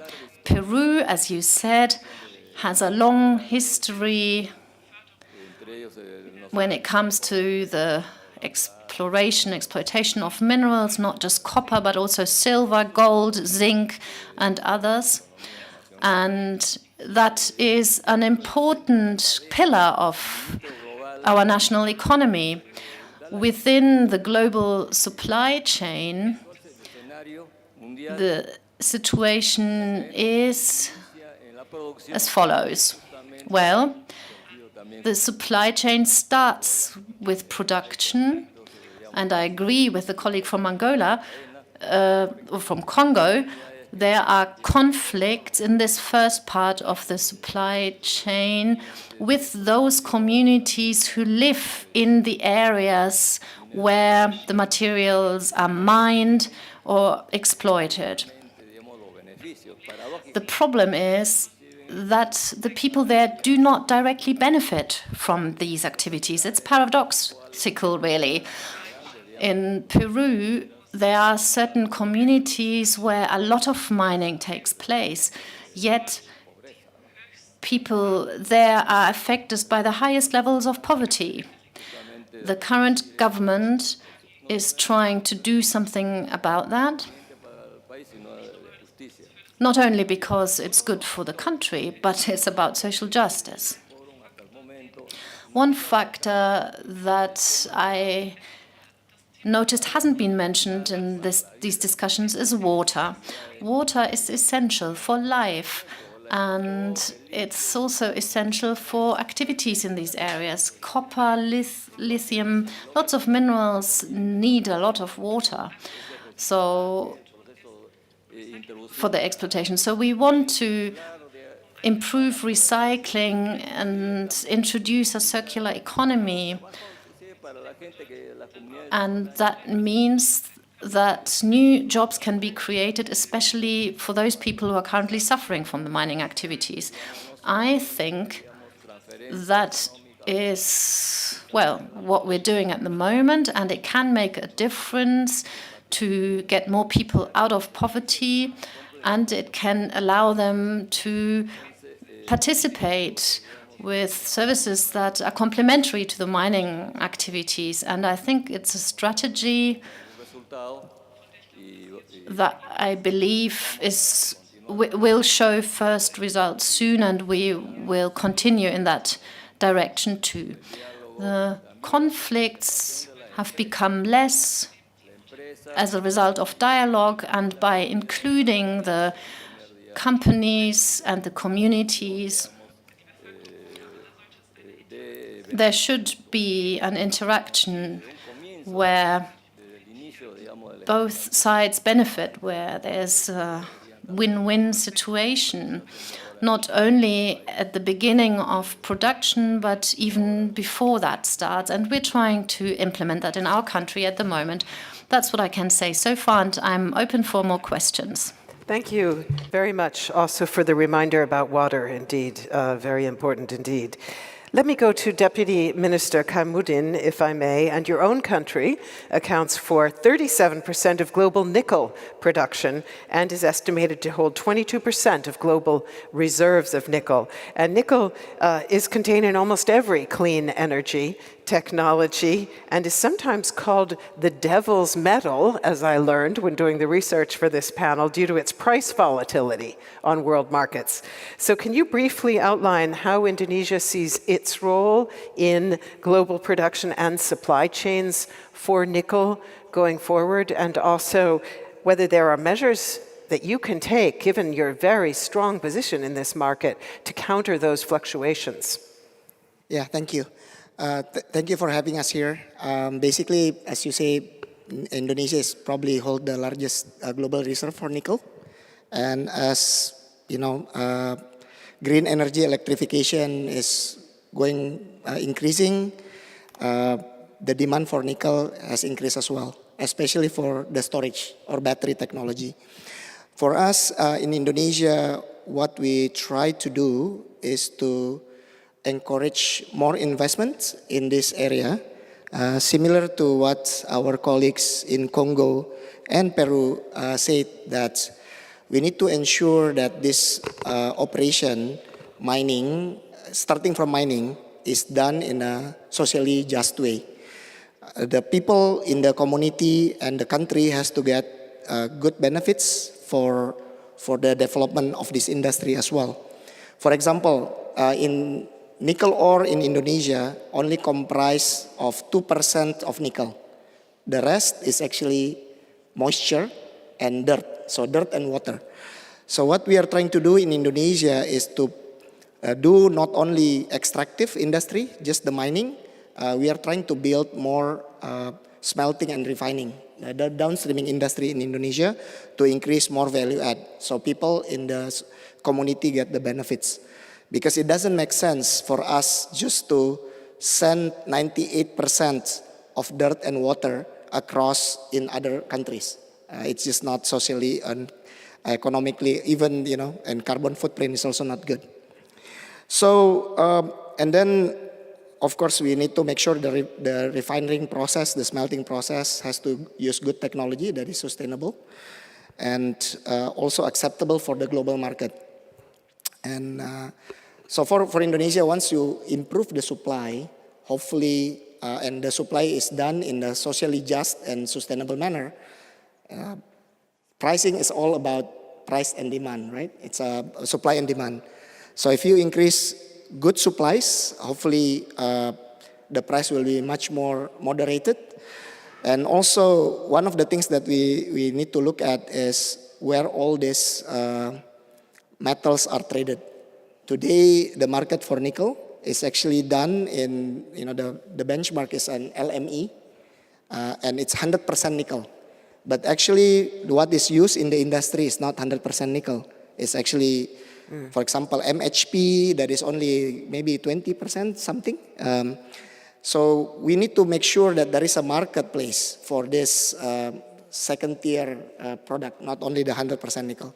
So that's something that we have tried to think about, and we also invited people, let's say in Europe, to create the market for this type of commodities moving forward. Thank you. Thank you very much. And as I mentioned, Ms. Hofkens, Arubis is, as I understand it, not only a metal recycler, but also a metal supplier. So in your work with producing countries, to what degree do you see now a change toward more awareness of environmental and social sustainability? And how can you as a company help to drive that, if at all? Thank you so much, and thank you also for having us. Indeed, Arubis is a copper producer, which is processing, on the one hand, copper concentrates, about 2.4 million tons per year, and on the other side, we do also recycling at about 100 million tons per year. That brings us in the total copper production that we do up to a percentage of about 45% of the recycling part in our total copper produced. as you mentioned, we are not just active in recycling only, but also in the primary sourcing.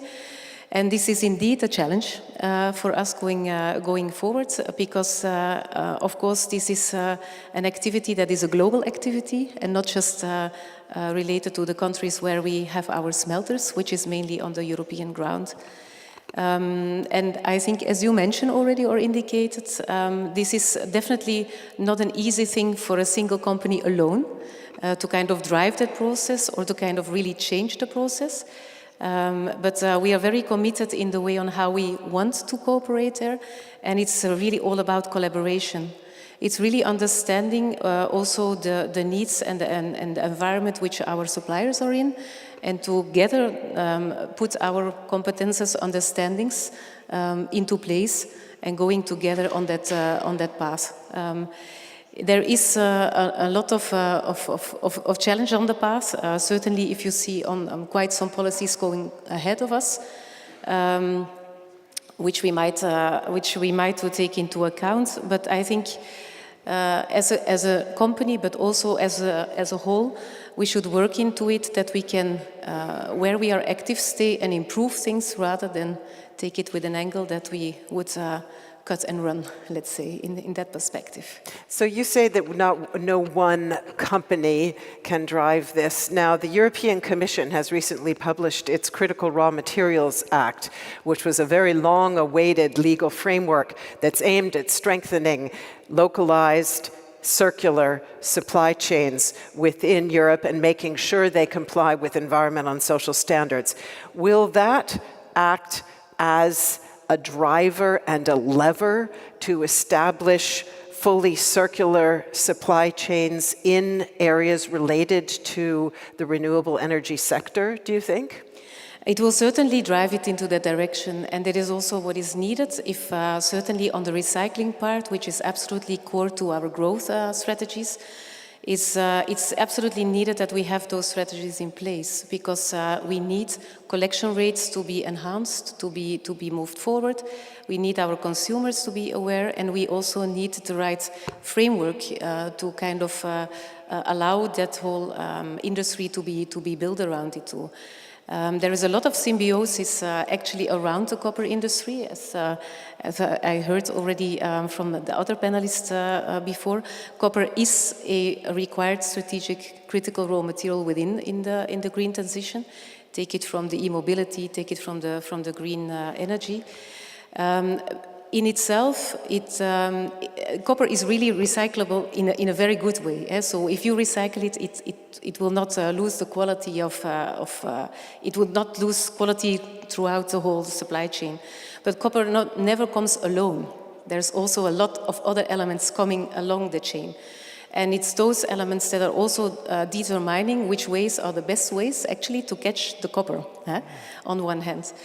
On the other hand, I think copper is also benchmarked on a global market. It is having a copper price, which is priced for on a global scale. But all the rest of the costs and the potential we have behind is very much linked to local activities and local dynamics. And that is really a challenge that we see. And in order to get that crossed, I think we have seen energy prices exploding over the last year and a half. In order to make all those recycling technologies possible and feasible and to have it pushed in the right direction, we need access to affordable and green energy. And that just does not go from overnight. And we are going to come back to the recycling and circularity piece of this in a moment. But let me go now to Dr. Mamphela Ramphele, and thank you for waiting very patiently there. 50 years after the limits to growth, it is clear how foresighted the warning of planetary exhaustion was back then. The Club of Rome marked the half-century anniversary of that report with a new report that outlines solutions we can take now to ensure a livable green future for all. How does circularity figure into that? Thank you very much for having me. Circularity has to be looked at in broader terms than just the individual minerals that my panel colleagues have been talking about. Circularity requires a mindset that understands the interconnectedness and interrelationships between what we do in terms of sourcing materials, including water, and I'm glad that someone raised the issue of water because I have just come back from the UN where we presented a report about water as a global common good that needs to be managed and governed collectively for the benefit of all, because without water we cannot live. Many of the materials we are talking about, the minerals and the pollutions that they cause or that are around their production, whether secondary or primary, are implicated in the issue of water. Water is a common need for all of life.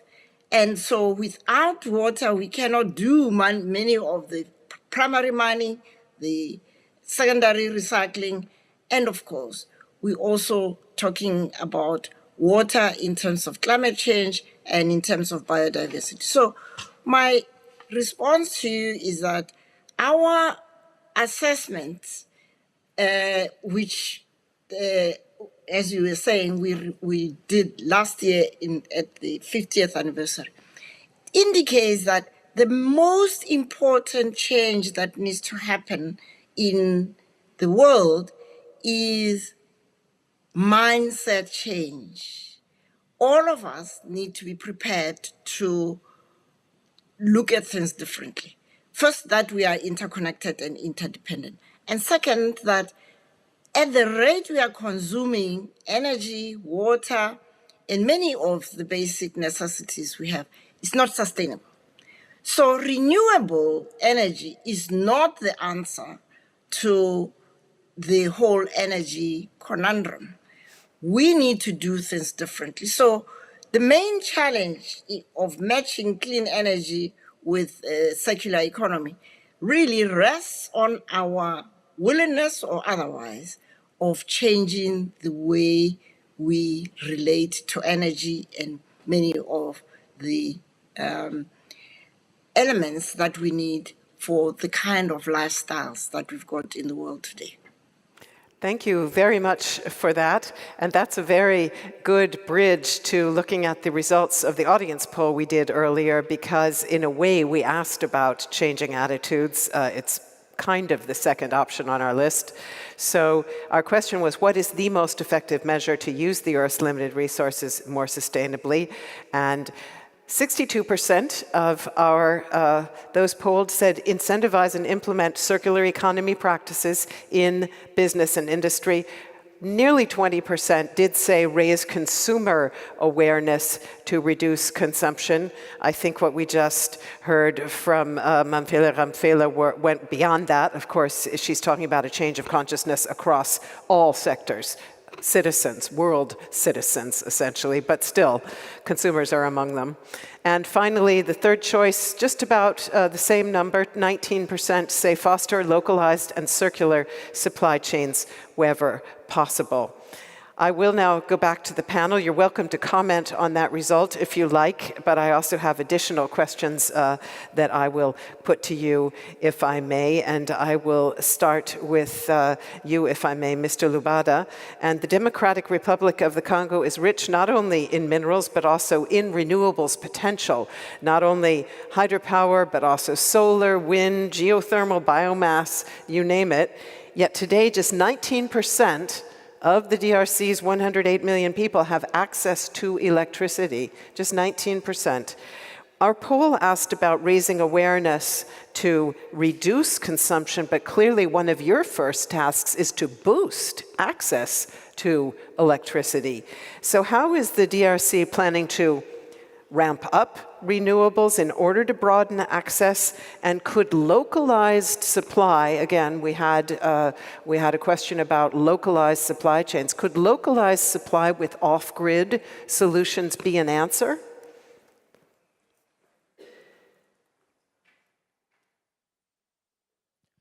Merci beaucoup pour la question. Thank you very much for your question. First of all, we have to emphasize that our country needs energy. And we need this energy for private households first and foremost, and also for small and medium-sized enterprises. The main potential of hydropower in our country is, of course, important because it is the major source of energy in our country. That comes with a number of benefits. For example, it allows us to reduce deforestation, and it also means that people do no longer have to use wood-burning stoves, but rather can rely on clean and renewable energies.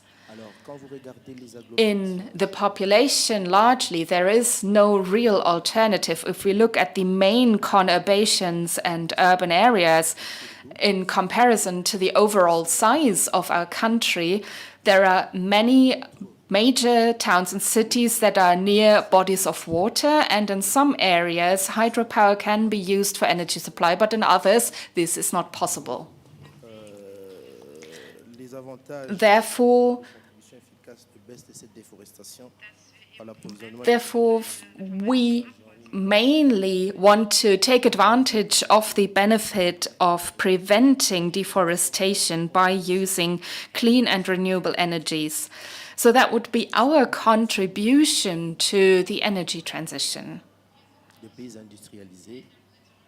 We are not in the position of an industrialized nation,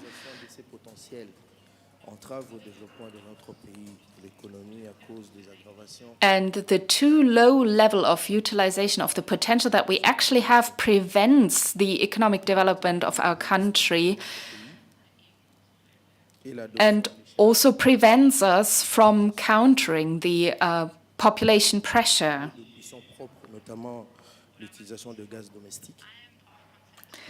Above all, we have to focus on providing energy supply for households. And in this area, we also have to consider alternatives such as wind and solar. And in this area, our country has a potential that cannot be underestimated. So if we look at this potential, we can say that we have a potential of 45 gigawatts when it comes to wind and solar power.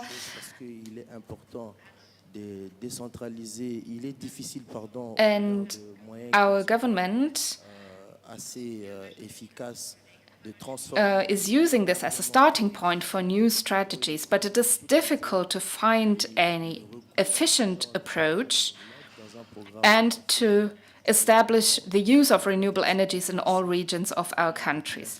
Nevertheless, the government launched a program which is intended to enable remote rural populations to use clean energy in order to relieve the pressure on environment, and that is what we see as our contribution to combating climate change and to the energy transition. Clean energy as a driver of a more sustainable supply chain in the mineral sector. Mining, of course, is the dominant sector of the Peruvian economy. It accounts for 64% of your exports, and it's also the hungriest sector when it comes to consumption of energy, accounting for 56% of all energy demand. So my question to you would be, can expansion of renewables offer a way to essentially achieve multiple goals at the same time, decarbonizing the mining industry to make it more sustainable and to make supply chains more sustainable, and at the same time ensuring the ongoing affordability of your exports? Because I think often the perception is that if you make supply chains more socially and environmentally sustainable, you also make the goods that you're supplying more expensive. Gracias por la pregunta. Vamos a empezar un poco explicando. Nosotros tenemos una evaluación del potencial solar. Thank you. Let me go into a bit more detail. So we have 600 to 900,000 megawatt of solar power. Wind power is about 20,000 megawatt, and hydropower is about 70,000 megawatt. So the question that we are all asking ourselves, and I guess you would have a response to that too, but how many % of this potential will actually be used? At the moment, we're only using 4%, so the potential is huge. Bueno, continúo. Entonces, y las renovables justamente well, renewables impulsar la minería, sino también will not only be an incentive for or make a change in mining, but also in other areas of activities, including the social activities. Why is that the case? Well, the reason is that at the moment we are busy in the parliament to adopt an initiative about the Peruvian electricity market, so that energies, wind, solar and biomass can be integrated into the matrix at the same level as other energy sources.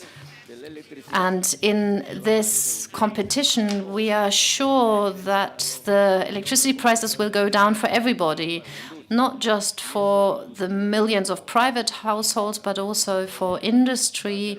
And maybe that answers some of your question. The industry and the mining industry will become more competitive in that way. On the other hand, if electricity is generated by renewables, wind, solar and biomass, and if that gains more in importance, then I'm sure that that hydrogen will also increase. Green hydrogen, I know there are different colors. We, of course, want to promote green hydrogen, and that's also a result of the renewables that we are talking about. In the production chain of green hydrogen, electrolysis of water is important. So water in itself is very, very important for green hydrogen manufacturing. Many people say, well, the oceans have endless resources in terms of water, but that's salted water, and we need desalination facilities, and the whole desalination process will have negative impact. You'll have a residue of salt, and that can cause pollution. So we need to desalinate the water, but then cope with the waste as well. That all needs to be considered. We haven't really talked about that yet, but I want to put it on the table too. It needs to be considered too. Even if green hydrogen appears to be the resource of the future, the clean resource of the future, it may be an infinite resource because oxygen and water will be available always. But, you know, it's only fresh water that can be used, and fresh water is not infinite. And as climate changes advances, some of those water resources are dwindling, the glaciers are melting. That is actually a source of fresh water. Altogether, it's a whole series, a whole complex of questions. I don't want to say that I am against green hydrogen, but you need to apply a good strategy so that everyone benefits from that. And all of what you just said clearly underlines what we heard from Madame Ramphele, of course, that we have to think about this systemically and think about it in a new way. Deputy Minister Rahmat Kamuddin, if I can come to you. At the G20 Leaders Summit in Bali last year, Indonesia launched its Just Energy Transition Partnership, which we have talked about a number of times here over the past 2 days. Apart from phasing out coal, one of the key objectives is to upscale renewable energy industry on a local basis. And in the last 3 years, Indonesia has signed more than a dozen deals worth more than $15 billion for battery materials and electric vehicle production with some very big-name global manufacturers. So how much leverage do your mineral riches give you to use deals like this to foster local value creation and boost domestic renewable energy technology producers? Thank you for your question.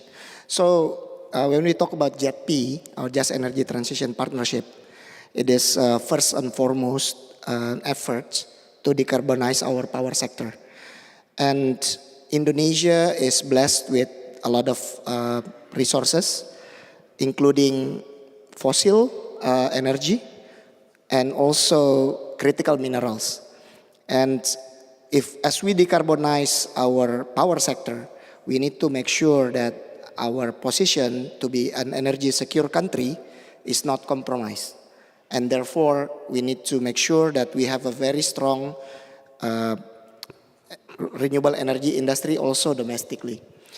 In terms of our, you said leverage, to be honest, at least personally, I didn't see that as a leverage. We see it as maybe a responsibility that Indonesia needs to help provide resources not only for domestic, but it's also for the world.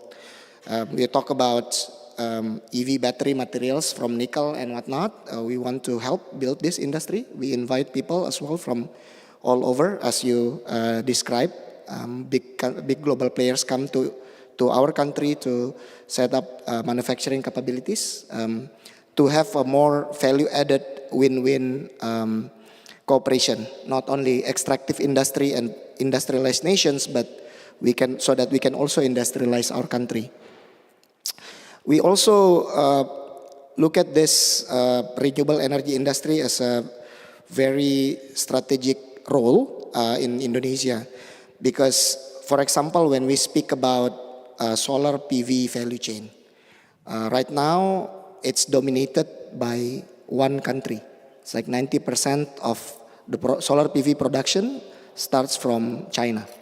And I think geopolitics aside, it's also not good for value chain.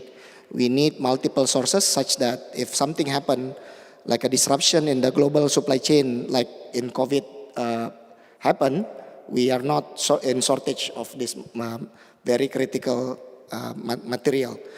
And what we just discussed in Indonesia 2 weeks ago, we signed up an MOU between Indonesia and Singapore government to leverage basically Indonesian renewable potential and Singapore green electrons demand as well as their capital, so that we can do a cross-border transaction, but also we need to ensure that the manufacturing of the solar PV and the battery system can be done in Indonesia.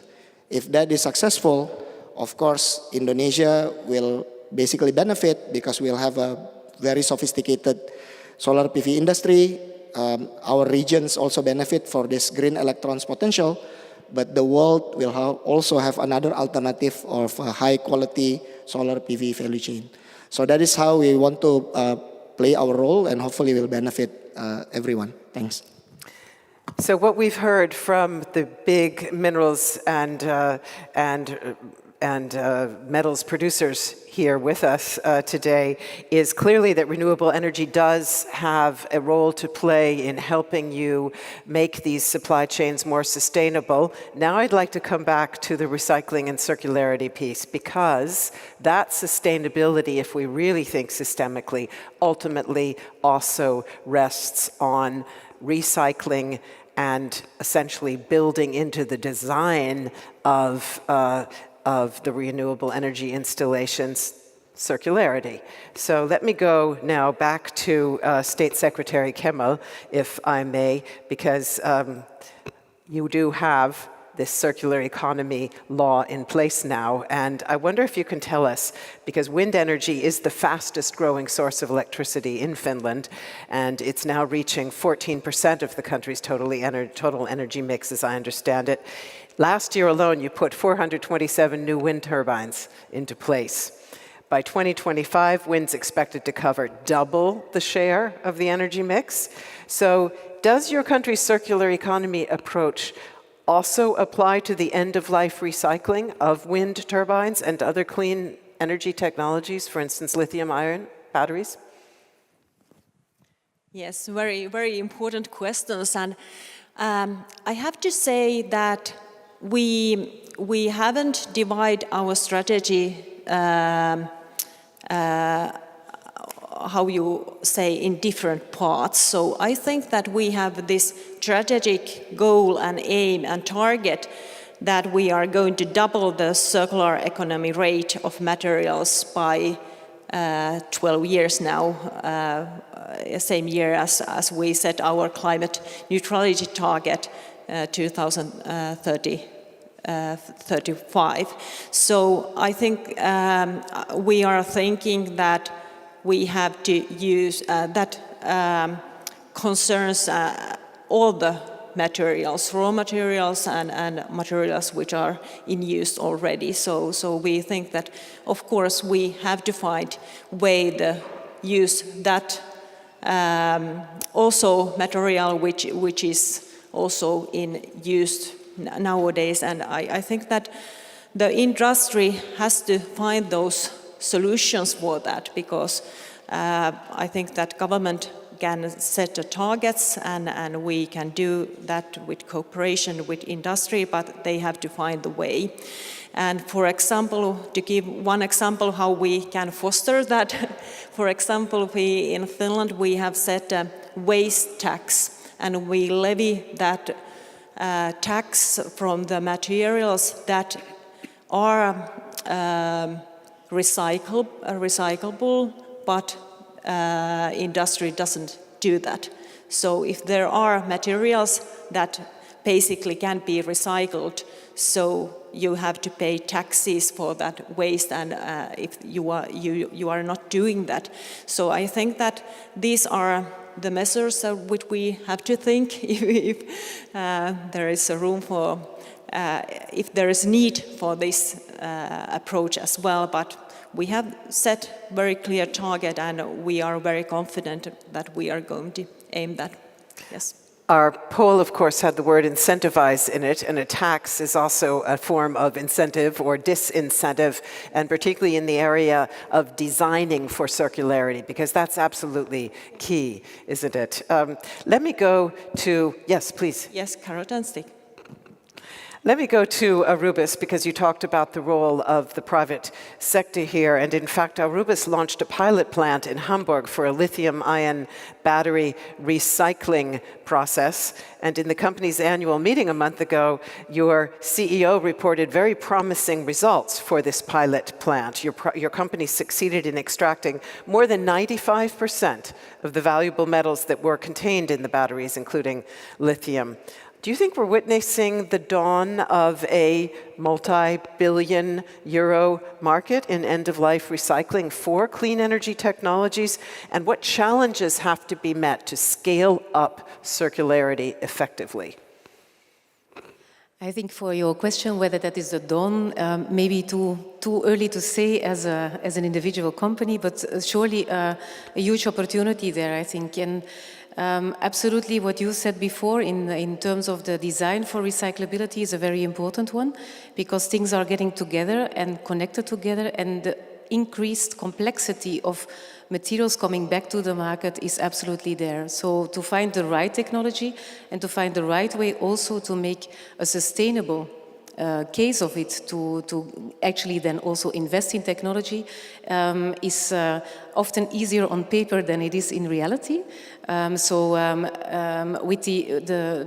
the current example that you're bringing up on battery recycling, we are stepping in a very particular niche where we have the competence for, where we believe that we can add as a pyrometallurgical competence, and are really looking there to kind of feature that particular competence in that part. But recycling is so much more than just a particular part, left and right. You have to see it really in the whole chain of how can we collect, how can we get the things together, what is then the next step we need to do, and where do you step in the process and where do you not step in the process yet. And that is with a quick change of a lot of design currently going on. It is that what really makes your decision going forward to understand what is the right time to step in and the right time to actually implement your case. But it is exactly the case that we have a very good result so far. We are going in the next phase of this recycling process and are very keen to find the right spot there to step in. Yeah. Thank you very much. And let me go back now to Dr. Ramphele, co-president of the Club of Rome, for a last word on this panel, if I may. One of the main features of the renewable energy turnaround described in your Giant Leap Forward report last year was to electrify almost everything and deploy 100% renewables worldwide.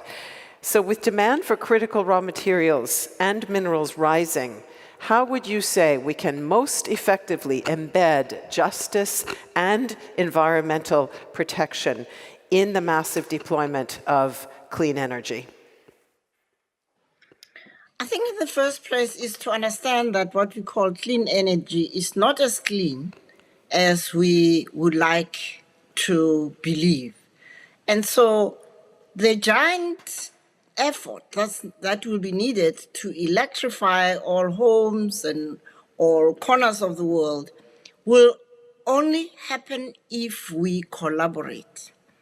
I listened very carefully to my colleague from the Congo about the need for partnerships. And I think there is a bigger issue here about the need for just transition partnerships to go beyond just energy. Energy is an element, but we need to put in water. We need to put in the issue of land. Land all over the world is scarred and wounded by mining. And so, yes, at the Club of Rome, we are advocating for bolder and more ambitious goals, but we want to make sure that we do not have worsening of the existing situation, because as someone mentioned on the panel, green hydrogen is not as green as we would like it to, we believe it to be. But Africa has the opportunity, as does Indonesia from what you have just heard, to be able to take the lessons from the bad practices of the past and embed them in the expansions that they are having in mind, of making sure that we have local level mining, beneficiation, recycling, and the healing of the land, the rehabilitation of the land after its the extraction of minerals. So I do believe it's possible to make sure everybody has electricity, but it will only happen if those who are over-consuming electricity today, and not at the individual level, but at country levels, at regional levels, do the right thing of saving electricity, be more efficient in electricity use. Then the rest of the people who don't have access will then be able to use what we know are global common goods. It's not good enough to say Germany is advanced and therefore they already have reached their goals, and it is for the poorer countries on their own to do what needs to be done. So global, just partnerships are essential to get us to meet the obligations of global equity for a healthy planet. Thank you very much, Dr. Ramphele. Very good words with which to close this panel, and many, many thanks to all of our speakers here on stage in Berlin. It was a very, very interesting and wide-ranging discussion on the role of circularity, and we greatly appreciate your contributions.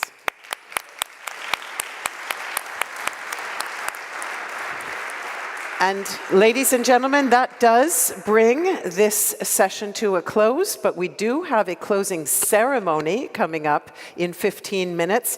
And in between, there is a studio session with a recap of day 2 here at the Berlin Energy Transition Dialogue. So see you back here in 15 minutes. Thanks for your attention, dear ladies and gentlemen.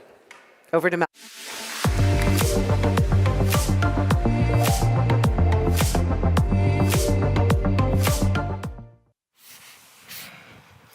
Yes, we are doing a recap of all of the things that we have experienced here. It's hard to believe that it's already over. I was so excited to all these people from all these different countries, representatives from Serbia, Nigeria, Italy.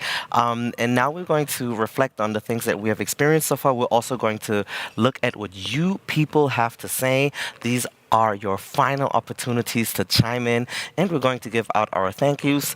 And this is the last time I'm doing this. I'm getting emotional. Hopefully we'll have another opportunity. This is our section with our dialogue with our ambassador for dialogue, Hajar Yacoubi.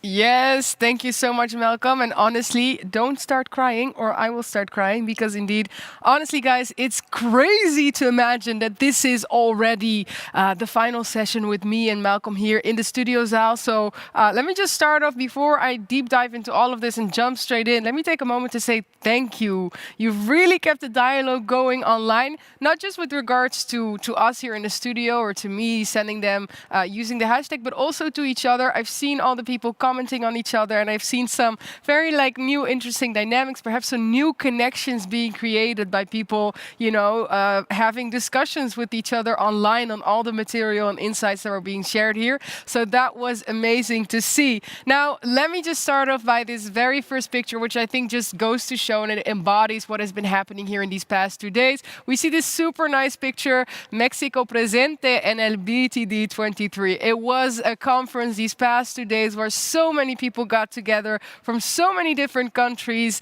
We see the green sofa in the back, which really symbolizes that energy transition that we need to make. And I just love this picture because it also says the transition and this year's motto for it is ensuring a green future. That's what this is all about. And that is what it's still going to be about after we depart our separate ways after the closing ceremony in a little bit. Now, during these 2 days, we've been getting together a lot, so that convening has been a big element of it. But also, we've seen some very clear messaging. We've seen concise messaging. And I also wanted to take a moment to look at that, because if we look at the next picture right here, we see a tweet of a moment today where Irena said the fact that subsidies are still going towards fossil fuels is striking. We want to see them banned. Now, I don't think you can get a more clear message than that one. And that is also what these days have all been about. A couple of other messaging, also clear and concise by Jawed being shared on Twitter. He says, we need to build a system that doesn't prioritize profit and greed of the few at the expense of billions and billions of people across the planet. I think that really embodies the clear and concise messaging that isn't difficult to grasp, but is very vital for us to understand and embody. Now, going to another highlight moment for me personally. I'm really curious to hear from you guys what you thought of this moment, but the speech given by Elisabeth Watuti, a quote from it, which she shared on Twitter earlier this day, is a just clean energy transition for low-income countries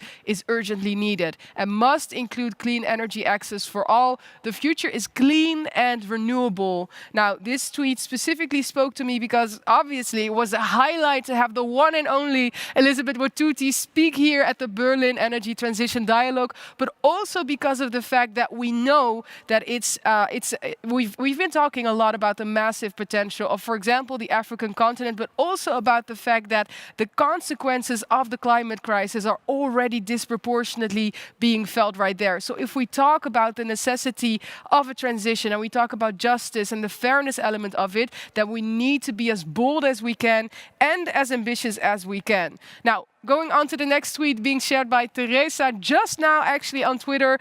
She talks about the Berlin Energy Transition Dialogue giving the stage to decision makers to take action for the energy transition our planet is longing for.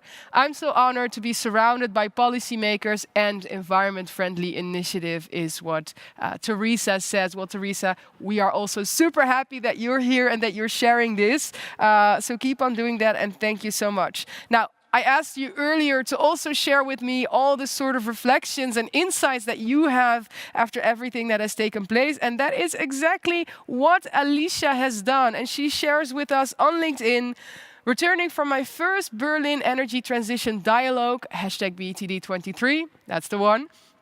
And she says, inspired by what different countries worldwide do to transform energy systems to reduce carbon emissions and ensure energy independence. That's what we talked about on the first day. What is the price of dependence? Now, Alicia goes on to say, one of my personal highlights during those 2 days was the networking during the women's lunch today, a room packed to the last corner with bright women from all over the world, eager to share their personal experiences working in the energy sector and excited to empower each other. Now, you don't know this, but the next paragraph said, my best, utmost highlight was the sessions by Malcolm and Haja, but out of humbleness and modesty, I left that out. I'm just kidding. Unfortunately, but perhaps we've seen enough fan comments today, so we really appreciate it and liked it. Now, going on to the next one, because Marcus also shares some insights with us. He says, meeting and networking with high-level delegations from over 60 countries at the Federal Foreign Office in Berlin.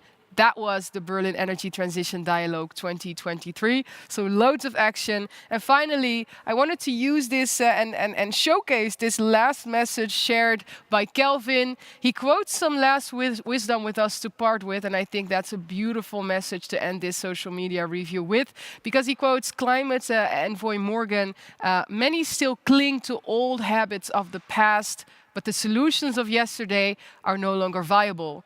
2023 must be a new dawn. It has to be the year that the phase out of fossil fuels was pushed vehemently. Now, I think this just goes to show we need to make this a watershed moment for the world, and we don't have a day to lose. So thank you so much for sharing all of it. If I can end with one message, and I'm already turning to you, Malcolm, because I'm also dying to hear how you reflect on all of this. But if I can share one final message, we have spoken about this before, but in these past 2 days, thousands of people, or more than 1,000 people, gathered here in Berlin for this conference. But the mistake that we shouldn't make is that we focus on the conference. We need to be focusing on the energy transition beyond it and past it, what it's all about. And I also really hope that people do it past today. I hope so too, and I think this could be a jumpstart, an accelerator to get this conversation going for some people who might have still questioned, okay, what can I do? What is my role? And therefore, yeah, it is only the start. The conference is only the infrastructure where people come together and talk about it. What happens afterwards, that is what matters. So I want to give you an opportunity to recap all the sessions that we had today with me, with Hajar, together, so we can give our thoughts and remember again, we started out with the Climate Club. So we talked about, we had the quiz yesterday, so now we got the answer. And we talked about a fairly recent initiative to make an energy transition happen in a global fashion, in a just fashion, and in the best way possible. So this was something that was pretty insightful to see how, even though there are already many initiatives, it is still not enough. It is still in this state that last year, in a few months ago, we still have initiatives that are happening and that are coming through to change this. After we did the Climate Club the session, which, by the way, I loved. I really liked it because it was also about like really getting the most ambitious together and just saying, okay, if you want to join, you join, and you only join when you're ambitious, so that nobody slows each other down, right? So that was really good to see. Yeah, and it's also further underlining the fact that it's so urgent. Like we need to get going now. We need to start this. So this is something that I liked about it. And then that we had this conversation about meeting on eye level. But another aspect that is also important are the finances. So then we talked about how do you finance this? How can you actually get the money to do this? And this is where the stakeholder that we had in that session said, well, the government needs to also make it more attractive to go with maybe certain ways that might not wreak the most profit, but they're worth it in the long run. So this is something that I found interesting. And this echoed what a lot of people said, that they need the infrastructure. They need, for example, the fuel stations for vehicles that run on alternative power sources. So this is something that I found very striking about the financing session. After we had the financing session, we talked about the global energy transition. And this is where we had the Minister for Energy of Serbia here, who said that responsible mining is a very important factor, and who said that what she has implemented within her country has also influenced other neighboring countries. So talking about how can this go, how can people learn from each other, how can countries learn from each other. So this is something that I really took away with. Oh, I love that session. I love the conversation you had, and I especially loved her attitude because, of course, Serbia coming from a background, you know, where mining was a very big part of like the country and the culture and the industry there. How do you make that transition, indeed, when you talk about going towards like clean energy sources? And I loved how she really, she was thinking so much in opportunities and looking at the possibilities. And I liked how she said that they can use their mining industry for critical raw material mining, such as lithium. And I think she said borats that they also have in the country, which we need for certain, certain renewables and everything that we need around it for the infrastructure. So that really struck me. I was like, oh, that's such a nice take on it, right? To think about, okay, we need to make a shift. Let's not focus on the hardships, and which, of course, are an essential element of it. They are a part of it. Let's not deny that. But she was so focused on what it could bring that I think that also gives a lot of inspiration towards others, hopefully, that watched it. Yeah, I mean, it was interesting, especially seeing sort of the contrast, which we will later then dive into what a Nigerian fellow then said and where he saw the focus. And then we had the ambassador of Italy yesterday. So that is also goes to show that there might be the same goal, which is obviously to create a place that is more equitable, but you have different ways of approaching it. And then you have different realities, as you said. Different countries have different cultures. And mining is part of what the reality in Serbia. We had, after this conversation about the global transition, we talked about moving towards a climate-neutral industry. We had a French guest here, Hanan El Hamraoui, and we had Markus Exenberger, who talked about their companies and also how the hydropower is so important. And this is where we learned, for example, when there was the chicken egg issue. So if you want to have more vehicles that don't run in a way that is not sustainable, that have hydro energy, you need the infrastructure. You need to be able to charge that car. You need to be able to actually make it attractive. So this is where do you start? Can you say, well, but it's not really popular? But it's not popular because the infrastructure is not there. So this is always an issue, like convincing people and making sure that I get my point across so that you can actually invest in this a situation that I have going on. So this is something that really struck me. Is there something about that session where you said, oh, okay, that was interesting, or I thought about that? Ooh, that's a good question. Well, I liked both of them. I liked how No, maybe one thing. It was Mr. Butner, what he was saying, what I really liked, and it's sort of like out of the box thinking for me. Is he really focused on the fact that within the industry, most of the energy that is being used is either for heating or for cooling. And he was really focused on like the energy efficiency element of it, right? Because we can go into action mode right away and say, okay, well then we're going to change the energy sources such that we can make the energy sources more renewable. But he's actually, to me, it felt like he was saying, okay, slow down, guys. We can also just look at how we can make sure that we are more energy efficient, such that we require less energy within that industry. Because in all honesty, why are we talking about a climate neutral industry? Is because of the fact that we know how big of a colossal it is, right, in terms of energy requirement. But if we can focus on energy efficiency, then we might even be able to, get a lot of leeway there and make some progress without, even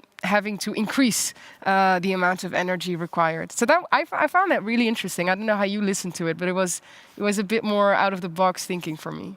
Yeah, I think they also complemented each other well because we had the academic background and then working more from an entrepreneurial spirit, and then so how these two things work together. Absolutely. And this brings us to. And we had you, Malcolm, to add in all the shine and glamour. Also important.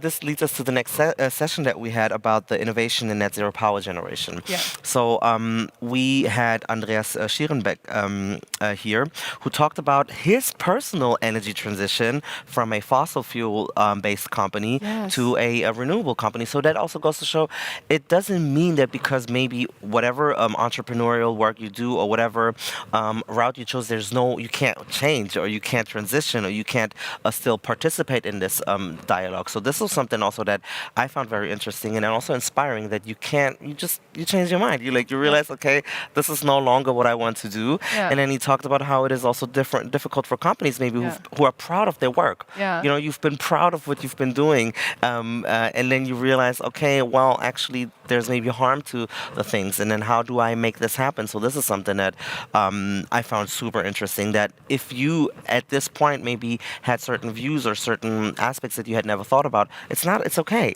Even the people who spoke here, who gave all these speeches, who tried to convince the next person that it's so important to make the transition, they had to make that transition themselves. Yeah. So this is something that struck me as really interesting. To me, honestly, I was listening in on that session. I was like, please don't let the time be over. Please don't let the time be over. But then it flew away, as these sessions tend to do.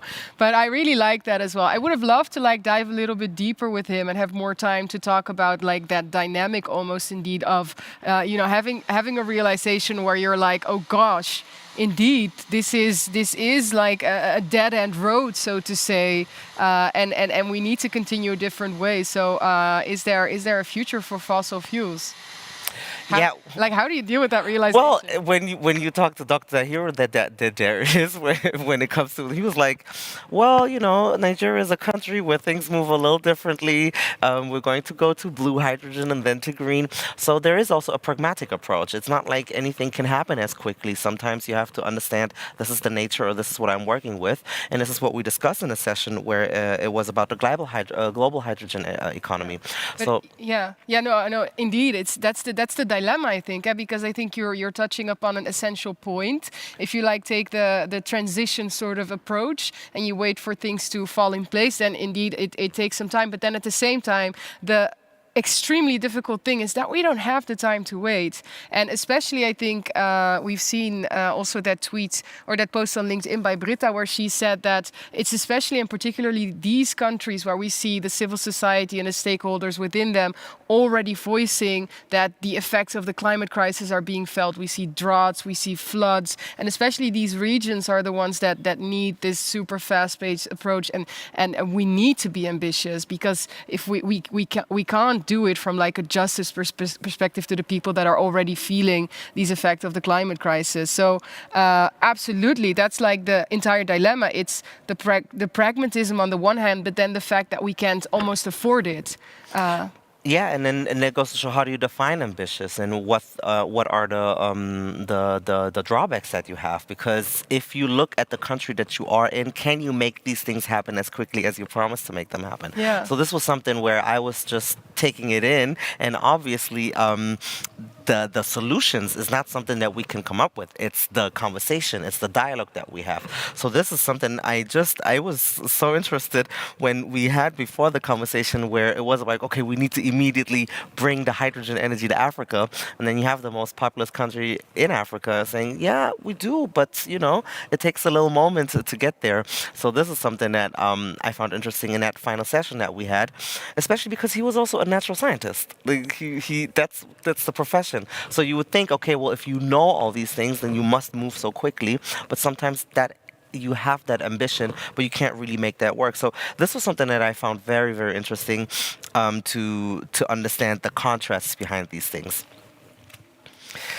Yeah, so this is the wrap-up that we've had. We've talked about all the sessions that we were able to experience today. I'm still processing everything. It was so good to have you guys here watch.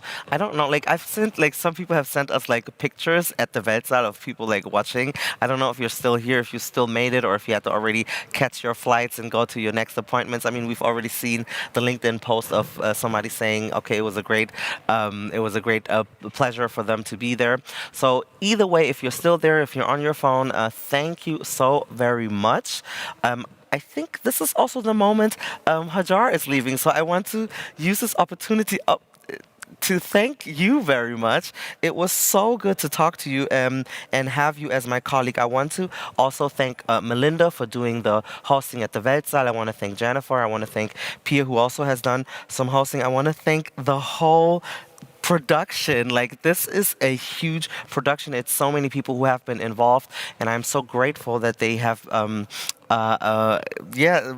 given us the hardship. We've had people who are behind the cameras. We have the light here. We have Konstantin and Valerie who have helped with the scripts. We have Timur who has helped me so much. We had Christian Münke who was a part of the organizations.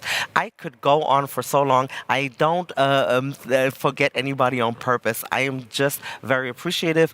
Please check out Berlin Energy Transition Dialogue. You can watch all of the sessions on YouTube. So if you've missed something, you can watch them again. We have them all as separate videos on our YouTube channel.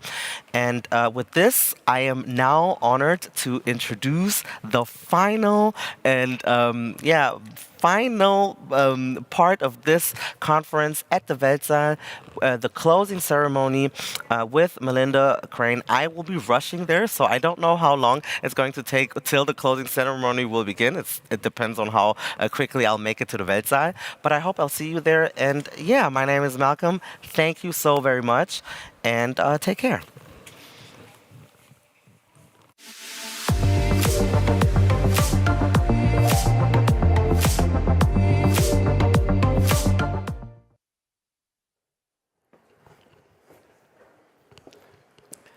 So welcome back, everybody, excellencies, ladies and gentlemen.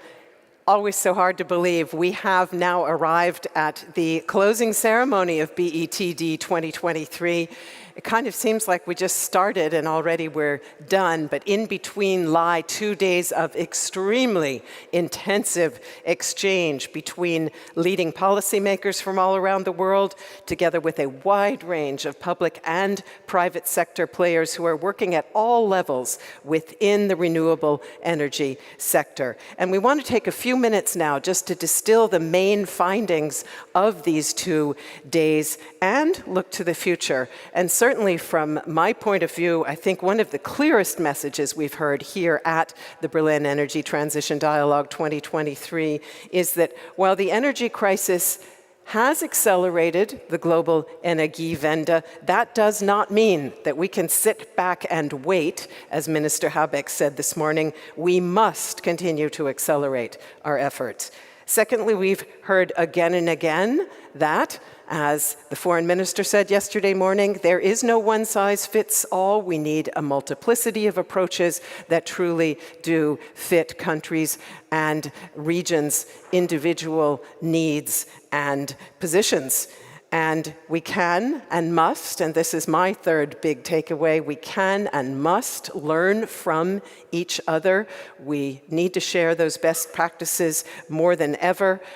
To unleash, we need to work together to unleash more financing, to agree on rules and standards that can ensure that this transition is not only clean and rapid, but also socially just and circular. So with that, I will stop because it does not fall to me to summarize. Our closing session is a joined-up effort, and we'll hear concluding words now from both of our hosts. I will begin by handing over to Anja Hajduk. She's State Secretary in the Federal Ministry for Economic Affairs and Climate Action. She's had leading roles in the German Green Party and served for 8 years as a member of the German Bundestag. The stage is yours.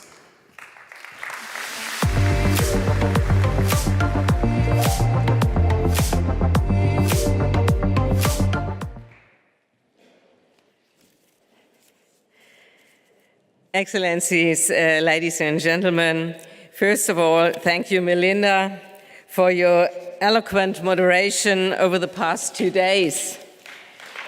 Applause.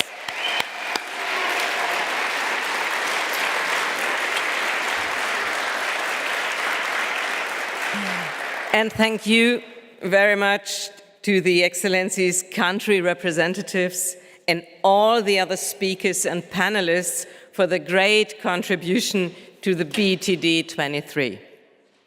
And thank you very much to the Federal Foreign Office for hosting us and to the team behind this fantastic event, dear Jennifer.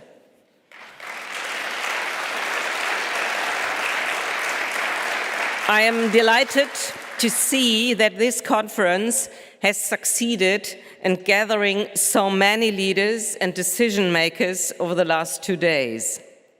With more than 50 ministers, VIPs, and many more high-level speakers and participants discussing opportunities and challenges of the energy transition and climate action.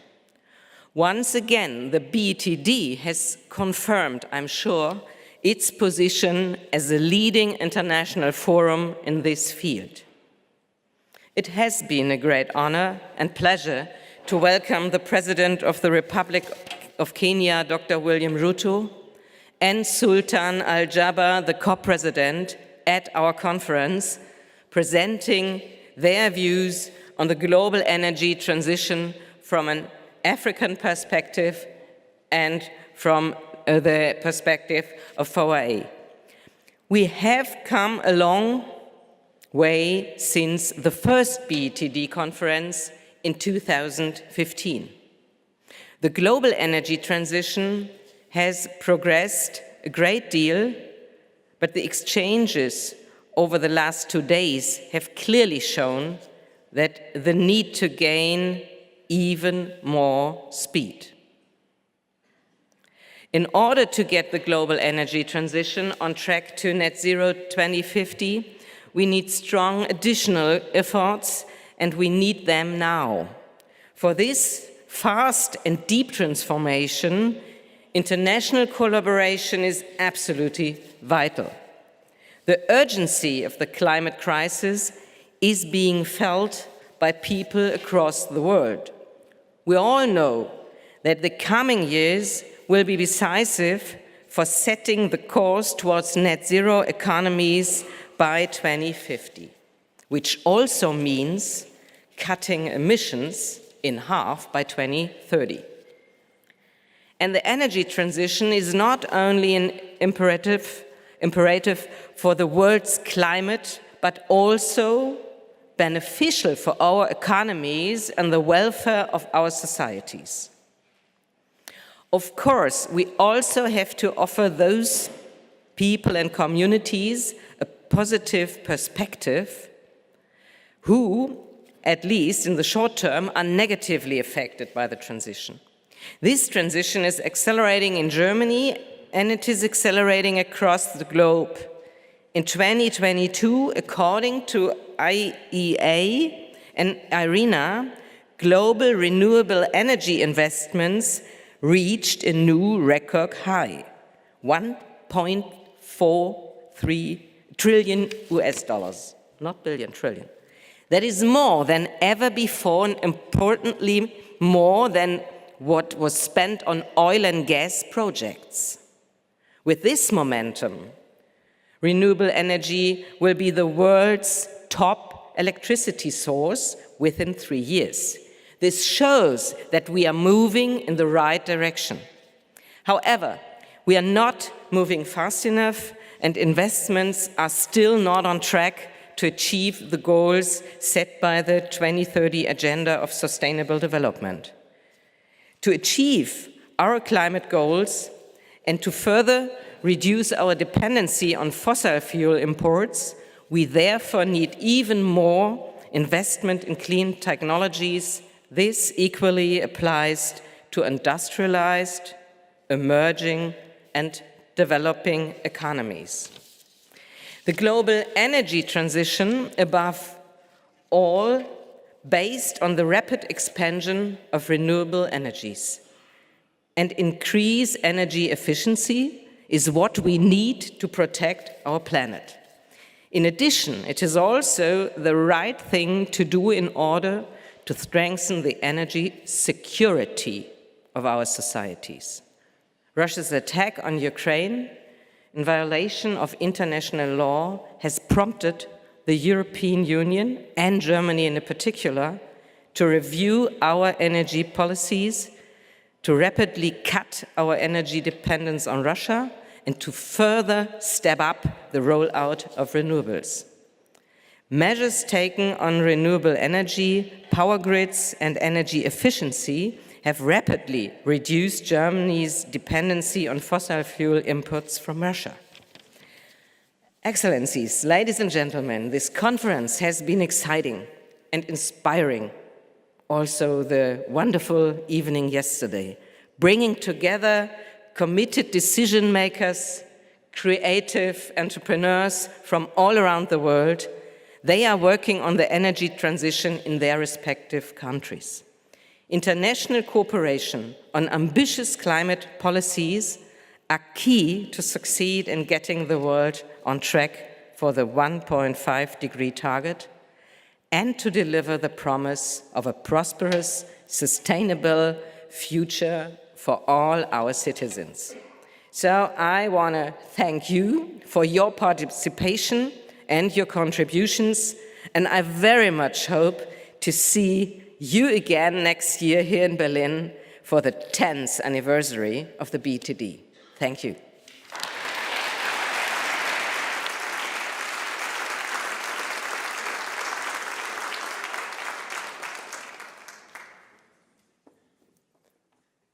Thank you very, very much, State Secretary Hajduk, for those words. We hear now, ladies and gentlemen, from Jennifer Morgan, State Secretary and Special Envoy for International Climate Action in the Federal Foreign Office. She's also former Executive Director of Greenpeace International and a former member of the Scientific Advisory Board of the Potsdam Institute for Climate Impact Research. Wonderful to see you again, Jennifer. The floor is yours. Thank you so much.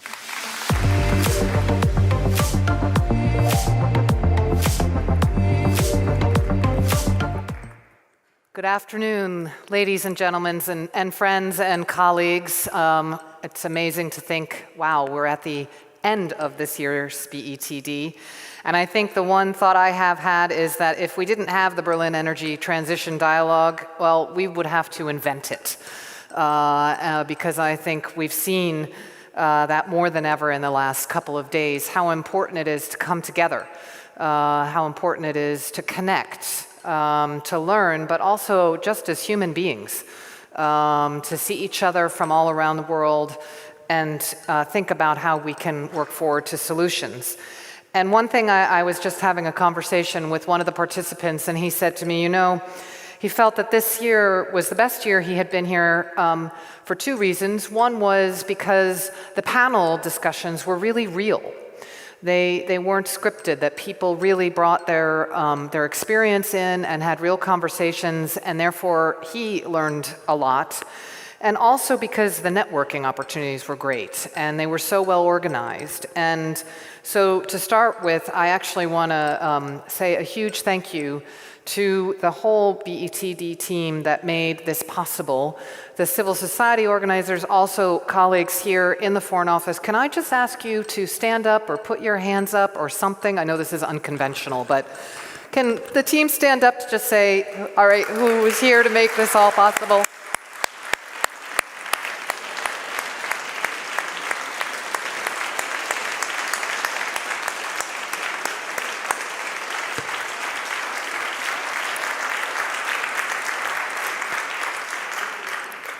Thanks so much. These are disruptive things, but we're in a disruptive moment right now. And I know how much work and how many hours went into what you all did to make this possible.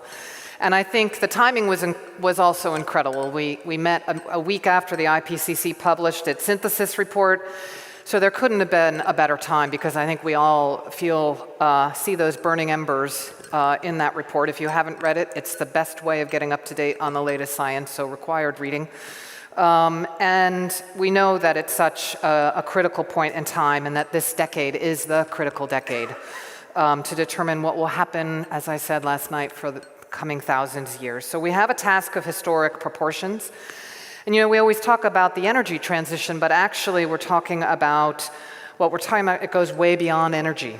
We're talking about a transition that really will change the way of life of many, of how we travel, how we build our cities, how we get our kids to school, how we power our homes, all of those things. And as Minister Baerbock said yesterday, this transition will change the world more than anything else since the Industrial Revolution.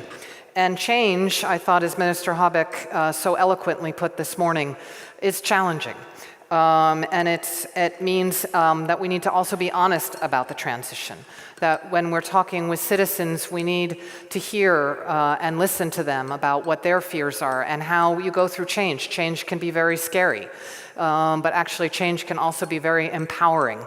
And so we've heard a lot about that, and the importance also that not everyone is going to profit from this, and therefore that climate justice has to be at the core, and a just transition has to be at the core of this world that we are creating. Because we know if we don't change, well, then we're all going to be much worse off, and the most vulnerable front and center. So that's why it's so crucial that we engage with each other, that we forge strong partnerships to manage this transition and to shape it in a way that really creates those new opportunities and the jobs and the security for people. And also what I find really exciting is the chance, in a way, I find it a huge privilege. It's very challenging, but to be alive and working in this field at this moment of history. Because what we're doing is not only changing the very way of our economy, but we also are forging new partnerships. We're fostering new ways of working together. And I think that working together with shared values, but also shared interests, gives us a chance to shift also in this critical moment in the world where we are many ways going apart, to bring us together around a collective challenge and making the world better for each of our own populations, our own people. So that's also why I think the BETD has been so important, because getting those unconventional ways of working together, I think, is just key. And the other thing, I think perhaps I find this is when you're in these conversations, gosh, I'm not alone with the challenge I have. I'm not alone in the trying to figure out how to do this or in trying to make a difference. And I think we've heard so many inspiring stories the last couple of days, and the examples, certainly from Kenya's President Ruto, impressively setting out his ambition for Kenya, not only for his own country, but for his continent and for the world to become a green energy hub, powered by renewables, 100% renewables in 2030. And how they want to use the continent's superabundance of solar potential as a catalyst for decentralized electrification, for sustainable growth and prosperity in Africa, and the creation of an export market. Again, a shift. Wow, let's step into that. And we heard about the incoming COP president's bold vision for COP28, a tripling of renewable energy, he said, is needed. And so those are the pieces that we take. I mean, we know that it's not a future we're building. We know, and you are experiencing, this isn't futuristic. Maybe 9 years ago it might have seemed that way, but now it's very here and now. Whether it be the woman I met in Chennai who was an amazing advocate going around working for the local government, getting solar panels on hospitals and schools, or whether it be the Minister of Niger working to try and get solar panels on refugee camps to provide energy access there in a clean and sustainable way. But, as Anya said, and we know it's not fast enough, and so we're heading in that right direction, but I think it's quite clear we need to scale that up, and I think that's been a whole range of the conversations that you have been having in the last couple of days. And sometimes it can be quite profane what the barriers are. I heard one person from the private sector said, you know, I can build a 50 megawatt solar wind farm within a year, but it takes me 6 years to get permits, right? And so I think these pieces of the Bureau overcoming and learning from each other is so important. And I have always thought that we have to find ways of accelerating the learning process because we have to move quickly. So let's learn from our mistakes in Germany and learn from others who are moving faster. So we know from the World Energy Transition Outlook, we know where we have to go. We have a roadmap. We know we need more investment, 3 times more investment to get on that 1.5 track, and we need them to go where are most needed. That is not happening today. 85% of global renewable energy investments benefited less than 50% of the world population. And so we need to bring those financial levers, the financing into Africa, Latin America, Asia, Central Eastern Europe, everywhere, moving forward. And I think President Ruto, just to bring him back into the room again, was quite clear how important the discussions on international financial sector reform are this year. And I just, you know, any of you who are involved in that, please, if you're not, get involved, because I think those decisions going into the COP and the meetings of the World Bank and the IMF are fundamental. So we know the targets we have and where we need to go, and we know we need to build up the human capacity to be able to do that. So, you know, I think, friends and colleagues, let's build on the conversations we've had here. Let's roll up our sleeves. Let's find those ways of collaborating in new and different ways. Radical collaboration on multi-level, 4- or 5-dimensional is absolutely fundamental. And I think just building a bridge from here to going into the COP, I think if we look forward, as the incoming COP president said, it's about how we course correct. We know we're not on course. There is something called the global stock take, which is a very important moment. Those of us who were in Paris, we knew almost then that it wasn't enough, the pledges weren't enough to get us there. Now we know even more so that we're not on track for any of the Paris goals. So we need the catalyst and we need that transformational roadmap. And I think Irina yesterday laid that out for renewable energies, and it can certainly create much more healthier, much more prosperous and resilient future. And at the end of the day, we're talking about well-being. We're talking about well-being of people. We don't talk too much about ecosystems and biodiversity. I think Minister Lemke certainly brought that in here as well, but we're talking about well-being of the planet. So let's all, I'm sure, I know what I like to do after these meetings, to think about, okay, what are the 2 things that I'm going to do differently now that I learned? You know, I think there's more that I learned in the last 2 days from everyone here. Step into this disruptive opening that we have, that in this moment of change. And I think if we are successful, and we have to be successful, then we can each make such a difference to create a more equal, a more peaceful, and a more sustainable world, a prosperous one for people, and I would like to put it in a way of a good life for hundreds of millions of people around the planet. So I think it's time to get to work, and that's the beauty of it. Take those two things, go home, think about that, be thinking about those new ways of collaborating. We're open for everything, I think that's for sure. And let's know that we will come back in a year. And one minister said to me today, I'd like to know what we accomplished in this year in between the last BETD and this one. So let's look forward to BETD 24 in March 24, where we can come back and each of us can say, okay, what were those two things? What did I make change? How did I accelerate? And how did I make the world better for my community, my family, and for the global community? So with that, I'd like to, first of all, make the official transition from this year and officially, I think, close this meeting and get the green sofa ready for next year. So that's... Yeah. Very nice indeed.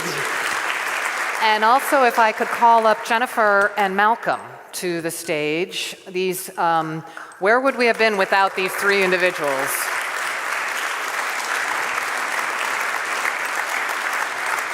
Thank you.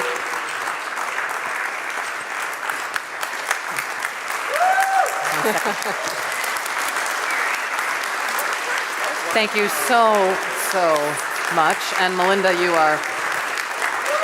Oh, beautiful. Oh, it matches. Thank you very much. That one was from my jacket, right? Yeah. Over to you. Thank you so much.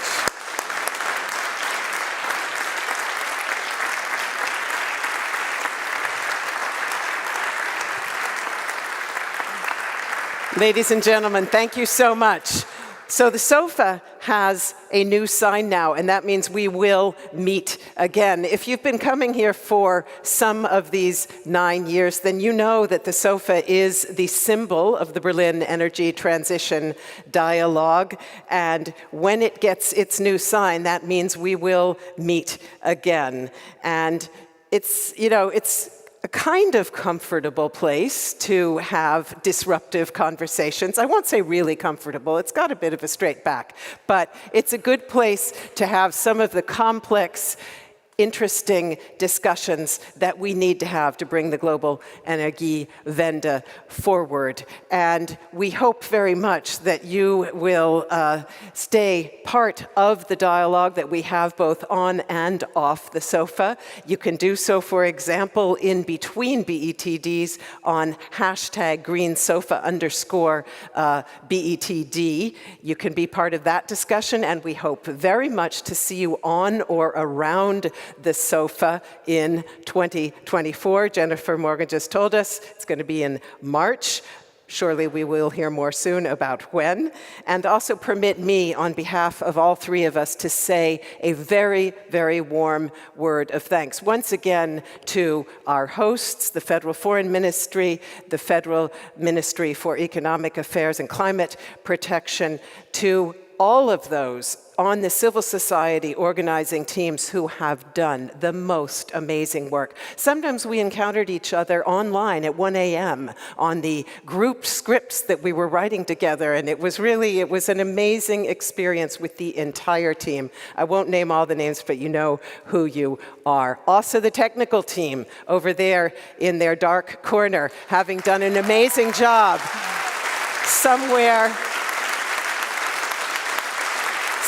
out in a tent, we even have a director who is probably listening, hopefully listening to these thanks to her. And of course, very, very warm thanks to all of you, dear ladies and gentlemen, both online following us and all of you who are with us here in the room, for your attention and your participation during these 2 very, very intensive days. So stay healthy, and we hope that our paths cross again at the latest at the BETD 2024.